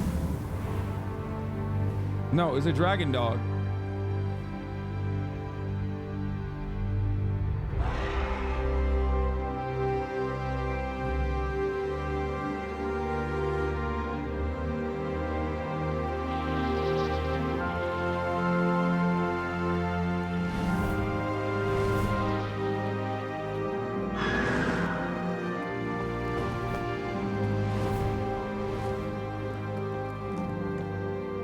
How big is a dragon penis? Ask your mom, because I was dragging this penis across her face last night. Fucking got him. Oh my god. Beep, beep, beep. Dab. Dabbing on her. Beep, beep, beep, beep, beep. Oh shit. That's crazy. No! You've shot my dragon dog! Unacceptable!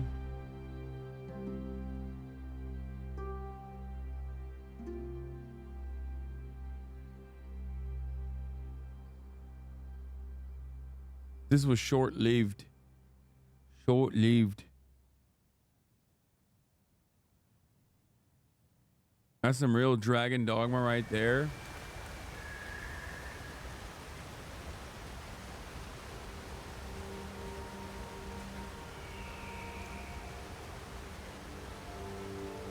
Dude, I can't get over how Sigma I look. I love mooing.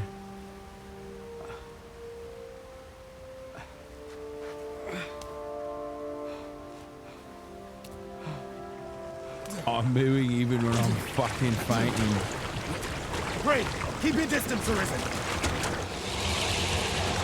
Worry not for me. The brine may swallow me whole, but I will not perish. Oh, you're so There is a cooked. stone not far from here, known as a rift stone.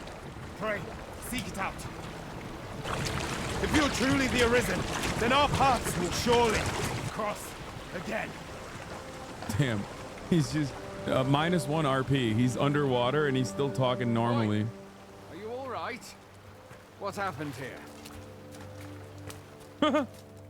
What? What is going on? Dude, this is... It's like written so weird. Falls the next.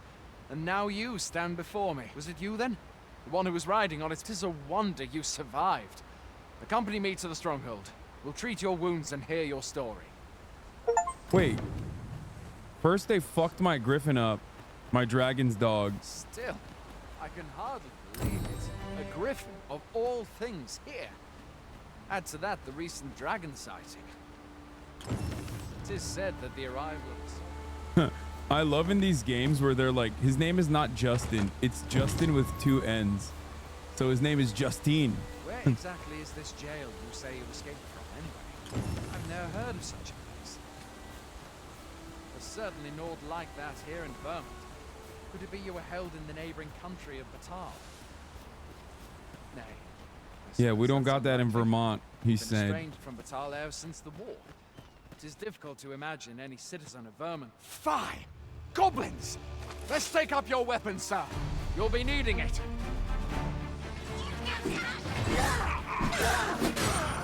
Where are you going?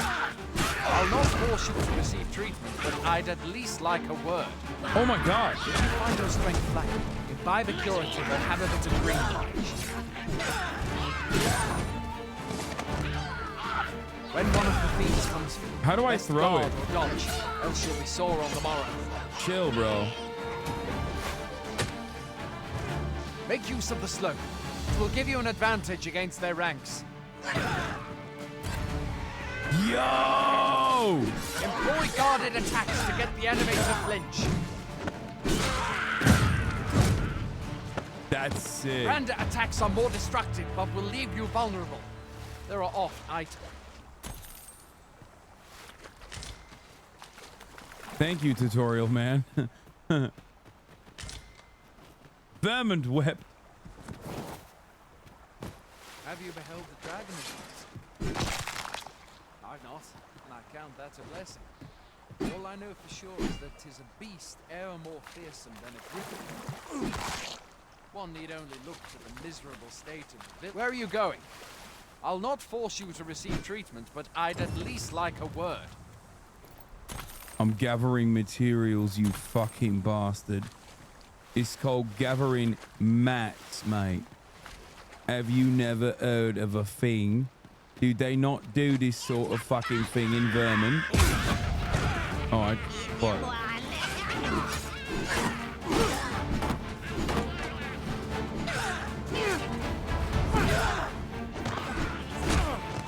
Oh shit, he threw it at me. I'm gonna die, I think. Oh my god, am I dead? Oh, I am dead. This tale is ended. Died in tutorial. Shut up. I'm having fun. Fuck you guys.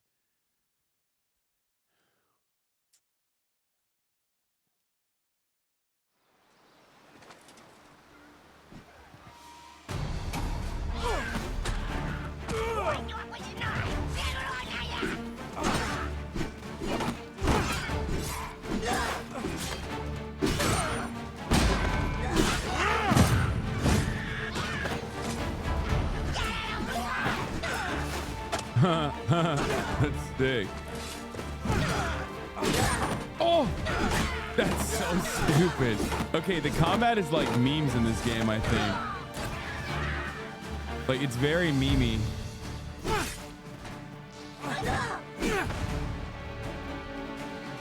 Get him! Kill him!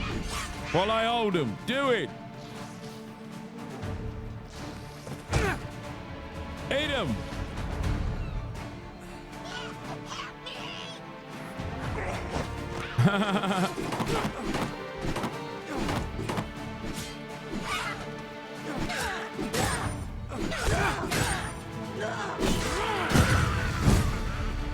I wish his head would come off though.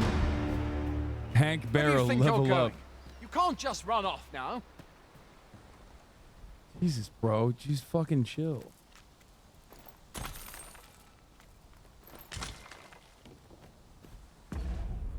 How do I save?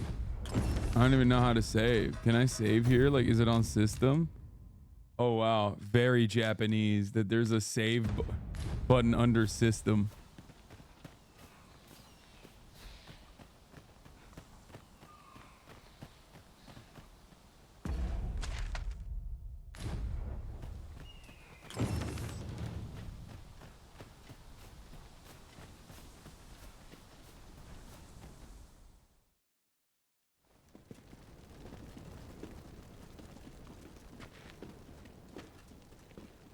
Welcome, Arisen. Bro, you literally killed my griffin. Awaited your arrival. What is this? Pawns. They bend the knee to you so readily, but then... No. Surely you cannot be the Arisen. You seek the Riftstone, do you not? We can take you to it. Pray. Come this way. Bro, that neck? Yeah, I'm neck maxing and I'm jaw maxing. Before you stands a Riftstone.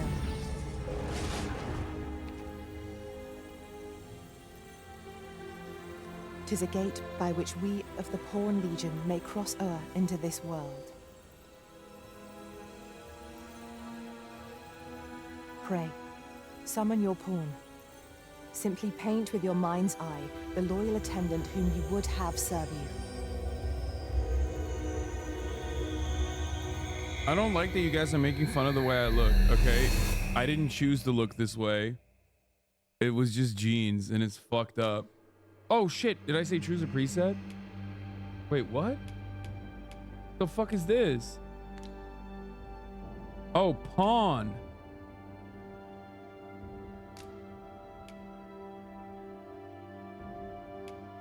Okay. Wait, is this gonna be like a slave?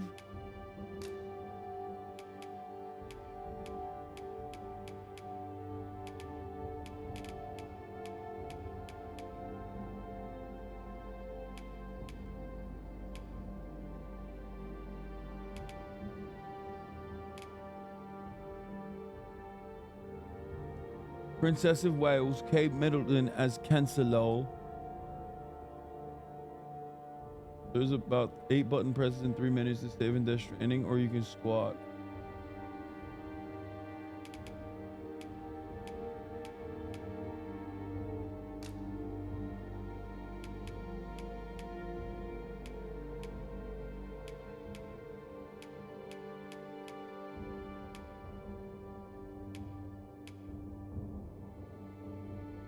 They're like interdimensional helpers.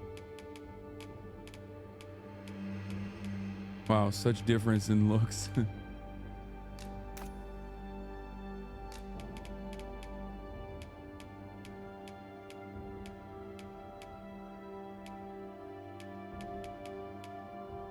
Type 2. Pattern color presets.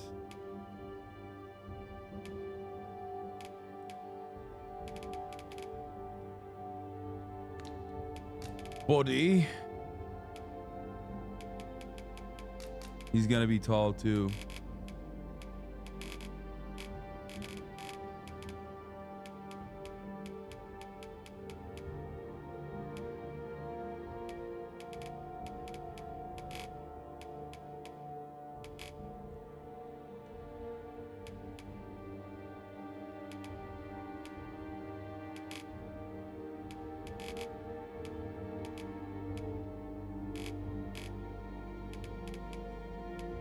Bro.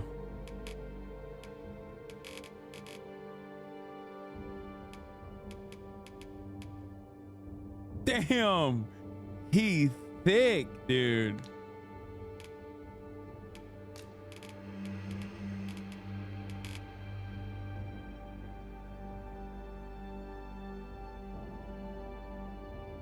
God damn.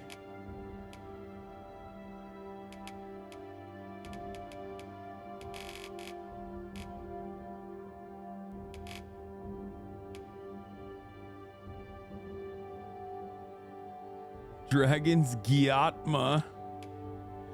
Oh, that's so dumb.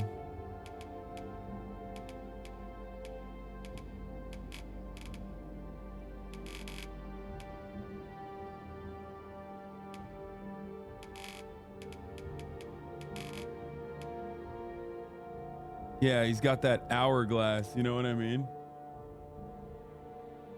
I'll pay you no money to make one of your pawns literally DK mode.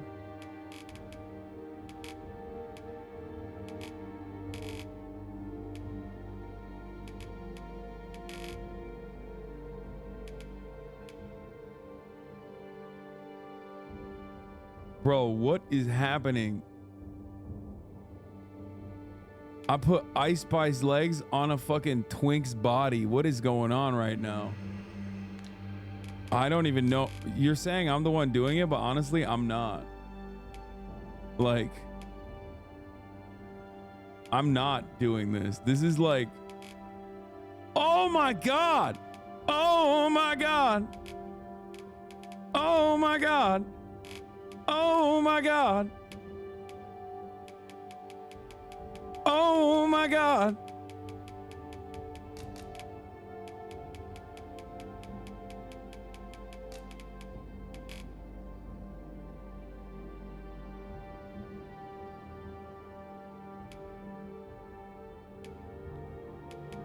Dude, what the fuck? That boy's looking like a Pixar mom, dude. Sheesh. Sheesh.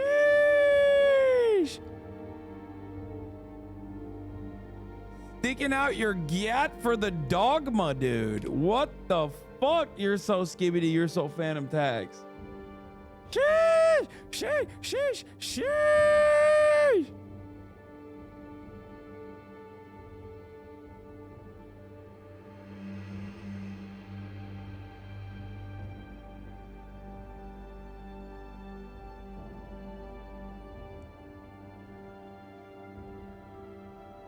"32-year-old man." Okay, whatever, dude. Oh, I'm sorry. I didn't realize it was like illegal to have fun when you're 32. Okay, he walks like this.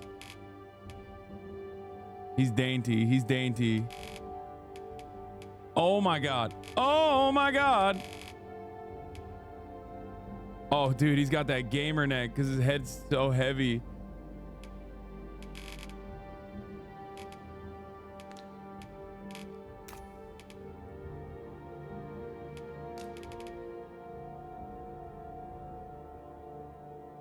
Butt mocking some zoomers. Yes. Hairstyle? Oh, wait, the fuck? I gotta change my hairstyle.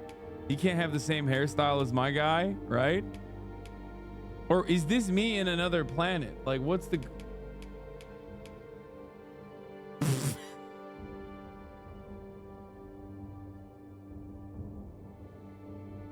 What the fuck? Why do you put the wig on him? Oh my God.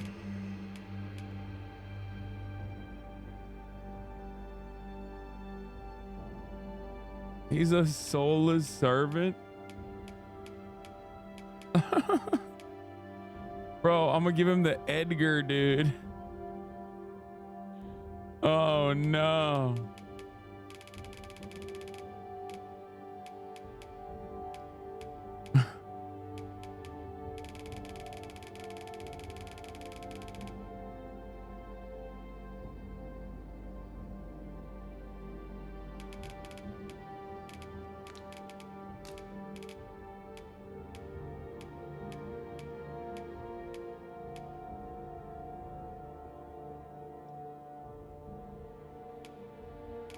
Looks like a little pussy cat.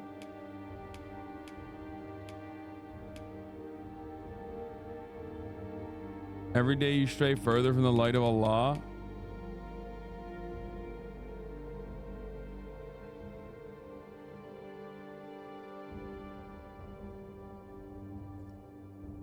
Click number, not the arrow for the hairstyle to get a preview of all of them. Oh shit, that's so much better.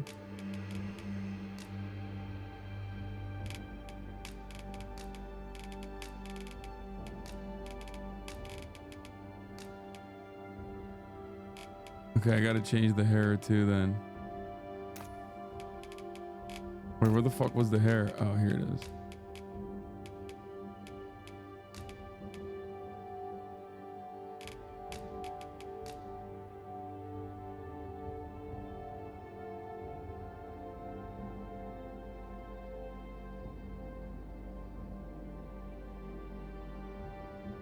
Yeah, he's got highlights in his beard, bro. What do you mean? That's normal. That's fucking... He fucks, dude. Shut up. Are you jealous? You seem jealous. Why do you seem jealous of his fucking sick ass... Wait. You can put a tattoo on that fur? What the hell? That makes no damn sense, dude.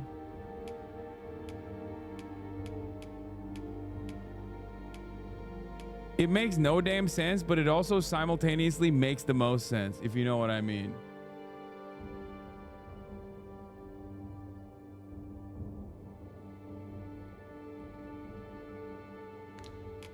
So animals don't have skin below the fur? I mean, they do, but like, you wouldn't be able to see it. Why does he look so sad? Honestly, I feel bad. I feel like he just feels very sad, dude. He feels like the things I've done to him have ruined him completely.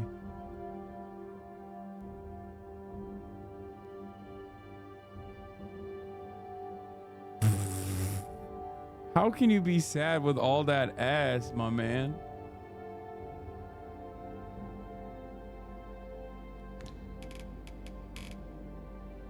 Okay, this is good.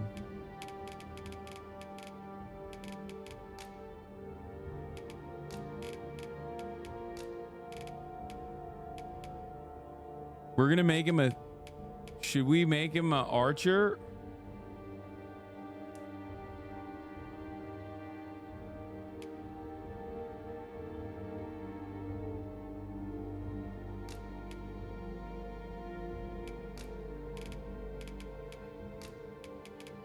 Simple. Calm. Compassionate, devoted, dutiful, the most obedient sort of pawn. Rational, shrewd, and strategizing, a pawn characterized by caution, favors defensive and evasion. Simple, a pawn with a heart on their sleeve, enjoys exploring and gathering items, always up for a challenge. Candid, flippant, and impulsive, a pawn unbound by precepts, enjoys the thrill of combat, tackling fierce foes head-on with daring assaults. I want to make him kind-hearted.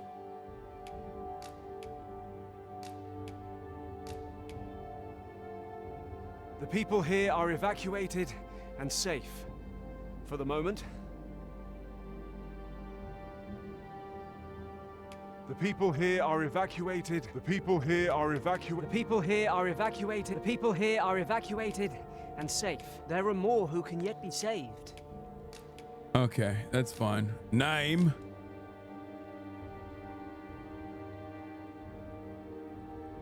Aslan. Monica. There's got to be Aslan in here, right?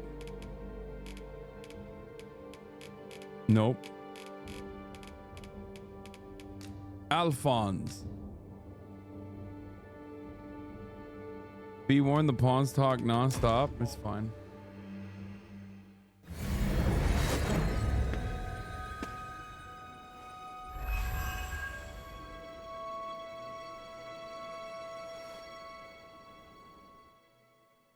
Pawns are known as crossers of the rift, for we are able to connect to and traverse other realms. When we return, it is our duty to use our experiences and the knowledge we have gained to aid you on your journey, Arisen. Is he taller than me? Is he fucking butt-mogging me and also height-mogging me right now? From this day forth, I shall serve you as your loyal pawn, and aught I learn beyond the rift will be at your disposal.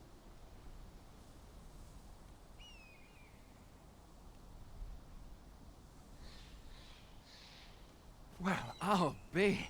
A pawn summoning before my very eyes.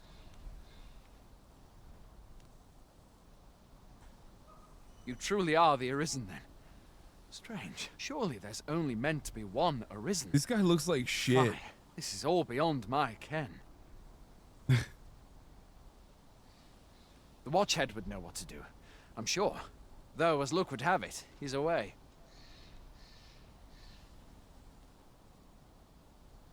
I suppose we'll save any further questions till the Watchhead returns. You're free to do as you like afore then. Look at my face. It looks like I'm constantly mewing. What? You've no memories, you say? Mayhap you could make for Melv then. 'Twas set upon the Arisen is said to bear some deep connection to the dragon. Should you be Arisen, mayhap you'll recall aught of import there.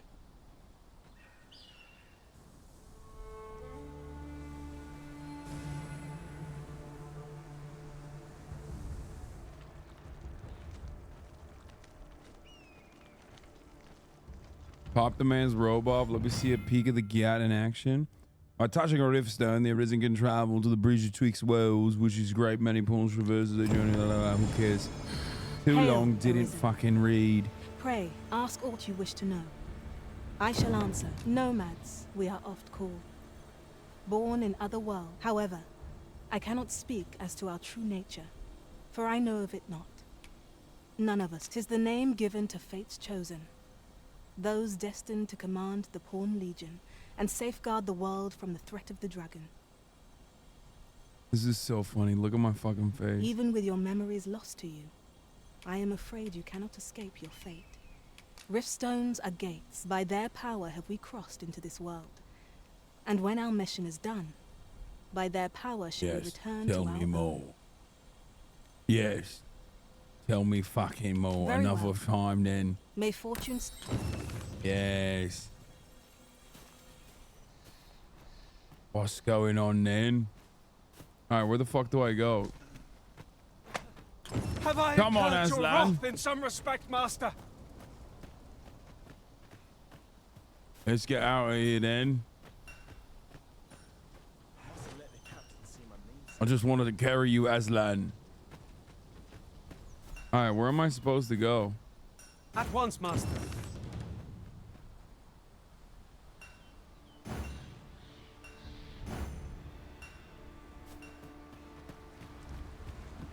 This ladder looks sturdy enough to climb.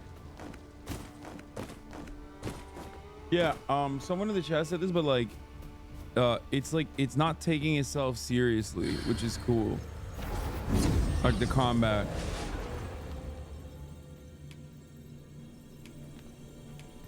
Wait, what the fuck? I can just like pick up other people as pawns?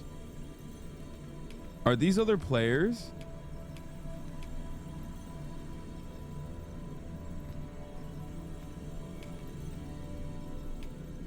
Can they talk to me IRL?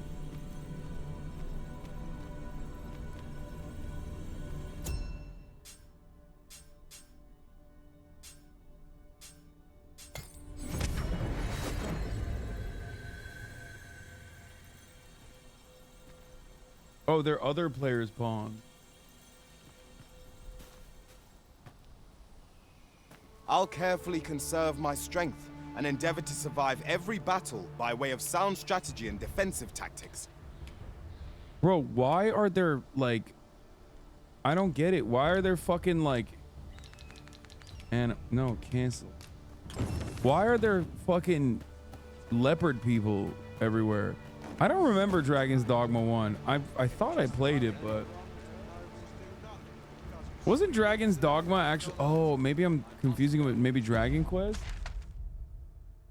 I thought Dragon's Dogma was like turn-based. I mustn't let the captain see my name snuck Or Dragon Age. Autosave data cannot be relied upon to save your progress in this world. It is recommended that you rest it in regular intervals.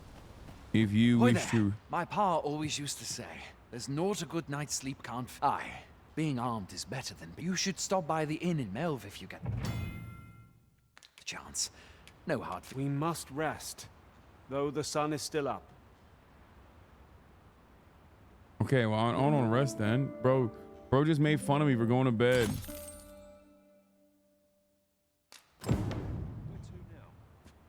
Bro just made fun of me for going to bed while the sun was up. Maybe I like to fucking sleep a little bit.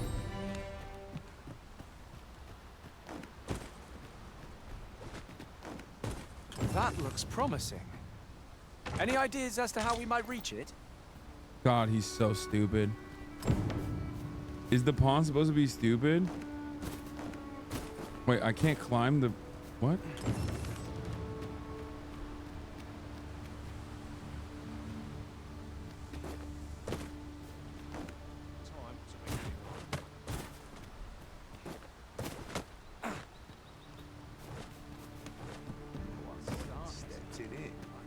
We're running low on everything. We've had a hard time procuring goods, what with all the monsters lurking on the road. I sent Marcus to gather what we need, but I've just taken... What say you? Could I trouble you to run an errand for me? Glad to hear it. He ought to be some... And in the note, and he'll take care of the rest.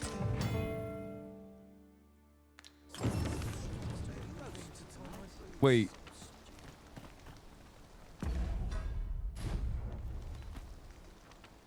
Did I hit the right button?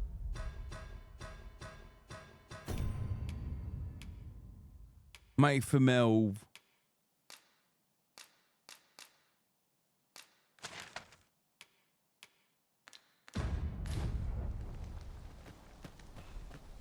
Game you need to start by yourself. Hasan, there's a big learning curve, especially if you didn't play one. Are you certain you're happy to have me along? No, dude, I don't want no twinks in my fucking guild, okay? I need big burly men with weird fucking... with weird body proportions. We've had to start sending out new... Is that so? Lachlan. Aye, I expect he will. Ricardo. To be honest, sir... What? Weren't harpies reported in that area? The lad can't handle those beasts on his own. This is the first I'm hearing of it. Fie! I want to go to his aid. But say, you seem stout of heart. Would you be willing to go in our stead? 'Tisn't far, only a short ways out from the main gate. You've my thanks. And Ricardo's as well. He's dead out there without 3 pawns? Wait, really? We must fly to the aid of those in need.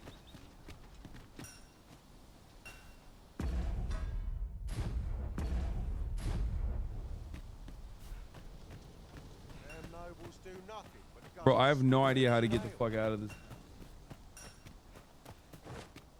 I mustn't let the captain see my knees. Are you looking to... Good luck. Hey, Brooks, I'm not quite sure where his house... Can't believe my fucking pawn is taller than me. He's height max. Gate where the dudes just talk to you. Ain't nothing but trouble lurking here. I need to get a pawn, huh? Is that what you guys are saying? 'Tis a pleasure to meet you. If we share our strengths, we can begin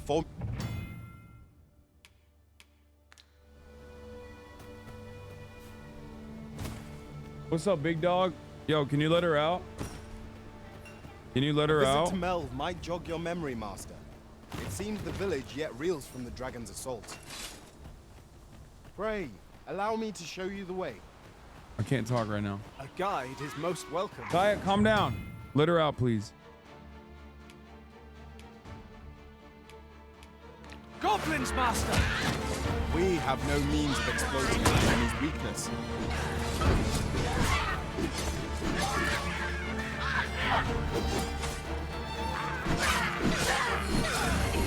Stay with me, Arisen. Wait right there.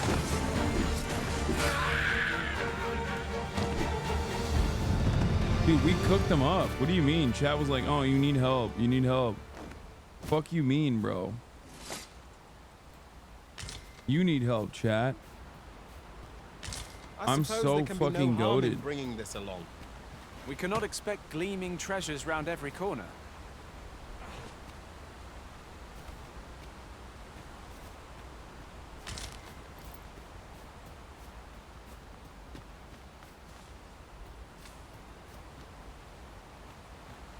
Just yonder. Looks to be a good spot for harvesting ingredients. Shall we see if there's aught to be found while we're here?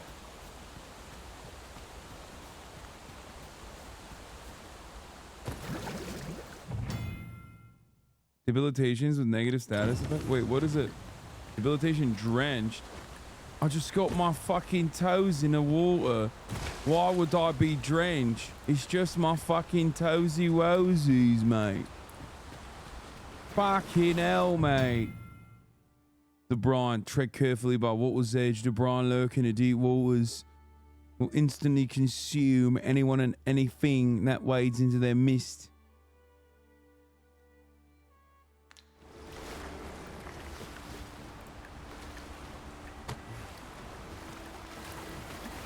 One can never have too many materials.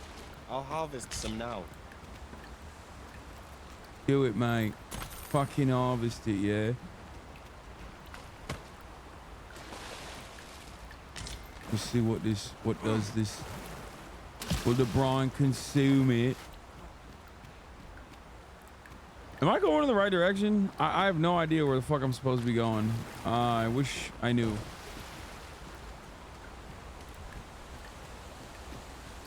It feels like I have to cross this part. Careful staying out at nighttime. It will get a lot more dangerous. I am not afraid of the night. The night should be afraid of me, mate.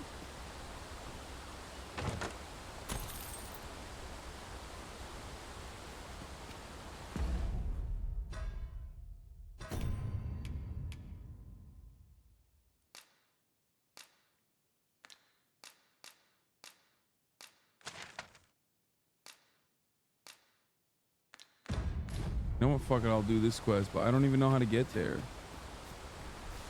Oh, wait. There's a path here? I didn't even see it. Nope. That ends. What the hell? How am I supposed to cross this area?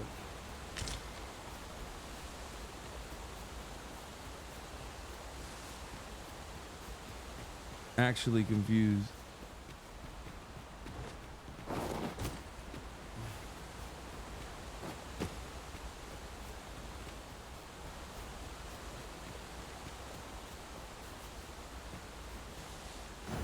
A visit to Mel might jog your memory, Master.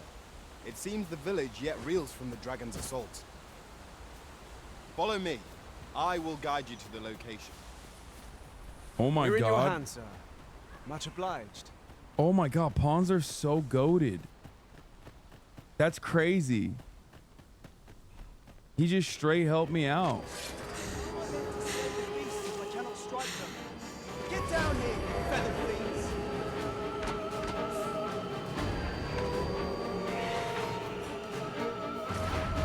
What songs are they singing?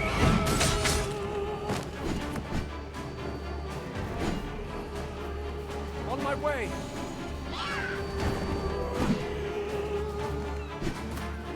I can't hit them at all. They're too...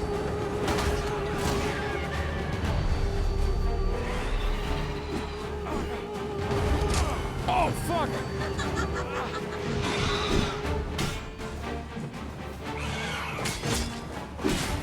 Yes! Yes! Fuck you, mate! Oh my god, Aslan is cooking, dude. My fucking mate.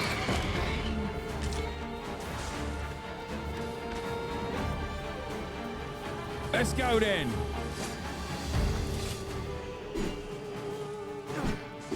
Oh shit, this guy died? Alright, I got him. Let's get him out of here. Wake up! Wait, did he die? Oh, he did wake up. Okay, nice.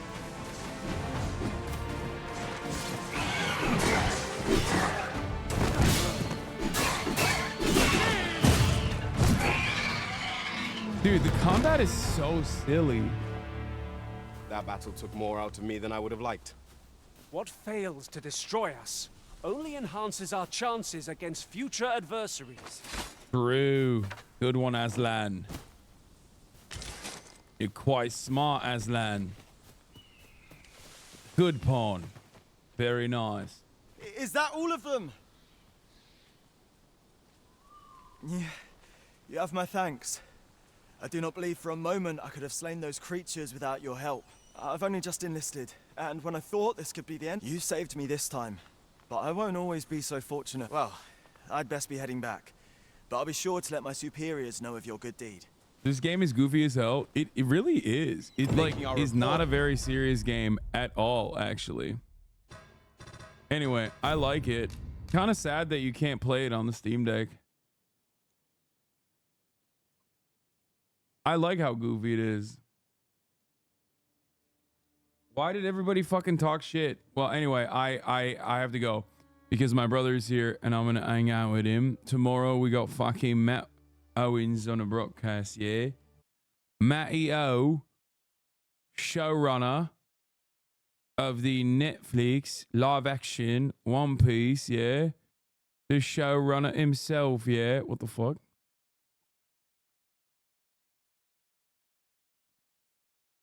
Maybe we'll make him make a One Piece character on here, on the Dragon's Dogma. But nevertheless, I digress. Oh my god! As soon as I close the game, the computer chills out again, which is crazy. It's crazy how much it was eating.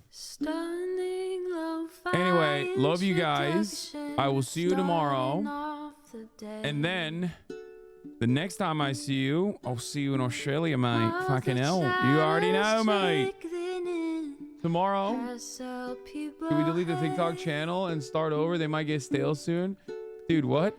No. I'll look at the TikToks. Don't worry. Tomorrow I'll look at them.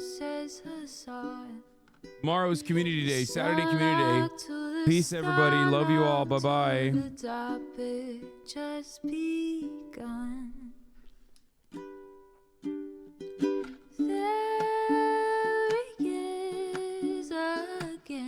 Hasan is streaming. Hasan is streaming. There he is again. Hasan is streaming. Hasan is streaming. Reviewing the P.O. box. Uncle Uyghur's face. Sudden discord at your prop. Great names take embrace. Tiny Bernie Sanders, LGBTQ Air Force. The whole left at your fingertips. Ane at your door. H3 crowded debate, the Young Turks online show. 3 full fucking years of this, plenty more to go. 90-day fiance talks of champagne bourgeoisie. A Trump rally live reaction, a mass riot at DC. There he is again, Hasan is streaming. Hasan is streaming. There he is again, Hasan is streaming. Hasan is streaming. Reading a live stream, fair comments, Austin show chat advice, and all the ways the right-wing pipeline can suck you in online. JCS react, Lord frame gets broken, cover blown. A full-blown mass pandemic, monster streaming at your home. Total radicalization coming out to find. The system you were taught to trust in was broken the whole time. All these daily streams, whether big or whether small, have helped me and so many find the meaning through it all. There he is again, Hasan is streaming. Hasan is streaming. There he is again, Hasan is streaming. us on a street.